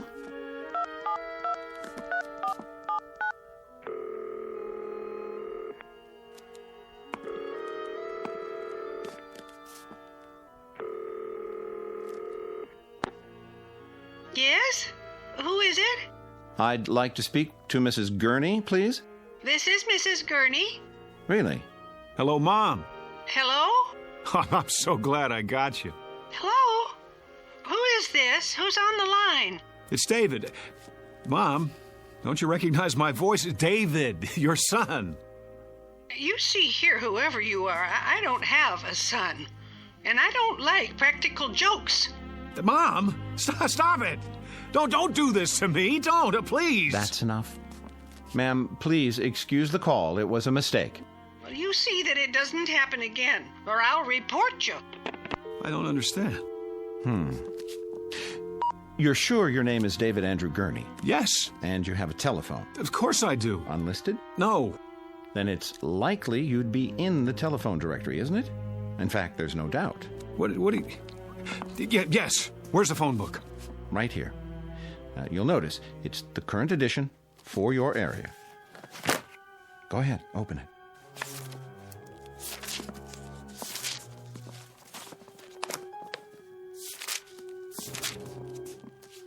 Gurney, Bertram J, 26837 Broadview, no. Elizabeth Y, 6578 Logan Street, Van Nuys. Well? It's not here. I believe that's called evidence. Now, are you ready to consider an alternative? But if I'm not David Gurney, then who am I? That's what we're going to find out. Now the real work begins. In other words, I'm crazy, just like the guy who thinks he's Jack the Ripper? That's what you're telling me? Well, let's say temporarily disoriented. It's not uncommon when one is under stress. I know it must be difficult to accept, but looking at it logically, could there be any other explanation? Sometime last night, you suffered a break, became confused, entered Miss Berenson's apartment. No, for some reason that's what you want me to believe, but it isn't true. Because in spite of everything, I know who I am. If I don't know that, I don't know anything. Oh, I was afraid of that. You know, I've been through this a great many times. Too many. And it's what I was trained to do, and I'm very good at it. Always ends up the same way. With the patient either returning to a normal productive life or entering into a lifetime of treatment. Why? Because they won't break? Hear me out. We're not playing around in here. I can give you a prescription for drugs, set up a schedule of visits, but it's maintenance, that's all. The bottom line is it's up to you. If you behave that way, you become that sort of animal. My name is David Gurney. I live at 2457 Lime Rock Avenue. Look out the window. You see all those people on the grounds walking back and forth? Some of them look normal enough, some of them look like zombies. But all of them are here for the long haul. It's such a waste of time, money, human lives. Don't do this. You're an intelligent, educated man. The system is what it is. You can't beat it. Take my advice. Learn to play ball right now, before it's too late. Or else... Not this way. What other way is there? I have to know. Do you understand? Either I am crazy, or somebody's gone to a lot of trouble to blot me out. Use your brain. Why would anyone want to blot you out? How should I know? What, the CIA? This is not a spy novel. Whoever or whatever it is, they can rig all the phone books in the world and they can pay off everybody who ever knew me, but there's one thing they can't do. They can't get inside my mind, and they can't think of everything. What do you mean? Something even Wilma doesn't know about. I just realized there's still one way to prove who I am. Well, I'll be happy to take it under consideration. Sure you will. Stand back. I'm going to make sure I get there first. Get away from the window. No, out of my wait. way.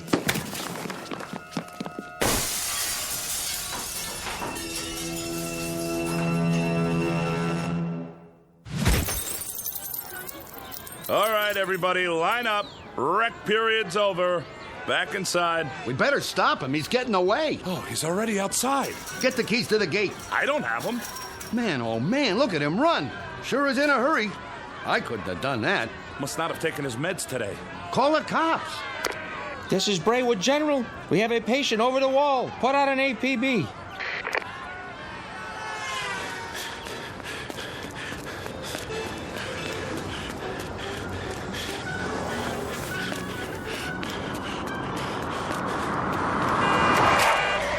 Hey, buddy, get out of the way. Give me a lift. Yeah, sure. I have to get out of here. Yeah? Well, call a cab. I don't have any money. Did you help me? Sorry, buddy. Get out. I need it. Get out. Hey, what are you doing? Then slide over. I'm in a hurry. Hey, look, man. I don't want any trouble, okay?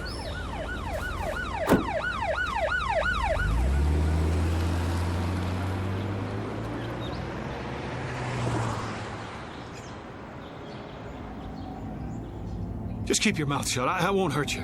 Hey, who's after you? The cops? Huh?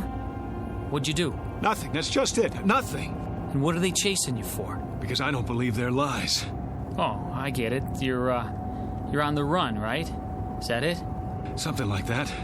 It's okay, man. I'll play ball. Just stay calm, okay? Turn right there. There's an alley. Oh, thanks, kid. Look, where do you want to go? Downtown L.A. You know how to get there from here? Sure, but don't take the freeway. Go the back streets. I'll show you.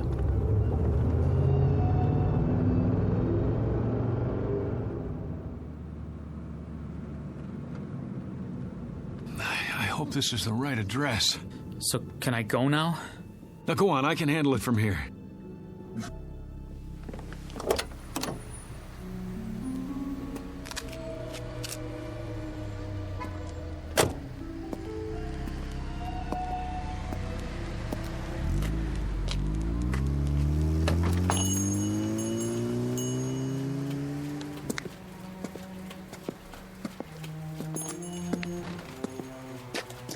Can I help you? Oh, I sure hope so. This is the place where people pick up photos, right? Sure is. Good. I thought I got it right. You have a receipt? What? The receipt for the photo. Did someone take your picture? That's right. And he told you to come here? It was in Griffith Park with my wife. We were walking past the merry-go-round. It was last Sunday. A man came by with one of those big cameras. Dave, that man just took our picture. Beautiful shot, too. What are you doing? Here you go, folks. I didn't say you could do that. Oh, there's no obligation. Take this ticket to Photos R Us. Address is right on it. If you like the picture, it won't cost you an arm and a leg. 8x10s, wallet size, 3x5. He gave you a ticket. Yeah, but I don't have it with me. Then I can't help you. We have hundreds of proof prints. That's what I need. Proof. Hold on. I can almost see the number in my mind. 670. Yeah. That's it. 6708777. I remember because of the 4 sevens. Maybe your wife's got the ticket. No, she's forgotten about it. I was going to surprise her. Sunday, that would be the 14th. I'll check the files. You found it? This must be the one. Hey, let me have it. Wait, was that 4 sevens at the end or 3? There's only one way to find out. Yes! Is that it? Yes! Yes, that's it! Oh, you don't know how important this is to me. You okay, mister? I am now. That'll be $4.75 for the enlargement if you want extra prints. Hey, mister, you have to pay first. You. Hello, Mr. X. What are you doing here? I might ask you the same question. We've been following you since the hospital. I wanted to see where you'd go. What is this? All right, hands behind your back. Wait! Have any knives or weapons in your pocket? I said hold on! It's all right, officers. I'll take responsibility. The guy owes me money. Oh? $4.75 to be exact, plus sales tax. And do you know what for? I'm sure you're going to tell me. Proof that I'm not crazy. Really? And what kind of proof might that be? I told you they couldn't think of everything. Well, I was right. I suppose you found a signature or some such? That wouldn't be enough, would it? I could have signed it at any time. Correct. Or if it's something else, I could have printed it up or bought it like a fake driver's license. I doubt that you've had time. What about a photograph, Doctor? A picture of me, hand in hand with the woman who says she never laid eyes on me before this morning. Is there some way to explain that? What do you have there?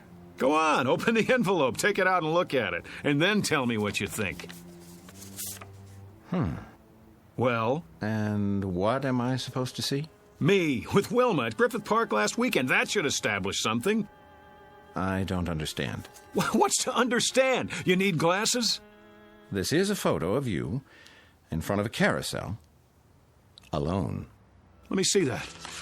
No, it was different a minute ago. A picture of 2 people, 2.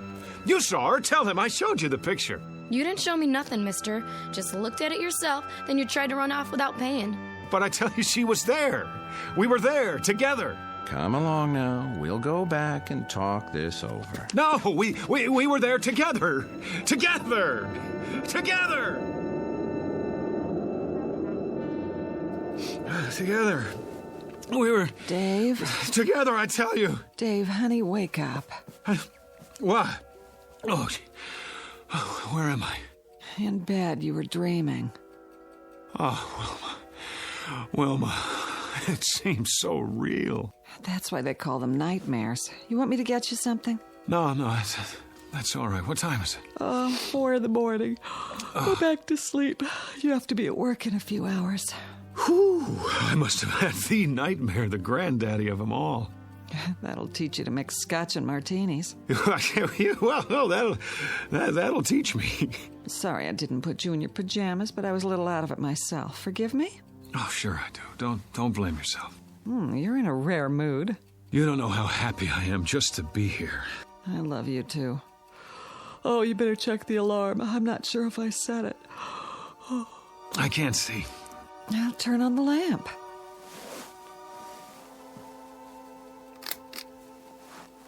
Oh, it was the worst dream I've ever had. I couldn't prove who I was, and you weren't yourself either. You were someone else, or you thought that I was. No matter how hard I tried, I couldn't convince you. It was so...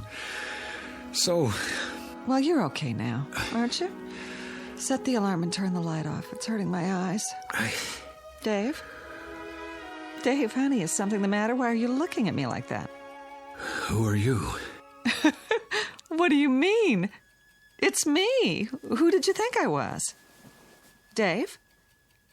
Dave, darling, You get out of this bed. Go on. Get away from me. Whoever you are, I swear, I've never seen you before in my life. Dave? Dave, don't act like this. You're scaring me. You're so pale. Are you sick? Dave? Dave? Dave! A case of mistaken identity? Or a nightmare turned inside out? A simple loss of memory or the end of the world for someone named David Andrew Gurney? At least he thinks that's his name. He doesn't know much of anything anymore, and he may never find what he's seeking because the truth is he's lost his way. But you can be sure he'll continue looking for it night after night in the Twilight Zone.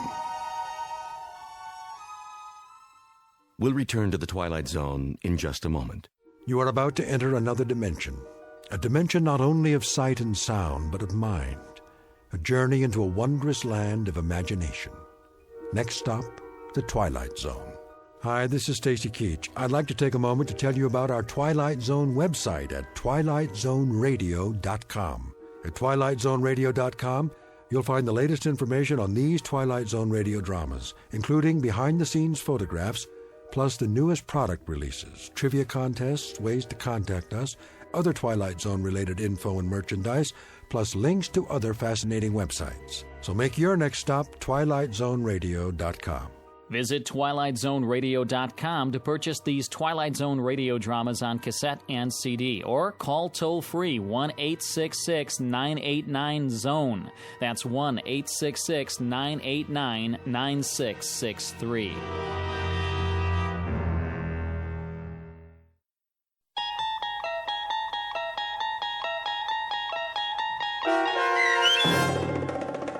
Person or Persons Unknown, starring John Schneider, with Stacy Keach as your narrator, was adapted for radio by Dennis Etchison and written for The Twilight Zone by Charles Beaumont.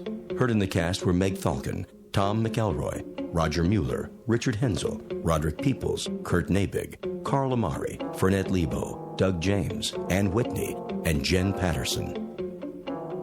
The producers of The Twilight Zone wish to thank CBS Enterprises and the Rod Serling Estate for making this series possible.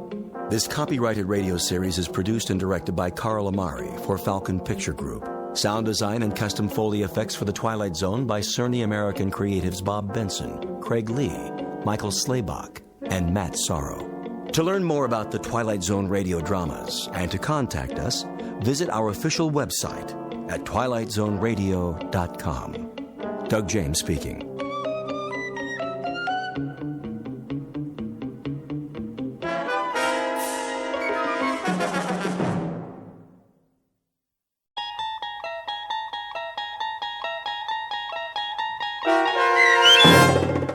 The Mind and the Matter, starring Hal Sparks, with Stacy Keach as your narrator, was adapted for radio by Dennis Etchison and written for The Twilight Zone by Rod Serling. Heard in the cast were Rich Komanek, Lisa Joyce, Jeff Lupetin, Doug James, Vince Amari, Meg Falcon, Roderick Peoples, C.J. Amari, Roger Wolski, Karen Olson, Carl Amari, and Lynn Foley. To learn more about the Twilight Zone radio dramas and to obtain audio cassettes and CDs of these programs, visit our website at twilightzoneradio.com. The producers of The Twilight Zone wish to thank CBS Enterprises, Carol Serling, Dennis Etchison, Dick Brescia Associates, Claire Simon Casting, Terry Jennings, XM Satellite Radio, Sirius Satellite Radio, our sponsors, and our radio affiliates for helping make this series possible. This copyrighted radio series is produced and directed by Carl Amari and Jason Mallow for Falcon Picture Group. Doug James speaking.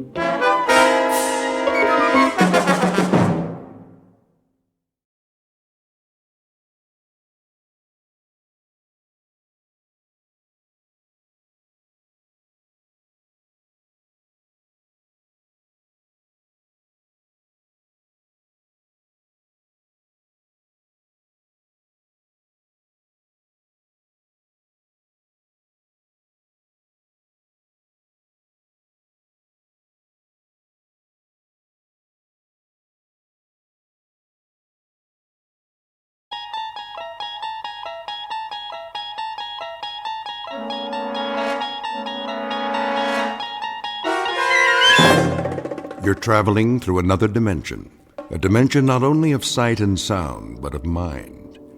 A journey into a wondrous land whose boundaries are those of imagination. Your next stop, the Twilight Zone.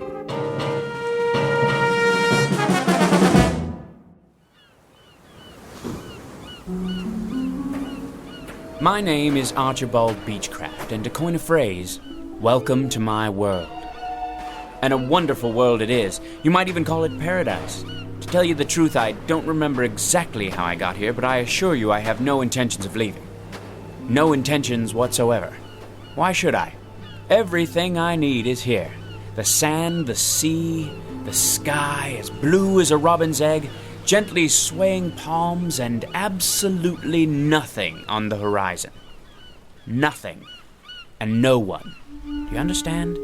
Not a soul in sight as far as the eye can see. Only the occasional bottle that washes up on the beach. Like this one. They're all the same, with a note inside, some poor soul scribbling a message for help. Whoever reads this, I am stranded on a desert island. Please send a rescue ship at once. Stranded? A rescue ship? The fool! Doesn't he know he's finally found peace? He's escaped from the crowds, the rat race, from civilization. Obviously an imbecile. Who would want to go back to that world? Cars, subways, buses, and people. Everywhere you look, yammering away, pushing and shoving till you can't breathe, can't think. No thanks. I've had my fill of people. If you don't mind, I'll live out my days like this. Alone. Quite blissfully alone. Except, of course, for Chi-Chi, the perfect companion. Never a word of disagreement. In fact, never a word of any kind, because, you see, he's a chimpanzee. And a very intelligent one. If I'm hungry, he brings me a banana. When I'm thirsty, he climbs a tree and picks a ripe coconut. Have you ever tasted fresh coconut milk? Oh, you must. It's really quite refreshing. Hold on, Chi-Chi. What's this? A footprint? Well, that means we're not alone after all. But how can that be? This is my world. Wait a minute. Whoever made this footprint, do you suppose his name might be Friday? If so, he'll speak an entirely different language. No communication whatsoever, and plenty of room for both of us. He'll have his half of the island, and I'll have mine. Unless, of course, Friday's a female. You think it's possible? Why, I don't see why not. A lovely native girl in a sarong with big brown eyes like a Walter Keane painting, and a tray of finger sandwiches, poi, that sort of thing. Maybe some Mai Tais. Who can't speak, of course. No, why should she? She'll live in her grass hut, and I'll live in mine, and we'll visit from time to time. An ideal arrangement, I'll give her a lei, a flower lei, whenever the spirit moves me. And when the spirit doesn't move me... Now where's that coming from? There aren't any telephones on my island. It can't be a telephone booth on the beach. Most ridiculous thing I've ever seen. Yes? Yes, who is it? Who in the... Hello, who's there? Hello? Who? Hello? Tropical Paradise, Beachcraft speaking. Hello? Hello? Oh, the alarm clock. I must have been dreaming again. What time is it? 6:30 already? This is my world, all right. And welcome to it. A brief, if somewhat jarring, introduction to Mr. Archibald Beachcraft, a child of his time, a product of the population explosion, and an unwilling inheritor of the legacy of progress. He has just begun his daily battle for survival in a world that cares not one whit for his happiness or sanity. But very soon, our hero will begin a one-man rebellion against this impersonal age, and to do so, he will enlist the help of certain unusual aids, of the sort found only in the Twilight Zone. And now, The Twilight Zone and our story, The Mind and the Matter, starring Hal Sparks, with Stacy Keach as your narrator.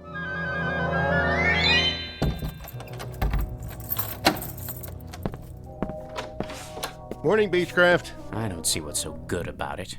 How's that? If you'll excuse me, I'm late. You're always late. Take it easy. You'll get there. I'm sure I will. And what an unmitigated joy that will be. 91, 92, 93. Stand aside. I don't have to. My mom said I could play. And I said move it. 94, 95, 96, 97. Why do you have to do that here, inside the building? Oh, you made me lose count. Now I have to start all over again. 1, 2, 3, 4. Get out of my way, you little wretch. Ma, that man called me a wretch.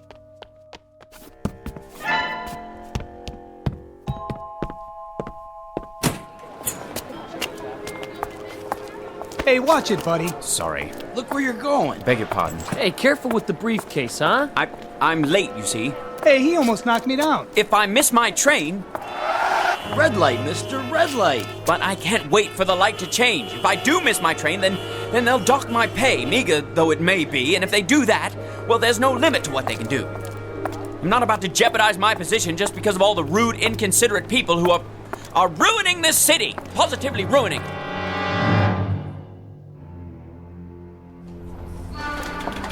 That's my train! Slow down, one at a time. But you see, officer, I absolutely must catch the 732 uptown. Keep your shirt on, pal. Let me through, please. Watch who you're pushing. You don't understand. This is my... Hands off, buddy. One person per token. I don't have a token. Well, then you better get one at the window. But I overslept. I'm late. One at a time, folks. Let's keep moving. Let me on, please. Hey, you stepped on my foot. Move to the back, please. This elevator's full. But I absolutely must get to the 15th floor. Why don't you wait for the next one? I can't wait. I'm late as it is. I said this one's full. Surely there's room for one more. Sorry, Beachcraft. If I could just squeeze in. Will you watch the elbow? I do apologize. Going up.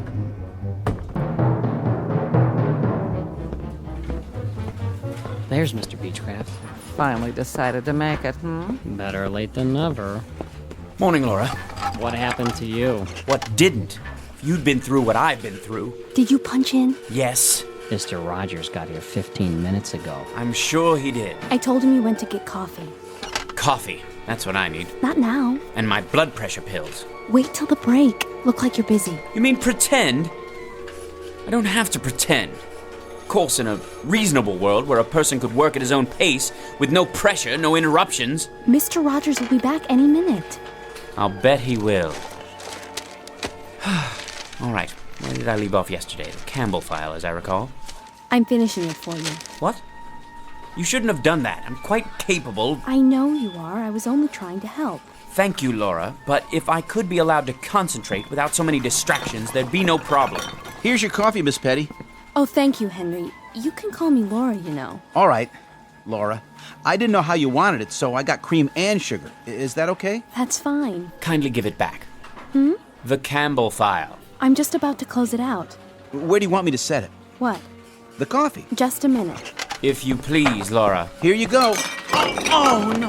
Why, you clumsy clod. Gosh, Mr. Beachcraft, I sure am sorry. You spilled it all over my jacket. Guess I didn't see you. That's precisely your problem. Try cold water before the stain sets. I'll get another cup. That's all right, Henry. No harm done.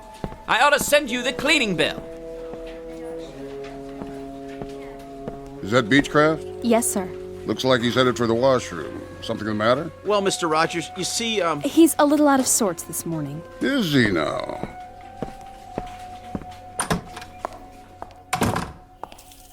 Feeling ill, Beachcraft? No, sir. Nothing like that. If you'll forgive an observation, you're not looking too well. I'm all right, Mr. Rogers. You look tired. You know, Beachcraft, keeping yourself fit is not only a personal responsibility. In a larger sense, it's part of your obligation to the firm that employs you. Healthy body, healthy mind, and so forth. I'm not unaware of that. Then why don't you pull yourself together, man? Get enough sleep at night. I try to, sir. Eat regular meals. Lots of fresh vegetables, greens. Oh, you can't beat those greens for vitamins. I'm a sprouts and spinach man myself. Are you? I'd have them for breakfast if I could. Believe me, Beachcraft, the secret is definitely in the greens. It's the color of power. I see. Not drinking, are you, Beachcraft? Touch of the old sauce? I don't drink, Mr. Rogers. Well, if you don't drink and you don't stay out late at night, you must not be watching your diet. From now on, see that you do. If you'd really like to know, Mr. Rogers, if you'd really like to know precisely why I'm so dead tired, try coming to work on the 7:32 subway train every morning, then jamming into an elevator with a herd of cattle, then trying to work in that den of cacophony you call an office. Take hold of yourself, Beachcraft. Then standing in line in that so-called cafeteria during that so-called lunch hour, which is never more than 42 minutes. Oh, that's really good for the digestion. Then getting trampled to death in the subway again at 5:38 every night. Then standing in line with more people at a Greasy Spoon restaurant, followed by another line at a movie or a concert or anywhere else I care to go. But always standing in line, always getting shoved, always getting jostled, always getting pushed around by more people. For goodness sakes, man, take hold. I'll take hold, Mr. Rogers. I'll take hold when I can achieve that milestone, that millennium, that absolute perfection that only comes with solitude. Understand? Solitude. That means no people. You read me, Mr. Rogers? They're the ultimate insult, and my problem is simply that I can't get away from them. At no time, except during the wondrous 7.5 hours I spend in my bed every night. And even then, I hear them outside. Hear what? People. Raucous, shrieking, shouting people. Herds, droves, legions, hosts, armies, bevies, flocks and coveys of people. I don't like that look in your eye, Beachcraft. I don't like it one bit. If I had my way, here's how I'd fix the universe. I'd eliminate them all. I mean, cross them off. Get rid of them. Send them packing. Destroy them. And then there'd be only one man left. Me. Archibald Beachcraft, Esquire. Let me out of here. You're quite mad. Do you know that, Beachcraft? You're either off or en route away from your rocker. Well, if I am, I very much prefer my madness to the so-called sanity around me. People, as far as I'm concerned, you can have them. If I had my way, I'd make them all disappear. Every last one. Well. Old Beachcraft's finally showing some gumption. Just the same, I'd best keep a close eye on him. A very close eye indeed.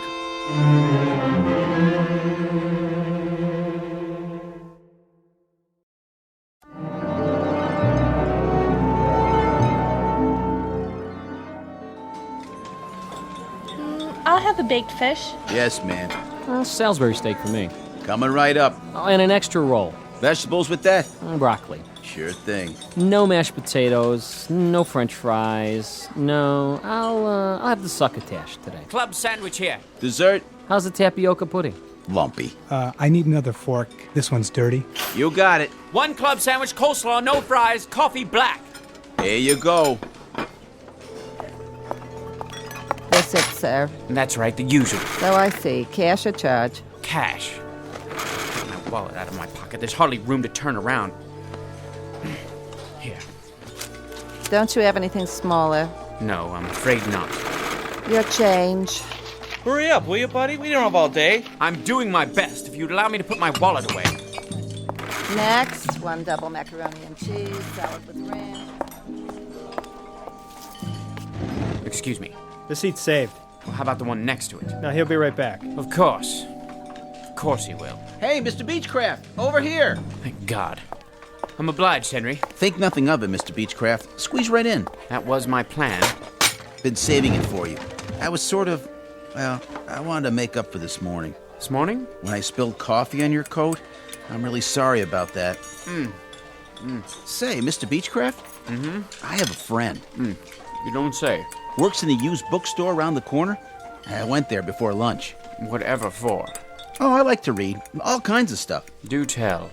Horror mostly. That's my favorite. Why am I not surprised? Some of those paperbacks are pretty cool, you know? There was one about these giant worms that live in the sub-basement of an office building.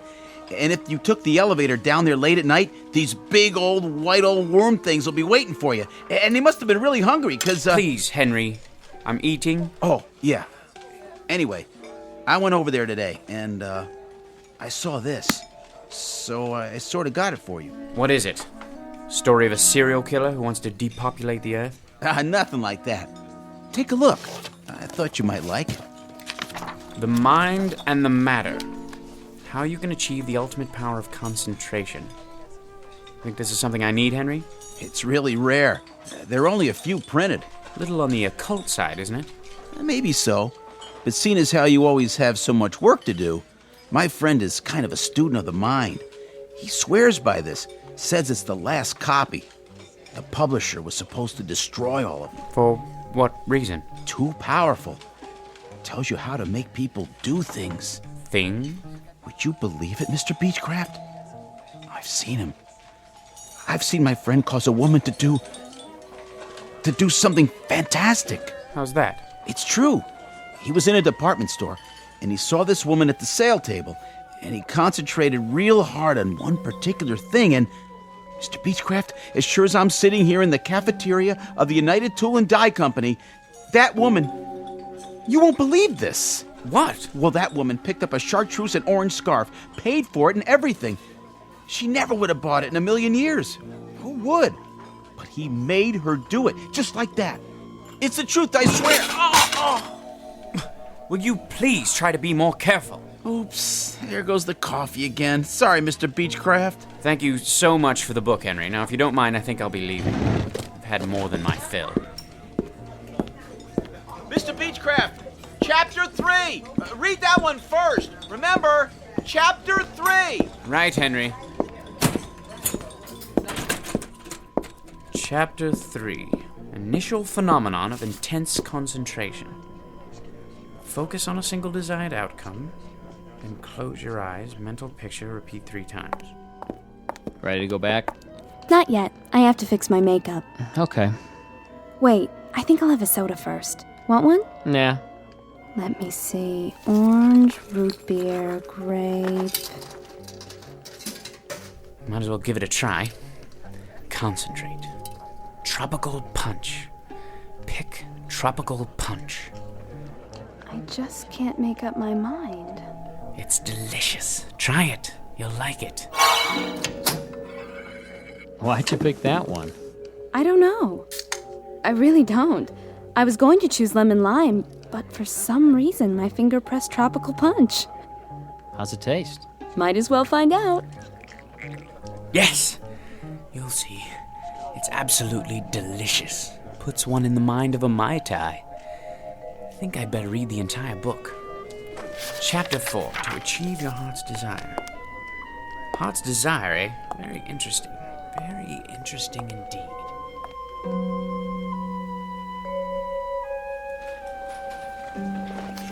The most important element is concentration. Blot out the quotidian irrelevancies that pollute your day. Quotidian? Nice vocabulary. Mr. Beachcraft? The science of the mind requires absolute adherence to the following rules. Mr. Beachcraft? What is it, Laura? Did you turn in the Campbell file? Campbell? John R. From this morning.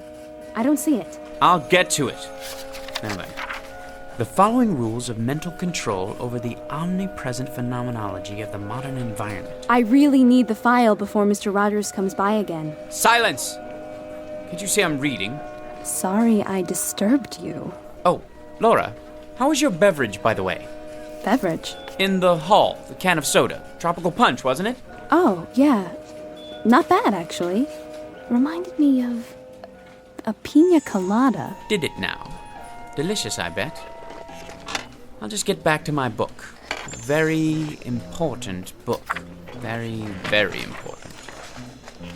Distractions which divert 98% of our brain capacity from the more highly evolved regions of the cerebral cortex.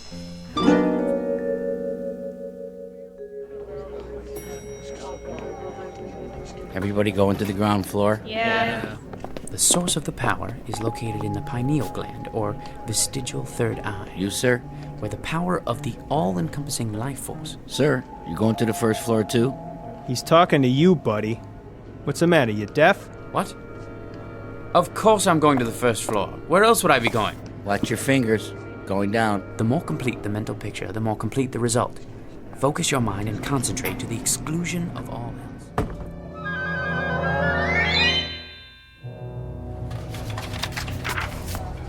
From the lower to the higher chakras, until you feel the power surging. You getting on the train or what? Oh, yes. Then move along. All aboard? Please step back. The doors are closing. Mental imaging of the desired result to the exclusion of all else.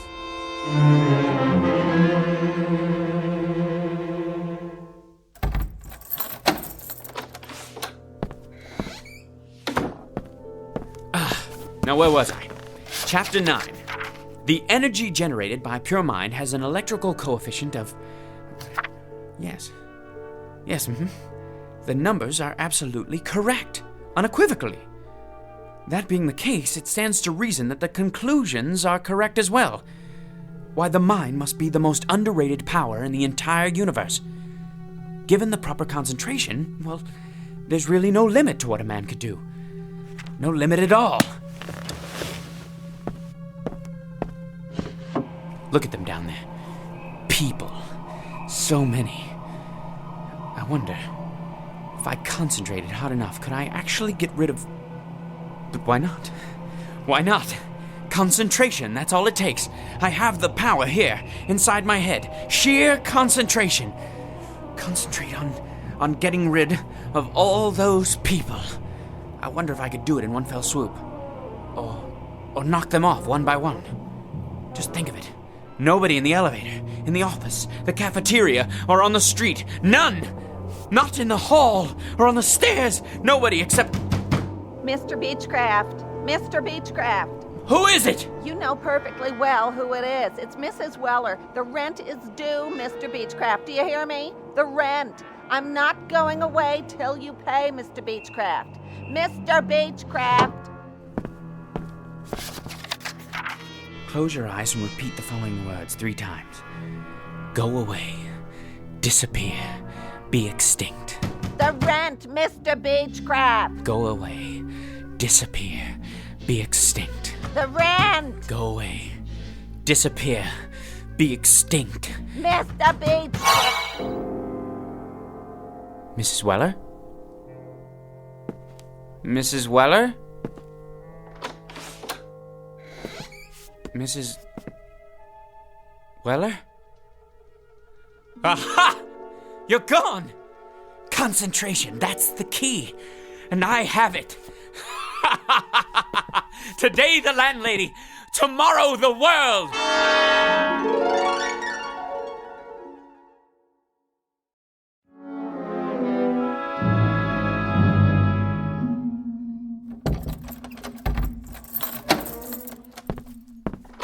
Good morning, Beachcraft. Is it?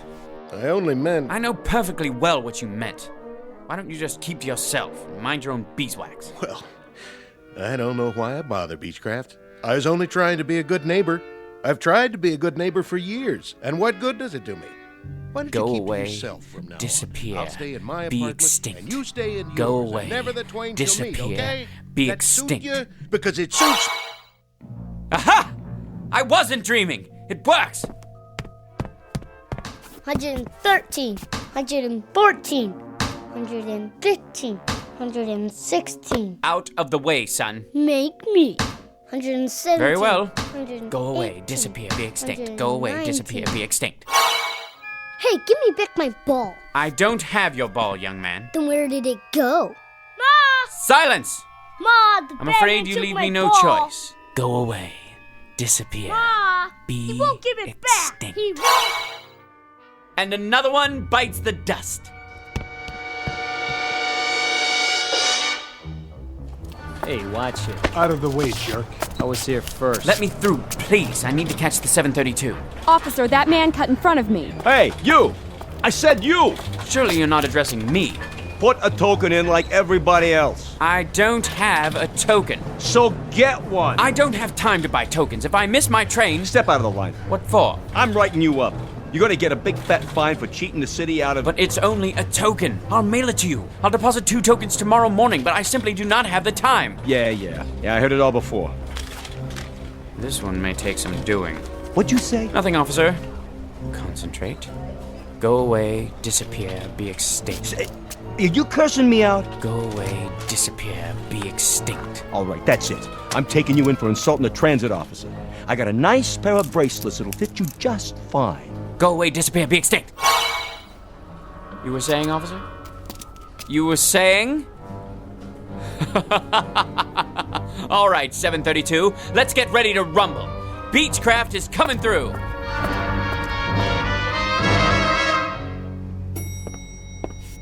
What? No line for the elevator this morning? No pushing? No shoving? My, that is unusual. Anyone else? No? All right then. Going up?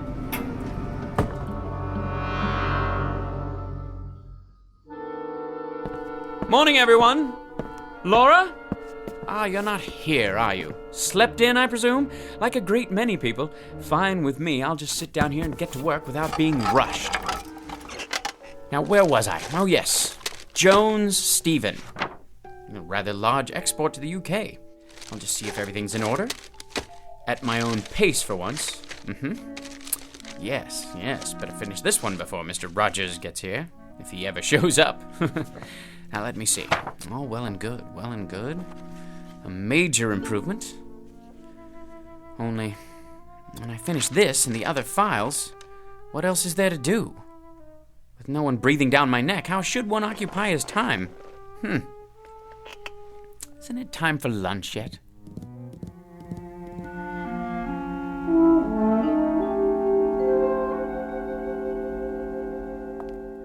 I think I'll just have the salad today. Some soup to start off and crackers. No hurry, mind you. Plenty of time to digest my meal. Where to sit? Why, any table at all? The morning paper. What's new in the world today? White House. Middle East. Federal Reserve Bank. Oh, it's no use. I hate eating alone. And worse than that, I'm bored. If only I had someone to talk to. One person, that's all. Someone quiet, well-mannered, intelligent, someone like me, in other words. That's it. Concentrate, Beachcraft, concentrate. You called? It worked. Of course it worked. Don't you have any confidence in yourself? Pleased to meet you. The name's Beachcraft. I know. And your name is? Archibald. Call me Archie. You too. Call me Archie as well, if you like. I like it just fine. How's tricks, Arch, old man? Bit on the slow side this morning. Look here, Arch. This isn't working. Wouldn't you agree? Why not? Let's be frank. Too much of a good thing. Well, I wouldn't say so. But you're thinking it. Let's just say I'm temporarily accessible to suggestions about how to occupy my time. Face it, you're bored to tears. Solitude is one thing, but loneliness is quite another. Loneliness. I despise people, loathe them. And I, Archibald Beachcraft, have done away with them. For good and all, mind you, for good and all. I'm leaving. You haven't finished your lunch. I don't have much of an appetite. Thought about any alternatives? Alternatives to what? To this. It's like an empty movie set in here. I don't even want to think about what it's like outside. Look at yourself. You don't have idea one about how to fill the day. People are bad enough, but inactivity's even worse. You're talking nonsense. I'm content. I'm honestly and truly content. For the first time in my life, I have managed to rid myself of the worst scourge there is. The general populace. So what are you going to do? Splurge and buy a can of tropical fruit punch from the soft drink machine? Will that do it for you? If the truth be known, I would appreciate a little diversion of some kind. Any kind. You mean like a change in the weather? That's it. Perhaps a little unseasonal rain. Or a lot of rain. Let's make it a tropical storm with thunder and lightning. The works. That should shake things up. All I have to do is concentrate. Not that exciting, is it? Maybe we need to add something spectacular. Like an earthquake. Sure you want to do that? Why not? Here goes. You mean there it goes? I can imagine what the office looks like right now. My desk! All your files on the floor. Gonna take some sorting. Enough! No earthquake and no storm either. Forget it! So now what, Arch, old man? I've had it for the day. I'm gonna take the rest of the afternoon off. Uh-huh. And do what? Stroll down the street? Take a ride on the subway all by your lonesome? Boy, I'll bet the old apartment building's quiet as a tomb. It's starting to get to you, isn't it? The thing of it is, I don't care much for people, but it's difficult not having anyone, present company excluded. I guess it's a trade-off. That's the crux of the problem. Frankly, there isn't a breed of human being that I can stomach. Ever think of a Cocker Spaniel? I never cared much for animals either. Most of all, though, I can't stand people. Thanks. Well, except for you, naturally, but that's because you're a higher class of individual. Wait a minute. That's it! That's what? Why didn't I think of it before? People I can stand. That's what I'll do. I'll create people who are just like me. A world full of Archie Beachcrafts. Now that's a thought. You bet your sweet life it is. I'll will it. I'll concentrate, and from now on, everyone will be exactly like me. It's so simple. And when will this new era be ushered in? Tomorrow morning. I'll re-people the earth. Nothing but my kind of folks. In fact, why wait? How about right now? 15th floor, everybody off. Look at them, like sardines. Rude, thoughtless people. Worthless, every last one. Nobody has any manners nowadays. Late. Thanks to them. Listen to them. They sound just like me. You're not kidding. Take a gander at their faces. They look like us, too. A rather handsome lot, you must admit. Where are they headed? Back to work, I presume, those who chose not to dine in the cafeteria. A sight for sore eyes, eh, Archie? It certainly is. Now that I've decided to replenish the population in a kinder, gentler mold. This, I gotta see.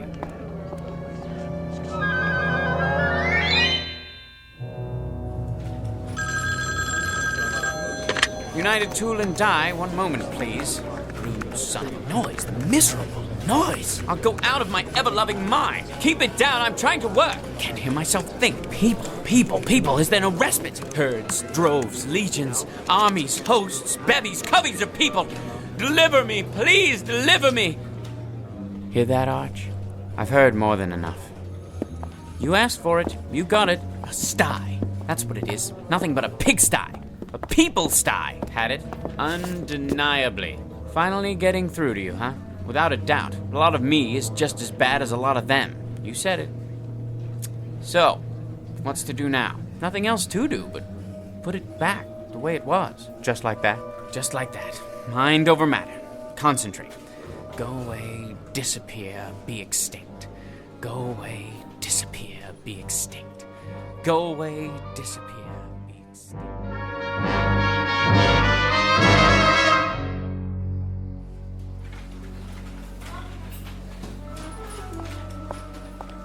Hello, Mr. Beachcraft. Why, hello, Laura.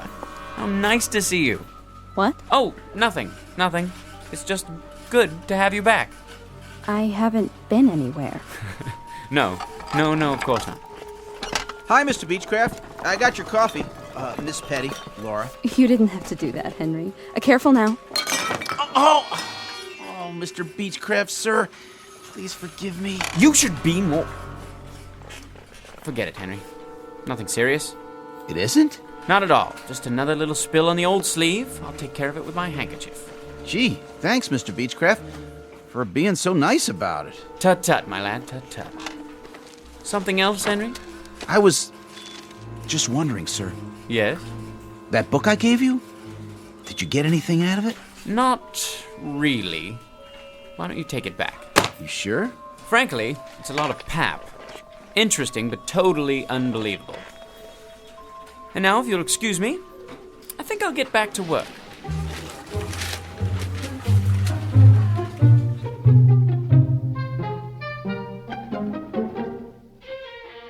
Mr. Archibald Beachcraft, a child of his time, a product of the population explosion, and an unwilling inheritor of the legacy of progress. A man who has just found out through trial and error that with all its faults, this may well be the best of all possible worlds, people notwithstanding. Tonight's case in point, in the Twilight Zone. More from the Twilight Zone after this. Hello, I'm Stacy Keach. I hope you're enjoying this edition of the Twilight Zone radio dramas. To learn more about this series, be sure to log on to our official website at twilightzoneradio.com. You'll find special discounts on our Twilight Zone audio collections, listings of our radio stations, links to other websites, and a photo gallery of our recording studio and some of our stars in action, plus ways to contact us with questions or comments about the show. And for a limited time, when you log on to twilightzoneradio.com, you can send in for a free CD of the show. So be sure to visit us at twilightzoneradio.com.